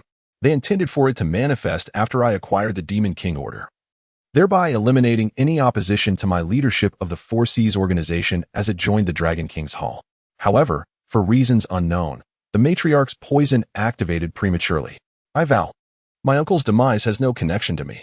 Chun Shinian laid bare the truth of the matter in its entirety. Upon hearing Chun Shinian's revelation, not only did the matriarch's countenance turn ashen, but Gao Weiwei cast a gaze filled with intense murderous intent towards him. "Take him away and imprison him. Ensure he does not escape. I shall make a decision once I ascertain the facts." The matriarch commanded the four demon generals. "Yes, matriarch." Two of the demon generals promptly escorted the pleading Chun Shinian away, leaving only Chen Pingyan, Gao Weiwei, the matriarch, and the two remaining demon generals in the room. The elderly matriarch's gaze shifted once again towards Chen Pingyan, yet her expression had lost the fury that once characterized it. "Mr. Chen," she implored, "you can discern at a glance that I am gravely poisoned. Surely you possess the means to counteract the venom. I beseech you, grant me my life." Chapter 103. Resolved in 10 minutes. The matriarch's plea transformed her address from young man to Mr. Chen. Before the effects of the poison had fully manifested, Chen Pingyan had already perceived her dire condition, even suggesting that if the hospital could not provide assistance, she should seek him out. Such indications led her to believe that he was indeed capable of remedying her affliction. "Mr. Chen may assist the matriarch with the antidote, but a token of goodwill is required in return." Gao Weiwei interjected before Chen Pingyan could respond. Understanding Chen Pingyan's integrity and kindness, She feared that he might be reluctant to leverage the matriarch's age against her in order to secure his hold on the Demon King's decree. Thus, she took it upon herself to assume the role of the antagonist. "How do you wish me to demonstrate my goodwill?" the matriarch asked hesitantly, feigning ignorance of Gao Weiwei's implication. The Four Seas organization had been founded by her husband, Qin Chaoxing, and now Gao Weiwei sought to bestow his life's work upon a stranger, an act she found difficult to accept. Qin Pinyin stood silently in the shadows, observing the unfolding drama with a detached demeanor. "Support Qin Pinyin's claim to the Demon King's decree. All else is non-negotiable," Gao Weiwei asserted resolutely. As the matriarch's adoptive daughter, her words seemed somewhat callous, yet she remained unwavering in her determination. The matriarch turned her attention to the four individuals present. These four individuals are indeed the pillars of the Sea organization, and their counsel must be sought. It is entirely up to the matriarch to decide. After exchanging glances, the four spoke in unison. Presently, the Demon King's order rests in the hands of Gao Weiwei, bestowed directly by the former Demon King himself. What opinions could they possibly offer? Furthermore, regardless of who wields the Demon King's order, the status of the four great demon generals remains unchanged, rendering it all the same to them. As the matriarch hesitated, the numbing effects began to wear off, and her heart resumed its violent throbbing, intensifying with each passing moment. The agony was so profound that she felt as though she could succumb to it at any moment. The pain left her no room to ponder further. "Very well. I consent to allow Mr. Qin to wield the Demon King's order. I beseech Mr. Qin to assist me in counteracting the poison," the matriarch implored, her face contorted in suffering as she addressed Qin Pinyin and Gao Weiwei. Upon hearing her words, Gao Weiwei let out a silent sigh of relief. They had finally achieved the first step. She paused the recording device in her hand, apprehensive that Qin Pinyin might be deceived after alleviating the matriarch's poison. To safeguard against any deceit, she had discreetly recorded their previous conversation, ensuring that the other party could not renege on their word. Gao Weiwei nodded at Qin Pinyin. "The matriarch will remain, all others may leave. No one is permitted to enter and disturb," Qin Pinyin stated, disregarding the others as he took out a lighter to sterilize the gold needles in preparation for detoxifying the matriarch. Gao Weiwei and her companions swiftly exited the CEO's office, clearing the space for Qin Pinyin to assist the matriarch. After approximately 10 anxious minutes of waiting outside, Qin Pinyin finally opened the door. "All right, you may enter." Qin Pinyin gazed at the figures of Gao Weiwei and the four great demon generals outside the door. "Is this truly sufficient?" The four demons, somewhat incredulous, regarded Qin Pinyin with skepticism. Previously, numerous experts at the hospital had spent several hours without uncovering the cause of the old matriarch's ailment, yet under Qin Pinyin's care, she had improved within a mere 10 minutes. Such a feat seemed utterly implausible. "You may enter and see for yourselves," Qin Pinyin said, weary of further explanation, gesturing for them to enter his office. Upon doing so, they discovered that the matriarch not only appeared free of pain but seemed to have regained several years of youth. Such remarkable results in just 10 minutes rendered Qin Pinyin's medical skills astonishingly exceptional. Even Gao Weiwei, who was already aware of Qin Pinyin's extraordinary abilities, found herself taken aback. Chapter 104. The command of the Demon King stopped standing there in astonishment. "The matriarch's poison has been neutralized. Hand me the Four Seas Demon Command, for I shall be off shortly," Qin Pinyin remarked, noting the astonished expressions of those around him. "The Four Seas Demon Command is now entrusted to you. From this moment forth, you shall be the third-generation Demon King of the Four Seas organization," Gao Weiwei declared as she placed the command into Qin Pinyin's hands. Raising his arm and proclaiming loudly to the four demon generals and the matriarch, "Bow down to the new Demon King." The four great demon generals, recognizing the significance of the moment, respectfully bowed to Qin Pinyin. Only the matriarch displayed a somewhat complex expression. Yet she had already pledged in the presence of the four demon generals and Gao Weiwei to allow Qin Pinyin to assume the mantle of the Four Seas Demon King. Moreover, Qin Pinyin had also alleviated her poison. More importantly, he had merely employed a few golden needles to prick several of her vital acupoints, resulting in her expelling a mouthful of black blood, which was accompanied by a tiny worm. His medical skills were nothing short of extraordinary. Individuals of such caliber could easily cultivate connections with various dignitaries. Perhaps he truly possessed the capability to elevate the Four Seas organization to great heights. Ultimately, the elderly matriarch refrained from further comments and found herself harboring a hint of anticipation. "Please, there is no need for excessive formalities. I am utterly ignorant regarding management matters. Henceforth, the administration of the Four Seas organization will rely on your diligent efforts," Qin Pinyin stated with utmost sincerity. He held no interest in the Four Seas organization or the so-called King of the Southwest. His sole desire was to uncover the identity of the mastermind behind his earlier betrayal. He wished to refrain from intervening in the organization's management and decided to entrust it to the four demon generals, reporting to the Demon King in 4 days. The major underground factions of the Southwest will convene in the provincial capital, Jiangzhou, for a martial arts tournament. From this event, a king of the Southwest will be selected to command the entirety of the region's underground forces. This was a consensus reached a year ago between the old Demon King and the other 2 Demon Kings. The 4 demon generals will take the stage. With the Shadow as the grand finale, we shall undoubtedly secure the throne of the King of the Southwest, Gao Weiwei informed Chen Pingyan. I am not well versed in this matter. You may deliberate among yourselves, he replied. If there is nothing further, I shall take my leave for the day. With that, Chen Pingyan departed, clutching the Demon King's token. As for the prospect of the 4 demon generals taking the stage and the Shadow ultimately claiming the throne of the King of the Southwest, he held no hope whatsoever. As the Shadow manifested moments ago, he could distinctly sense that it bore grievous wounds. Others, oblivious to its appearance, failed to perceive this truth, however. He could discern its condition through its labored breaths. This recollection led him to reflect upon the conversation between the woman and the elder from the previous night, in which the elder mentioned that the Dragon King's Hall had attempted to assassinate the Shadow. The mere presence of the Shadow today indicated a failure on the part of the Dragon King's Hall, yet it remained severely injured. The Shadow's silence hinted at a deeper reasoning, and he felt no compulsion to press further, should the need arise. He could personally contest for the throne of the Southwest King. To uncover the puppeteer behind these schemes, that throne must rightfully belong to him. Gao Weiwei understood that Chen Pingyan held no interest in the Southwest King, but was merely keen to identify the true mastermind behind the plots against him, which explained his agreement to her terms. Thus, she found no surprise in Chen Pingyan's demeanor. The 4 great demon generals, however, were momentarily taken aback by Chen Pingyan's stance before their faces broke into smiles. They mistakenly believed that his demeanor signified a promise to refrain from interfering in their governance, and they were quite pleased with his conduct. As long as Chen Pingyan, the new demon lord, abstained from meddling in the affairs of the Four Seas organization, they would wield considerable authority, far surpassing that of previous times. Ahem, since the demon lord has entrusted the matter to us, let us deliberate on the forthcoming martial arts tournament. Chen Pingyan remained silent, recognizing that the individual before him was a person of the martial world, not one of those ordinary and delicate women. Furthermore, having treated her the previous night, he believed she would be able to endure. In the haste of last night, he had not taken the time to thoroughly explore the most luxurious villa in Long City. However, just as he contemplated perusing this opulent residence, a call from Li Runan interrupted him. As soon as the call connected, he heard the sound of Li Runan's voice, tinged with tears. From her tone, Chen Pingyan sensed the urgency she felt on the other end of the line. After ending the call with Li Runan, he reached out to Gao Weiwei, informing her that he would be heading to Jiangzhou first and requested that they contact him upon their arrival. Chen Pingyan, stop right there. Lin Duoer and her mother stood before him, blocking his path as she coldly inquired, What is the matter? I have been waiting for you at home for days. Why haven't you come to find me?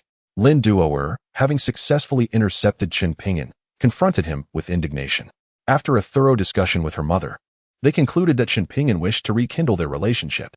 Under her mother's persuasion, she resolved that as long as Chen Pingyan provided sufficient financial support, she would be willing to become his mistress. Thus, she had patiently awaited his arrival at home for several days. Yet, after waiting for what felt like an eternity without any sign of him, she had just stepped out with her mother for a shopping trip when she spotted Chen Pingyan approaching on a shared bicycle. Anger surged within her, prompting her to confront him directly. Upon her utterance, Chen Pingyan was left utterly bewildered. Why are you waiting for me at home? Why would I seek you out at your residence? Furthermore, I am unaware of where you live, he inquired, his expression one of utter confusion. Are you still pretending?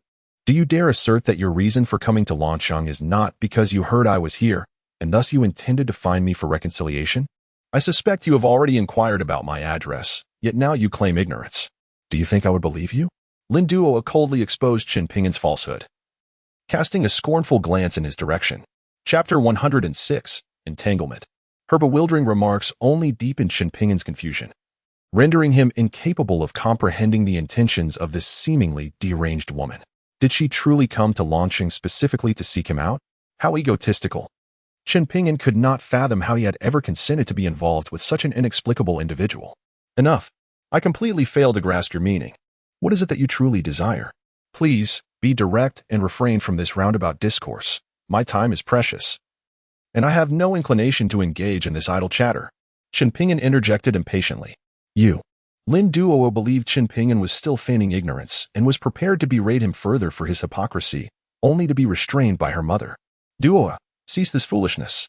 Lin Mu admonished her daughter in a hushed tone, wary that their loud exchange might attract the attention of passers-by. After reprimanding her daughter, Lin Mu quickly donned a smile and approached Chen Ping'an. Peace be with you. Aunt knows that you still hold our daughter in your heart. Otherwise, you wouldn't have made the special journey to Longqing to find her. It is merely that you harbor some resentment towards her for leaving you during your time of hardship, which is why you have been at odds with her. Now that your anger has subsided, why not reconcile? Lin's mother spoke as she gently took her daughter Lin Doer's hand and placed it in Chen Ping'an's, hoping he would clasp it. Aunt, what are you doing? I have already informed you that I am married. Please be mindful. Chen Ping'an was utterly perplexed by the intentions of the mother-daughter duo. His reaction caused Lin's mother to furrow her brow slightly, but she quickly relaxed and continued, Dear Ping'an, and is aware that you have married into the Mu family. Yet she also knows that the Mu young lady does not hold you in high regard. Our daughter does not require any formal recognition. As long as she receives a monthly allowance of 200,000 to 300,000, that will suffice. Lin's mother, perceiving Chen Ping'an's demeanor, mistakenly thought he might desire her daughter to propose being his mistress. She quickly donned a cheerful smile and reiterated her stance. With the manager of the Dihao Hotel, Ren Tianxing, having cast her daughter aside, the mother and daughter found themselves without financial support and had to swallow their pride. Ren Tianxing, being of a considerable age, contrasted sharply with the youthful Chen Ping'an, who had aligned himself with a prominent family like the Muse and had garnered the old war god's favor.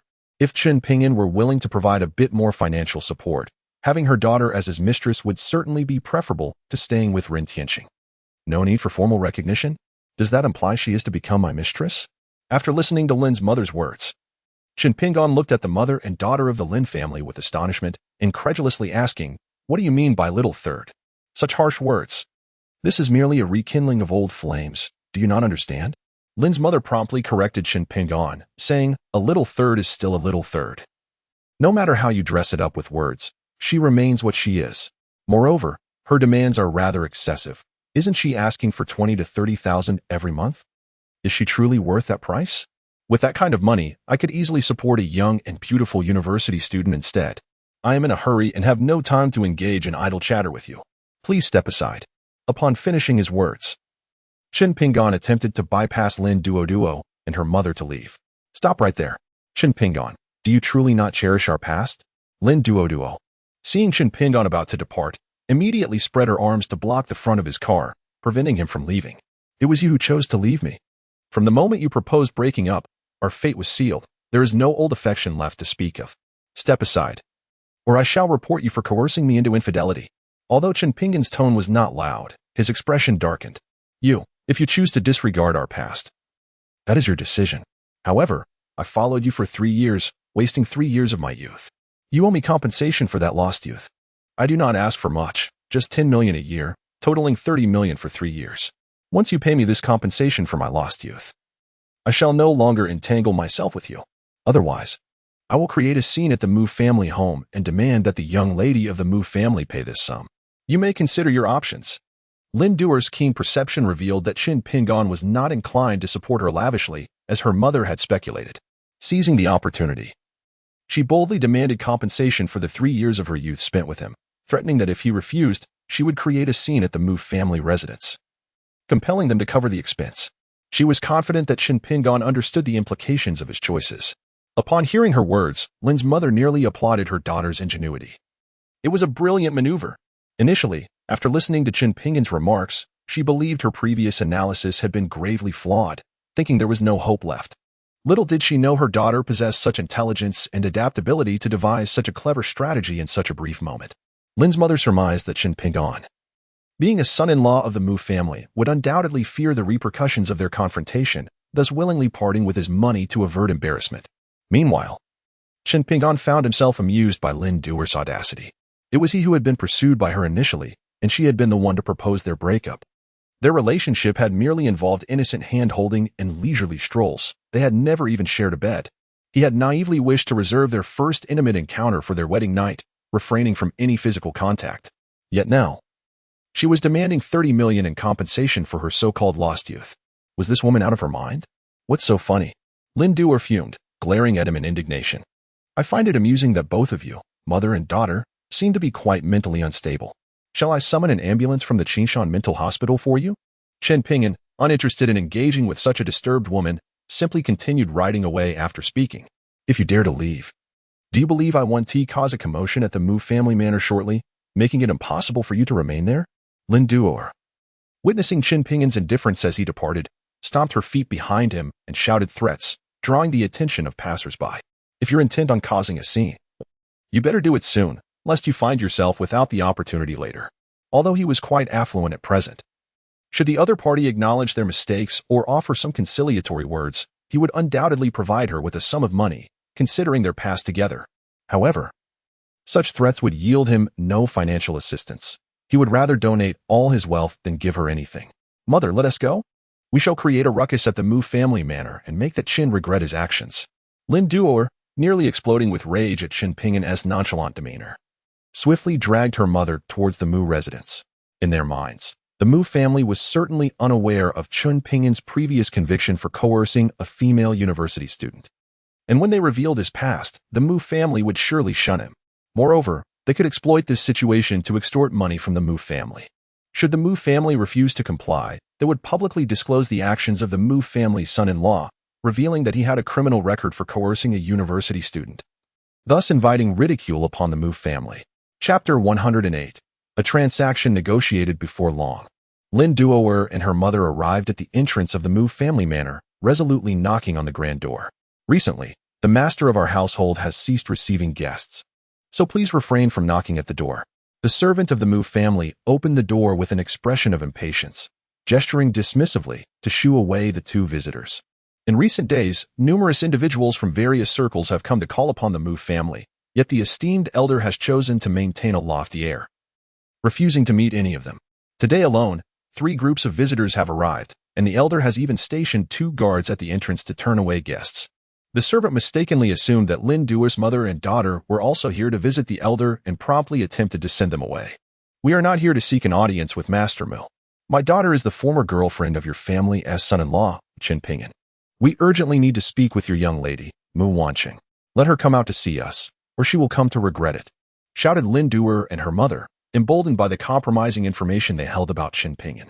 The 2 young guards were left utterly bewildered by the audacity of the Lin family duo. The Mu family has risen to prominence, and now even the former girlfriend of their son-in-law has come calling? How shameless can one be? Nevertheless, the elder had only instructed not to receive guests, and the young lady had not issued any such directives. Since they claimed to seek an audience with the young lady, it was only proper for them to enter and inquire about her wishes. Having encountered shamelessness before, they had never seen it displayed quite like this. You may wait here while we inform our young lady and see whether she wishes to meet with you. 2 guards of the Mu family exchanged glances and murmured a few words before leaving one to watch the entrance while the other hurried inside to inform Mu Wanqing. At that moment, Mu Wanqing was in her room, conferring with her close friend Qin Shiyu about potential strategies to persuade the old master to consent to her divorce from Chen Ping'an, ideally wishing it to occur at once. For the past few days, her mind had been consumed by the image of the man who had saved them that night, to the point of near obsession. She had never anticipated that love could arrive so suddenly and with such intensity, devoid of any forewarning. What terrified her most was the thought of that hero discovering her marriage. What would she do then? As for whether the hero harbored feelings for her, she had completely overlooked the matter of his marital status. Miss, a mother and daughter duo claiming to be the ex-girlfriend of your husband have come, specifically requesting to meet you. The guard approached Mu Wanqing's room, knocking before calling out to her, who was still lost in thought. What does that devil's ex-girlfriend want with me? Mu Wanqing inquired with curiosity as she opened the door. The guard succinctly relayed the words of Lin Duer and her mother. What audacity! Shiyu, let us go see. Upon hearing the guard's message, Mu Wanqing's curiosity was piqued, and she seized her friend and made her way toward the entrance. It's you? Upon arriving at the entrance and seeing Lin Duer and her mother, Mu Wanqing furrowed her brow and asked. She had encountered the pair previously outside the boxing club. Indeed, it is my mother and I. We have come today to engage Miss Mu in a conversation regarding a certain transaction. As Mu Wancheng emerged, Lin Duoer gracefully approached her, a smile adorning her face. Chapter 109. Mu Wancheng's response: Did you not claim to be Chen Pingin's former girlfriend? What business do you have with me? Are you attempting to bargain for his return? Mu Wancheng inquired, her curiosity tinged with skepticism as she scrutinized Lin Duoer. I possess knowledge of certain indiscretions about Chen Pingin that your Mu family remains oblivious to. For instance, he has served time in prison, convicted for coercing several female university students. Should I disclose this information, your family would become the laughingstock of the entire Longqing. Lin Duoer asserted, believing she had the upper hand, and whispered conspiratorially in Mu Wancheng's ear. Upon hearing Lin Duoer's words, Mu Wancheng's expression darkened instantaneously. Her gaze icy and fierce, as if it could ignite flames. Her anger did not stem from Chen Pingin's conviction for his misdeeds, but rather from Lin Duoer's intent to reveal such information. Chen Pingin was now the son-in-law of the Mu family. If this scandal were to be made public, it would be known throughout Longqing that they had married their granddaughter to a man with a criminal past, one whose crimes were particularly disgraceful, involving the coercion of female students.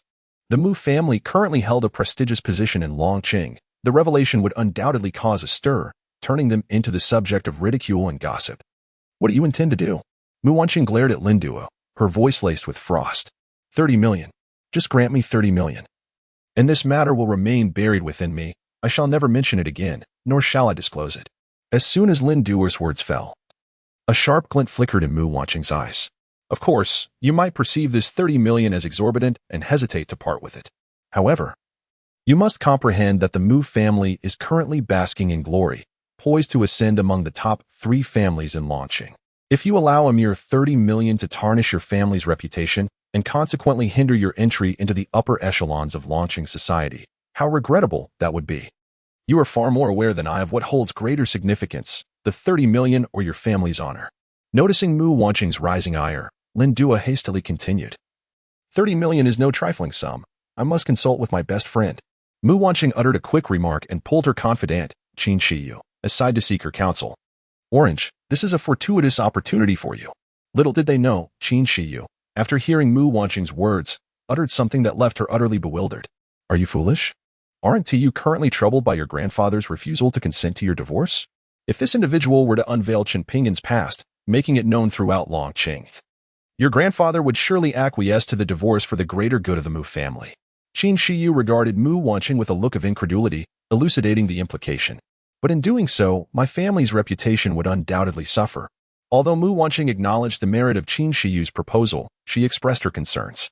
Come on. Your grandfather and the old war god are old classmates. Can such a minor loss of reputation truly affect the Mu family's standing in Longqing? Qin Shiyu retorted. Indeed. The only reason those individuals are now curry favor with my family is due to my grandfather's relationship with the old war god. It is improbable that they would cease their flattery simply because of an infamous son-in-law. This strategy is quite astute. Let us proceed with it. After Qin Shiyu's thorough analysis, Mu Wancheng experienced a moment of clarity and gladly accepted her best friend's suggestion. Lin Duoer and her daughter, having observed the lengthy discussion between the two, felt a surge of optimism, especially as Mu Wancheng occasionally cast furrowed brows in their direction. They were convinced that Mu Wancheng would acquiesce to their demands for the sake of the Mu family's reputation. Miss Mu, have you made up your mind? Lin Duoer inquired with a smile, addressing the somber-faced Mu Wancheng. Suddenly, a resounding slap echoed in response to Lin Duoer, as Mu Wancheng delivered a sharp blow. Chapter 110. Let her family's reputation be tarnished. You, how dare you strike me? Lin Duoer was taken aback by the unexpected slap, clutching her stinging cheek and staring in disbelief at Mu Wancheng. Her mother, quicker to react, hastily pushed Mu Wancheng away and angrily confronted her. Just moments ago, Mu Wancheng had seemed completely under their control. What had caused this sudden reversal? You two have some audacity. Do you think the Mu residence is an easy target for your extortion? Bring forth these 2 audacious criminals who dare to extort my Mu family and deliver them to the police station. I intend for them to languish in prison. Mu Wancheng declared with a grim expression after being pushed aside by Lin's mother. Upon hearing her words, the 2 security guards rushed over, a sight that left Lin's mother and daughter utterly alarmed. Though they could not comprehend the sudden assertiveness of Mu Wancheng, nor her apparent indifference to the potential exposure of Chen Pingin's scandalous secrets, there was no time for contemplation. Their immediate concern was escape. They realized, with dawning horror, that they were indeed in the act of extorting the Mu family. Given the Mu family's considerable influence in Dragon City, capture would almost certainly lead to imprisonment. Lin's mother quickly seized her daughter, Lin Duoer, and fled. You Mu will come to regret this. Just wait. Their voices faded into the distance. Humph, with such cowardice. How dare they attempt to extort my Mu family? They are utterly oblivious to their own insignificance. Mu Wanqing murmured disdainfully as she watched the Lin mother and daughter retreat in panic after receiving a figurative slap in the face. Wanqing, if you frighten them to the point where they dare not reveal Qinpingan's dirt, what will become of our objective? Qin Shiyu asked, her expression one of concern. This. Mu Wanqing was momentarily stumped by her best friend's words. Observing their frantic demeanor, she surmised they were unlikely to be that intimidated. If it were her, having come this far, she would at least air the dirty laundry and vent her frustrations, and once the secrets were out, she could simply leave Dragon City without a backward glance. Finally, Mu Wanqing pouted in agreement. Indeed, let it be.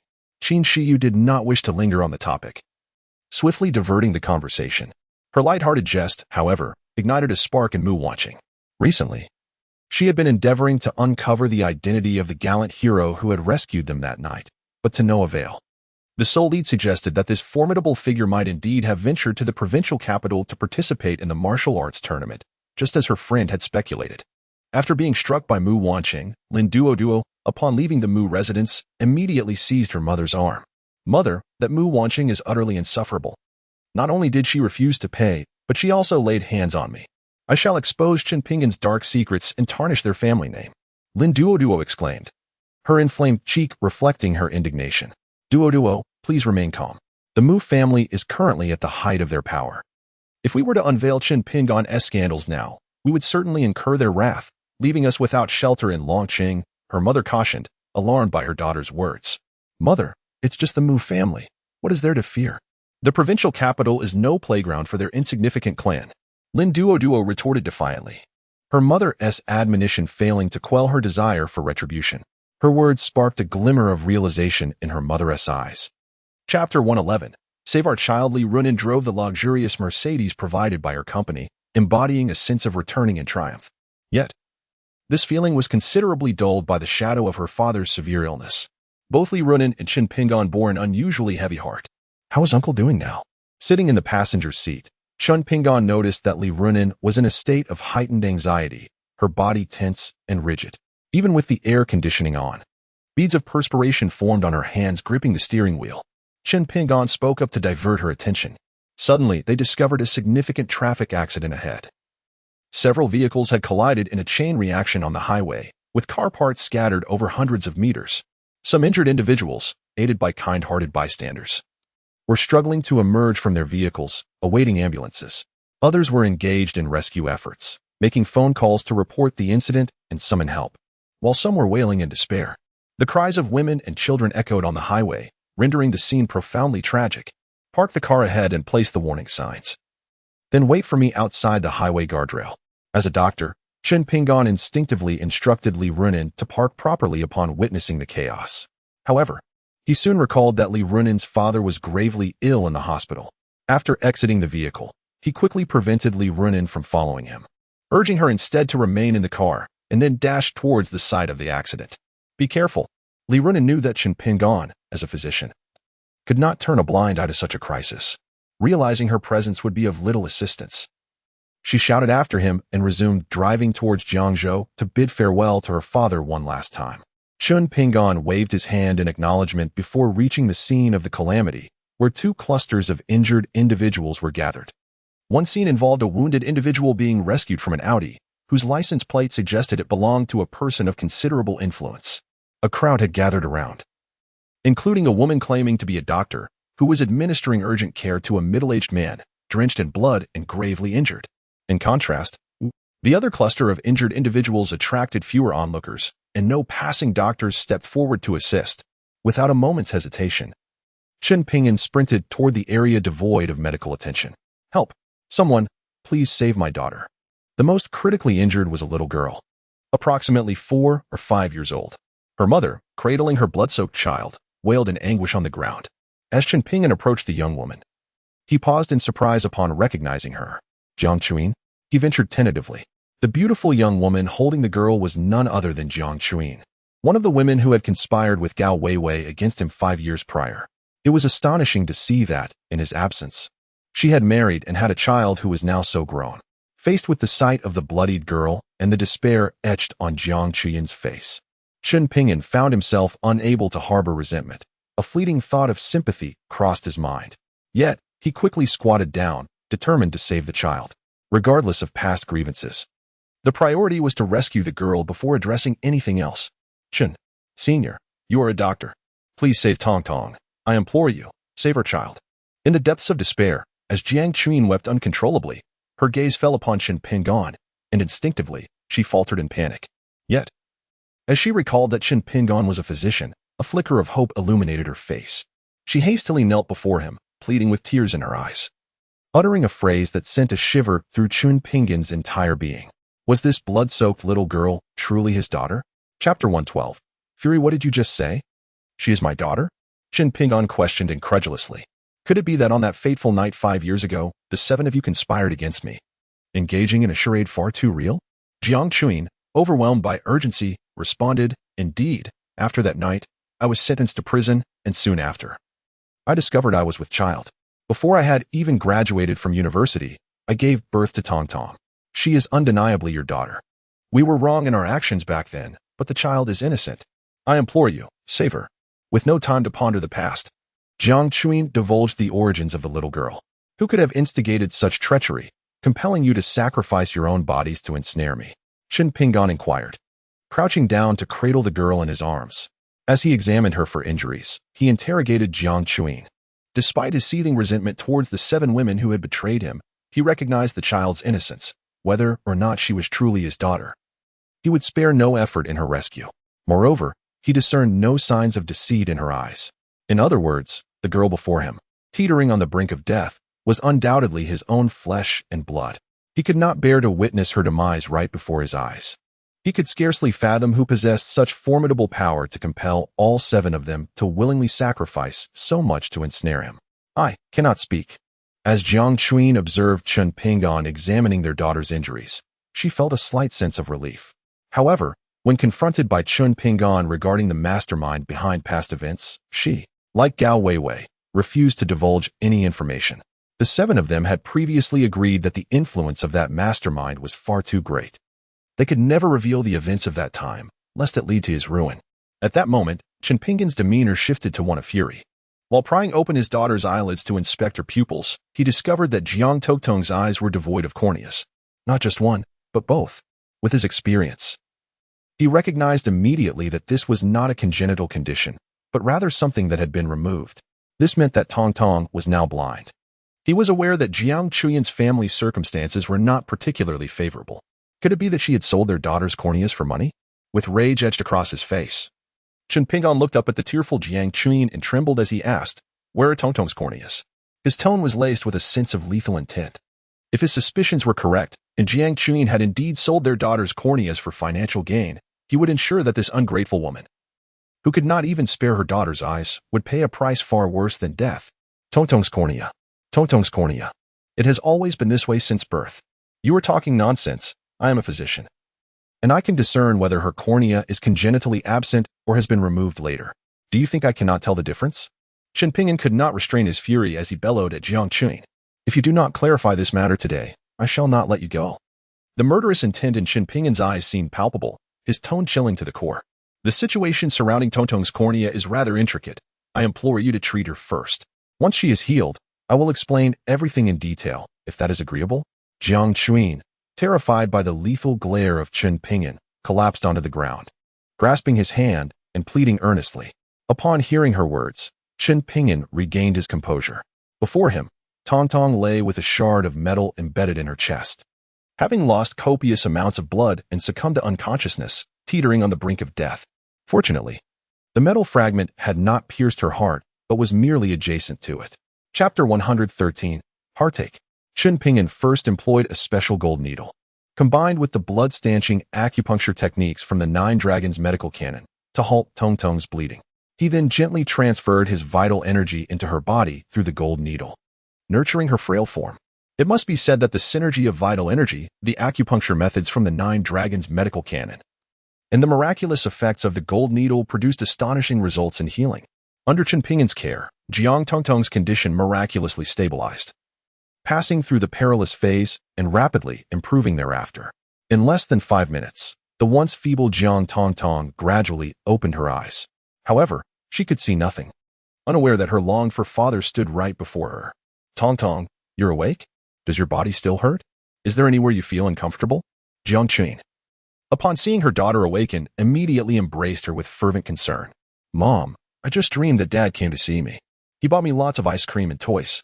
Jiang Tongtong, still frail, weakly grasped her mother's hand. Though her expression was one of pain, she exhibited remarkable strength, a smile lingering at the corners of her mouth that tugged at one's heartstrings. Hearing her daughter's words, Jiang Qun glanced up at Chen Pingan with an expression laden with complexity. Yet, she refrained from revealing to her daughter that her father was right there in front of her. Throughout this time, Chen Pingan's gaze remained steadfastly fixed on his daughter, particularly pained by the sight of her adorable face, now marred by the loss of her corneas, her eyes sunken and hollow. A wave of inexplicable anguish washed over him. A mere 4-year-old child had been robbed of her light, destined for a future shrouded in darkness. Were it another's child, he might have felt a mere pang of sympathy. But when such calamity befell his own, the emotional toll was excruciating. At that moment, Chen Pingan silently resolved that once his daughter's health was fully restored, he would find a way to restore her sight. If necessary, he would not hesitate to sacrifice his own corneas for her. With this thought, he lifted his gaze to meet Jiang Qun's, their eyes locking in shared understanding. "Tongtong has already escaped danger. Please add me on WeChat, and I will send you some prescriptions to help her regain her strength. If you are still concerned, when the ambulance arrives, you can take her to the hospital for a thorough examination." As Chen Pingan's words fell, Jiang Tongtong's face turned pale once more. Tongtong's eyes. Jiang Qun's actions led Chen Pingan to believe even more firmly that Jiang Qun had sold her daughter's corneas for money. After all, she had previously betrayed her benefactor. A woman so ruthless would find selling her daughter's corneas a trivial matter. Just as Chen Pingan was about to employ a forceful method to compel Jiang Qun to reveal the truth, a sudden commotion erupted among another group of injured individuals. "The provincial governor is on the brink of death. Why hasn't the ambulance arrived yet? Hurry and urge them to come." The cacophony reached Chen Pingan's ears. "You take the child outside the railing and wait there. Do not run around." Upon hearing the disturbance, Chen Pingan instructed Jiang Qun, then swiftly made his way toward the source of the chaos. Lives were at stake. He resolved to save the injured first before addressing the matter concerning her daughter. Chapter 114. There will come a time when you seek my aid. As Chen Pingan squeezed through the crowd, he caught sight of the middle-aged man lying beside the wrecked Audi, gravely injured and on the verge of death. The female doctor, at her wit's end, was currently on the phone, cursing and demanding the ambulance to arrive quickly. Chen Pingan crouched down and grasped the middle-aged man's wrist, checking his pulse. "What are you doing? Who authorized you to meddle with the injured? Can you bear the consequences of any mishap?" The attractive female doctor, noticing Chen Pingan's actions from the corner of her eye, swiftly approached him and reprimanded him. After speaking, she attempted to push him away. However, with her limited strength, she could not budge Chen Pingan even slightly. He stood firm as if rooted to the ground, impervious to her efforts. "You all, quickly pull him away. The governor's life hangs by a thread. If he is further disturbed, he may not survive until the ambulance arrives." Seeing her inability to move Chen Pingan, the female doctor shouted to those around her. Some of the onlookers were subordinates of the governor, and upon hearing her words, their expressions changed drastically as they rushed to pull Chen Pingan away. "Do not cause a commotion. I am also a doctor, and if this patient is not treated promptly, it will be too late." Initially, Chen Pingan had no intention of engaging with the woman, but when he saw the crowd closing in to drag him away, he reluctantly released the injured man's hand and explained himself. Upon hearing that Chen Pingan was also a doctor, the crowd paused, glancing at the woman, uncertain of how to proceed. Only the female doctor appeared taken aback, her brows furrowing. The injured man was none other than the governor of their province, and she was counting on rescuing him to gain favor in the future. If this young man overshadowed her efforts, it would be a considerable loss for her. Even if one does not seek to overshadow another's accomplishments, when the provincial governor awakens and learns that both of them contributed to his rescue, she would inevitably have to share half of the credit. It simply seems unwise to contemplate. "Are you also a physician? Which specialty do you practice? Present your medical license for me to examine." The woman pondered briefly before directly demanding Chen Pingan's medical credentials. Even if the man before her were indeed a doctor, It is uncommon for individuals to carry such documents on their person, while she happened to have hers at hand. Should he fail to produce his medical license, she could use that as grounds to dismiss him from the scene, thereby claiming sole credit for saving the provincial governor. My medical license was revoked 5 years ago. Chen Pingyan uttered words that left the female doctor in utter astonishment. He could have easily deceived her by claiming he had left it at home. Yet he found no need for such deceit and opted instead to speak the truth. However, her expression remained unchanged, her countenance hardened with indignation. The revocation of a medical license suggests either a deficiency in skill or a flaw in character. This is a matter of life and death. How could a mere quack, whose medical license has been revoked, dare to treat the injured? If anything were to go awry, would you be prepared to bear the consequences? Quickly, everyone. Expel this quack who lacks even a medical license from the vicinity of the injured to prevent any further harm. Seizing upon Chen Pingyan's vulnerability, the female doctor rallied the crowd once more to cast him out. The crowd had just overheard the conversation between the two, and at the command of the female doctor, they expelled Chen Pingyan from their midst, prioritizing the safety of the provincial governor. The condition of the injured was dire. Without prompt intervention, it would be too late. Chen Pingyan, somewhat irate, admonished the crowd, asserting that he could stabilize the patient's condition with his expertise in traditional Chinese acupuncture before the ambulance arrived, urging them not to impede his efforts to save a life. However, the crowd, aware that his medical license had been revoked, regarded him as a quack. While the woman in question was the chief surgeon at the Provincial People's Hospital, with her present, the governor's aides offered him no opportunity to intervene. You will soon find yourselves in need of my assistance. Chen Pingyan ultimately retreated to the outskirts of the crowd, resigned. He was eager to witness how the woman would handle the situation. What a presumptuous man. The female doctor scoffed at Chen Pingyan's retreating figure. Chapter 115. Let her come and plead with me. Chen Pingyan had no desire to squander his breath on such individuals. Upon exiting the throng, he glanced in the direction of Jiang Chuyin, only to discover that she and her daughter had vanished. After inquiring with several nearby individuals, he learned that as he pushed into the crowd, Jiang Chuyin had taken her daughter and crossed over the highway's guardrail, heading towards a nearby village. Chen Pingyan surmised that they had fled to avoid his inquiries regarding the girl's corneal condition, capitalizing on his momentary distraction. Without a second thought, he too crossed the guardrail, hastening after them towards the village. However, after he circled the village without discovering the figures of Jiang Chuyin and her daughter amidst the vast sea of people, Chen Pingyan found himself at a loss as to where to search for the two. At that moment, he felt for the first time the limitations of an individual's strength and yearned to establish his own influence. If he possessed a formidable force at his disposal, he could swiftly mobilize it to locate the mother and daughter. The upcoming Southwest King competition a few days hence presented a splendid opportunity. Should he emerge as the sovereign of the underground powers in the 3 provinces of Southwest, he would possess the means to seek out Jiang Chuyin and her daughter, as well as his own mother and sister. Previously, Chen Pingyan had agreed to participate in the competition merely to uncover the identity of the puppet master from years past. But now another motive had surfaced. He must secure victory in this Southwest King competition. Meanwhile, the female doctor was surrounded by the furious subordinates of the provincial lord, frantically attempting to explain herself. From a distance, Chen Pingyan overheard their conversation, which suggested that the provincial lord was on the brink of death, and his subordinates were directing their ire at the doctor. Intrigued, Chen Pingyan made his way back toward the crowd. The astute female doctor quickly noticed him approaching, a flicker of delight evident in her gaze. The provincial lord was about to take his last breath. Despite her best efforts, she had failed to stabilize his condition, and the ambulance had yet to arrive, making his demise merely a matter of time. If the provincial lord were to pass, it would likely signal the end of her career. Wasn't this young man just moments ago vying for credit against her? In a desperate attempt to salvage the provincial leader, a scheme unfolded. If the leader's condition deteriorated, the blame could be conveniently shifted to this young man, allowing the architect of this plan to escape unscathed. With this thought in mind, the female doctor immediately gestured towards Chen Pingyan, instructing those surrounding her. A few individuals hastened towards him. Sir, did you not just claim to possess a means to stabilize the provincial leader's condition? The situation is precarious, and there is a real risk of him losing consciousness at any moment. We implore you to assist in his rescue. A man, resembling a secretary, approached Chen Pingyan with urgency. Chen Pingyan pointed towards the female doctor and replied coolly to the middle-aged secretary. Indeed, we may have erred earlier, but lives are at stake.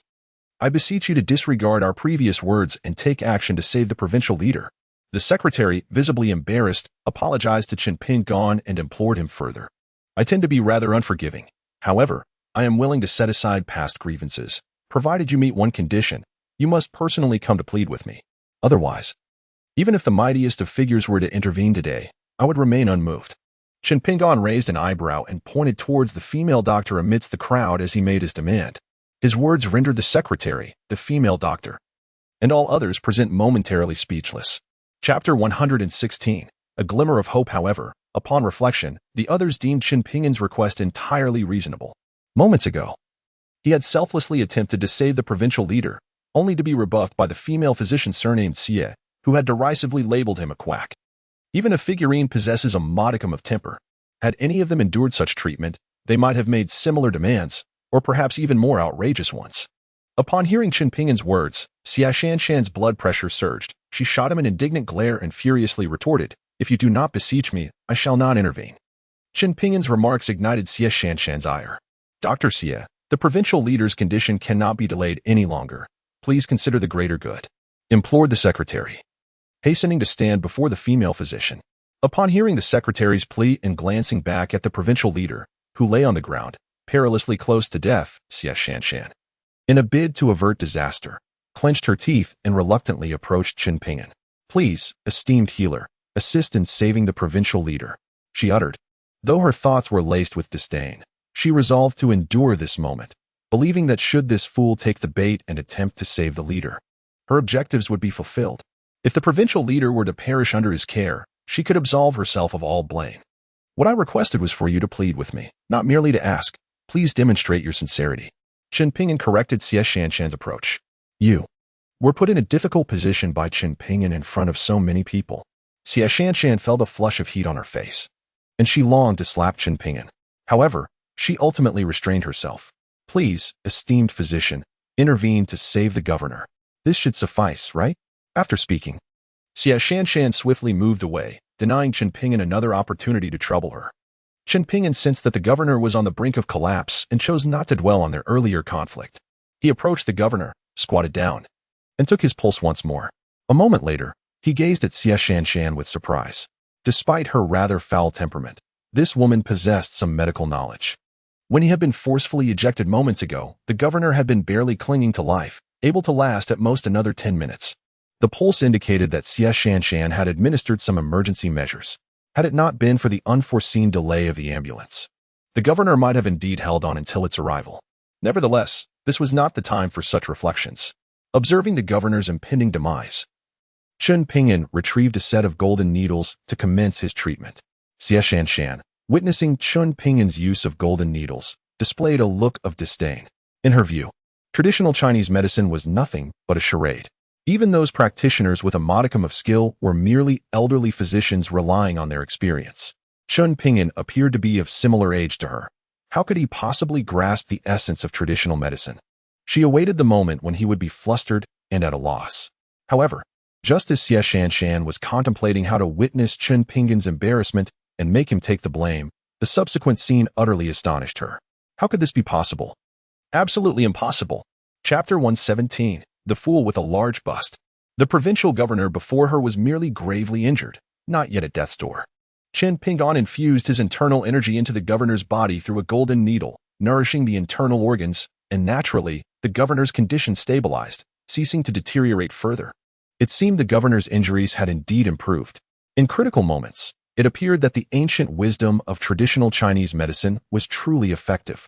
Indeed, while Western medicine may yield quicker results in many respects, it becomes utterly blind without the aid of machines.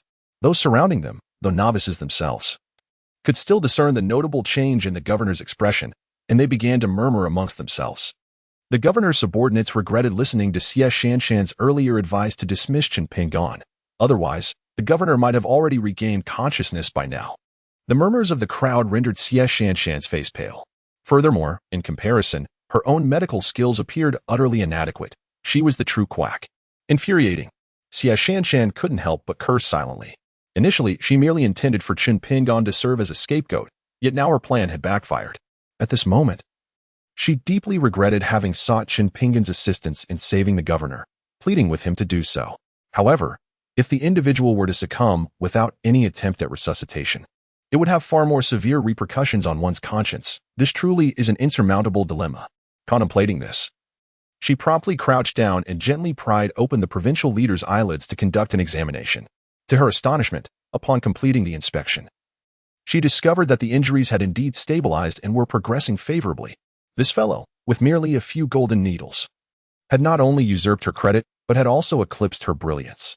No, she could not permit him to continue administering treatment to the provincial leader. Cough, cough. Just as Xie Shanshan pondered how to transform the credit for saving the provincial leader into her own, the leader coughed twice and gradually opened his eyes. The dragon burial ring? Upon awakening, the first thing the provincial leader noticed was the dragon burial ring on Chen Pingan's hand, and he weakly inquired, "Provincial leader, you are awake. How do you feel?" The provincial leader was already conscious, yet she urged, "Aren't you going to hastily remove those needles?"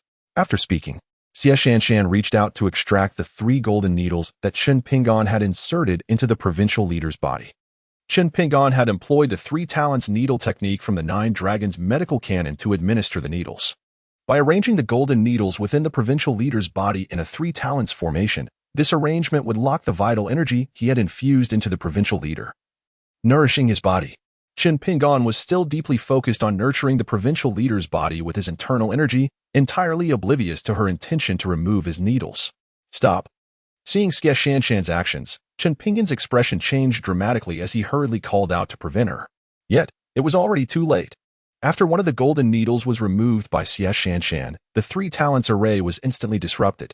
Chen Pingan's vital energy, which he had infused into the provincial leader's body, abruptly leaked out. The provincial leader's previously flushed complexion turned ashen, and he spat out a mouthful of blood before losing consciousness once more. "I did not mean to." Xie Shanshan was taken aback by the provincial leader's sudden change, her panic evident. What a foolish, brainless buffoon. It was no wonder Chen Pingan was furious. His 3 talents array acupuncture differed greatly from ordinary acupuncture. Once the array was established, the vital energy he had infused into the provincial leader's body formed a closed loop, circulating and nourishing the provincial leader's system. The moment a single golden needle was removed, this delicate balance was shattered, allowing the vital energy to wreak havoc within the provincial leader's body, violently assaulting his internal organs and inflicting severe damage. Thus, after Xie Shanshan pulled out the golden needle, the provincial leader's condition deteriorated rapidly. Xie Shanshan felt a surge of frustration from Chen Pingan's scolding, yet she could not muster a retort. Chapter 118. In the passenger seat, once the golden needle was reinserted, Chen Pingan exerted considerable effort to stabilize the provincial leader's injuries. Before the provincial leader could regain consciousness, the sound of an ambulance approached swiftly from a distance. The previously flustered Xie Shanshan's face brightened at the sound of the ambulance, and she immediately stood to greet it. "Hurry, hurry, let us get the provincial leader onto the ambulance, into the hospital." Xie Shanshan directed the paramedics to lift the provincial leader. However, this time she learned from her past experiences and refrained from recklessly removing the golden needles from the provincial leader. Upon seeing the ambulance arrive and realizing that the leader's condition had stabilized, Chen Pingan promptly extracted the 3 golden needles and instructed the hospital staff to lift the provincial leader onto the ambulance. He decided to accompany them, intending to hitch a ride to Jiangzhou People's Hospital. "What are you doing here?" exclaimed Xie Shanshan, believing Chen Pingan intended to follow her to the provincial capital's hospital to claim credit for the success. Her expression darkened as she hastily sought a reason to eject him from the vehicle. The doctors and nurses exchanged puzzled glances at Chen Pingan, bewildered by the unfolding situation. Xie Shanshan's actions caused Chen Pingan to furrow his brow in confusion. The ambulance driver, a seasoned veteran from Jiangzhou People's Hospital who had previously collaborated with Chen Pingan on numerous occasions, was momentarily taken aback upon recognizing him. "Dr. Chen? What a surprise to see you. If there isn't enough room in the back, you can sit in the passenger seat." After identifying Chen Pingan, the driver enthusiastically ushered him into the front seat. This scene left Xie Shanshan speechless, her eyes filled with resentment as she glared at the driver, helplessly watching Chen Pingan take his place beside him. "Old Su, it's been a while. How have you been these past years?" Once seated in the passenger seat, Chen Pingan lost interest in the woman and engaged in casual conversation with the driver. "Same as always. What about you? When did you come out? Have the events of that year revealed who conspired against you?" Lao Su started the vehicle, activated the siren, and sped towards the hospital. He understood Chen Pingin's character and had always doubted that Chen Pingin would ever resort to coercing a female university student. Even if, in the end, Chen Pingin were to be sentenced, Lao Su would persist in believing that he was a victim of deceit.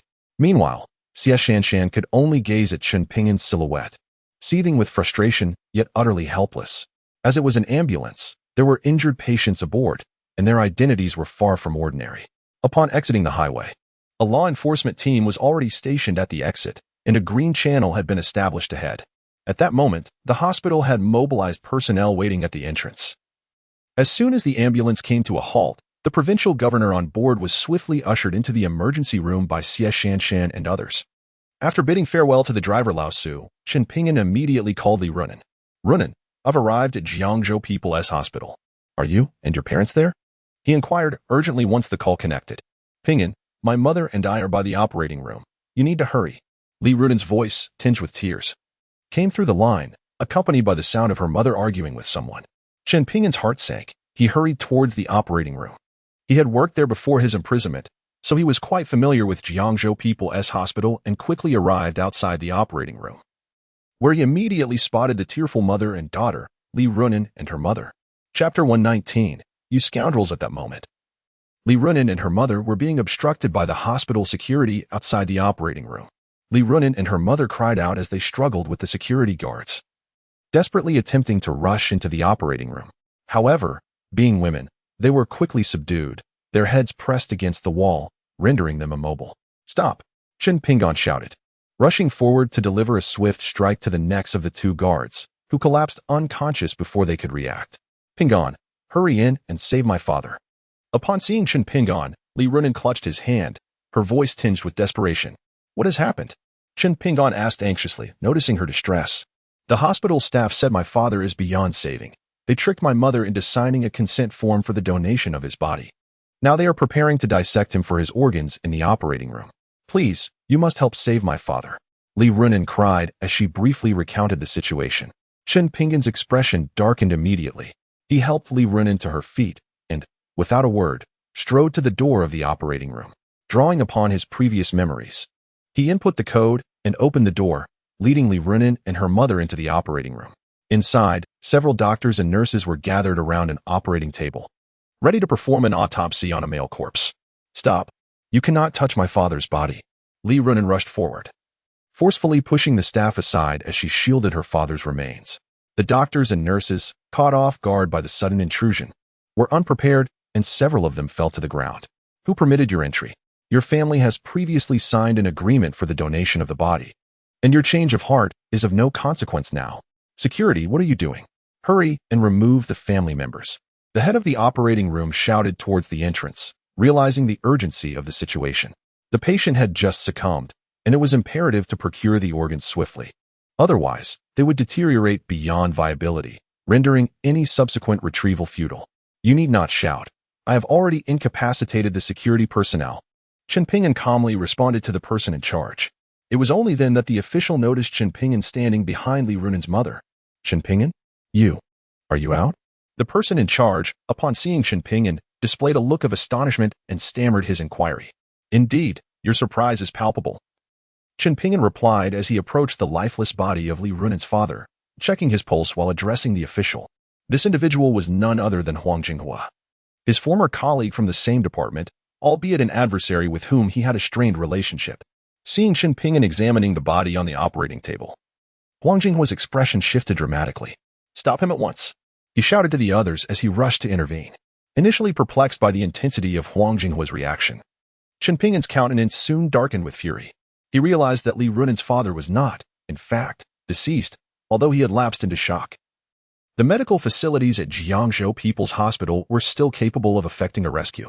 However, these individuals not only failed to provide assistance but also deceived Li Runin's mother into signing an agreement for the donation of her father's body. An act that is utterly heartless. You scoundrels! Chen Pingin turned and kicked aside the advancing Huang Jinghua, furiously chastising the crowd within the operating room. Had it not been for the urgent need to save Li Runin's father, he might have been unable to restrain himself from delivering fatal retribution to these miscreants. Chapter 120. Who dares cross the line will bear the consequences. Runin, please remain calm. Your father still has a chance. After scolding Huang Jinghua and the others, Qin Pingan turned to Li Runan. Pingan, what did you just say? My father is not dead? Clutching her father's lifeless body. Li Runan could scarcely believe her ears, her face a mixture of disbelief and fervent hope. When she had first arrived at the hospital, her mother had informed her that her father had already passed away, his final wish being to see her one last time. This news had struck her like a thunderbolt, leaving her feeling as if the ground had vanished beneath her feet. Now, Qin Pingan's words ignited a flicker of hope within her heart. Although she understood that Qin Pingan would not jest about such matters, she could not help but seek confirmation once more for her own reassurance. Qin Pingan gently guided Li Runan to a safe spot, firmly grasping her shoulders as he gazed into her eyes, offering solace. Yes, I believe in you. With Qin Pingan's affirmation, Li Runan trembled with excitement. Yes. Qin Pingan nodded and immediately turned to retrieve 3 golden needles from the dragon's grave ring. He inserted the golden needle into the acupuncture point on Li Runan's father's body, forming a triad formation to stabilize the faint pulse. Then, employing the miraculous techniques from the 9 Dragons medical canon, he endeavored to restore the heartbeat of Li Runan's father. Once the patient's heartbeat was revived, ensuring blood supply to the body and brain, the subsequent procedures would be considerably more manageable. The triad acupuncture technique was the most advanced method available to him from the 9 Dragons medical canon. When combined with his internal energy, it could remedy most ailments. As he gathered more golden needles, he would gradually unlock more sophisticated techniques such as the 4 symbols formation, 5 elements formation, 6 harmonies formation, 7 stars formation, 8 trigrams formation, and the 9 palaces formation. The higher the technique, the less internal energy it required.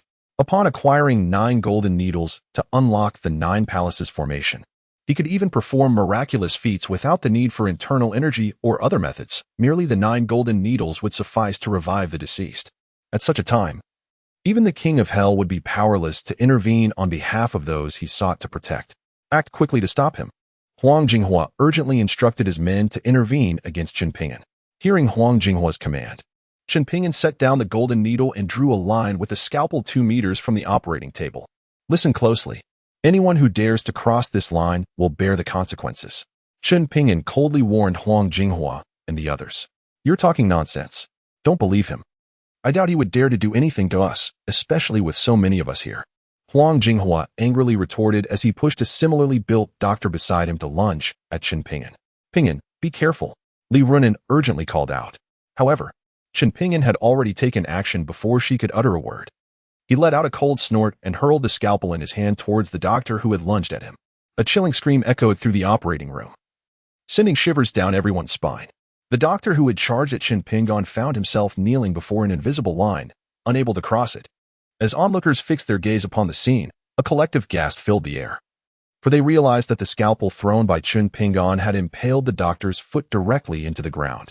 Even more horrifying was the sight of the scalpel completely embedded in the foot and the concrete floor, leaving only a small portion of the handle visible. It was a cement floor. One could only imagine the force required to achieve such a feat. Chapter 121. How extraordinary. Director Huang, save me. After the doctor's agonizing scream, he immediately called for help from Huang Jinghua and the others. Huang Jinghua rushed forward, attempting to extract the scalpel, but an embarrassing situation ensued. The scalpel had secured the doctor to the ground with an unyielding grip. Despite all his strength, he could not dislodge it, only causing the doctor to scream in further agony.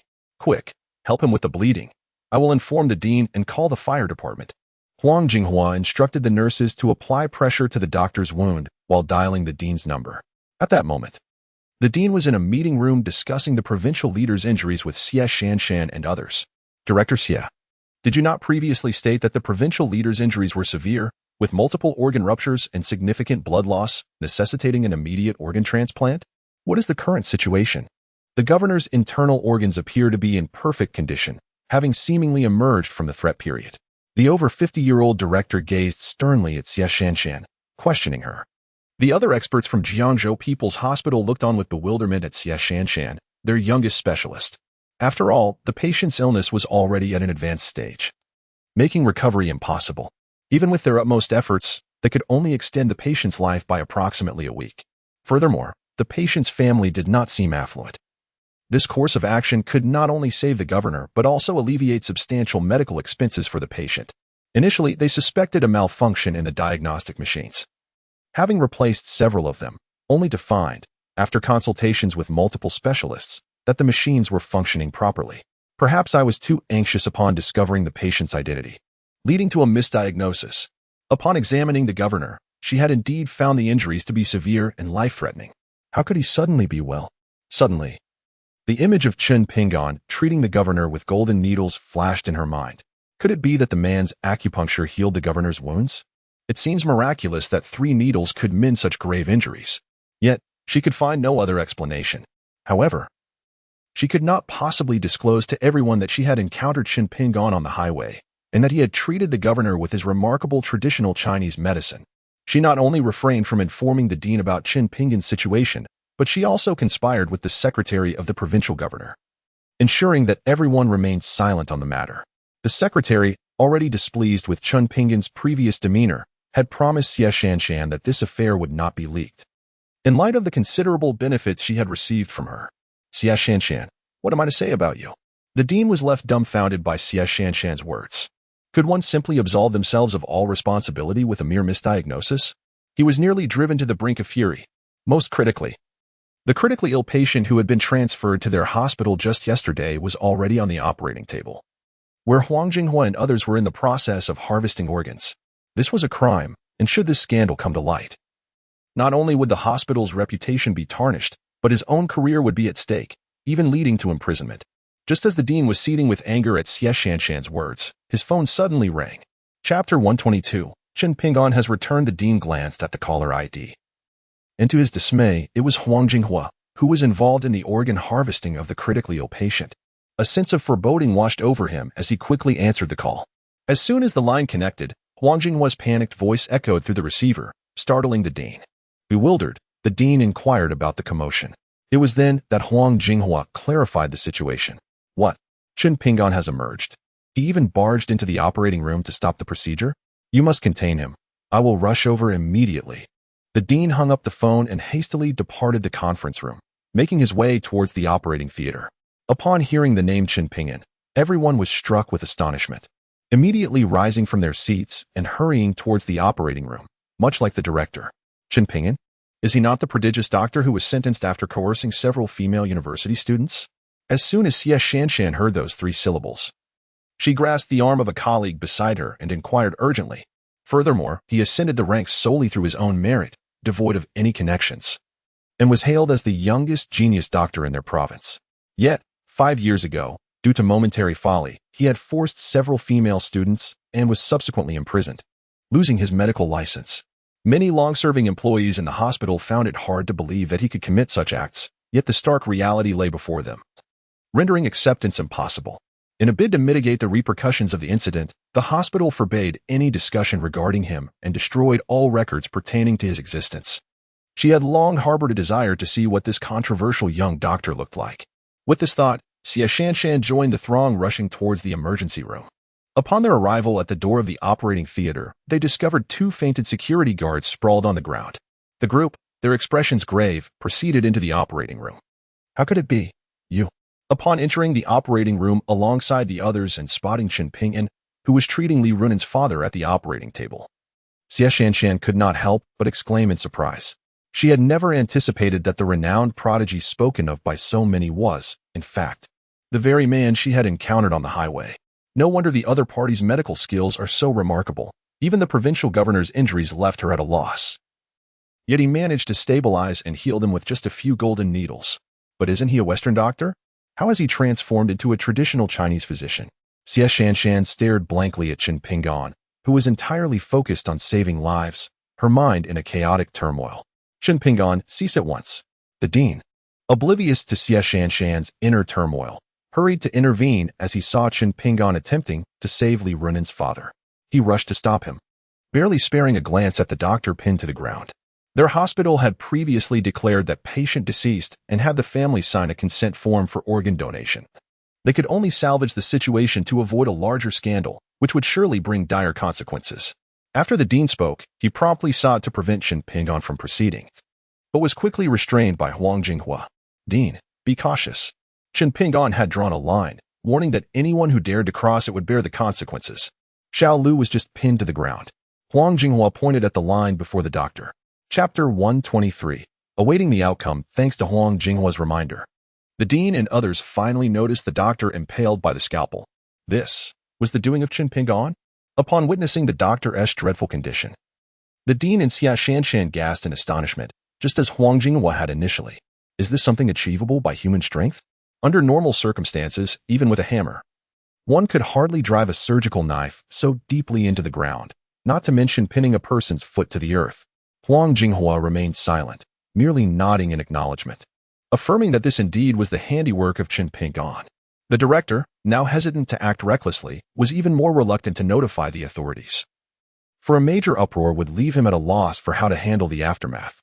His only recourse was to bribe Qin Pingan with money, persuading him to relent. He believed that Qin Pingan, having just been released from prison, was motivated by a lack of funds, thus resorting to such tactics to extort them. Qin Pingan, I think we should have a private conversation outside, the director suggested.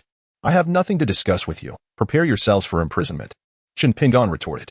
Qin Pingan, the deceased's family has already signed a body donation agreement. This corpse now belongs to our hospital, and you have no right to interfere with it. The director presumed that Qin Pingan was attempting to intimidate them into submission before making exorbitant demands, so he hastily referenced the agreement, hoping to dissuade Qin Pingan. The agreement you coerce the family into signing is predicated on the patient being deceased. If the patient is not dead, then the agreement is rendered void. Facing the director and others who invoked the agreement, Qin Pingan remained unfazed, responding with a cold smirk. What do you mean? The patient has been deceased for several hours. Do you believe there is any possibility of reviving him and nullifying the agreement? The director snapped back, irritation evident in his tone. Whether it is possible or not, you shall see. Qin Pingan replied defiantly. Qin Pingan, having uttered those words, disregarded the dean and Huang Jinghua, dedicating himself entirely to the rescue of Li's father. The dean and others exchanged knowing smirks at Qin Pingan's actions. Only Xia Shanshan recalled the moment when Qin Pingan had saved the provincial governor on the highway, and an ominous premonition stirred within her. Dean, you must stop him immediately. If he succeeds in reviving the patient, it will confirm our guilt in attempted murder, leaving us with no defense. She whispered anxiously to the dean. Huang Jinghua, unable to contain himself, interjected. The dean's words filled Xia Shanshan with urgency. Yet she found herself at a loss for how to articulate her concerns. However, just as Xia Shanshan was about to voice her thoughts, she was rendered speechless by the astonishing scene before her. Not only was she taken aback, but the dean and others also stared in disbelief at Qin Pingan and the lifeless body on the operating table, which they had long since deemed deceased. To their astonishment, they noticed on the electrocardiogram that Li Runan's father, who had been unresponsive for what felt like an eternity, had miraculously regained a heartbeat during their conversation. Impossible. This cannot be. The dean and Huang Jinghua exclaimed in disbelief. Some even suspected they were hallucinating, rubbing their eyes to reassess the reality before them. But the undeniable truth shattered any lingering hope within them. Not only had Li Runan's father regained a heartbeat, but he also moved his fingers slightly, signaling a return to consciousness. In the astonished gaze of the crowd, Father Li finally began to slowly open his eyes. Chapter 124, Relentless Resolve. Dad, you're finally awake. You have terrified your daughter, do you know that? Li Runan rushed forward, grasping her father's hand, tears streaming down her face as she spoke with heartfelt emotion. Runan, is it truly you? Surely, I must not be dreaming, Father Li murmured, still in disbelief, as he instinctively reached out to caress his daughter's face. It was only upon feeling the warmth of her skin that he realized this was no mere illusion, but a reality. Oh, my dear, I am so sorry. I almost made a grave mistake for the sake of a mere 100,000 yuan. Li Runan's mother stepped forward to take hold of Father Li's other hand, her face etched with remorse as she confessed her regrets to him. Previously, when hospital staff had summoned her to discuss their family situation, they informed her that, given their financial struggles, her husband was beyond saving. They suggested that should he pass away, and if the family were willing to donate his body to the hospital, they would not only waive the medical fees but also offer a reward of 100,000 yuan, an amount she could use to support herself and her daughter in the future. Initially, when the doctor declared her husband's fate, it felt as if lightning had struck her, leaving her to ponder how she and her daughter would cope. As the hospital pressed her to sign the body donation agreement and reflecting on the hardships her daughter had endured over the years, she hesitated but ultimately made the painful decision to sign. Yet, once the hospital staff had taken him away, she could only weep silently. Runan, let us leave this place before we speak further. Chun Pingan declared, ceasing the flow of vital energy to Father Li's body, before turning to remind Li Runin. Indeed. Let us depart from this place first, Li Runin exclaimed, as if awakening from a dream. She hurriedly assisted her father down from the cold operating table, helping him dress as they prepared to leave. They must not be allowed to leave, the director declared ominously to those gathered around him. The security personnel he had covertly summoned had now positioned themselves behind them. The security captain swiftly led a few men forward to obstruct Chen Pingan, aiming to subdue him. Step aside. Chen Pingan spoke in a calm tone to the approaching guards. Seize him. The security captain, possessing genuine skill, was unfazed by Chen Pingan's words. Eager to impress the director and his colleagues, he was the first to charge at Chen Pingan. Seeking death, Chen Pingan deftly grasped a surgical knife and, with remarkable speed, slashed at the security captain's uniform. Just as the captain believed Chen Pingan was merely flailing about, he suddenly felt a chilling breeze against his skin. Instinctively, he looked down and was mortified to find his clothing had been reduced to mere strips, cascading to the floor. He was left with only a pair of undergarments to shield his modesty. The other security personnel, who had followed the captain's lead, stood frozen in shock, their expressions mirroring that of their leader. As realization dawned upon them, they too felt the unsettling chill and glanced down, only to discover that their own garments had been transformed into tattered rags, littering the ground around them. Even Xie Shanshan and the nurses fared little better, clad only in scant undergarments that barely shielded their modesty. Apart from the doctor previously pinned to the floor by a surgical knife, the attire of everyone else in the hospital had been reduced to mere rags strewn about the ground. Alas, for Xie Shanshan and the nurses, such a scene was utterly unprecedented. With a collective shriek, they clasped their hands to their chests and fled the operating room in mortified indignation. The hospital director and his colleagues, however, remained paralyzed with fear, terrified that the surgical knife in Chun Pingan's hand might be turned upon them. Chun Pingan cast a glance at the assembled crowd, discarded the surgical knife, and strode toward the exit, accompanied by the 3 members of the Li family. Chun Pingan, what will it take for you to relent? Quite simple. I shall cease only when you wretches receive the punishment you so richly deserve. Chapter 125. The Governor's Gift Director. What should we do now? After Chen Pingan and his companions departed, Huang Jinghua, his countenance grim, cautiously inquired of the director. What else can we do? Just let it be. The director, being the head of the hospital and seasoned in the face of adversity, contemplated for a moment before addressing Huang Jinghua and the others, then turned to exit the operating room.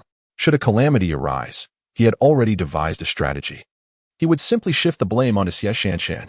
Why should it concern him? Upon hearing the director's words, the others found them reasonable, since the director had spoken thus. Surely nothing untoward would occur. With their worries alleviated, they wiped the perspiration from their brows and followed the director out of the operating room. Director, Head Huang, save me. The doctor, pinned to the ground by a scalpel, was taken aback upon witnessing the crowd's departure, and he began to wail in despair. What are you screaming for? You'll have to wait for the firefighters to arrive before anything can be done about your foot, so just be patient. After Chen Pingan escorted Li Runin and her family out of the hospital, he hailed a taxi for them. Pingan, aren't you coming with us? Li Runin inquired, her gaze fixed on him as he did not board the vehicle. Chen Pingan reassured her, I will send you my location once I find a suitable hotel. Upon hearing this, Li Runin felt relieved and departed. After watching Li Runin and her family leave, Chen Pingan also hailed a taxi to a nearby large traditional Chinese medicine shop. He sought rare medicinal herbs that were not typically found in ordinary herbal stores. Having grown up in Jiazhou, he was quite familiar with the area and soon arrived at a sizable herbal shop. After more than half an hour, he emerged with several bags of herbs. However, just as he stepped outside, a green Audi came to a halt before him. As Chen Pingan attempted to circumvent the vehicle, an unfamiliar man exited and obstructed his path. Sir, may I ask what the matter is? Chen Pingan inquired, furrowing his brow in confusion. The man, appearing to be in his 40s, possessed a piercing gaze reminiscent of a sword poised for action, clearly indicating he was a veteran. Yet, Chen Pingan was certain he had never encountered this individual before. You are Chen Pingan, the divine doctor, are you not? In a robust tone, a man inquired of Chen Pingan. I am indeed Chen Pingan. May I ask who you are? Curiosity etched on his face. Chen Pingan wondered how this individual had come to know his name. I am the bodyguard and driver of the provincial governor. I extend my gratitude for saving the governor's life on the highway. He has sent me to present you with a token of appreciation for your life-saving deed. The man declared, producing a finely crafted box, 2 fingers wide and 10 centimeters long, which he placed into Chen Pingin's hands before turning to leave. During that fateful moment on the highway, the governor had only regained consciousness briefly, unable to utter a word before losing consciousness again due to the woman's recklessness. It was astonishing that, within such a short span of time, the governor had remembered Chen Pingin and thoroughly investigated his identity. What intrigued him further was the nature of the gift he had received. Once the man had departed, Chen Pingin slowly opened the exquisite black box. Upon glimpsing its contents, his eyes widened in astonishment, and a look of ecstatic joy spread across his face. Chapter 126, The Fourth Golden Needle. It was indeed the fourth golden needle, a token of gratitude from the governor. He had never anticipated that a mere act of kindness in saving someone's life would yield the elusive fourth golden needle he had long sought. Before his incarceration, his master had informed him that he only knew the whereabouts of the first 3 needles, but reassured him not to worry. If he was destined to have a connection with the golden needles, they would inevitably reveal themselves to him.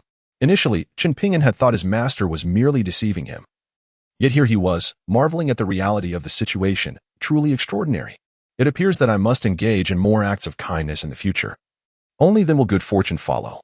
At present, I possess 4 golden needles, and should I acquire 2 more, I will inherit the vast and omnipresent intelligence network of the burial dragon hall. According to my master, there is nothing in the secular realm that this network cannot uncover. At that point, I shall be able to locate my mother and sister. Once Chen Pingin calmed his elation, he gingerly retrieved the 4th golden needle from the box and placed it within the burial dragon ring. He then hailed a vehicle to the hotel that Li Runin had arranged. Just moments ago, Li Runin had sent the hotel address to his phone. Chen Pingin intended to first administer medicine to Li's father and then dedicate the evening to thoroughly examining the 4th golden needle. Half an hour later, Chen Pingin arrived at the hotel where Li Runin was staying, proceeding directly to the room number she had provided. As he reached the door, he suddenly overheard a conversation between Li Runin and her mother. Typically, the soundproofing in such high-end hotels is quite effective. However, due to the enhanced hearing he gained from his training, he could discern their voices even at such close proximity, despite the noise insulation. However, you may regard Chen Pingin as a friend, yet he harbors different intentions, likely yearning for a more intimate connection, leading to an inevitable entanglement. Such men, having served time, often find it arduous to secure respectable employment, and few women would consider marrying them. Consequently, he may resort to deceit to ensnare innocent girls like you. Exercise caution. When he arrives, devise a means to send him away, and refrain from further contact. With your figure and beauty, your mother can surely find a matchmaker to introduce you to a wealthy suitor, making entry into high society entirely feasible. Li Mu's words caused Chen Pingin to furrow his brows. Yet upon reflection, her assertions bore a semblance of truth. Were he an ordinary individual, his post-incarceration life would likely unfold as she predicted. Her intentions, rooted in a desire for her daughter's well-being, were undeniably selfish, yet understandable. Nevertheless, hearing such sentiments from Li Mu made Chen Pingin uncomfortable, though not to the extent of inciting anger. I shall call him to ascertain his whereabouts. Upon his arrival, you must not mention this matter in his presence, Li Runin declared, promptly opening the door, only to find Chen Pingin standing on the threshold. When did you arrive?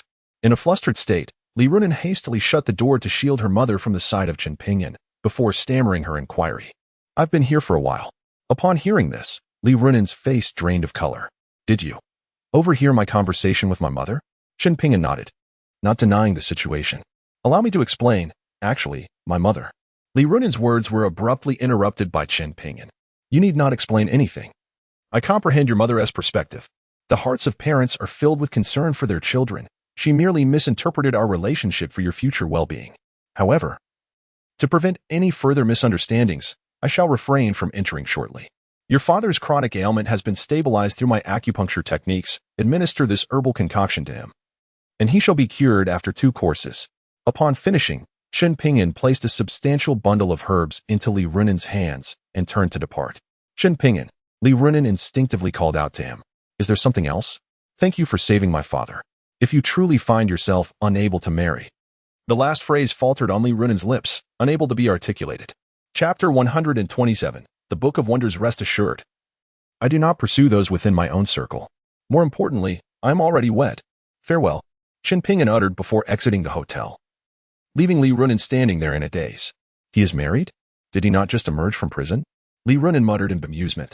She had thought that his declaration of being married was merely a ruse to quell her imagination, as their intimacy made her acutely aware that Qin Pinyin would never dare to pursue her. However, she wholeheartedly resonated with her mother's earlier sentiments. Qin Pinyin, a man with a criminal record and whose medical license had been revoked, would undoubtedly find it arduous to secure a reputable job, relegating him to roles such as a security guard or delivery worker, thereby making it exceedingly difficult for him to ever find a wife. Should she take the initiative? Li Runen felt a hint of internal conflict. After Qin Pinyin departed from the hotel where Li Runen and her family were staying, he sought refuge in a nearby establishment. He was hesitant to venture too far, fearing that should any unforeseen circumstances arise with Li's father, he would be unable to provide timely assistance. Upon checking into his room at the hotel and collecting his room key, he entered the elevator just as Mu Wanqing and her friend Qin Shiyu arrived. Having parked their car at the hotel entrance, the two had just arrived in Jiangzhou and had also booked a stay at the same hotel. Once in his room, Qin Pinyin organized his belongings and opened his somewhat faded canvas bag, from which a wolf mask tumbled out. He tossed the mask onto the bed, took a warm shower, and retrieved the golden needle gifted to him by the provincial leader. He pricked his finger with it, a bead of blood emerging, which was then absorbed by the needle. A familiar scene unfolded once more. A blinding golden light erupted from the needle, illuminating the entire room in an instant. The golden light appeared to contract, coalescing into a small point before silently vanishing into Qin Pinyin's forehead. A sharp pain coursed through his head, yet he remained composed, enduring the discomfort in silence. Before long, the pain began to dissipate, and his mind became inundated with a plethora of peculiar knowledge. Knowledge of alchemy, herbal cultivation, strategic formations, artifact forging, detoxification, poisoning techniques, as well as the arts of music, chess, calligraphy, and painting, flooded into his mind as if conjured from thin air. Even the Nine Dragons medical canon, which he had previously mastered, was among this wealth of information. Qin Pinyin understood that this was the wondrous compendium contained within the fourth golden needle. These were various extraordinary skills collected by the Dragon Burial Hall over millennia, truly encompassing a vast array of knowledge. Without hesitation, Qin Pinyin chose to study the art of alchemy, for he believed that consuming elixirs capable of enhancing inner strength was one of the swiftest methods to elevate his cultivation. Pinyin, come here quickly. As soon as the phone connected, Li Runen's urgent voice rang through, only to be abruptly cut off. Qin Pinyin feared that something had gone awry with Li's father's condition and hurried to the hotel where Li Runen was staying. Upon arriving at her door, he discovered that it was ajar. Without a second thought, he pushed the door open and stepped inside. To his surprise, as he entered the room, he was enveloped from behind by a pair of gentle arms. Recognizing the scent that wafted from behind him, Qin Pinyin immediately knew it was Li Runen. Stunned, he was left with a bittersweet smile. Chapter 128. Li Runen's confession. As Qin Pinyin pondered how to clarify his feelings with Li Runen, she had already maneuvered from behind him to stand before him. Her soft hands, which had rested on his waist, now cradled his face as she leaned in to deliver a tender kiss. Qin Pinyin was taken aback. He had always regarded the strong-willed Li Runen as a good buddy, a close brother. Never did I imagine that one day I would be forcefully kissed by my dear friend. Li Runen's kiss was youthful and inexperienced, merely grasping Qin Pinyin's face as if to nibble on it. Indeed, the sensation Qin Pinyin experienced from Li Runen's kiss felt akin to being nibbled upon. It was evident that her inexperience stemmed from a lack of prior kissing experience, leaving him with an impression reminiscent of being playfully nudged by a pig. Qin Pinyin hastily pushed Li Runen away and swiftly wiped the saliva from his face. "Runen, what are you doing?" Qin Pinyin exclaimed in frustration while drying his face. Upon witnessing Qin Pinyin's reaction, Li Runen's cheeks flushed with heat, and she felt an overwhelming urge to find a crevice to hide within. Yet, she stood her ground resolutely. "I understand that you are trying to repay me for saving your father in this manner. However, I have always regarded you as a brother. Saving your father was merely the right thing to do, just as I would unhesitatingly assist anyone injured on the highway. There is no need for you to repay me with your body. I do not require such gestures. It makes me feel as though I am taking advantage of your vulnerability," Qin Pinyin stated firmly to Li Runen. "That's not it, Qin Pinyin. Please, let me explain. The situation is not entirely as you perceive it. I acknowledge that my previous actions were motivated by a desire to repay kindness. However, gratitude was merely the spark. In truth, I have harbored feelings for you since high school. Yet, your brilliance made me acutely aware of my own inadequacies, preventing me from confessing my feelings. Now that you are traversing a difficult period in your life, I fear that if I do not seize this opportunity, you may overlook me once you emerge from this valley. Thus, I have mustered the courage to express my sentiments today. Please do not reject me. Even if you remain in this low point forever, I am willing to stand by your side and support you. I will take care of you. Li Runin gathered her courage and, regardless of Chun Pingin's willingness, once again threw herself into his embrace. She held him tightly, wishing to merge him into her very being, softly murmuring in his arms. For reasons unknown, this encounter only deepened her infatuation with him. There was an aura about Chun Pingin that ensnared her completely. As Chun Pingin listened to Li Runin's whispers, he was momentarily frozen in place, taken aback by the realization that she had silently harbored feelings for him all these years. In hearing her tender words, he remembered that Li Runin, too, was a woman who, due to familial circumstances, had been compelled to adopt a tough exterior. She was, after all, a girl with dreams of love. If there were to be any woman in this world whom Chun Pingin could trust, aside from his mother and sister, it would be Li Runin, standing before him. Instinctively, he wrapped his arms around her. Having been betrayed by others, he has come to understand the value of cherishing those who treat him well. Thus, Chun Pingin holds his relationship with Li Runin in high regard. If he were to reject her today, it would undoubtedly cause her great sorrow. He has no desire to hurt anyone who loves and cares for him. With this thought in mind, Chun Pingin gently cradles Li Runin's face, gazing into her eyes filled with affection, and he cannot help but lean in closer. Yesterday, she rented a place for her parents, bringing them there in preparation for this very moment. With a swift kick, Li Runin shuts the door and pulls Chun Pingin to the bedside, where they both collapse onto the soft hotel bed. Soon, they lay bare their feelings to one another. While Li Runin may not be from a wealthy family, her years of working in a KTV have left her untouched by the elements, her skin fair, delicate, and smooth. True to her spirited nature, she takes the initiative, grasping Chun Pingin's hand and placing it on her body. As he feels the softness of Li Runin, Chun Pingin's mind goes blank, leaving only instinct. Just as he is about to take a step forward, Li Runin suddenly questions him. "Didn't you say you were already married?" Her words, intended to tease him for his current lack of stubbornness, caused Chun Pingin to freeze. Indeed, although he and Mu Wanqing have not lived as a married couple and are set to divorce in 3 months, they are nonetheless legally wed. If he were to engage with Li Runin today, it would be nothing short of infidelity. Various signs indicate that the elder Mu is certainly acquainted with his master, and their relationship appears to be quite cordial. Otherwise, the master would not have entrusted him with the 2 golden needles. Chun Pingin firmly resolved that he could not allow any leverage to fall into elder Mu's hands. With this thought in mind, he forcefully pushed aside the clothes at hand Li Runin and swiftly donned his garments. Li Runin was taken aback by Chun Pingin's intense reaction to her words.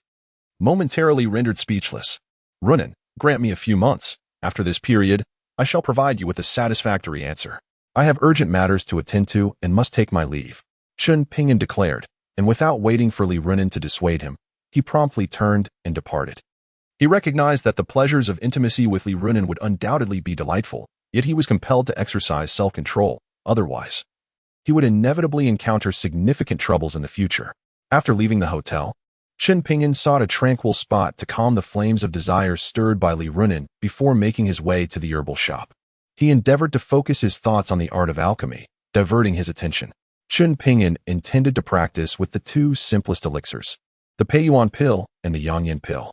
However, even for these rudimentary concoctions, he traversed the entirety of Jiangzhou City to gather the necessary ingredients, losing track of time in the process. By the time he successfully refined his first batch of Peiyuan pills, 2 days had already elapsed. Chun Pingin eagerly tried a pill, and although it did not enhance his martial prowess, it effectively nourished his essence, invigorated his vitality, and fortified his body.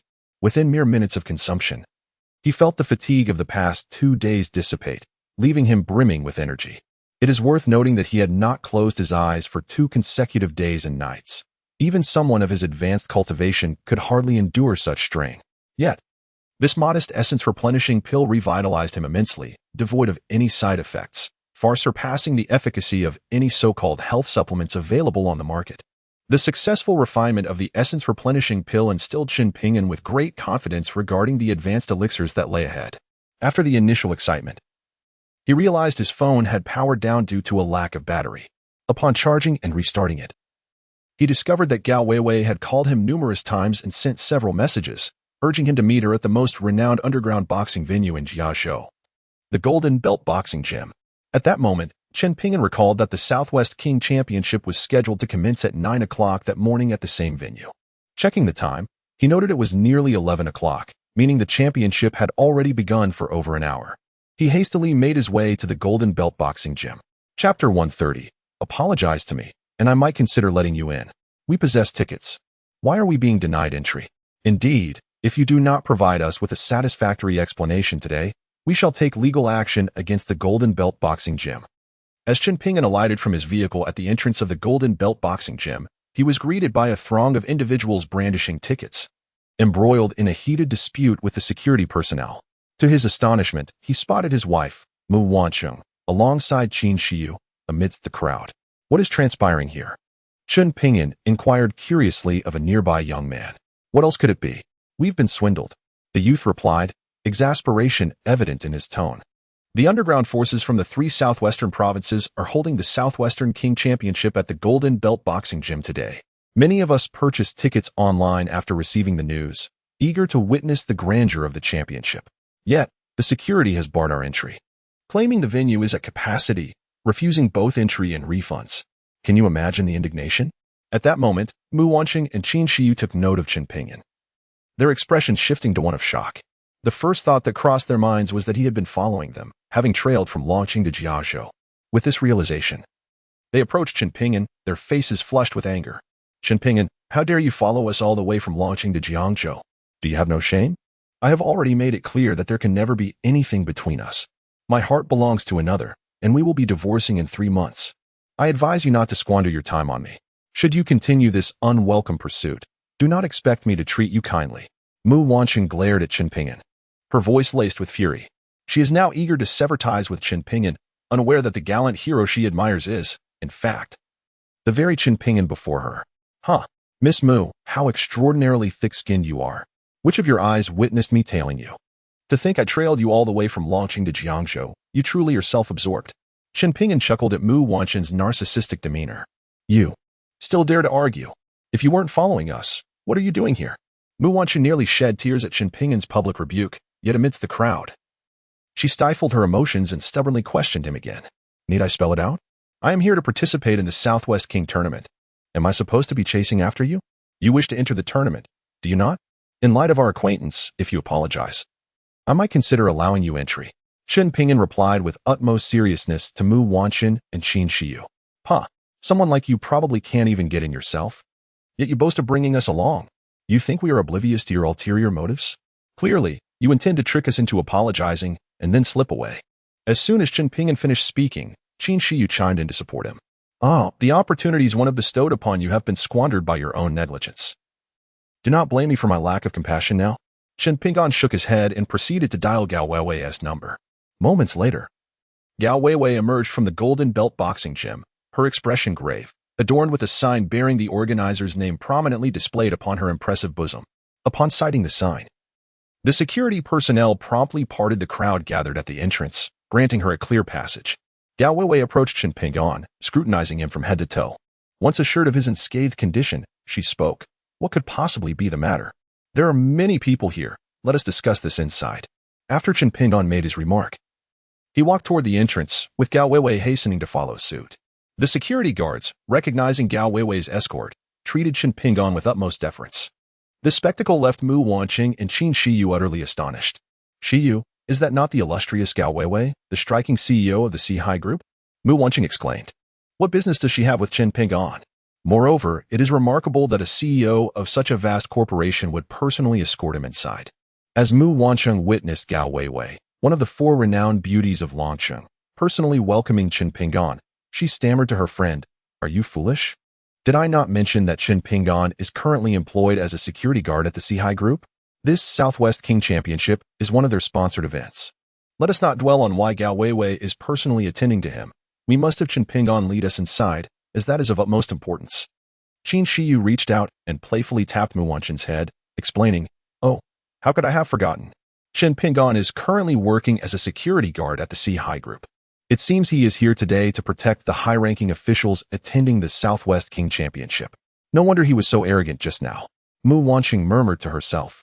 Observing Mu Wanqing lost in her thoughts, Qin Shiyu sighed and lightly smacked her forehead in exasperation. Then, she called out to Qin Pingan's back. Hey Chun, didn't you say you would take us inside? Since Mu Wanqing felt too embarrassed to speak up, Qin Shiyu took it upon herself. Sorry, but I already gave you the opportunity. It's your fault for not seizing it. Qin Pingan's response prompted Mu Wanqing and Qin Shiyu to stomp their feet in frustration.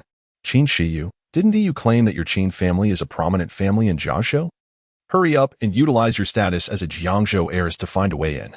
After her initial anger subsided, Mu Wanqing spoke to Qin Shiyu with a hint of reluctance. Wait a moment, I'll make a call to see if I can pull some strings. Qin Shiyu replied, immediately dialing a number. She knew that if she didn't find a way to get Mu Wanqing inside today, she would surely be ridiculed later. Meanwhile, Qin Pingan and Gao Weiwei had already entered the Golden Belt boxing gym. Qin Pingan curiously asked Gao Weiwei, why are they not letting anyone else in? There are simply too many people. The Golden Belt boxing gym cannot accommodate them all. To avoid any incidents, the VE prohibited entry, Gao Weiwei explained. Moreover, these tickets were sold directly by the owner of the Golden Belt, and it has nothing to do with us. Hai Weiwei explained absent-mindedly. And then the two of them settled into their position within the Four Seas organization. What's wrong? You appear quite grave. Has there been a change in plans? Qin Pingan observed the somber expression on Hai Weiwei's face and inquired with renewed curiosity. Indeed. We initially believed that the shadow could assist you in seizing the throne of the Southwest King. However, an unexpectedly formidable figure has emerged. More critically, Wu Xingjie has perished, and Li Qiushui has vanished. Furthermore, the two newly appointed demon kings have already pledged their allegiance to this individual. Hai Weiwei indicated a young man on the arena stage as she spoke to Qin Pingan. Qin Pingan raised his gaze and beheld a youth in his 20s. Possessing a somewhat sinister demeanor, standing atop the arena, facing off against the leader of the Four Seas organization as four demon generals. He must be the young master of the Dragon King Hall, correct? Qin Pingan asked, furrowing his brow. Indeed, he is the young master of the Dragon King Hall. The one who murdered my adoptive father. I also suspect that Wu Xingjie met his end at his hands, and even Li Qiushui's disappearance is closely tied to him. Now, the other two newly anointed demon kings have already submitted to him. The only ones left to confront him are us from the Four Seas organization. As she spoke, Hai Weiwei's eyes burned with a fierce intensity, her gaze directed at the young man as if it could ignite flames. Her adoptive father had shown her great kindness, and now the murderer stood before her on the arena. How could she not harbor resentment? Yet, she understood the importance of restraint. Acting impulsively would not only thwart her quest for vengeance but also jeopardize their plans. The paramount objective now was to elevate Qin Pingan to the throne of the Southwest King. As the two individuals engaged in conversation about the young man on stage, the combatants had already commenced their duel. In this edition of the Southwest King Championship, all prominent figures from the underground forces of the three southwestern provinces had gathered, making the Golden Belt boxing arena teeming with spectators. As the fighters clashed, the audience erupted in fervent cheers. Chapter 132, Li Jingkong's provocation in less than 3 minutes. The leader of the four demon generals was sent tumbling off the stage by the young master of the Dragon King Hall. Unconscious and in an uncertain state of life and death, the Four Seas organization was left with only the final combatant, the Shadow, still capable of fighting. In this round, the young master of the Dragon King Hall, Hong Su, emerged victorious, and the next match would see the Shadow of the Four Seas organization challenge him. The host's announcement was succinct and efficient, sparing no time for the audience. The Shadow, who had been waiting impatiently, executed a somersault onto the ring. Qin Pingan was aware that the Shadow had sustained injuries that had yet to heal, rendering him an inadequate opponent for Hong Su. The young master of the Dragon King Hall. Wasn't he the Shadow simply the newly appointed, ineffectual demon king of the Four Seas organization? As Qin Pingan contemplated urging Gao Weiwei to withdraw the Shadow, an irksome voice pierced their conversation. Li Jingkong, the younger brother of the female demon king Li Qiushui, swaggered up to them, flanked by two clearly formidable subordinates. Li Jingkong, what qualifications do you possess to label others as worthless when you rely solely on your sister for your existence? Gao Weiwei retorted disdainfully, her expression reflecting her aversion. Relying on one's sister? That is a matter of the past. Allow me to reintroduce myself. I am Li Jingkong, the newly appointed president of the Li Group, the next generation of the formidable Li family following my sister, Li Qiushui. I serve as the left vanguard under the illustrious Long Wang DNS young master, Hong Su. Henceforth, please refer to me as the mighty demon king. Li Jingkong declared with great pride. Did you kill your sister, Li Qiushui? Gao Weiwei's expression shifted dramatically as she processed Li Jingkong's words, her shock evident as she inquired further. If Li Qiushui were still alive, the position of demon king could never have fallen to a debauched scion like Li Jingkong. Initially, upon witnessing the young master of Long Wang Dian's overwhelming presence, she had hoped that if the shadow were not a match for him, she could join forces with Li Qiushui to confront this young master. Now, with Li Jingkong's insinuation that Li Qiushui was deceased and that he had been supported by Long Wang Dian to usurp her position, her astonishment was palpable. That wretched woman, Li Qiushui, is indeed dead, but I did not take her life. Even had I wished to, circumstances did not permit.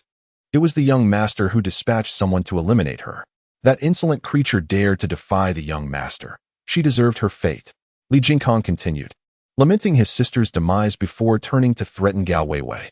Gao Weiwei, I am now a favored confidant of Hong Su, the young master of Long Wang Dian.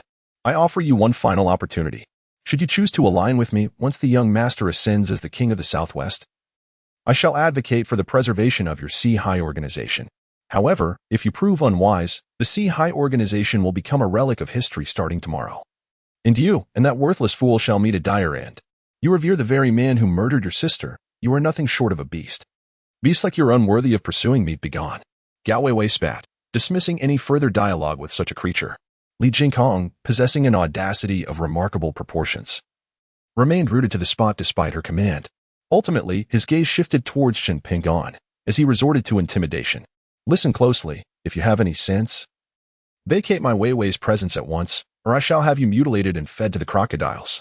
As his words echoed, two formidable bodyguards, dispatched by the young masters of Long Wang Hall, advanced menacingly, encircling Chen Pingon and Gao Weiwei. Sensing the palpable danger emanating from her adversaries, Gao Weiwei's expression turned grave.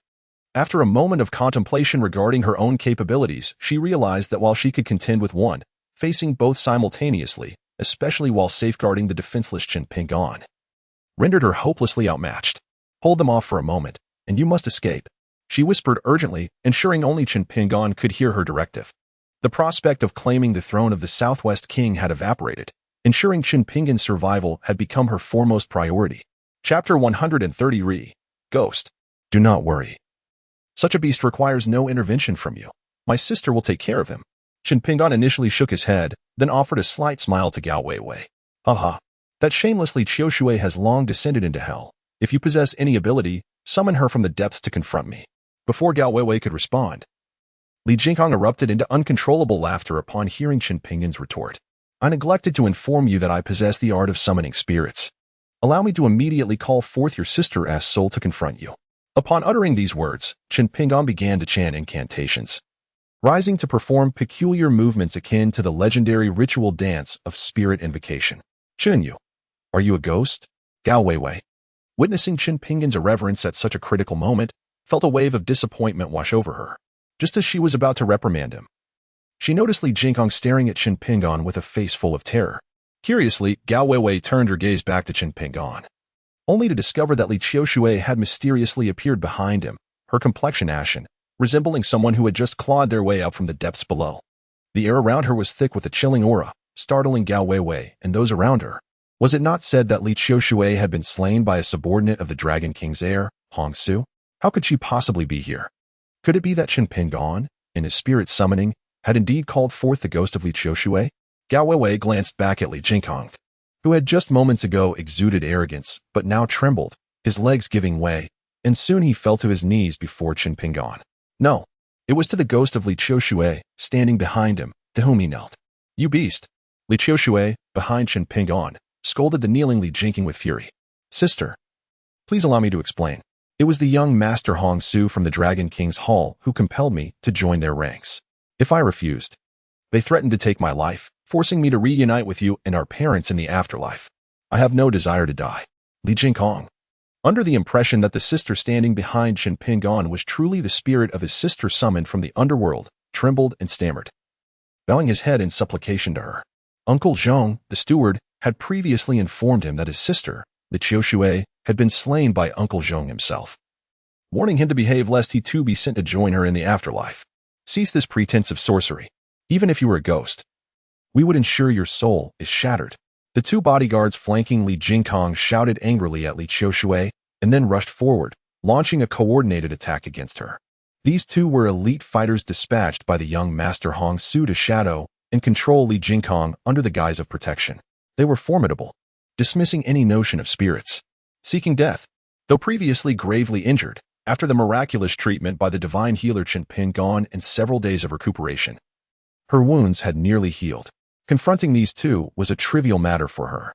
With a sharp cry, she swiftly drew a flexible sword from her slender waist, directing it at one man's throat. Her speed was astonishing, and the angle of her strike was so cunning that it left them no chance to react. The bodyguard on her right had yet to comprehend the situation when Li Qiushui's blade pierced through his throat. Another companion, who was equally matched in strength, was pierced in the throat by Li Qiushui with a single strike, collapsing lifelessly to the ground, his eyes remaining wide open in death. Overcome with terror, he felt his legs weaken and immediately retreated, desperate to escape. But escape was not an option. Li Qiushui noticed another attempting to flee, with a fierce cry. She brandished her sword, sending it hurtling through the air to pierce the chest of the fleeing bodyguard, who then slowly crumpled to the ground, lifeless. After eliminating two skilled fighters from the Dragon King Hall, Li Qiushui approached her brother, Li Jingkong, with a darkened expression. Chapter 134. I doubt it. Li Qiushui did not pause before her brother, but rather, as she passed by him, she left behind a chilling remark before making her way to the arena. Her grievances with Hong Su, the young master of the Dragon King Hall, had escalated beyond mere competition for the throne of Southwest King. It had transformed into a quest for vengeance. After departing from Longquan Villa, she had sought refuge in an undisclosed location to recuperate, all in preparation for today's confrontation with Hong Su and her treacherous uncle. Hong Su, prepare to pay with your life. Indeed, she was worthy of the title Southwest Witch. Her movements were graceful and striking. As Li Qiushui ascended the stage, it seemed she was poised to challenge the young master of the Dragon King Hall, who had unexpectedly appeared in an alliance with the shadow of the Four Seas organization. It appeared there were no explicit rules against such a coalition. The audience below erupted in applause, captivated by the fluidity of Li Qiushui's movements as she brandished her sword on the platform. At this moment, the shadow in the arena, significantly weakened due to injuries, was being relentlessly pressed by the young master of the Hamin, Hong Su, leaving him with no means to retaliate. A sharp cry from Li Qiushui immediately captured Hong Su's attention, granting the shadow a brief moment to catch his breath. Li Qiushui, you are still alive? Hong Su exclaimed in astonishment upon recognizing the approaching figure as Li Qiushui. Uncle Zhang had clearly informed him that she had perished, complete with video evidence. Could it be that the old man deceived him? No, the injuries on Li Qiushui confirmed that the old man was not lying. She must have been rescued later on and miraculously survived. This woman truly possessed an indomitable spirit. In that instant, several thoughts flashed through the mind of the young master of the Dragon King Hall. Are you surprised that I am not dead? Let me assure you, I am resilient, not easily vanquished by the likes of you vermin. Today we shall settle this on the arena. It is either you or I who shall perish, Li Qiushui declared coldly, her gaze icy as she glared at Hong Su. In response to Li Qiushui, Hong Su wore a look of disdain. And what of me?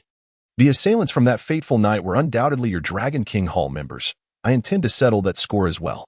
Taking advantage of the momentary respite, the shadow positioned himself beside Li Qiushui, and together they prepared to confront the young master of the Dragon King Hall, Hong Su. How intriguing. If you two were uninjured and at your peak, your combined efforts might pose a challenge to me. However, both of you are gravely wounded. And even with the addition of two more, you remain no match for me.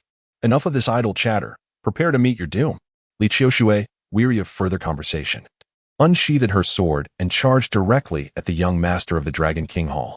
The shadow, equally unyielding, launched an attack from another direction, creating a pincer movement against the young master. What a splendid turn of events! The young master, Hong Su, showed no fear, bellowing loudly as he engaged both Li Qiushui and the shadow in combat. Their movements were so swift that the onlookers could scarcely discern how they struck. The three figures appeared as a blur in a fierce clash. This riveting spectacle of dragon and tiger battling surpassed all expectations, leaving the audience exhilarated. Li Jingkong, who had been kneeling beneath the arena, upon hearing the exchange above, realized with relief that his sister, Li Qiushui, was indeed alive and not a mere specter. He sighed in relief and sank to the ground, then quietly crawled away from the scene. Although Chen Pingon noted Li Jingkong's actions, he dismissed the antics of such a fool, choosing instead to watch the unfolding drama alongside Gao Weiwei. The alliance of these two inscrutable masters ensured that the young master of the Dragon King Hall was doomed, as Li Qiushui and the Shadow successfully repelled their adversary. Gao Weiwei finally breathed a sigh of relief. Yet, Chen Pingon shook his head, unconvinced. Chapter 135. How dare you think you can kill my woman? You are unaware of the terrifying prowess possessed by Shadow and Li Qiushui. Their combat capabilities surpass those of my adoptive father, Qin Chongxing, and the formidable Demon King, Wu Xingjie. To date, I have yet to encounter anyone within the southwestern provinces who could vanquish either of them. It would not be an exaggeration to label them as the apex of the underground forces in this region. No matter how formidable the young master of the Dragon King Hall may be, he stands no chance against their combined might. Gao Weiwei mistakenly believed that Chen Pingon was oblivious to the strengths of Shadow and Li Qiushui, prompting her to promptly elucidate their formidable abilities. Even the majority of spectators gathered around the arena were convinced that the young master of the Dragon King Hall would falter against the alliance of Li Qiushui and Shadow. The audience primarily comprised individuals from the underground forces of the southwestern provinces, who were all too familiar with the notorious reputations of Shadow and Li Qiushui. Particularly renowned was Li Qiushui, who, despite her feminine stature, had valiantly resisted the Four Seas Demon King Qin Chongxing and the terrifying Demon King Wu Xingjie, earning the respect of all within the underground realm. Even though the young master had recently triumphed over the four great demon generals of the Four Seas organization with overwhelming prowess, and despite Shadow being momentarily subdued, he did not believe that the young master could prevail against the combined forces of the two. Boom, boom. Yet, scarcely a minute after Gao Weiwei's words, Li Qiushui and Shadow were unexpectedly hurled from the arena, crashing violently to either side and landing with a resounding thud below the stage, obliterating the seats beneath them. They simultaneously spewed forth copious amounts of blood, unable to rise to their feet. The mask on the Shadow's face fell to the ground, revealing her stunningly beautiful visage. This sight left Gao Weiwei so startled that she involuntarily rose from her seat. The Shadow and Li Qiushui had always been enigmatic figures in her mind. She never anticipated that their combined efforts would not only fail to vanquish the young Master Hong Su of the Dragon King Hall, but would also result in such a swift and severe defeat. Was Hong Su's prowess truly this formidable? It seemed that the throne of the Southwest King was now but a distant hope. With this thought, Gao Weiwei, who had just stood, deflated like a punctured balloon, collapsing back into her seat. If even Li Qiushui and the Shadow had succumbed, who else could possibly triumph over the young master of the Dragon King Hall? More ominously, their defeat not only jeopardized the throne of the Southwest King, but also posed a threat to the very existence of their Four Seas organization, potentially leading to a far graver fate. After Li Qiushui and the Shadow were cast from the arena, every notable figure among the underground forces of the Southwest stood in shock, mirroring Gao Weiwei's astonishment. They were not only taken aback by the realization that Li Qiushui and the Shadow together could not match the strength of the young master of the Dragon King Hall, but they were equally astonished by the Shadow's true identity. Anyone with influence within the Southwest Underground knew of the elusive Shadow bodyguard of the notorious Qin Chongxing, who was known for her unparalleled strength, always cloaked in mystery, donning a mask, and speaking in an electronic voice, with no one ever having glimpsed her true face. No one had imagined that the Shadow was a woman, and a remarkably young and beautiful one at that. Li Qiushui and Ding Zi lay on the ground. One pure and innocent, the other alluring and seductive, both in a state of near demise. After the young master of the Dragon King Hall, Hong Su, sent them flying with a powerful strike, he approached Li Qiushui, tearing the fabric from her arm to reveal her jade-like, pristine skin. Vile woman, where is your token of purity? He questioned her, rage filling his voice. He had initially desired to include Li Qiushui in his harem, but his fastidious nature forbade him from associating with women who had been touched by other men. Just days prior, her token had still been present. To find it now absent implied that she had surrendered her virtue to another. How dare someone encroach upon what he believed to be his? Humph. Even if it were to a pretty boy, I would never offer my first. Li Qiushui defiantly lifted her head, fearlessly meeting his gaze. If you seek death so fervently, then I shall grant you that wish today. The woman I cannot possess shall be denied to any other man as well. Upon realizing that her token was gone, Hong Su no longer felt the need for civility. He raised his hand, ready to end her life with a single blow. The arena of the Golden Belt Boxing Gym operated under an unspoken rule. To step onto this stage was to sign one's own death warrant. No one would dare to challenge him for slaying Li Qiushui on the spot. With her virtue now lost, she held no allure for him. Humph. My woman is not one you can kill at will. At that moment, a voice as cold as ice echoed in the ears of the Dragon King's Hall's young master. Suddenly, he felt a tingling sensation in his right hand.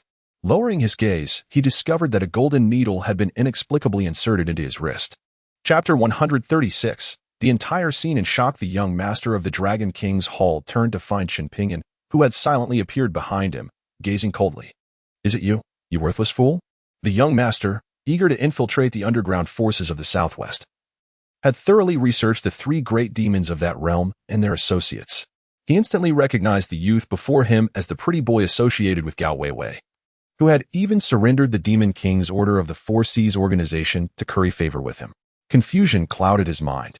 How had this useless individual managed to approach him unnoticed and insert a golden needle into his wrist, rendering his hand numb and powerless? Qin Pingyun's mastery of the wind control technique was characterized by its incredible speed. Not only was the young master taken aback, but even Gao Weiwei, who had been seated beside Qin Pingyun, wore a look of astonishment. She had merely sensed a flicker of movement, and the Qin Pingyun who had been next to her had vanished. Just as she turned to search for him, she heard his voice emanating from behind the young master of the Dragon King's Hall. Instinctively, she glanced over, only to discover that Qin Pingyun had arrived behind the young master with a ghostly swiftness. Due to Qin Pingyun's extraordinary speed, almost no one, aside from Gao Weiwei, was aware of when he had appeared behind the young master of the Dragon King Hall. Most believed he had been standing there all along, merely overlooked by their eyes. A sentiment echoed even by the young master himself. Ignoring the gazes of the crowd, Qin Pingyun approached the barely conscious Li Qiushui and extracted a golden needle, piercing it into her Shinting acupoint, utilizing his vital energy in conjunction with the needle to stabilize her waning life force. Qin Pingyun, you, hurry and leave. Do not concern yourself with me. Li Qiushui exerted her last ounce of strength to urge him to depart, despite her formidable presence as a formidable figure in the underworld. Her beliefs remained rather traditional. Having given her first time to Qin Pingyun, she regarded him as her man. The sight of him appearing at this critical moment deeply touched her heart. While she admired his medical prowess, they were currently confronted with the unfathomable strength of Hong Su, the young master of the Dragon King Hall, against whom even she and her shadow could not prevail. She wished to spare him from any peril. As Qin Pingyun spoke, he swept Li Qiushui into his arms. You dare to save someone I intend to kill? Release her at once, and I may grant you a complete corpse. The young master of the Dragon King Hall obstructed Qin Pingyun's path, yet before he could finish his threat, Qin Pingyun delivered a resounding slap to his face. The young master of the Dragon King Hall had no opportunity to evade.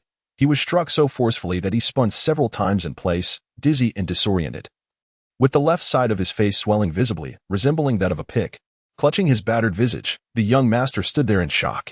Li Qiushui, who was embraced by Qin Pingyun, was utterly bewildered. Gao Weiwei, seated nearby, was equally stunned. The audience was left in a state of disbelief. Even the formidable Li Qiushui and Shadow, the pinnacle of underground forces in the three southwestern provinces, were unable to contend with the young master of the Dragon King Hall, revealing the extent of his formidable strength.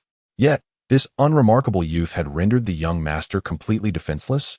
Were it not for the unmistakable palm print on the young master's left cheek, which had swollen to the size of a pig's head, one might suspect that Qin Pingyun had never laid a hand on him. Chapter 137. A sudden turn of events. You worthless fool. You dare to humiliate me in public? Grasping his left cheek, swollen and distorted, the young master felt not only pain but also an overwhelming sense of humiliation. Born into a prestigious family and endowed with exceptional martial talent, he had always been revered, accustomed only to inflicting pain upon others, never to receiving it himself. Now, not only had he been slapped, but it had occurred before such a large crowd. The shame of it was more unbearable than death itself. With a furious roar, he unleashed a powerful punch aimed directly at Qin Pingyun's head, vowing to shatter it with a single blow. The force of his strike was so immense, its speed so swift, that it created a sonic boom reminiscent of scenes from television or film. The spectators in close proximity were instinctively retreating in fear. The power of such a punch, if it were to strike a person's head, would surely shatter it into a pulp. Qin, be careful. Ai Weiwei. Her delicate face drained of color, urgently warned Qin Pingyun from a short distance away. However, it was too late. The fist of the Dragon King's Hall's heir was already approaching Qin Pingyun's face. The distance between them was so minuscule that even the most formidable of masters would find it impossible to evade such a punch capable of creating a sonic boom. Let alone Qin Pingan, who was encumbered by the injured Li Qiushui, impairing his mobility. Everyone felt that Qin Pingan was doomed this time. Li Qiushui, cradled in his arms, resigned herself and closed her eyes, prepared to face death alongside Qin Pingan. Yet, as Qin Pingan faced the imposing punch of the Dragon King's hall's air, his expression remained inscrutable, devoid of joy or sorrow, neither flinching nor avoiding. At this moment, the heir's face contorted in a savage grin as he envisioned the scene of Qin Pingan's head exploding under the force of his blow, blood and brain matter splattering everywhere. However, just as his fist was less than a centimeter from Qin Pingan's head, it suddenly halted. His expression transformed from one of malice to shock, followed by disbelief. It was not an act of mercy, but rather, his fist was obstructed by an unseen wall of energy, rendering him powerless to advance even a fraction further. Protective vital energy? How could this be possible? This was utterly inconceivable. The heir of the Dragon King's hall suddenly roared in terror, instinctively attempting to retreat. However, it was already too late. With a swift kick, Qin Pingan sent the once arrogant young master of the Dragon King Palace flying through the air like a kite severed from its string, crashing violently against the edge of the arena. Puff! The young master felt a surge of blood rise in his throat, unable to suppress a mouthful of crimson as he clearly sustained grave internal injuries. This scene once again astonished everyone present, their faces a canvas of disbelief. Initially, they thought Qin Pingan was destined for doom, yet the reversal came with such swiftness and intensity. Not only did Qin Pingan evade the young master's lethal blow, but he also countered with a kick that inflicted severe damage upon his opponent. After sending the young master of the Dragon King Palace sprawling, Qin Pingan carefully laid Li Qiushui on the arena floor, ensuring her comfort, before returning to lifting Ingzi, intent on rescuing him as well. Ingzi had been injured while protecting him, and Qin Pingan could not bear to watch him perish before his very eyes. At that moment, Gao Weiwei approached Qin Pingan. "Senior Qin, are you all right?" she inquired, thoroughly inspecting him. Though she was not well versed in martial arts and could not comprehend the young master's earlier words regarding the protective energy, she recognized that Qin Pingan had narrowly escaped a fatal blow and turned the tide. "Brat, you are impressive. You are the first person to enrage me throughout my life. I will make you understand the meaning of regret." As Gao Weiwei continued her examination of Qin Pingan, the young master's arrogant voice echoed once more behind them. Not long after, the muscles of the young master of the Dragon King Hall swelled at a visibly rapid pace. Within mere moments, his height surged from around 1.8 meters to over 2 meters, transforming him into a colossal figure exceeding 300 pounds of muscle, his eyes glowing a blood-red hue, and his strength continually escalating. Was this a genetic warrior from overseas? Both Gao Weiwei and the audience present were utterly astonished by the transformation of the young master of the Dragon King Hall, with many recognizing him as the legendary genetic warrior from abroad. Even Qin Pingan, sensing the ever-increasing power emanating from his opponent's body, couldn't help but furrow his brow. Chapter 138. In the southwest, I reign supreme, you brat. I shall tear you apart, making you aware that even with your vital energy shielding you, you remain a mere waste in my presence, roared the young master of the Dragon King Hall as he charged at Qin Pingan. Now, not only had his physique become immensely imposing, but even his voice had transformed. Were it not for the unaltered hatred in his eyes, Qin Pingan might have thought he was facing a different person altogether. "Do you truly believe a monster like you could rend me asunder?" Qin Pingan retorted with a look of disdain, raising his hand to unleash 2 beams of golden light from the dragon burial ring. Ah, my eyes. The young master of the Dragon King Hall had not yet had the chance to unleash his unparalleled power before he was left clutching his eyes, wailing in despair. "You must be the one who killed the Sea Demon King Chen Changxing and the terrifying overlord Wu Xinjie, right? Today, I shall avenge them both." Upon finishing his words, Qin Pingan deftly unsheathed Li Qiushui's sword, swiftly passing before the Dragon King's Hall's young master, leaving a gash upon his throat from which blood gushed forth. "My father is Hong Tian, the foremost master of the overseas Chinese rankings. How dare you kill me?" the young master of the Dragon King's Hall proclaimed, collapsing to the ground, his eyes wide open, unblinking in death. His once formidable physique, akin to a solid mass of iron, deflated like a punctured balloon as life ebbed away. In less than a minute from transformation to demise, he had not even had the chance to showcase his unparalleled prowess to the world. Standing upon this arena was tantamount to signing a contract of life and death, accepting fate's decree. Against such a foe intent on his destruction, Qin Pinyin had never shown mercy. From this day forth, the underground forces of the 3 southwestern provinces shall revere me, Qin Pinyin. Those who defy this shall meet their end.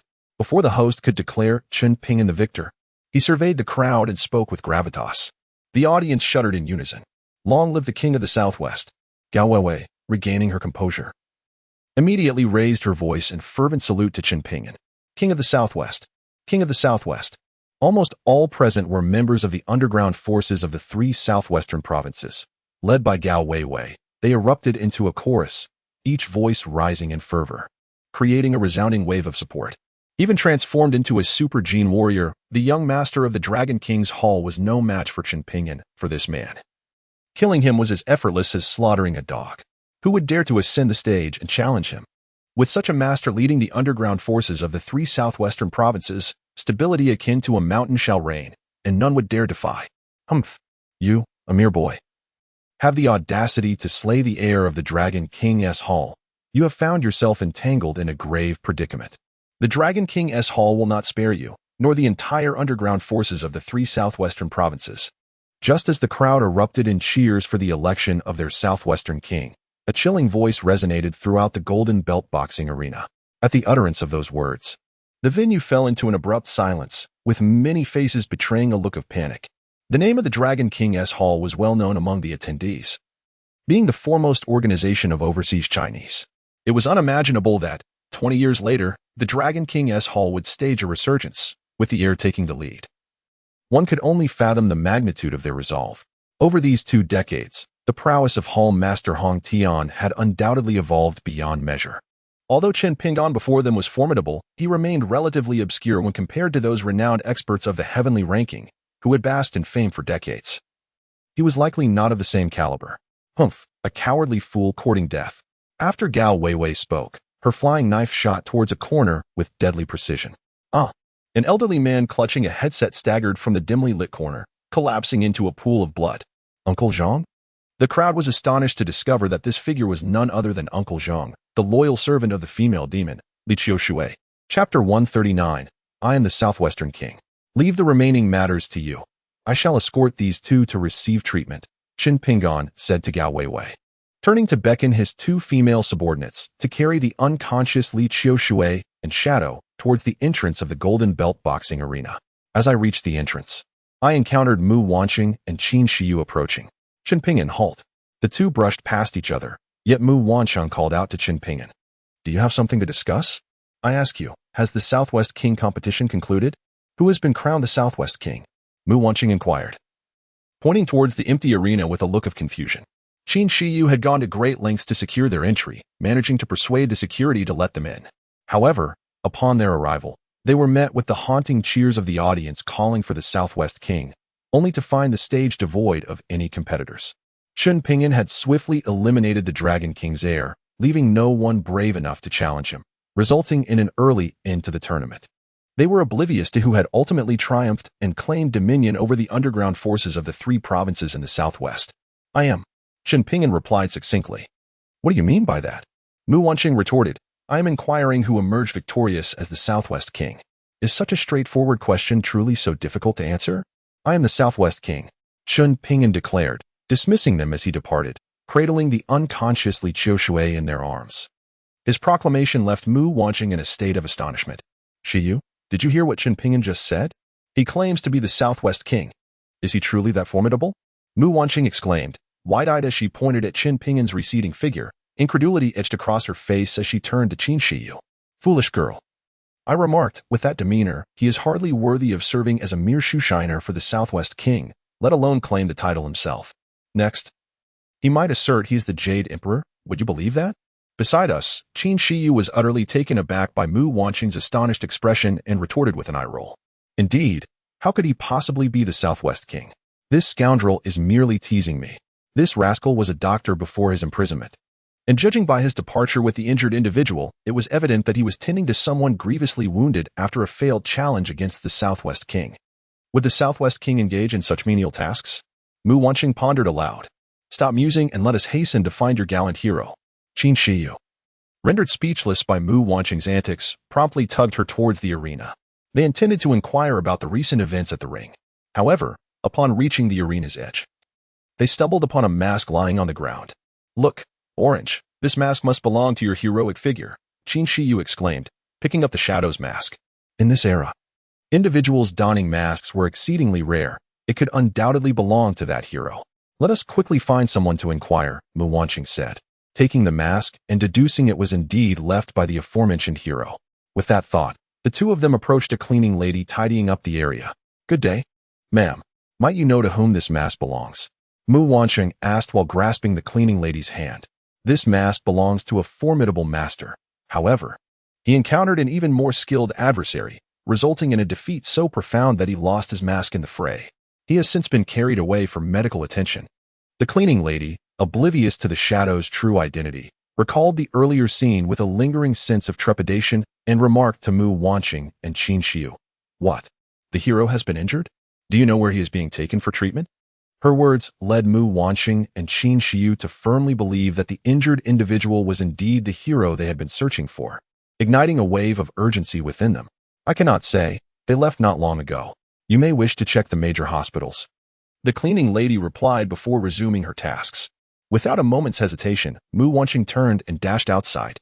"You treacherous friend, wait for me," Qin Shiyu exclaimed as she hurried after her. Chapter 140. The enchantress Qin Pingan instructed his subordinates to transport the wounded Li Qiushui and the shadowy figure to his residence. This time, Qin Pingan prioritized the treatment of the shadow, as her injuries were far more severe than Li Qiushui's. With 4 golden needles at his disposal, he intended to employ the more intricate 4 symbols needle technique rather than the simpler 3 talents formation. Gently, he laid the shadow in his sister's room, positioning her on the bed before reaching to remove her black battle attire in preparation for acupuncture. "What are you planning to do?" At that moment, the shadow unexpectedly opened her eyes and awakened. Upon seeing Qin Pingan's actions, the shadow, alert and instinctively reactive, instinctively placed one hand over her chest while the other struck out towards Qin Pingan's shoulder, intent on delivering a powerful blow that would send him flying. It must be acknowledged that the shadow possessed formidable strength. Even in her severely injured state, and having just regained consciousness, her strike was exceedingly fierce. Nevertheless, Qin Pingan merely inclined his body slightly, effortlessly evading her fierce attack. Unbeknownst to her, the shadow had lost consciousness after being defeated by the young master of the Dragon King's Hall and thus had not witnessed Qin Pingan's display of prowess in vanquishing the young master. Seeing him dodge her strike with such ease left her astonished. Despite her grievous injuries, she believed that her full-force strike should be beyond the capability of an ordinary person to evade, especially since she had launched it unexpectedly. "Do not be agitated. You are gravely injured, and I am here to provide treatment." Qin Pingan, disregarding the astonishment in the shadow's eyes, firmly pressed her hand down and stated with seriousness, "Then why are you attempting to remove my clothing?" The shadow, her complexion pale, coldly interrogated Qin Pingan. "If I do not remove your clothing, how shall I locate the acupoints for acupuncture?" Qin Pingan countered with a question. The shadow was momentarily rendered speechless. Anyone with even a cursory understanding of traditional Chinese medicine would recognize the validity of Qin Pingan's statement. "Rest assured, I will only remove this outer garment. Your undergarments shall remain untouched," Qin Pingan hastily clarified, noting her continued wariness. Upon hearing these words, the shadow's expression softened somewhat. "I shall manage on my own. However, should you dare to take advantage of my injury or lay your hands upon me, even if I am powerless now, once I recover, I shall pursue you to the ends of the earth without mercy." The shadow coldly threatened Qin Pingan before proceeding to remove her fitted black attire. "Rest assured, I am a normal man and have no interest in women resembling a runway model," Qin Pingan remarked, casting a glance at the shadow's unremarkable chest, feeling somewhat embarrassed. Until the moment the mask fell away, he, like others, had assumed the individual before him was male. The instant the mask slipped, Qin Pingan had redefined her as a princess of peace. What a pity for that pure visage. Yet, just as Qin Pingan lamented internally, he soon found himself regretting it. For as the shadow discarded her tight-fitting outfit, her undergarment audibly gave way under the strain of her ample bosom. A stunning revelation lay before Qin Pingan. He gulped instinctively at the sight. It turned out the shadow was not a runway model. Rather, the exceptional quality of her attire had compressed her entire chest, misleading him into believing she was a princess of peace. Upon shedding the tight garment, her true form was unveiled. How could she endure such constriction without pain? A great question mark involuntarily emerged in Qin Pingan's mind. However, with such a captivating figure complemented by her pure and exquisite visage, her allure surged exponentially, transforming her into an ethereal beauty. The fact that she possessed an air of aloofness only enhanced her exceptional charm. The shadow never anticipated that her lingerie, despite having cost her over 1,000 yuan, would succumb to such a predicament. She instinctively let out a shriek and hurriedly covered herself with her hands. "You scoundrel, turn your face away at once." Upon hearing Qin Pingan swallow hard, she lifted her gaze to find him staring wide-eyed at her, causing her entire being to flush with warmth. Chapter 141. The Shadow's embarrassment. Only after hearing the Shadow's cry did Qin Pingan realize that his gaze was somewhat impolite. And with a reluctant sigh, he turned his face aside. "Your measurements are rather impressive. I don't have any suitable lingerie for you at home. Allow me to fetch a strapless top belonging to my sister for you to use temporarily." After she donned it, she could simply lie on the bed while he proceeded with her treatment. As he spoke, Qin Pingan stood up to retrieve a white strapless top from his sister's wardrobe, tossing it casually behind him towards the shadow. However, after a considerable amount of time elapsed, there was an unsettling silence from behind him, stirring his curiosity. "I'm injured, and my hands are rather inconvenient. Could you assist me in putting it on? Yet, you must close your eyes." Just as Qin Pingan pondered the lack of movement behind him, the shadow's feeble voice reached his ears, imbued with a profound sense of embarrassment. The stuttering demeanor resembled that of a bashful protagonist in a small film. If it weren't for Qin Pingan's decent hearing, he likely would have been oblivious to the other's words. Given the inconvenience of closing her eyes, the process inevitably resulted in some skin-to-skin contact, causing Engzi to blush profusely throughout. Regret flooded her heart for having sought Qin Pingan's assistance. Yet, having spoken her request, it was not in her nature to retract it, and she felt too shy to ask him to cease, thus she bit her lip and endured. The sensation of the opposite sex's hand upon her body evoked both anxiety and exhilaration. "All right, you may open your eyes now." After a few minutes, Engzi's voice reached his ears. Upon opening his eyes, Qin Pingan discovered Engzi had settled comfortably on the bed, revealing only her smooth, delicate back, obscuring the view of the scenery ahead. Qin Pingan couldn't help but feel a twinge of regret. "Let us begin." He composed himself and retrieved the golden needle to commence Engzi's treatment. This time, Qin Pingan directly employed the four symbols needle technique, yielding not only superior therapeutic effects compared to before, but also significantly less consumption of his vital energy. As he channeled his energy through the golden needle into Engzi's body, she felt a warm current coursing through her, remarkably soothing, akin to the relief of applying a hot compress during menstrual cramps. By the end of the week, she sensed that her injuries had healed considerably, and her strength had returned. The marvels of this traditional Chinese medicine left her feeling utterly amazed. As she relaxed, she gradually succumbed to a contented slumber. After Qin Pingan helped Engzi stabilize her injuries, he noticed that she had fallen asleep. He gently removed the golden needle and covered her with a blanket before leaving his sister's room. He then proceeded to treat Li Qiushui. Having shared an intimate moment with Li Qiushui previously, Qin Pingan effortlessly carried the unconscious Li Qiushui to his own room and placed her on the bed. In truth, she had awakened the moment he lifted her, but upon feeling the warmth of his embrace and recalling his nonchalant demeanor when he had bested the Dragon King's heir, she inexplicably closed her eyes and feigned unconsciousness. She allowed Qin Pingan to undress her and commence acupuncture treatment. Her face flushed, and if it became unbearable, she thought she might as well open her eyes. Unable to bear the sight any longer, Qin Pingan spoke to the still pretending Li Qiushui with exasperation. He had never anticipated that Li Qiushui, one of the three great demons, would exhibit such shyness, a stark contrast to his expectation of a formidable heroine. "Do you have any cigarettes?" Upon realizing her ruse had been uncovered, Li Qiushui felt too embarrassed to maintain her charade any longer. She opened her eyes, her face flushed, and inquired of Qin Pingan. "Yes, but I shan't give you any," Qin Pingan replied while continuing her treatment. "How can you be like this?" Li Qiushui retorted, nearly springing from the bed to confront Qin Pingan. However, upon reflecting on his formidable strength, which had rendered even the Dragon King's heir powerless before him, she ultimately abandoned the thought of engaging in a scuffle with Qin Pingan.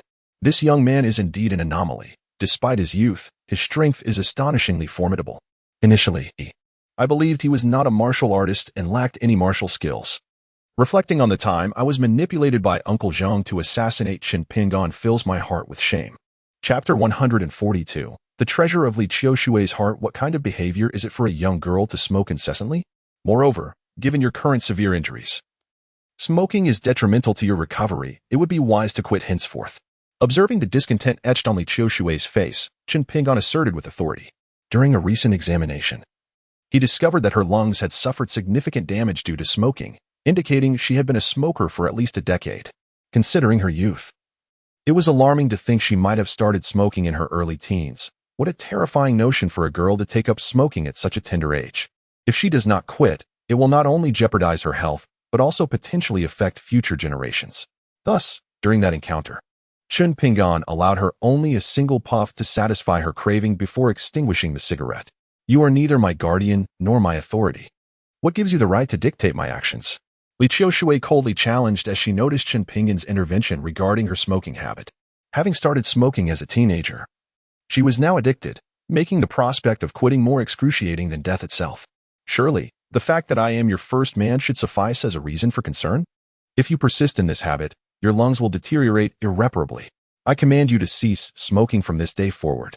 As soon as Chen Ping'an uttered those words, Li Qiushui was instantly reminded of the previous occasion when he had assisted her in detoxification, an encounter that had brought them physically close. Her cheeks flushed a deep crimson, reaching the base of her neck. This man was exceedingly domineering, even more so than her late father. However, despite the audacity of Chen Ping'an's words, they warmed Li Qiushui's heart. He was the second man in her life to show her genuine concern, the first being her deceased father. After her father's passing, she had shouldered the family's legacy, dropping out of school in her teenage years to navigate the complexities of life. Rather than allowing the Li family to dwindle in the wake of her father's early demise, she had instead propelled it to greater heights. With her ruthless and unyielding nature, she transformed the Li family from a small entity within the underground forces into one of the three major families in the southwestern provinces, earning her the moniker of the female demon king, one of the three great tyrants of the southwestern underground. She had encountered many individuals, yet they either wished for her demise or feared her. Never had anyone truly cared for her. Biting her lip, Li Qiushui gazed intently at Chen Ping'an. What? Are you not convinced? I warn you, should I catch you smoking again in the future, I shall retaliate. Chen Ping'an threatened her in a tone laced with authority. He had anticipated that Li Qiushui would respond with anger, perhaps even engage in a fierce confrontation. Yet, to his astonishment, her reaction left him utterly bemused. Seizing the moment when Chen Ping'an was distracted, Li Qiushui reached out to encircle his neck and fervently pressed her lips against his. Chen Ping'an widened his eyes, nearly suffocating from the kiss, before Li Qiushui finally released him, unabashedly licking her luscious red lips. You, rascal! Chen Ping'an had never encountered such a brazen woman before and shot her an irritated glare. Did you not claim I was your first man? What harm is there in kissing my man? Li Qiushui retorted with an air of entitlement, before leaning in for another kiss. Initially, she had thought Chen Ping'an was merely a kept boy of Gao Weiwei, but when she realized she had surrendered herself to him, her heart swelled with anger. After careful contemplation, she deemed him unworthy of her excellence and plotted to discreetly eliminate him once her injuries had healed. Even formidable men like Chan Chaoxing and Wu Xinjie could only stand on equal footing with her. And their advanced age further convinced her that no man in the southwestern provinces was worthy of Li Qiushui. It was only when she believed she would perish at the hands of the Dragon King's heir that Chen Ping'an made a grand entrance. Not only did he effortlessly rescue her, but he also displayed an extraordinary prowess by decisively defeating the heir of the Dragon King's palace. Even when the latter had enhanced his strength manifold through external means, she was left in awe. Such strength existed in the world. Having idolized power since childhood, she was instantly captivated by Chen Ping'an, especially when he declared, "My woman is not someone you may kill at will," which granted her a long-lost sense of security in his presence. The sense of security she felt was reminiscent of her childhood, a feeling she had only experienced through her father. This was the second man who provided her with such reassurance. Reflecting on the fact that she had previously surrendered herself to a man of his caliber, she wondered if fate had orchestrated their meeting. When confronted once more by Chen Ping'an, she did not conceal her feelings. Particularly, witnessing Chen Ping'an's flustered demeanor filled her with a sense of pride. Who would have thought that such an impressive man could be so endearingly shy? It was as if she had stumbled upon a hidden treasure. Chapter 143. Fearless of the great Benz and Range Rover, but dread the black ones with letters stop right there. You are injured and cannot act recklessly.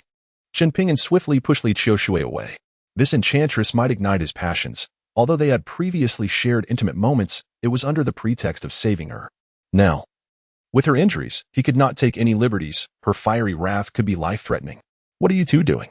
Just as Chen Pingyan shoved Li Qiushui aside, a woman's voice echoed from the doorway.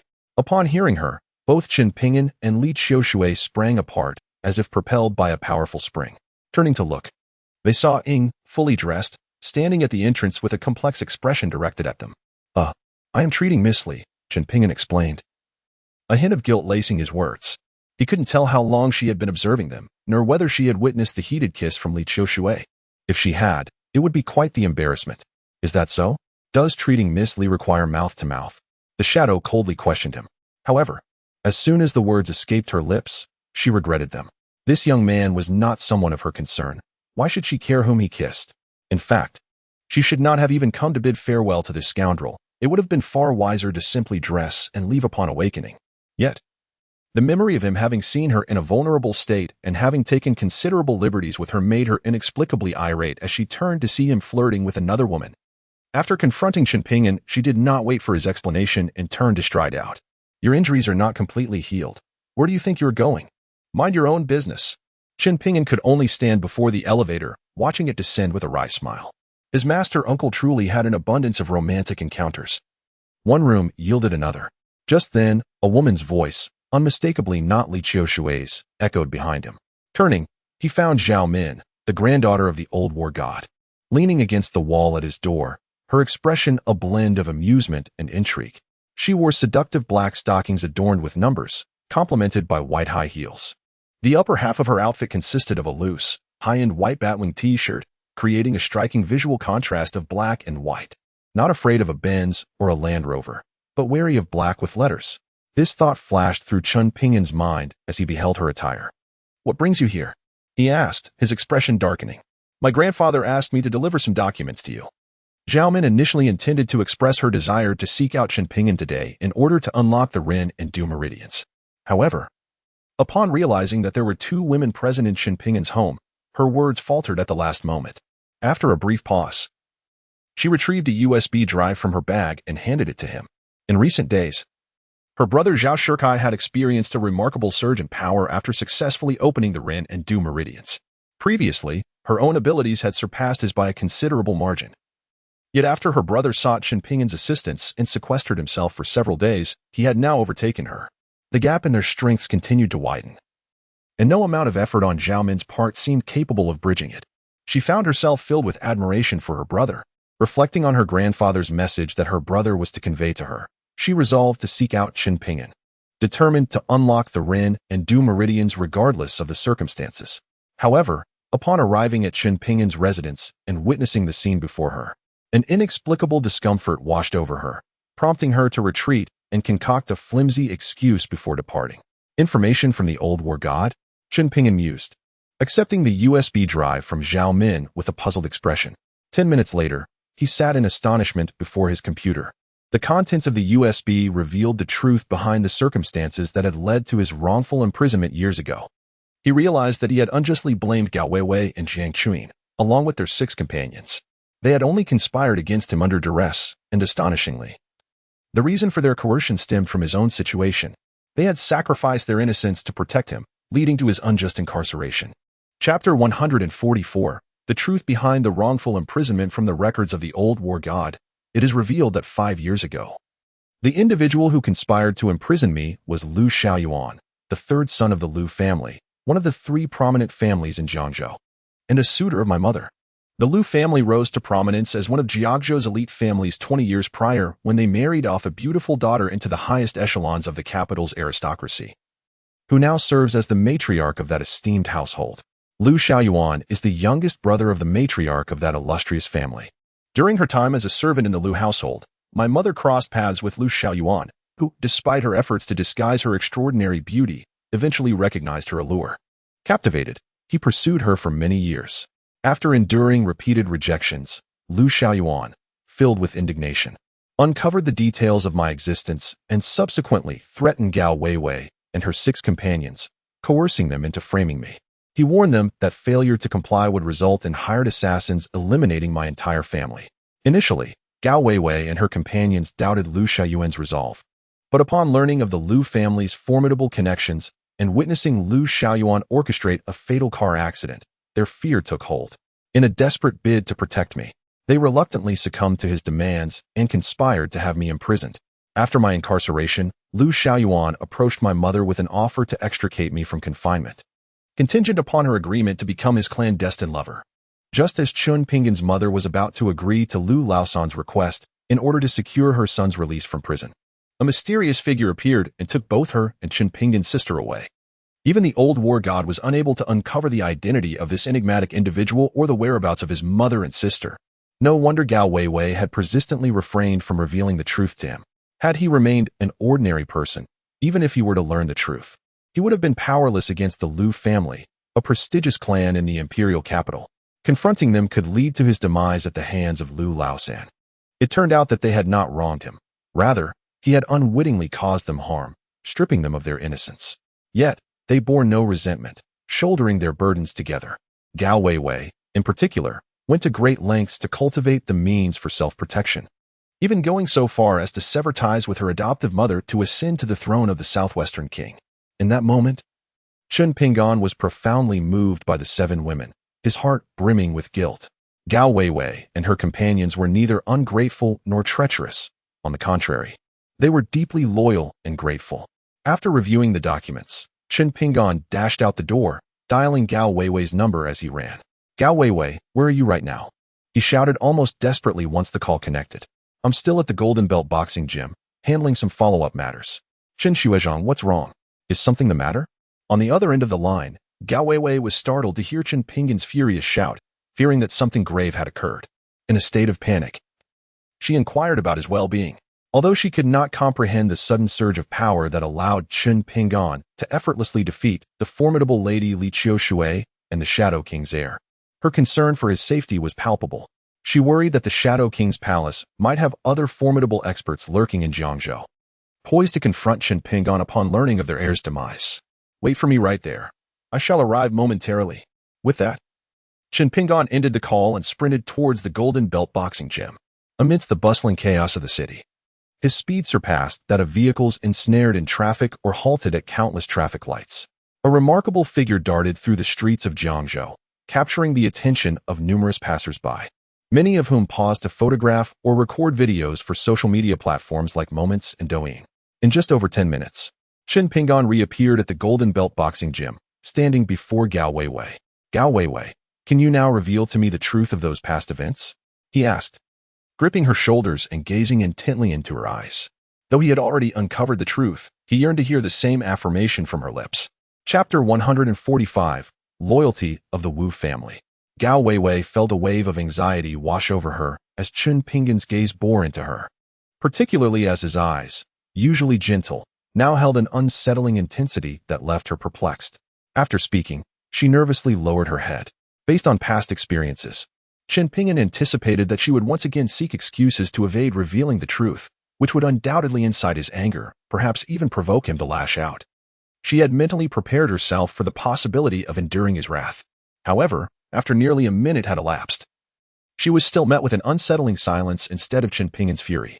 When she finally dared to raise her gaze, she was met not with ire but rather with a gaze brimming with profound affection that quickened her heartbeat. "Senior Chun, are you not angry?" Gao Weiwei's tentative demeanor belied her status as a cool, aloof beauty and CEO. "Foolish girl, you are doing this for my sake. How could I possibly be angry?" "Let us proceed as you suggest," Chun Pingan replied, adopting a brotherly tone as he affectionately ruffled her hair. At present, his position as the king of the Southwest was still precarious.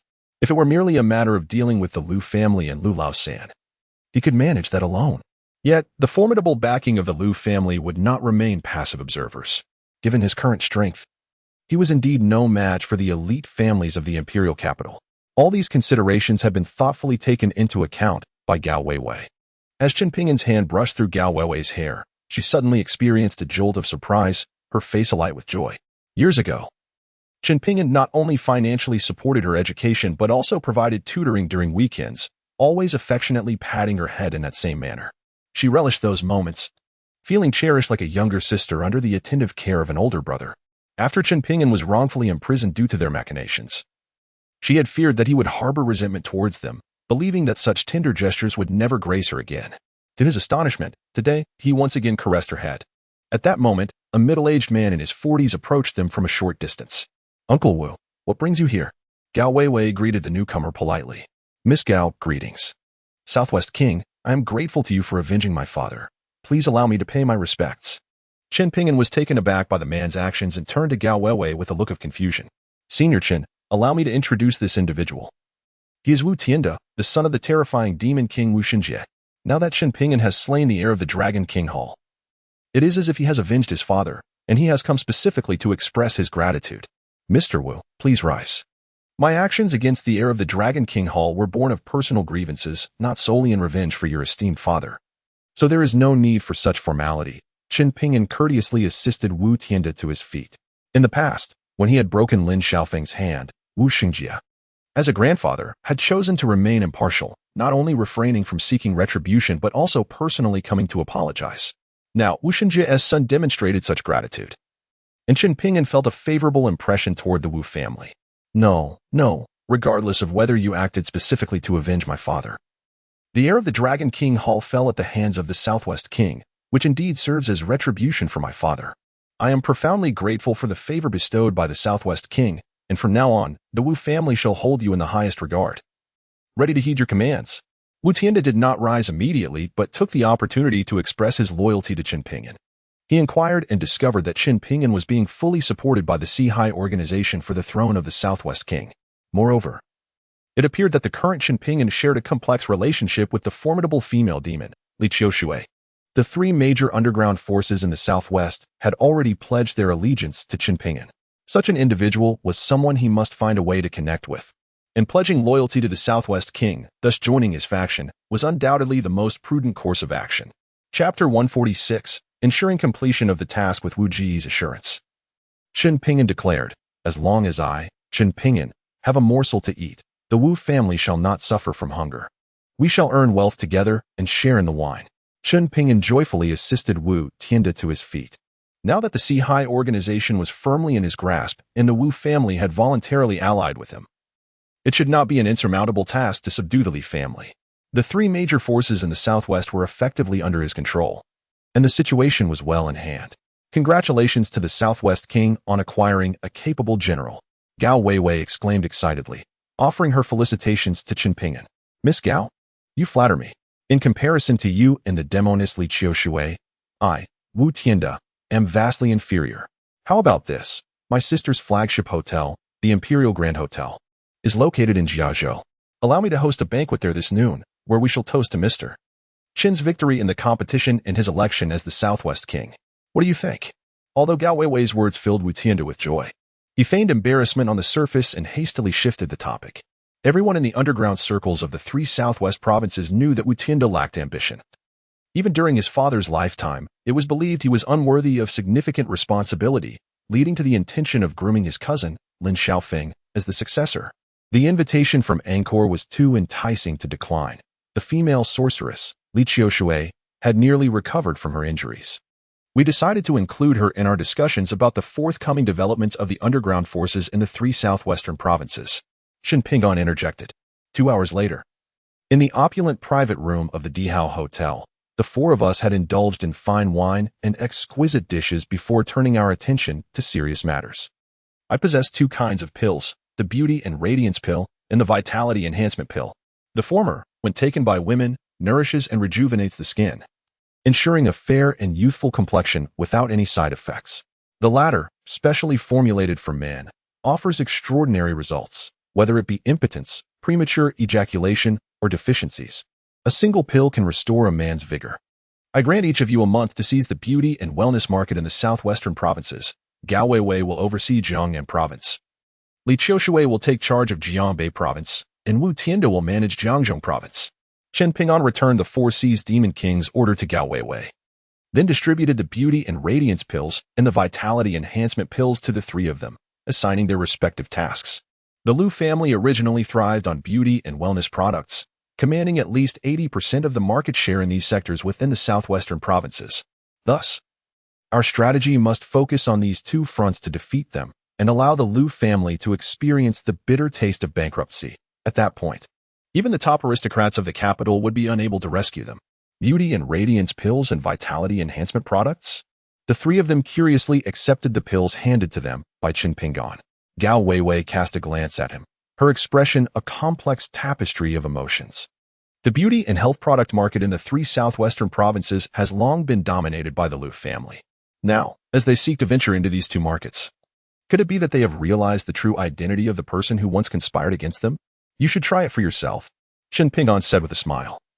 Exchanging glances with Gao Weiwei, a sense of unease stirred within Gao Weiwei. To mask her embarrassment, she promptly consumed the beauty-enhancing elixir in her hand. Li Qiushui was not to be outdone. Wu Tianda, on the other hand, took the health supplement, and upon ingestion, he immediately sensed a transformation within his body. Over the years, feeling neglected by the elder, he had succumbed to melancholy, drowning his sorrows in drink and indulgence, leaving his body utterly depleted. Yet, now, with the health supplement settling in his stomach, he felt a significant change in his vitality, awakening sensations he had long forgotten, compelling him to seek the company of a woman to express his newfound vigor.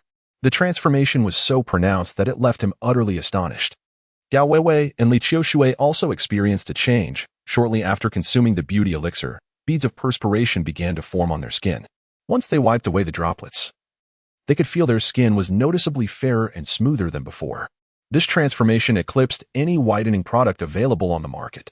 What do you think of my products? Are you confident in meeting my expectations? Qin Pingan inquired, observing the astonished expressions of the three. Rest assured, Your Highness of the Southwest. We guarantee the completion of the task.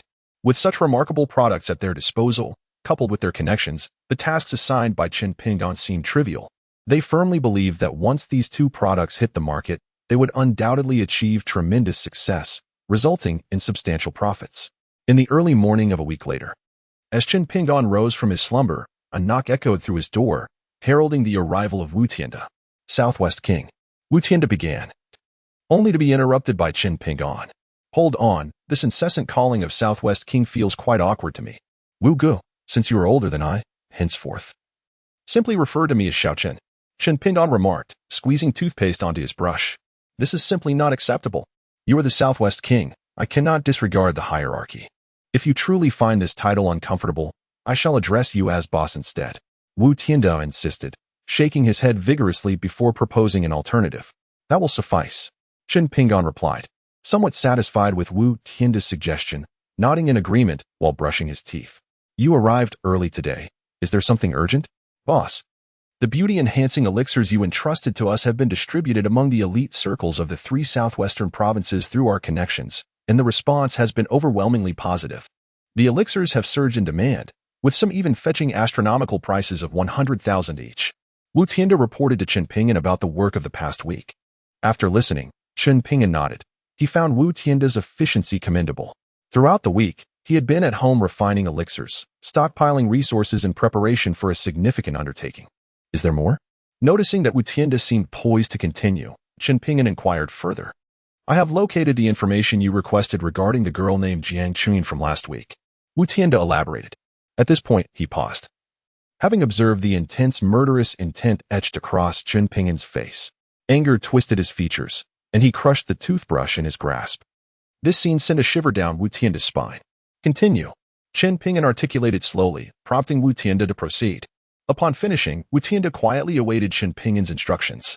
From the information he had gathered, it appeared that Jiang Tongtong was indeed Qin Pingan's daughter. What time is the wedding, and where is it taking place? Qin Pingan inquired in a low voice.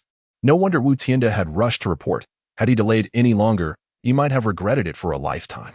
Their wedding is scheduled for 10 o'clock this morning at the Dihao Grand Hotel, the main branch of my brother-in-law's family. Immediately to the Dihao Grand Hotel. Qin Pingan hastily washed his face, leaving his clothes and slippers unchanged as he rushed out. By the time Wu Tianda followed him, Qin Pingan's figure had already vanished. Chapter 148. Where is my daughter? After leaving home, Qin Pingan did not head directly to the Dihao Grand Hotel. Instead, he first made his way to the Jiang family residence.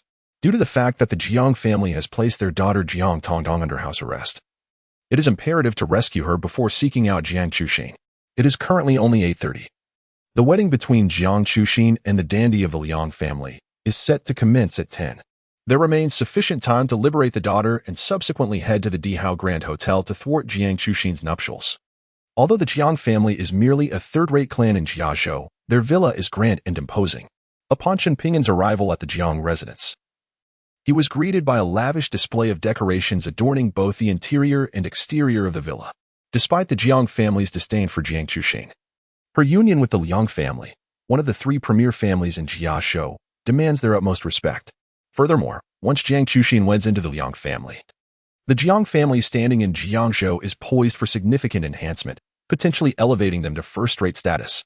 The Lu family, one of Jiangzhou's top three clans, ascended from humble beginnings to become the most prestigious family in the region by marrying their daughter into a top-tier family in the capital. Even the esteemed Liang and Zhu families must tread lightly in the presence of the Lu family. Indeed, one person's fortune can elevate an entire clan. However, as Chen Ping'an stepped into the Jiang residence, he discovered that, although the main door stood open, the house appeared deserted, save for a few servants bustling about. "Whom are you seeking?" inquired a servant, observing Chen Ping'an clad in a vest and slippers, clearly not resembling a guest come to offer congratulations, especially since all the celebrators had already departed for the Dihao Grand Hotel. "I am here to see Jiang Xuanli. Bring him out to meet me," Chen Ping'an declared, unwilling to extend any courtesy towards such a beast as Jiang Xuanli. Today marks a momentous occasion for the esteemed Jiang family, as Miss Jiang Chuin celebrates her wedding. All members of the Jiang family have gathered at the Imperial Grand Hotel for the ceremony. If you are seeking our eldest young master, kindly proceed to the Imperial Grand Hotel and refrain from obstructing our duties. A sharp-tongued maid, her demeanor as sour as her expression, impatiently addressed Chen Ping'an. With a dismissive flick of her broom, she swept beneath his feet. The lad's shabby attire revealed his impoverished status. And now that the Jiang family had allied with the prestigious Liang family, even the servants felt emboldened, exuding an air of unwarranted superiority in the presence of ordinary folk. "And what of Jiang Tongdong? Where has the Jiang family confined my daughter?" Chen Ping'an did not take his leave upon hearing the maid's mention of the family's gathering at the Imperial Grand Hotel. Instead, he approached her with a frigid tone, demanding answers. Upon hearing the name Jiang Tongtong, the maid's expression shifted dramatically. "So, you are the wretched creature sent by that Jiang Chuin.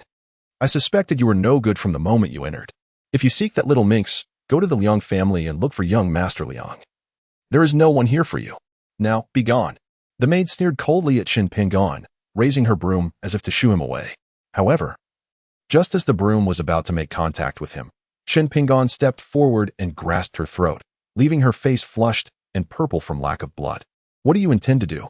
The suffocating atmosphere elicited a look of terror from the sharp-tongued servant.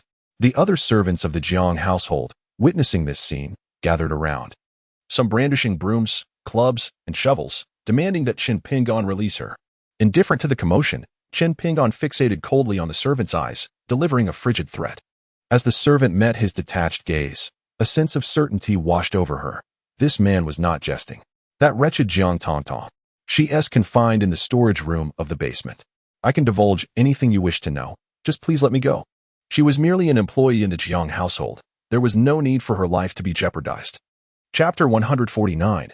Tears streaming down her face bring her out. Chen Ping'an commanded once more in a low voice. "The key to the basement storage is with the young mistress. We have no means to release her." The servant was on the verge of tears. "Take me there." Chen Ping'an tightened his grip around her neck, compelling her to lead the way. Soon, the Jiang household servant guided Chen Ping'an to the basement of the villa. Upon arrival, he was met with an unbearable stench. The servant then brought him to the door of the storage room, a robust stainless steel barrier, with a small dog door at the bottom, through which a plate of decaying food was visible. The foul odor he had encountered upon entering the basement emanated from within this storage space. "The Jiang family has truly imprisoned my daughter in such a place. It is utterly inhumane." Chen Ping'an shouted vehemently, shoving the servant aside, placing his hand upon the iron door, channeling his internal energy into his palm. He shattered the lock within mere seconds, forcefully opening the thick stainless steel door. He could have easily kicked the door down, yet he feared it would crash upon his daughter inside the room. This astonishing display left the Jiang family's servants utterly speechless. It is important to note that the stainless steel door was at least 1 centimeter thick, and without a key, it was unfathomable to open. Could it be that the door was not locked? Chen Ping'an disregarded the astonished expressions of the Jiang servants. When the door to the storage room swung open and he beheld the scene within, his heart shattered. The damn storage room lacked even a single blanket. As the door creaked open, a foul stench of excrement mingled with the odor of rotting food assaulted his senses. In the corner, a small girl with hollow eyes huddled, trembling. Upon hearing the door open, Jiang Tongtong's face contorted with terror, her body instinctively retreating further into the corner, softly pleading for mercy. Tongtong was obedient. She had eaten all her food, begging her grandmother to stop hitting her. Qin Pinyin, possessing extraordinary hearing, caught every word of his daughter's terrified pleas. It was evident what kind of torment she had endured to react so fearfully at the mere sound of the door opening. A surge of rage ignited within him. His fury at this moment surpassed even that of when he had been wrongfully imprisoned. Thoughts of annihilating the Jiang family and obliterating this world consumed him. Such a young child, merely over 4 years old. Moreover, she was a pitiable blind girl, deprived of her corneas. How could they possibly commit such an atrocity? They are nothing but beasts. The Jiang family is worse than animals. Observing his trembling daughter, Qin Pinyin felt a pain far more profound than his own suffering. Internally, he raged, vowing that whoever had tormented his daughter would regret ever having been born into this world.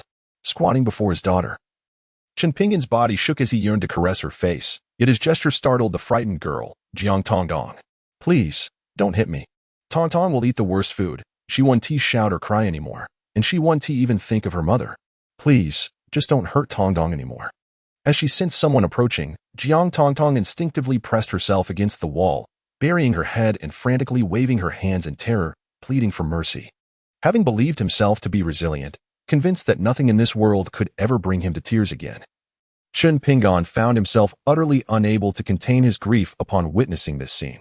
Tears cascaded down his cheeks like pearls strung on a broken thread. Tongtong, sweetie, it's Daddy come to save you. Please don't be afraid.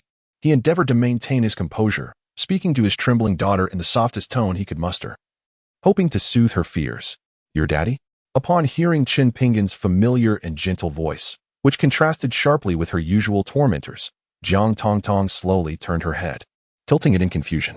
While the actions of other children appear endearing, the tilt of Jiang Tongtong's head, coupled with her sunken eyes and soiled face, rendered her somewhat fearsome, startling several of the Jiang family's servants behind Qin Pinyin. Unable to restrain himself any longer, Qin Pinyin swiftly gathered his daughter into his embrace. Chapter 150. No longer hesitant. Are you truly my father? May I touch your nose to confirm? As she felt the warmth of Qin Pinyin's embrace, Jiang Tongtong regarded his words with skepticism. However, yearning for a father, she could not resist reaching out to caress his face. Having lost her sight from a young age, she had never laid eyes on her father, nor had she ever heard his voice. Even her mother had not provided her with a photograph of him, leaving her to rely solely on her senses to ascertain whether Qin Pinyin was truly her father. When her small hand grazed Qin Pinyin's nose, a look of astonishment illuminated her face. Father, you are indeed Tongtong's father, she exclaimed, her voice breaking into sobs. Is it sufficient for Tongtong to touch your nose to confirm you are my father? Qin Pinyin inquired, curiosity piqued by his daughter's gesture. In the quiet of their home, Mother fashioned a statue of father from clay, concealing it beneath the bed to shield it from grandmother's gaze. She remarked that father's nose was notably prominent, and a mere touch would suffice for one to recognize him. Each night before slumber, Tongtong would reach out to feel the contour of her father's nose, thus becoming intimately familiar with its shape. Upon hearing this, Qin Pinyin felt a surge of emotion, coupled with a deepening sense of guilt towards Jiang Chuyin. Initially, he had harbored the belief that she was a heartless woman who, for financial gain, had sold her daughter's corneas. Suddenly, the sharp, acerbic voice of a maid pierced the air at the door. This maid seemingly held a high position among the staff of the Jiang household, as her commands were swiftly followed, and the door was locked from the outside with a chain. Father, they intend to confine you here as well, Jiang Tongtong wailed, her voice trembling with fear upon hearing the door secured once more. Do not fear, my dear, it is merely a door. Father could easily kick it open. Qin Pinyin reassured his daughter, moving towards the entrance. Is that true? Are you Ultraman, father? Jiang Tongtong inquired with wide-eyed curiosity for in her eyes. Ultraman represented the pinnacle of strength, a figure her mother often invoked in stories. Though father was not Ultraman, he was a master of martial arts, a formidable presence indeed. This declaration elicited hearty laughter from the numerous servants of the Jiang family who eavesdropped from outside the door. Ha ha ha. In this day and age. Still speaking of martial arts masters, why not claim to be a celestial being instead? The caustic maid, believing that confining Qin Pinyin in the fetid storeroom would grant her peace of mind, stood at the door, covering her mouth and nose, mocking him. A death wish. The taunt of little blind man enraged Qin Pinyin beyond measure. With a huff of fury, he delivered a powerful kick to the heavy stainless steel door. Previously hesitant to act for fear of injuring his daughter, now that she was safely in his arms, he cast aside all reservations and politeness. The formidable steel door was no match for his wrath. With a resounding crash, it was sent flying. The maid, standing outside, was utterly unprepared for Chen Pingyin's ferocity. Before she could react, the door struck her, sending her hurtling against a nearby pillar. Gasped. "You are not human." Blood spewed from the maid's mouth, and she could only utter a single phrase before losing consciousness. Though the other servants of the Jiang family were not struck by the door, they were nonetheless paralyzed with fear by Chen Pingyin's actions, many collapsing to the ground or fleeing the Jiang family's villa basement in utter panic. Chapter 151, We Shall Seek Mother Now. What do you intend to do? This is the Jiang family. The Jiang family has allied with the Liang family. Do not act recklessly, or neither the Jiang family nor the Liang family will spare you. The servant, who was attempting to contact the eldest daughter-in-law of the Jiang family, was struck by a scene that sent chills down his spine before he could even connect to his master's phone. He was so terrified that he collapsed to the ground, repeatedly cautioning Chen Pingyin. The man before him was no ordinary human. He had effortlessly shattered a stainless steel door, at least 1 centimeter thick, secured by a chain as thick as a thumb. With a single kick, he sent the door flying, causing significant damage to the wall. Was this the strength of a mere mortal? Absolutely not. You are far too loud, Chen Pingyin coldly remarked, delivering a swift kick to the back of the man's neck, rendering him unconscious. It was at that moment that his phone finally connected and a woman's voice emerged. Hello. I am the eldest daughter-in-law. Speak up. Upon hearing this voice, the girl in Chen Pingyin's embrace, Tong, began to tremble involuntarily. Chen Pingyin immediately deduced that the woman on the other end was likely her grandmother, Jiang Qian's stepmother. Listen well, Jiang family. I am Tong's father, and I have returned. Prepare yourselves to endure my wrath. He then proceeded to kick the fallen man awake and forcibly administered a pill to him. What have you made me swallow? The servant, just regaining consciousness, was horrified as Chen Pingyin compelled him to ingest an unidentified pill, his face turning pale with panic. Oh, it's nothing of great concern, merely a poison. Without the antidote I provide within the next 24 hours, you will succumb to a gruesome demise. Do not even think of seeking help at a hospital. It would be futile, for they would not even detect this kind of toxin. Chen Pingyin, with a smile that was neither fully genuine nor entirely deceptive, addressed the servant. Of course, he was merely attempting to frighten the individual. He possessed no poison whatsoever. What he held was simply a nourishing elixir he had concocted the previous day, akin to a health supplement. For an ordinary person, consuming it would pose no danger. Rather, it would bolster their vitality. Initially, there might be some mild reactions in the body, and coupled with his intimidation, anyone unacquainted would undoubtedly be alarmed. Spare me, kind sir. Spare me. Indeed, upon hearing Chen Pingyin's words, the servant was initially skeptical. However, it wasn't long before he began to feel an unsettling itch, pondering whether this was a sign of his body beginning to decay. Remembering how effortlessly Chen Pingyin had kicked open the heavy iron door, he deduced that this was no ordinary man. Confronted with this realization, he was soon paralyzed by fear, pleading for mercy at Chen Pingyin's feet. Rest assured, as long as you comply, I shall provide you with the antidote shortly. Observing the servant's terror, Chen Pingyin took the opportunity to command him to work diligently. I shall comply, noble sir. I promise to obey. Please, grant me the antidote.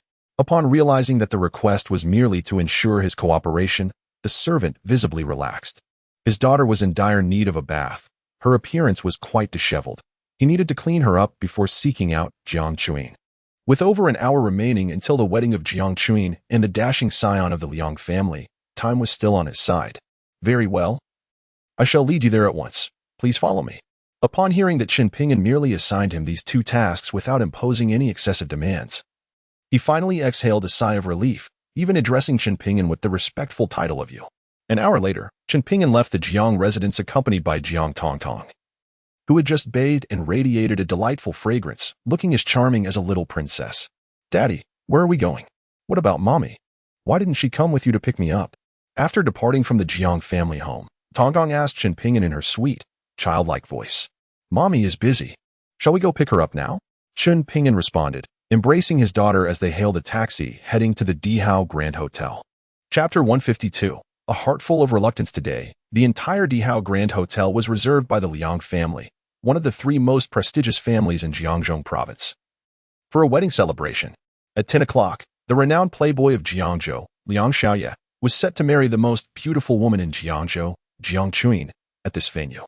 Liang Xiaoye, the eldest son of the Liang family, was a figure well known throughout the upper echelons of Jiangzhou society. He had been married 3 times.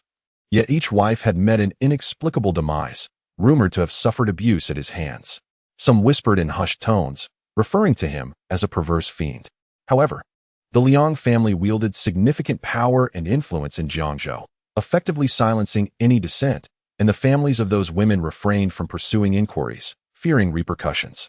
In the opulent dressing room of the Empire Grand Hotel, specifically prepared for brides, Jiang Chuyin was adorned by her stepmother, who meticulously enhanced her already stunning beauty. Renowned as the most beautiful woman in Jiangzhou, Jiang Chuyin, after a careful application of makeup and donning her wedding gown, appeared as if she had descended from the heavens, captivating all who beheld her. Behind her, her stepmother, Xiao Meiqin, occasionally displayed flickers of jealousy in her eyes. "Mother, did you not promise that as long as I call you mother, I could see Tong Tong before the wedding commenced? The ceremony is about to begin. Where is Tong Tong?" Jiang Chuyin implored, her voice laced with desperation. Previously, Xiao Meiqin had insisted that Jiang Chuyin refer to her as auntie, but now, witnessing Jiang Chuyin's imminent marriage into a wealthy family, she adamantly demanded that Jiang Chuyin call her mother. She aimed to be the mother-in-law of Liang Xiaoye, the heir of the Liang family, which would significantly elevate her social standing in Jiangzhou. To achieve this, she did not hesitate to use Tong Tong as leverage against Jiang Chuyin. I have already arranged for Tong Tong to be brought here. She is on her way. With the wedding about to commence, we must head to the venue, Xiao Meiqin said, her demeanor betraying a hint of panic. Without regard for Jiang Chuyin's feelings, she pushed the newly made-up bride out of the dressing room. Just moments ago, she had received an inexplicable phone call. After contacting the household servants, she learned that the father of that insufferable girl, Jiang Tong Tong, had been released from prison.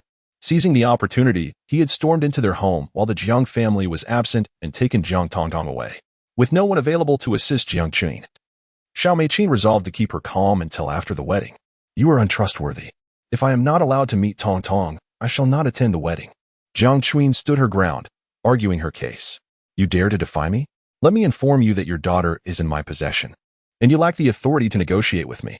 I command you to proceed to the wedding venue at once. Otherwise, I cannot guarantee that you will see your daughter again." Xiao Meiqin raised her hand, poised to slap Jiang Chuyin. However, considering that Jiang Chuyin was to marry Liang Xiao shortly, the thought of a slap mark on her face would be difficult to explain. Ultimately, she clenched her teeth and lowered her hand, resorting to using Jiang Tong Tong as leverage against Jiang Chuyin. "Should you dare to harm my daughter in any way, I shall not rest until I make you pay dearly." Jiang Chuyin, held captive by her stepmother due to her daughter's situation, though reluctant, had no choice but to acquiesce to her stepmother's demands. Resignedly, she donned the wedding dress and proceeded toward the venue. When Jiang Chuyin appeared in her wedding gown, even with a white veil obscuring her stunning visage, her flawless figure was accentuated, captivating all present at the ceremony. As she walked hand in hand with her father toward the groom, a resounding applause erupted. Chapter 153, I Object. Witnessing the numerous esteemed guests applauding, the Jiang family members displayed expressions of exhilaration. They never anticipated that Jiang Chuyin, who had been subjected to violation and bore an illegitimate child, would bring such immense surprise to the Jiang family, who regarded her situation as a profound disgrace. From this moment forth, the Jiang family status would elevate significantly due to Jiang Chuyin's marriage into the prestigious Liang family of Jiangzhou. Standing on the stage, dressed in an exquisite gown, Liang Xiaoye watched as Jiang Chuyin gracefully approached, his face alight with excitement. She was the most beautiful woman in Jiangzhou. He had long desired her during their university days, but she had shown him little interest. Now, he finally had her. Though Jiang Chuyin had already borne a daughter with another man, it mattered not. He had discarded several wives before her. He believed that Jiang Chuyin would endure him for 3 years at most, after which he would seek a more beautiful bride. Aware that many secretly condemned him as perverse, he remained unfazed. After all, a man must embrace his true nature. As the clock struck 10, the wedding commenced. "Miss Jiang Chuyin, do you take Mr. Liang Xiaoye to be your lawfully wedded husband, to love and cherish him in wealth and poverty, in health and sickness, forsaking all others?" The officiant inquired, microphone in hand. All the guests in attendance held their breath, awaiting the moment Jiang Chuyin would nod in agreement. "I do not agree. Just as Jiang Chuan prepared to respond with tears in her eyes for the sake of her daughter, a resounding voice echoed from the entrance. How dare someone cause a disturbance at the Liang family wedding? As the crowd turned, they beheld a man with short hair, clad in a tank top and flip-flops. Exuding an air of utter dishevelment, cradling a blind girl with sunken eyes in his arms, making his entrance at the wedding venue. On the stage, Jiang Chuan felt a tremor run through her body upon hearing the man's voice. She swiftly lifted her veil and gazed towards the entrance. Could it be that he had found his way here? And that he had rescued their daughter? Jiang Chuan looked in disbelief at Chen Ping'an, who was steadily approaching. Mom, Dad and I have come to find you. Her daughter, Jiang Tongtong, exclaimed from afar, having caught a whiff of her mother's scent. This shout revealed the identities of the father and daughter to everyone present. The incident from years ago, when the 7 women had conspired to imprison Chen Ping'an, had created quite a stir in Jiangzhou. Upon learning that the Liang family's deranged heir was to marry again, the local aristocracy swiftly investigated Jiang Chuan's background, discovering her to be one of the central figures in the scandal involving the monstrous doctor. However, they remained unaware that Chen Ping'an had been wrongfully accused. They could hardly fathom that he had emerged, daring to disrupt the wedding with his daughter in tow. All eyes, save for those of the Liang and Zhang families, were fixated on the spectacle of Chen Ping'an and his daughter entering the ceremony. Tong Tong. Jiang Chuan turned to descend the stage to embrace Chen Ping'an and their daughter. You there, halt. Do not come any closer, or I shall break both your legs. Liang Xiaoya barked a warning as he saw Chen Ping'an nearing the stage. Yet, Chen Ping'an was unfazed by Liang Xiaoya's threat, continuing to advance in silence. Security quickly expelled this wretch. Seeing that Chen Ping'an was unfazed by her words, Liang Xiaoya had no choice but to call for the security to remove him. Chapter 154. Come with me. However, this was the Imperial Luxury Hotel, owned by Wu Tianda's sister, and Wu Tianda had already taken care of matters in advance, no matter how loudly Liang Xiaoya shouted. Not a single security personnel emerged to eject Chen Ping'an.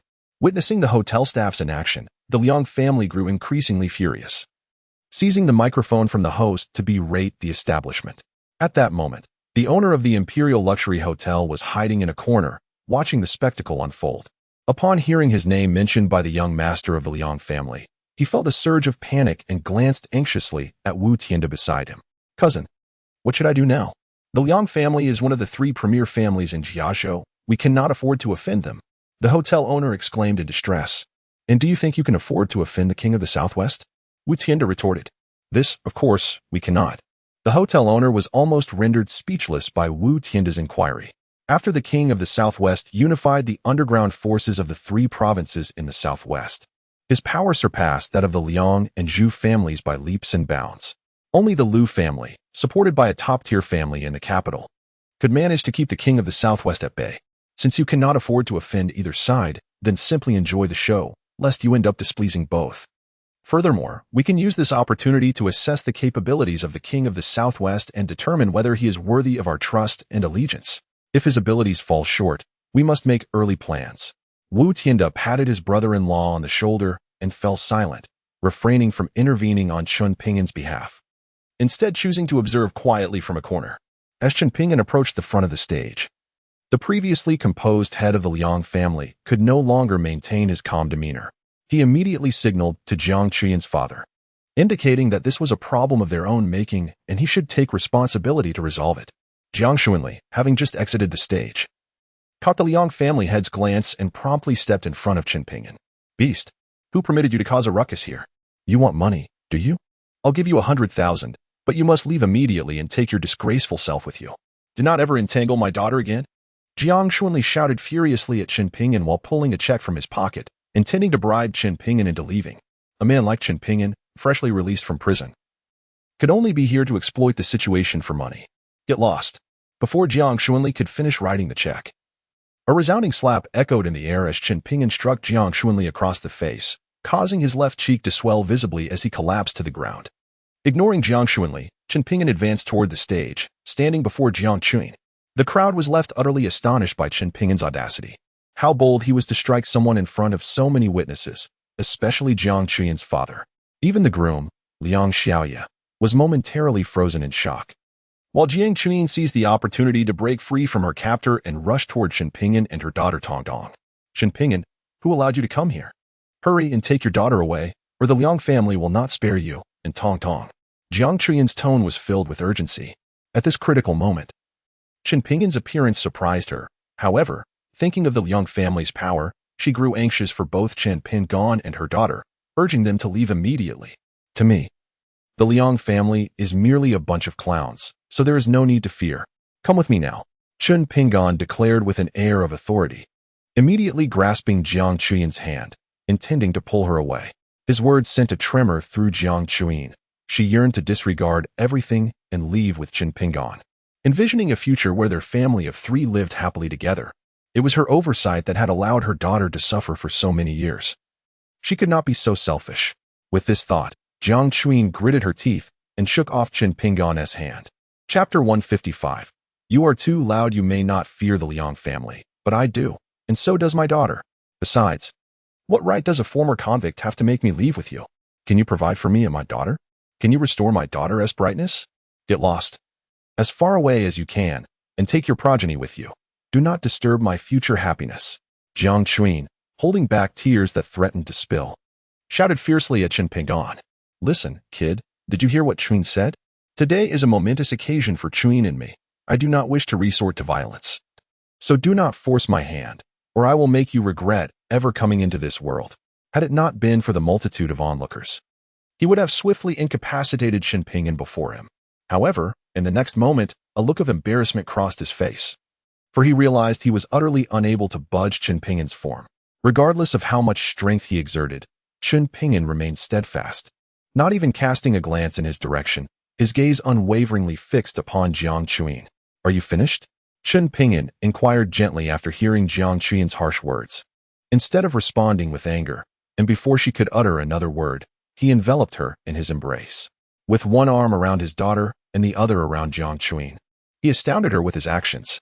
Gazing up with her large, beautiful eyes, she stared at Chen Pingyan, her mind a blank canvas.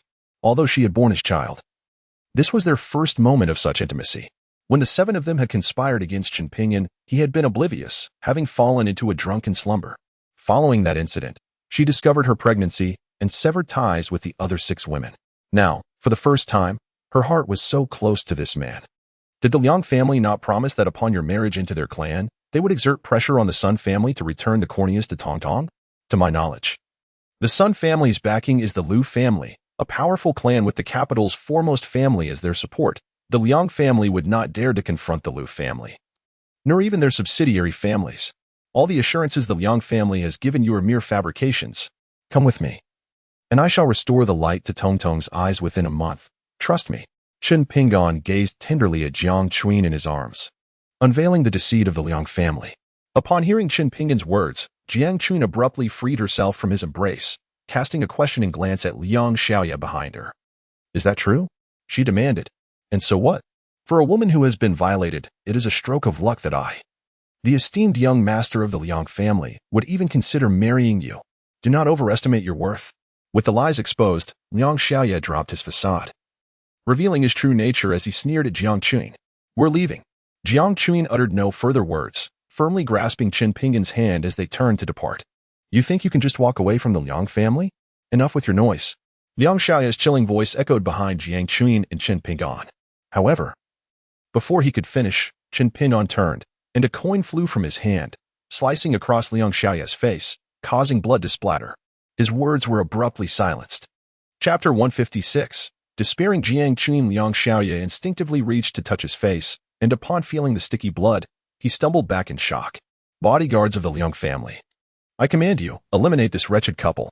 If anything goes wrong, the Liang family will take responsibility. In a fit of exasperation, Liang Xiaoya could no longer maintain decorum in front of the gathered crowd. He vehemently shouted at the bodyguards from the Liang family present at the scene. Upon hearing Liang Xiaoya's command, the bodyguards glanced at the head of the Liang family, who concurred that Chen Pingyan's audacious act of commandeering a wedding publicly disgraced the Liang family. To allow Chen Pingyan and Jiang Qian to escape without a lasting lesson would suggest that the Liang family was easily trifled with, giving the impression that any lowly individual could ascend to insult them. With a nod of approval from the family head, the professionally trained bodyguards surged forth from all directions, forming a formidable barrier to obstruct Chen Pingyan and Jiang Qian's escape. The onlookers, save for Wu Tianda in the corner, regarded Chen Pingyan with expressions of pity. This young man was acting recklessly. After all, This was the wedding venue of one of the three most prestigious families in Jiangzhou. To dare create a scene here was tantamount to courting disaster. Even Jiang Chuan, witnessing the imposing and muscular bodyguards blocking their path, cast a worried glance at Chen Ping'an, who was clad in a tank top and flip-flops. A look of panic crossed her face as she regretted their impulsive actions. With just the three of them, there was little chance of escaping this predicament. The only recourse for safety was to turn back and plead for mercy from the Liang family. However, as she turned, Chen Ping'an grasped her firmly, unwilling to let her go. "Senior, we cannot escape this fate. Your presence today is already a source of great contentment for me. The most cherished moment of my life has been giving birth to Tongdong. Yet, as a mother, I have failed to care for my daughter properly, leaving me with no face to be with you. From the beginning, we have been fated to be apart. Let this be the conclusion." As Jiang Chuan finished speaking, she struggled fiercely. "Just a few insignificant shrimp, you can rest assured. The notions of fate and destiny are mere self-soothing nonsense for the weak. These concepts, akin to destiny, can be mastered as long as one's heart remains resolute." In a bid to calm Jiang Chuan, he boldly kissed her alluring red lips in front of everyone. At the moment Chen Ping'an's lips met hers, Jiang Chuan was taken aback, her mind blanking out in an instant, as if the entire world had vanished, leaving only the two of them. However, fear soon crept back into her consciousness. This kiss, which she had longed for, had finally come to fruition. Yet she found herself unable to feel joy, instead gripped by panic. The Liang family is one of the most prestigious of the three great families in Jiangzhou province.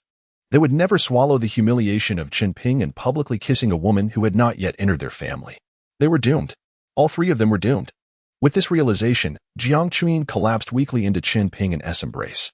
"So be it. If we are to perish, let us do so together." Jiang Chuan murmured vacantly, her eyes devoid of life. Unable to protect his daughter, she has been deprived of light since childhood, destined to live in darkness for a lifetime. Such an existence is a torment for her.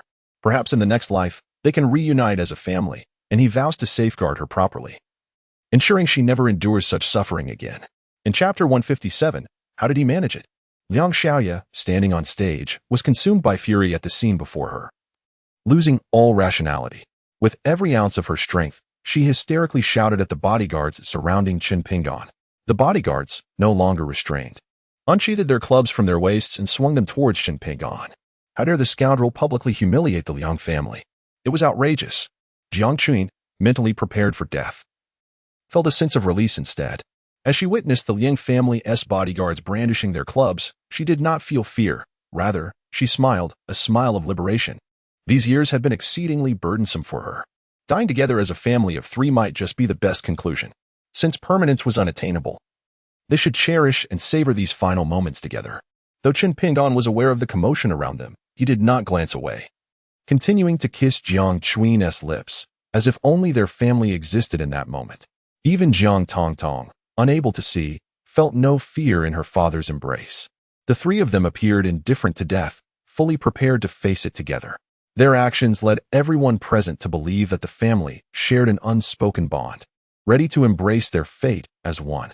Some women were profoundly moved by the tragic act of mutual sacrifice displayed before them, lamenting the impending demise of the family of three.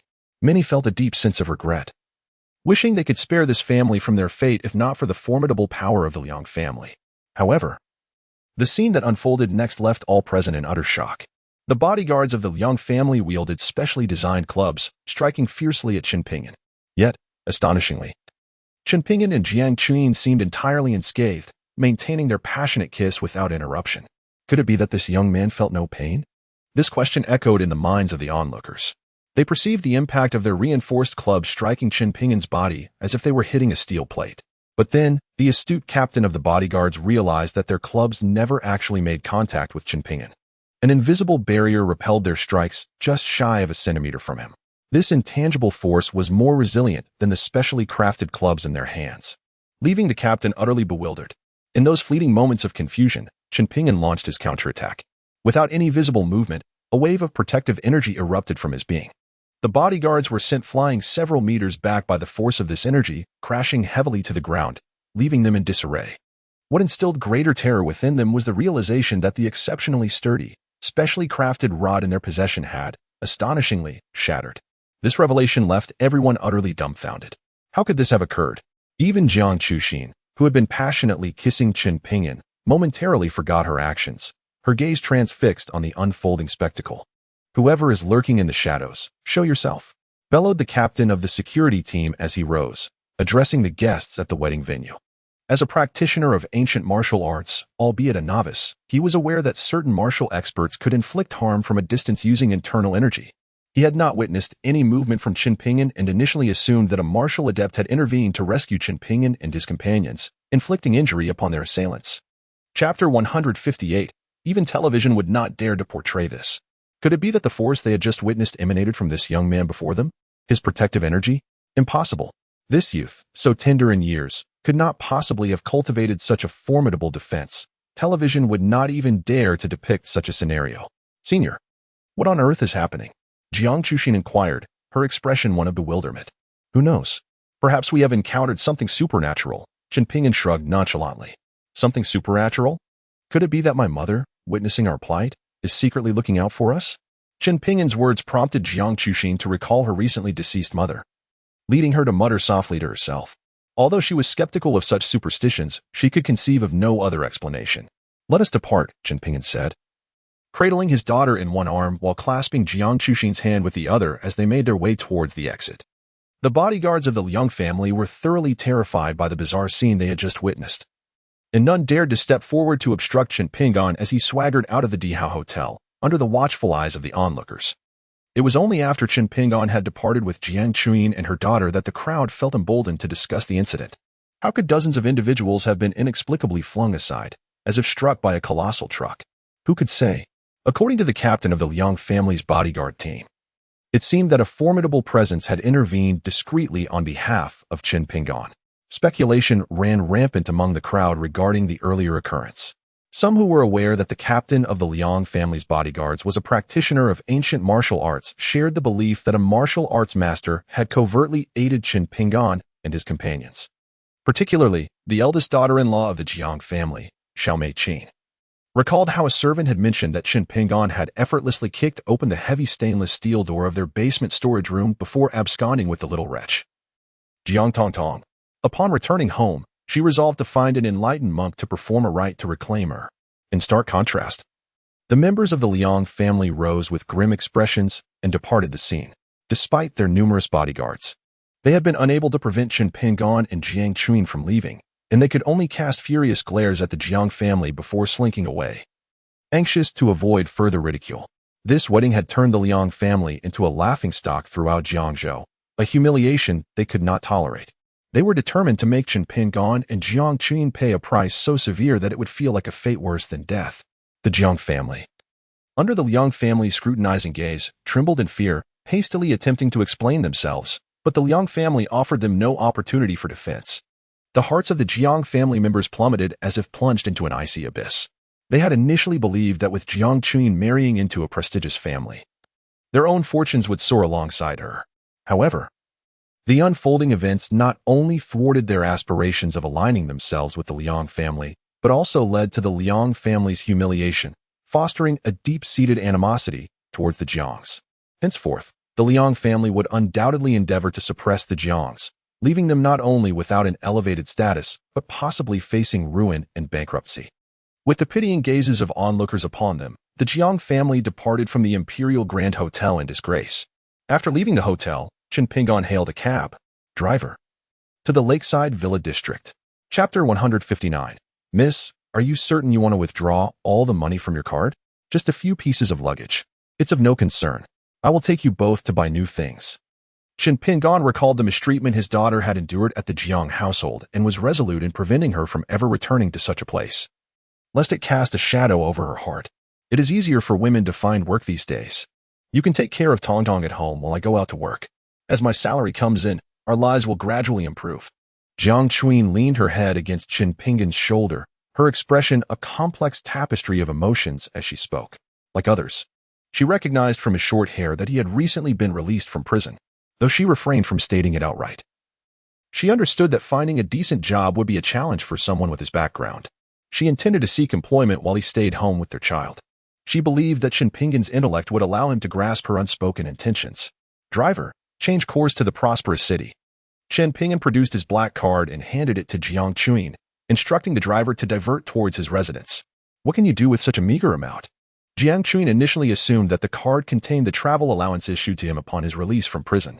As far as she knew, individuals released from incarceration typically received a few thousand yuan for their journey. Although the sum was modest, it would suffice for her and her daughter to purchase a few garments. I am merely being modest, Chen Ping'an remarked.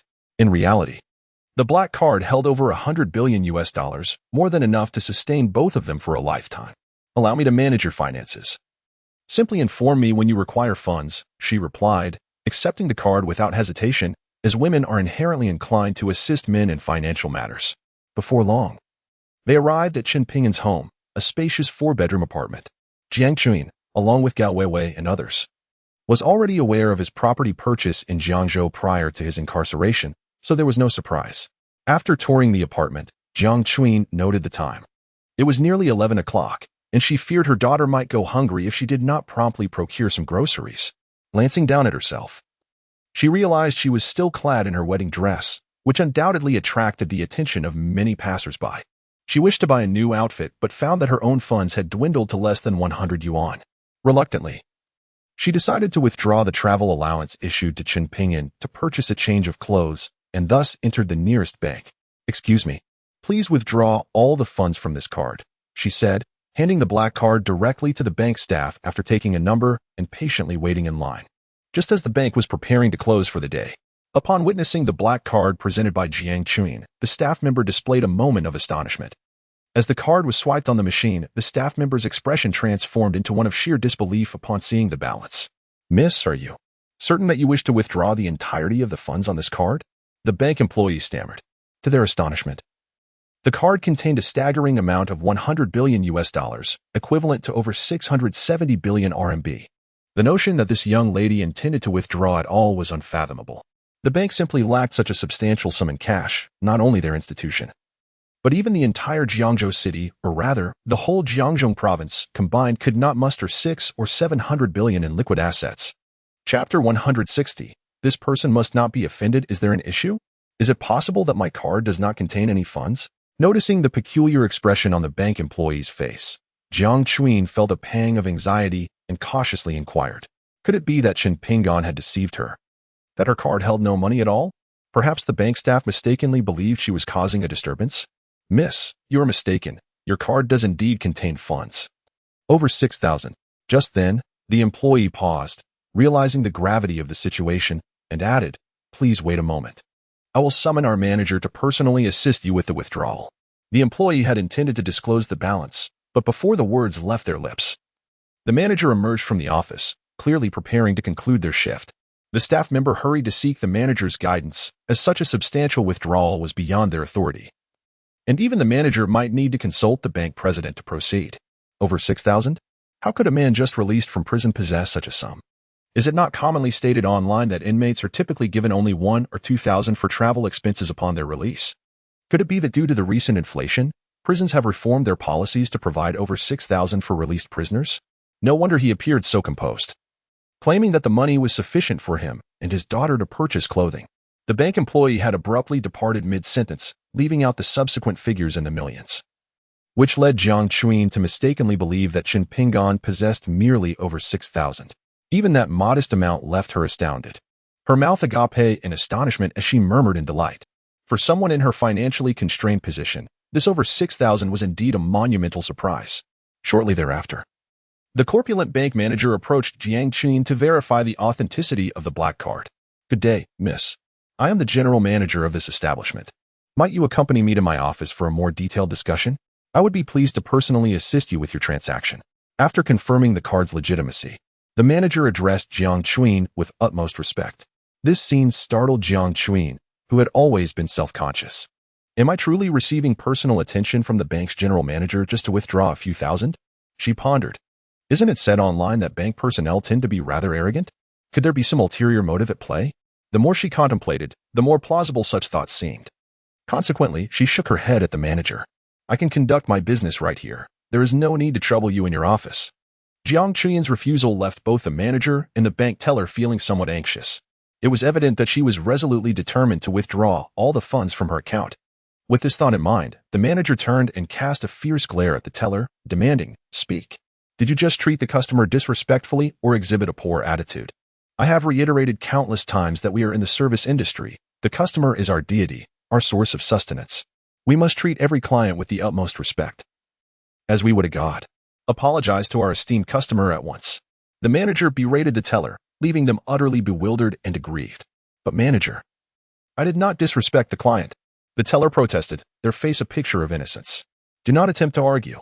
I am giving you 3 seconds. If you do not apologize to our respected client immediately, you need not come to work tomorrow." The manager was resolute, unconvinced by the teller's defense.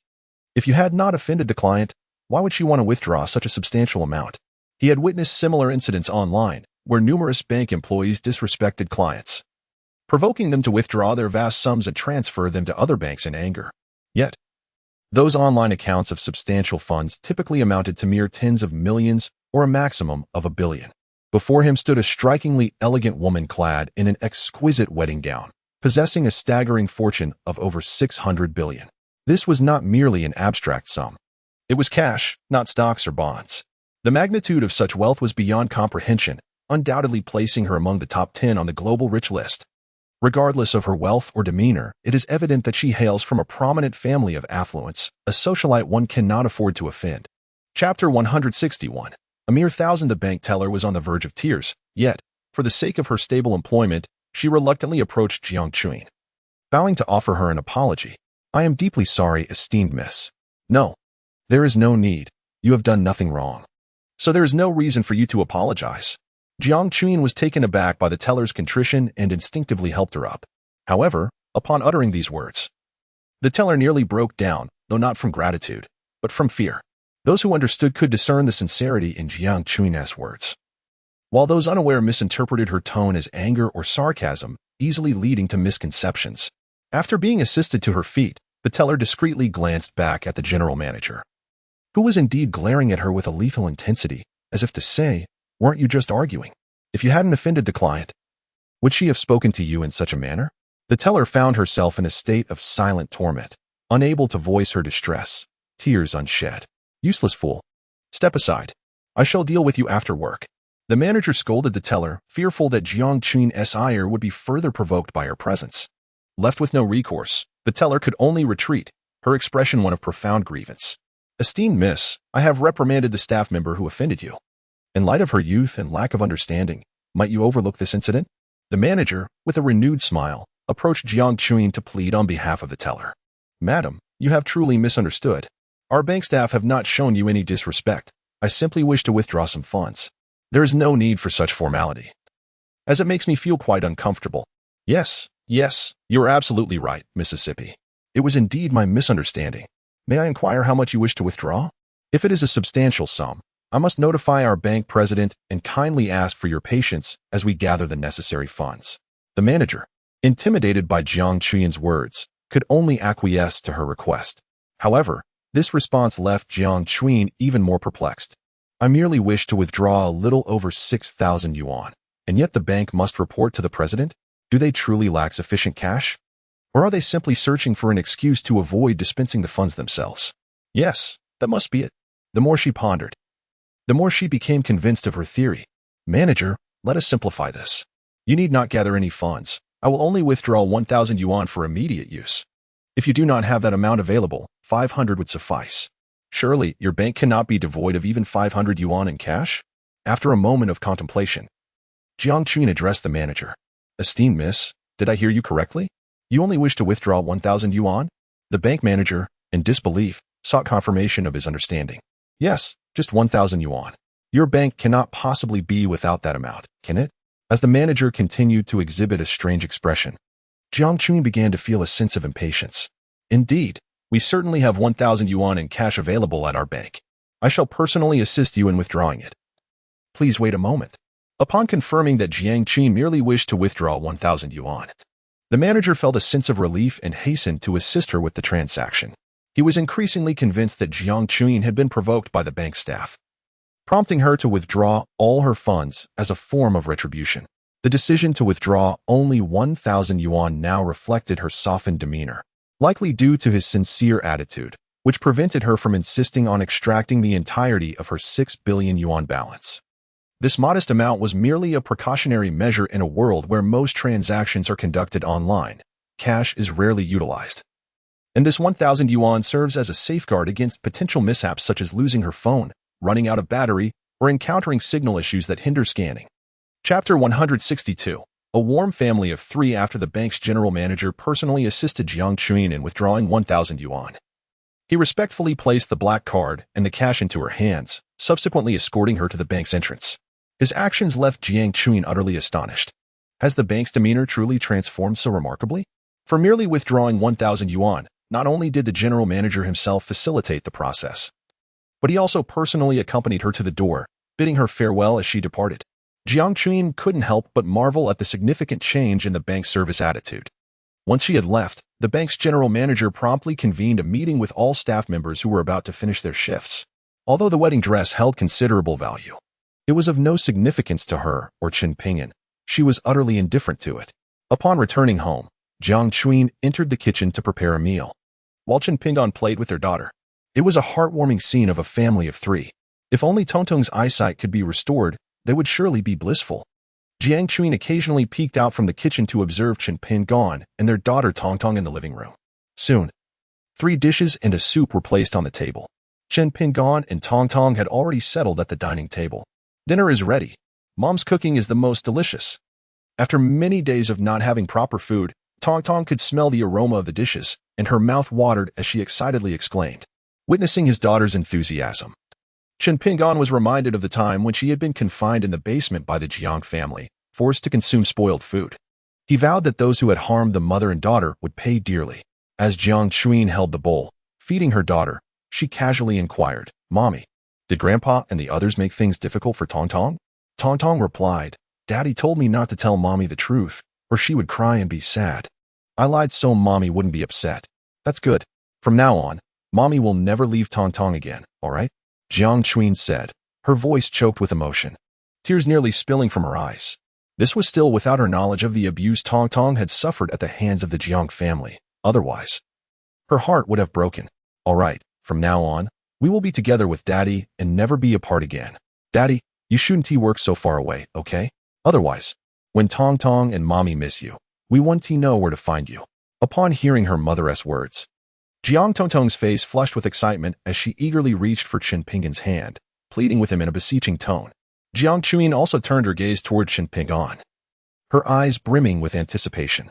"All right, from now on, Daddy won't work far away anymore. He will stay by your side and Mommy's. We shall never be apart again." Chen Pingyan affectionately patted his daughter's head, nodding in agreement. "Yay, Mommy. Daddy promised Tongtong he won't go to distant places for work anymore. We can play with Daddy every day now. Look at you. Can't even sit still during a meal. Sit properly." Jiang Chuyin chastised gently as she steadied her daughter. After reprimanding her child, she instinctively glanced up at Chen Pingyan, only to find him gazing intently at her. His fervent stare made her feel uneasy, a wave of shyness washing over her. "Why don't you feed Tongtong? I'm full and need to go find a job," Jiang Chuyin declared, pushing her daughter's bowl and chopsticks towards Chen Pingyan before hastily exiting. She was momentarily overwhelmed by the intensity of his gaze. "Is this really all you've eaten?" Chen Pingyan was taken aback. He distinctly remembered that Jiang Chuyin had barely touched her food. Chapter 163. I am the Southwest King you have been waiting for. After Jiang Chuyin departed, Chen Pingyan followed her instructions to feed their daughter. Once they had both eaten their fill, he gently coaxed Tongtong into an afternoon nap. After his daughter had fallen asleep, Chen Pingyan made a call to Wu Tianda.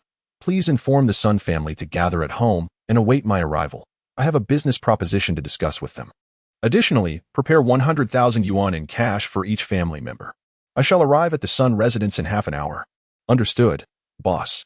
The Chen Pingyan of today is not the same as the one from 5 years ago. The years spent within have transformed him profoundly.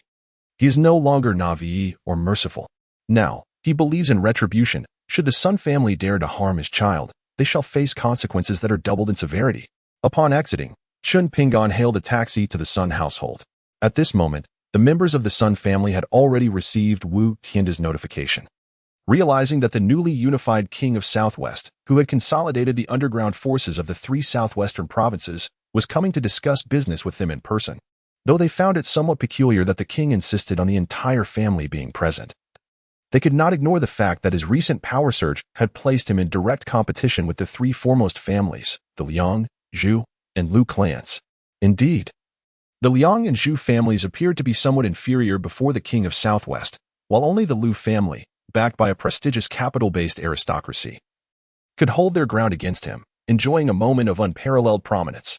Moreover, the recent emergence of extraordinarily popular beauty-enhancing pills and health-boosting tonics in the upper echelons of the Southwestern society was rumored to have been orchestrated by the king of Southwest. Their effects were said to be astonishing, particularly the health-boosting tonic, which, upon consumption of just one pill, could restore a man's vigor. The black market had inflated the price to an exorbitant 100,000 yuan per pill, yet they remained elusive, with demand far exceeding supply. The Sun family possesses several large pharmaceutical and cosmetic factories, specializing in the production of health supplements and cosmetics for the Lu family. Could it be that the king of Southwest has taken a keen interest in the production capabilities of the Sun family's pharmaceutical enterprises, intending to collaborate on the manufacturing of these health pills? Contemplating this possibility ignited a fervor within the Sun family. Upon receiving a call from Wu Tianda, they promptly assembled at the entrance, awaiting the arrival of the king of Southwest. If the king truly sought to partner with him in producing these vitality-enhancing health pills, it would undoubtedly allow the Sun family to share in the lucrative gains of this booming market. Mr. Wu, when is the king of Southwest expected to arrive? Would you be able to divulge the nature of the collaboration he wishes to discuss with us? Inquired Sun Quan, the head of the Sun family, as he, along with his family, approached Wu Tianda, who stood at the gate with a suitcase full of cash. Patience is a virtue. Once my employer arrives, you shall know everything. Wu Tianda replied, his tone laden with significance. The Sun family could only bide their time in anticipation. After a little over 20 minutes, a taxi pulled up in front of the Sun family residence. Why is a taxi stopped here? What if it obstructs the king of Southwest's official vehicle when it arrives? The family head exclaimed, irritation creeping into his voice. Son, hurry and move the taxi. Without hesitation, the eldest son of the Sun family advanced to shoo the driver away. However, as he approached the taxi, he was taken aback to see Chen Pingon emerge from the vehicle. What are you doing here? The eldest son exclaimed, astonished. Today, their family also attended the wedding of the Liang family, and they naturally recognized Chen Pingon as the one who had caused a commotion at the Liang family wedding that morning at the Dihao Grand Hotel. Moreover, they were aware that Chen Pingon was the father of Jiang Tongtong. The corneas of his eyes had been replaced with those harvested from Jiang Tongtong. Oh, I see. You've come to demand money, haven't you? Your daughter's corneas were sold to me for 100,000 yuan a pair, and the payment has already been made by the Sun family to the Jiang family. If you seek compensation, you should approach the Jiang family. The young master's son, believing that Chen Pingon had come to the Sun family to seek redress or money, rudely attempted to dismiss him. Are the esteemed guests you await the king of Southwest? Ignoring the young master's son's dismissal, Chen Pingon waved his hand to signal the driver to leave, then turned to the young master's son with a sardonic smile. Indeed. And what of it? I am the king of Southwest you await. Chapter 164, A Business Transaction. What did you just say? Repeat that. The young master's son scrutinized Chen Pingon. Although Chen Pingon no longer bore the disheveled appearance of earlier that day at the Dihao Grand Hotel, his faded attire clearly indicated it had seen years of wear. He hardly resembled someone capable of commanding the allegiance of the three formidable leaders of the Southwest provinces. I said I am the king of Southwest. Have you understood clearly? Chen Pingon's assertion sent the young master's son into a fit of laughter. Standing not far away, Wu Tianda remained motionless, awaiting orders from Chen Pingon, merely observing the unfolding drama. Beside him, the head of the Sun family, upon noticing his son engaging in jovial conversation with a stranger, felt a surge of anger and led the other members of the Sun family forward. You fool! I instructed you to drive him away, yet here you are, conversing with some inconsequential nobody. The Sun family had scolded his son with evident displeasure. Dad, I was following your orders to chase him off, but this lad claims to be the Southwest king. Can you believe it? Sun Shao, looking quite aggrieved, explained to his father. He is the Southwest king? The Sun family had paused, momentarily taken aback by his son's words, and began to scrutinize Chen Pingon with a mix of skepticism and curiosity. Their expressions mirrored those of the other members of the Sun family, all equally bewildered. Ha ha. Young man, the Southwest king is the sovereign of the underground forces in the three southwestern provinces, feared and revered by all. Even the notorious and ruthless three great demons bowed to him. You possess quite the audacity to impersonate the Southwest King. Do you wish for your own demise? The Sun family head's laughter turned into a mocking sneer. Regrettably for you, a trusted confidant of the Southwest King stands right behind me. Dare to impersonate him, and your fate is sealed. Consider this a lesson in fortune. Be more astute in your next life, and refrain from such foolishness. The Sun family head recognized Qin Pinyin as the one who had caused a ruckus at the Liang family wedding earlier that day. Yet, like his son, he mistakenly believed Qin Pinyin was merely posing as the Southwest King. After his laughter, he regarded Qin Pinyin with a cold, derisive smile. After speaking, he glanced back at Wu Tianda, and their minds began to conjure the scene of Wu Tianda angrily confronting Qin Pinyin for impersonating the King of Southwest. However, to their surprise, Wu Tianda remained stationary, his expression inscrutable after overhearing their conversation. At that moment, Qin Pinyin spoke again. Wu Gu, please come over and introduce my identity. He gestured to Wu Tianda, who quickly approached and stood before Qin Pinyin. Without needing Wu Tianda's introduction, they were convinced that Qin Pinyin was indeed the renowned king of Southwest, who had recently garnered immense acclaim across the three provinces. After all, Wu Tianda would not be so obedient otherwise. Although Wu Tianda had recently assumed the role of the formidable overlord, lacking the esteemed reputation of his predecessor, Wu Xingjie, he was not someone to be easily commanded. The members of the Sun family turned to Qin Pinyin in shock. No, wait. If he is the king of Southwest, then why would he engage in discussions with them, given that their family had forcibly taken his daughter as Cornea? Sun family head, allow me to introduce you. This is my boss, the reigning king of the underground forces in the three provinces, Qin Pinyin. Wu Tianda's words plunged the Sun family into despair. He truly was the king of Southwest. If that were the case, why was he seeking collaboration with the Sun family? Perhaps it was due to the recent popularity of the beauty-enhancing pills and the health supplements. They must urgently find a capable manufacturer to partner with. And amongst all in the Southwest, only the Sun family's pharmaceutical factory could meet their needs. The king of the Southwest was undoubtedly motivated by profit, choosing not to pursue the matter of his daughter's cornea being forcibly taken by the Sun family. With this thought, the head of the Sun family broke into a smile, extending his hand towards Qin Pinyin. It was indeed a momentous occasion, as the king of the Southwest graced their humble abode. The head of the Sun family warmly welcomed Qin Pinyin with a beaming smile. A handshake is unnecessary. I have come primarily to discuss a business transaction with your esteemed family. Qin Pinyin's declaration left the head of the Sun family looking somewhat disconcerted. However, given the king of the Southwest's esteemed status, he dared not react impulsively, suppressing his displeasure. May I inquire what business you wish to discuss with our Sun family? I am here to procure the corneas of your family members. I am willing to pay 100,000 for each pair.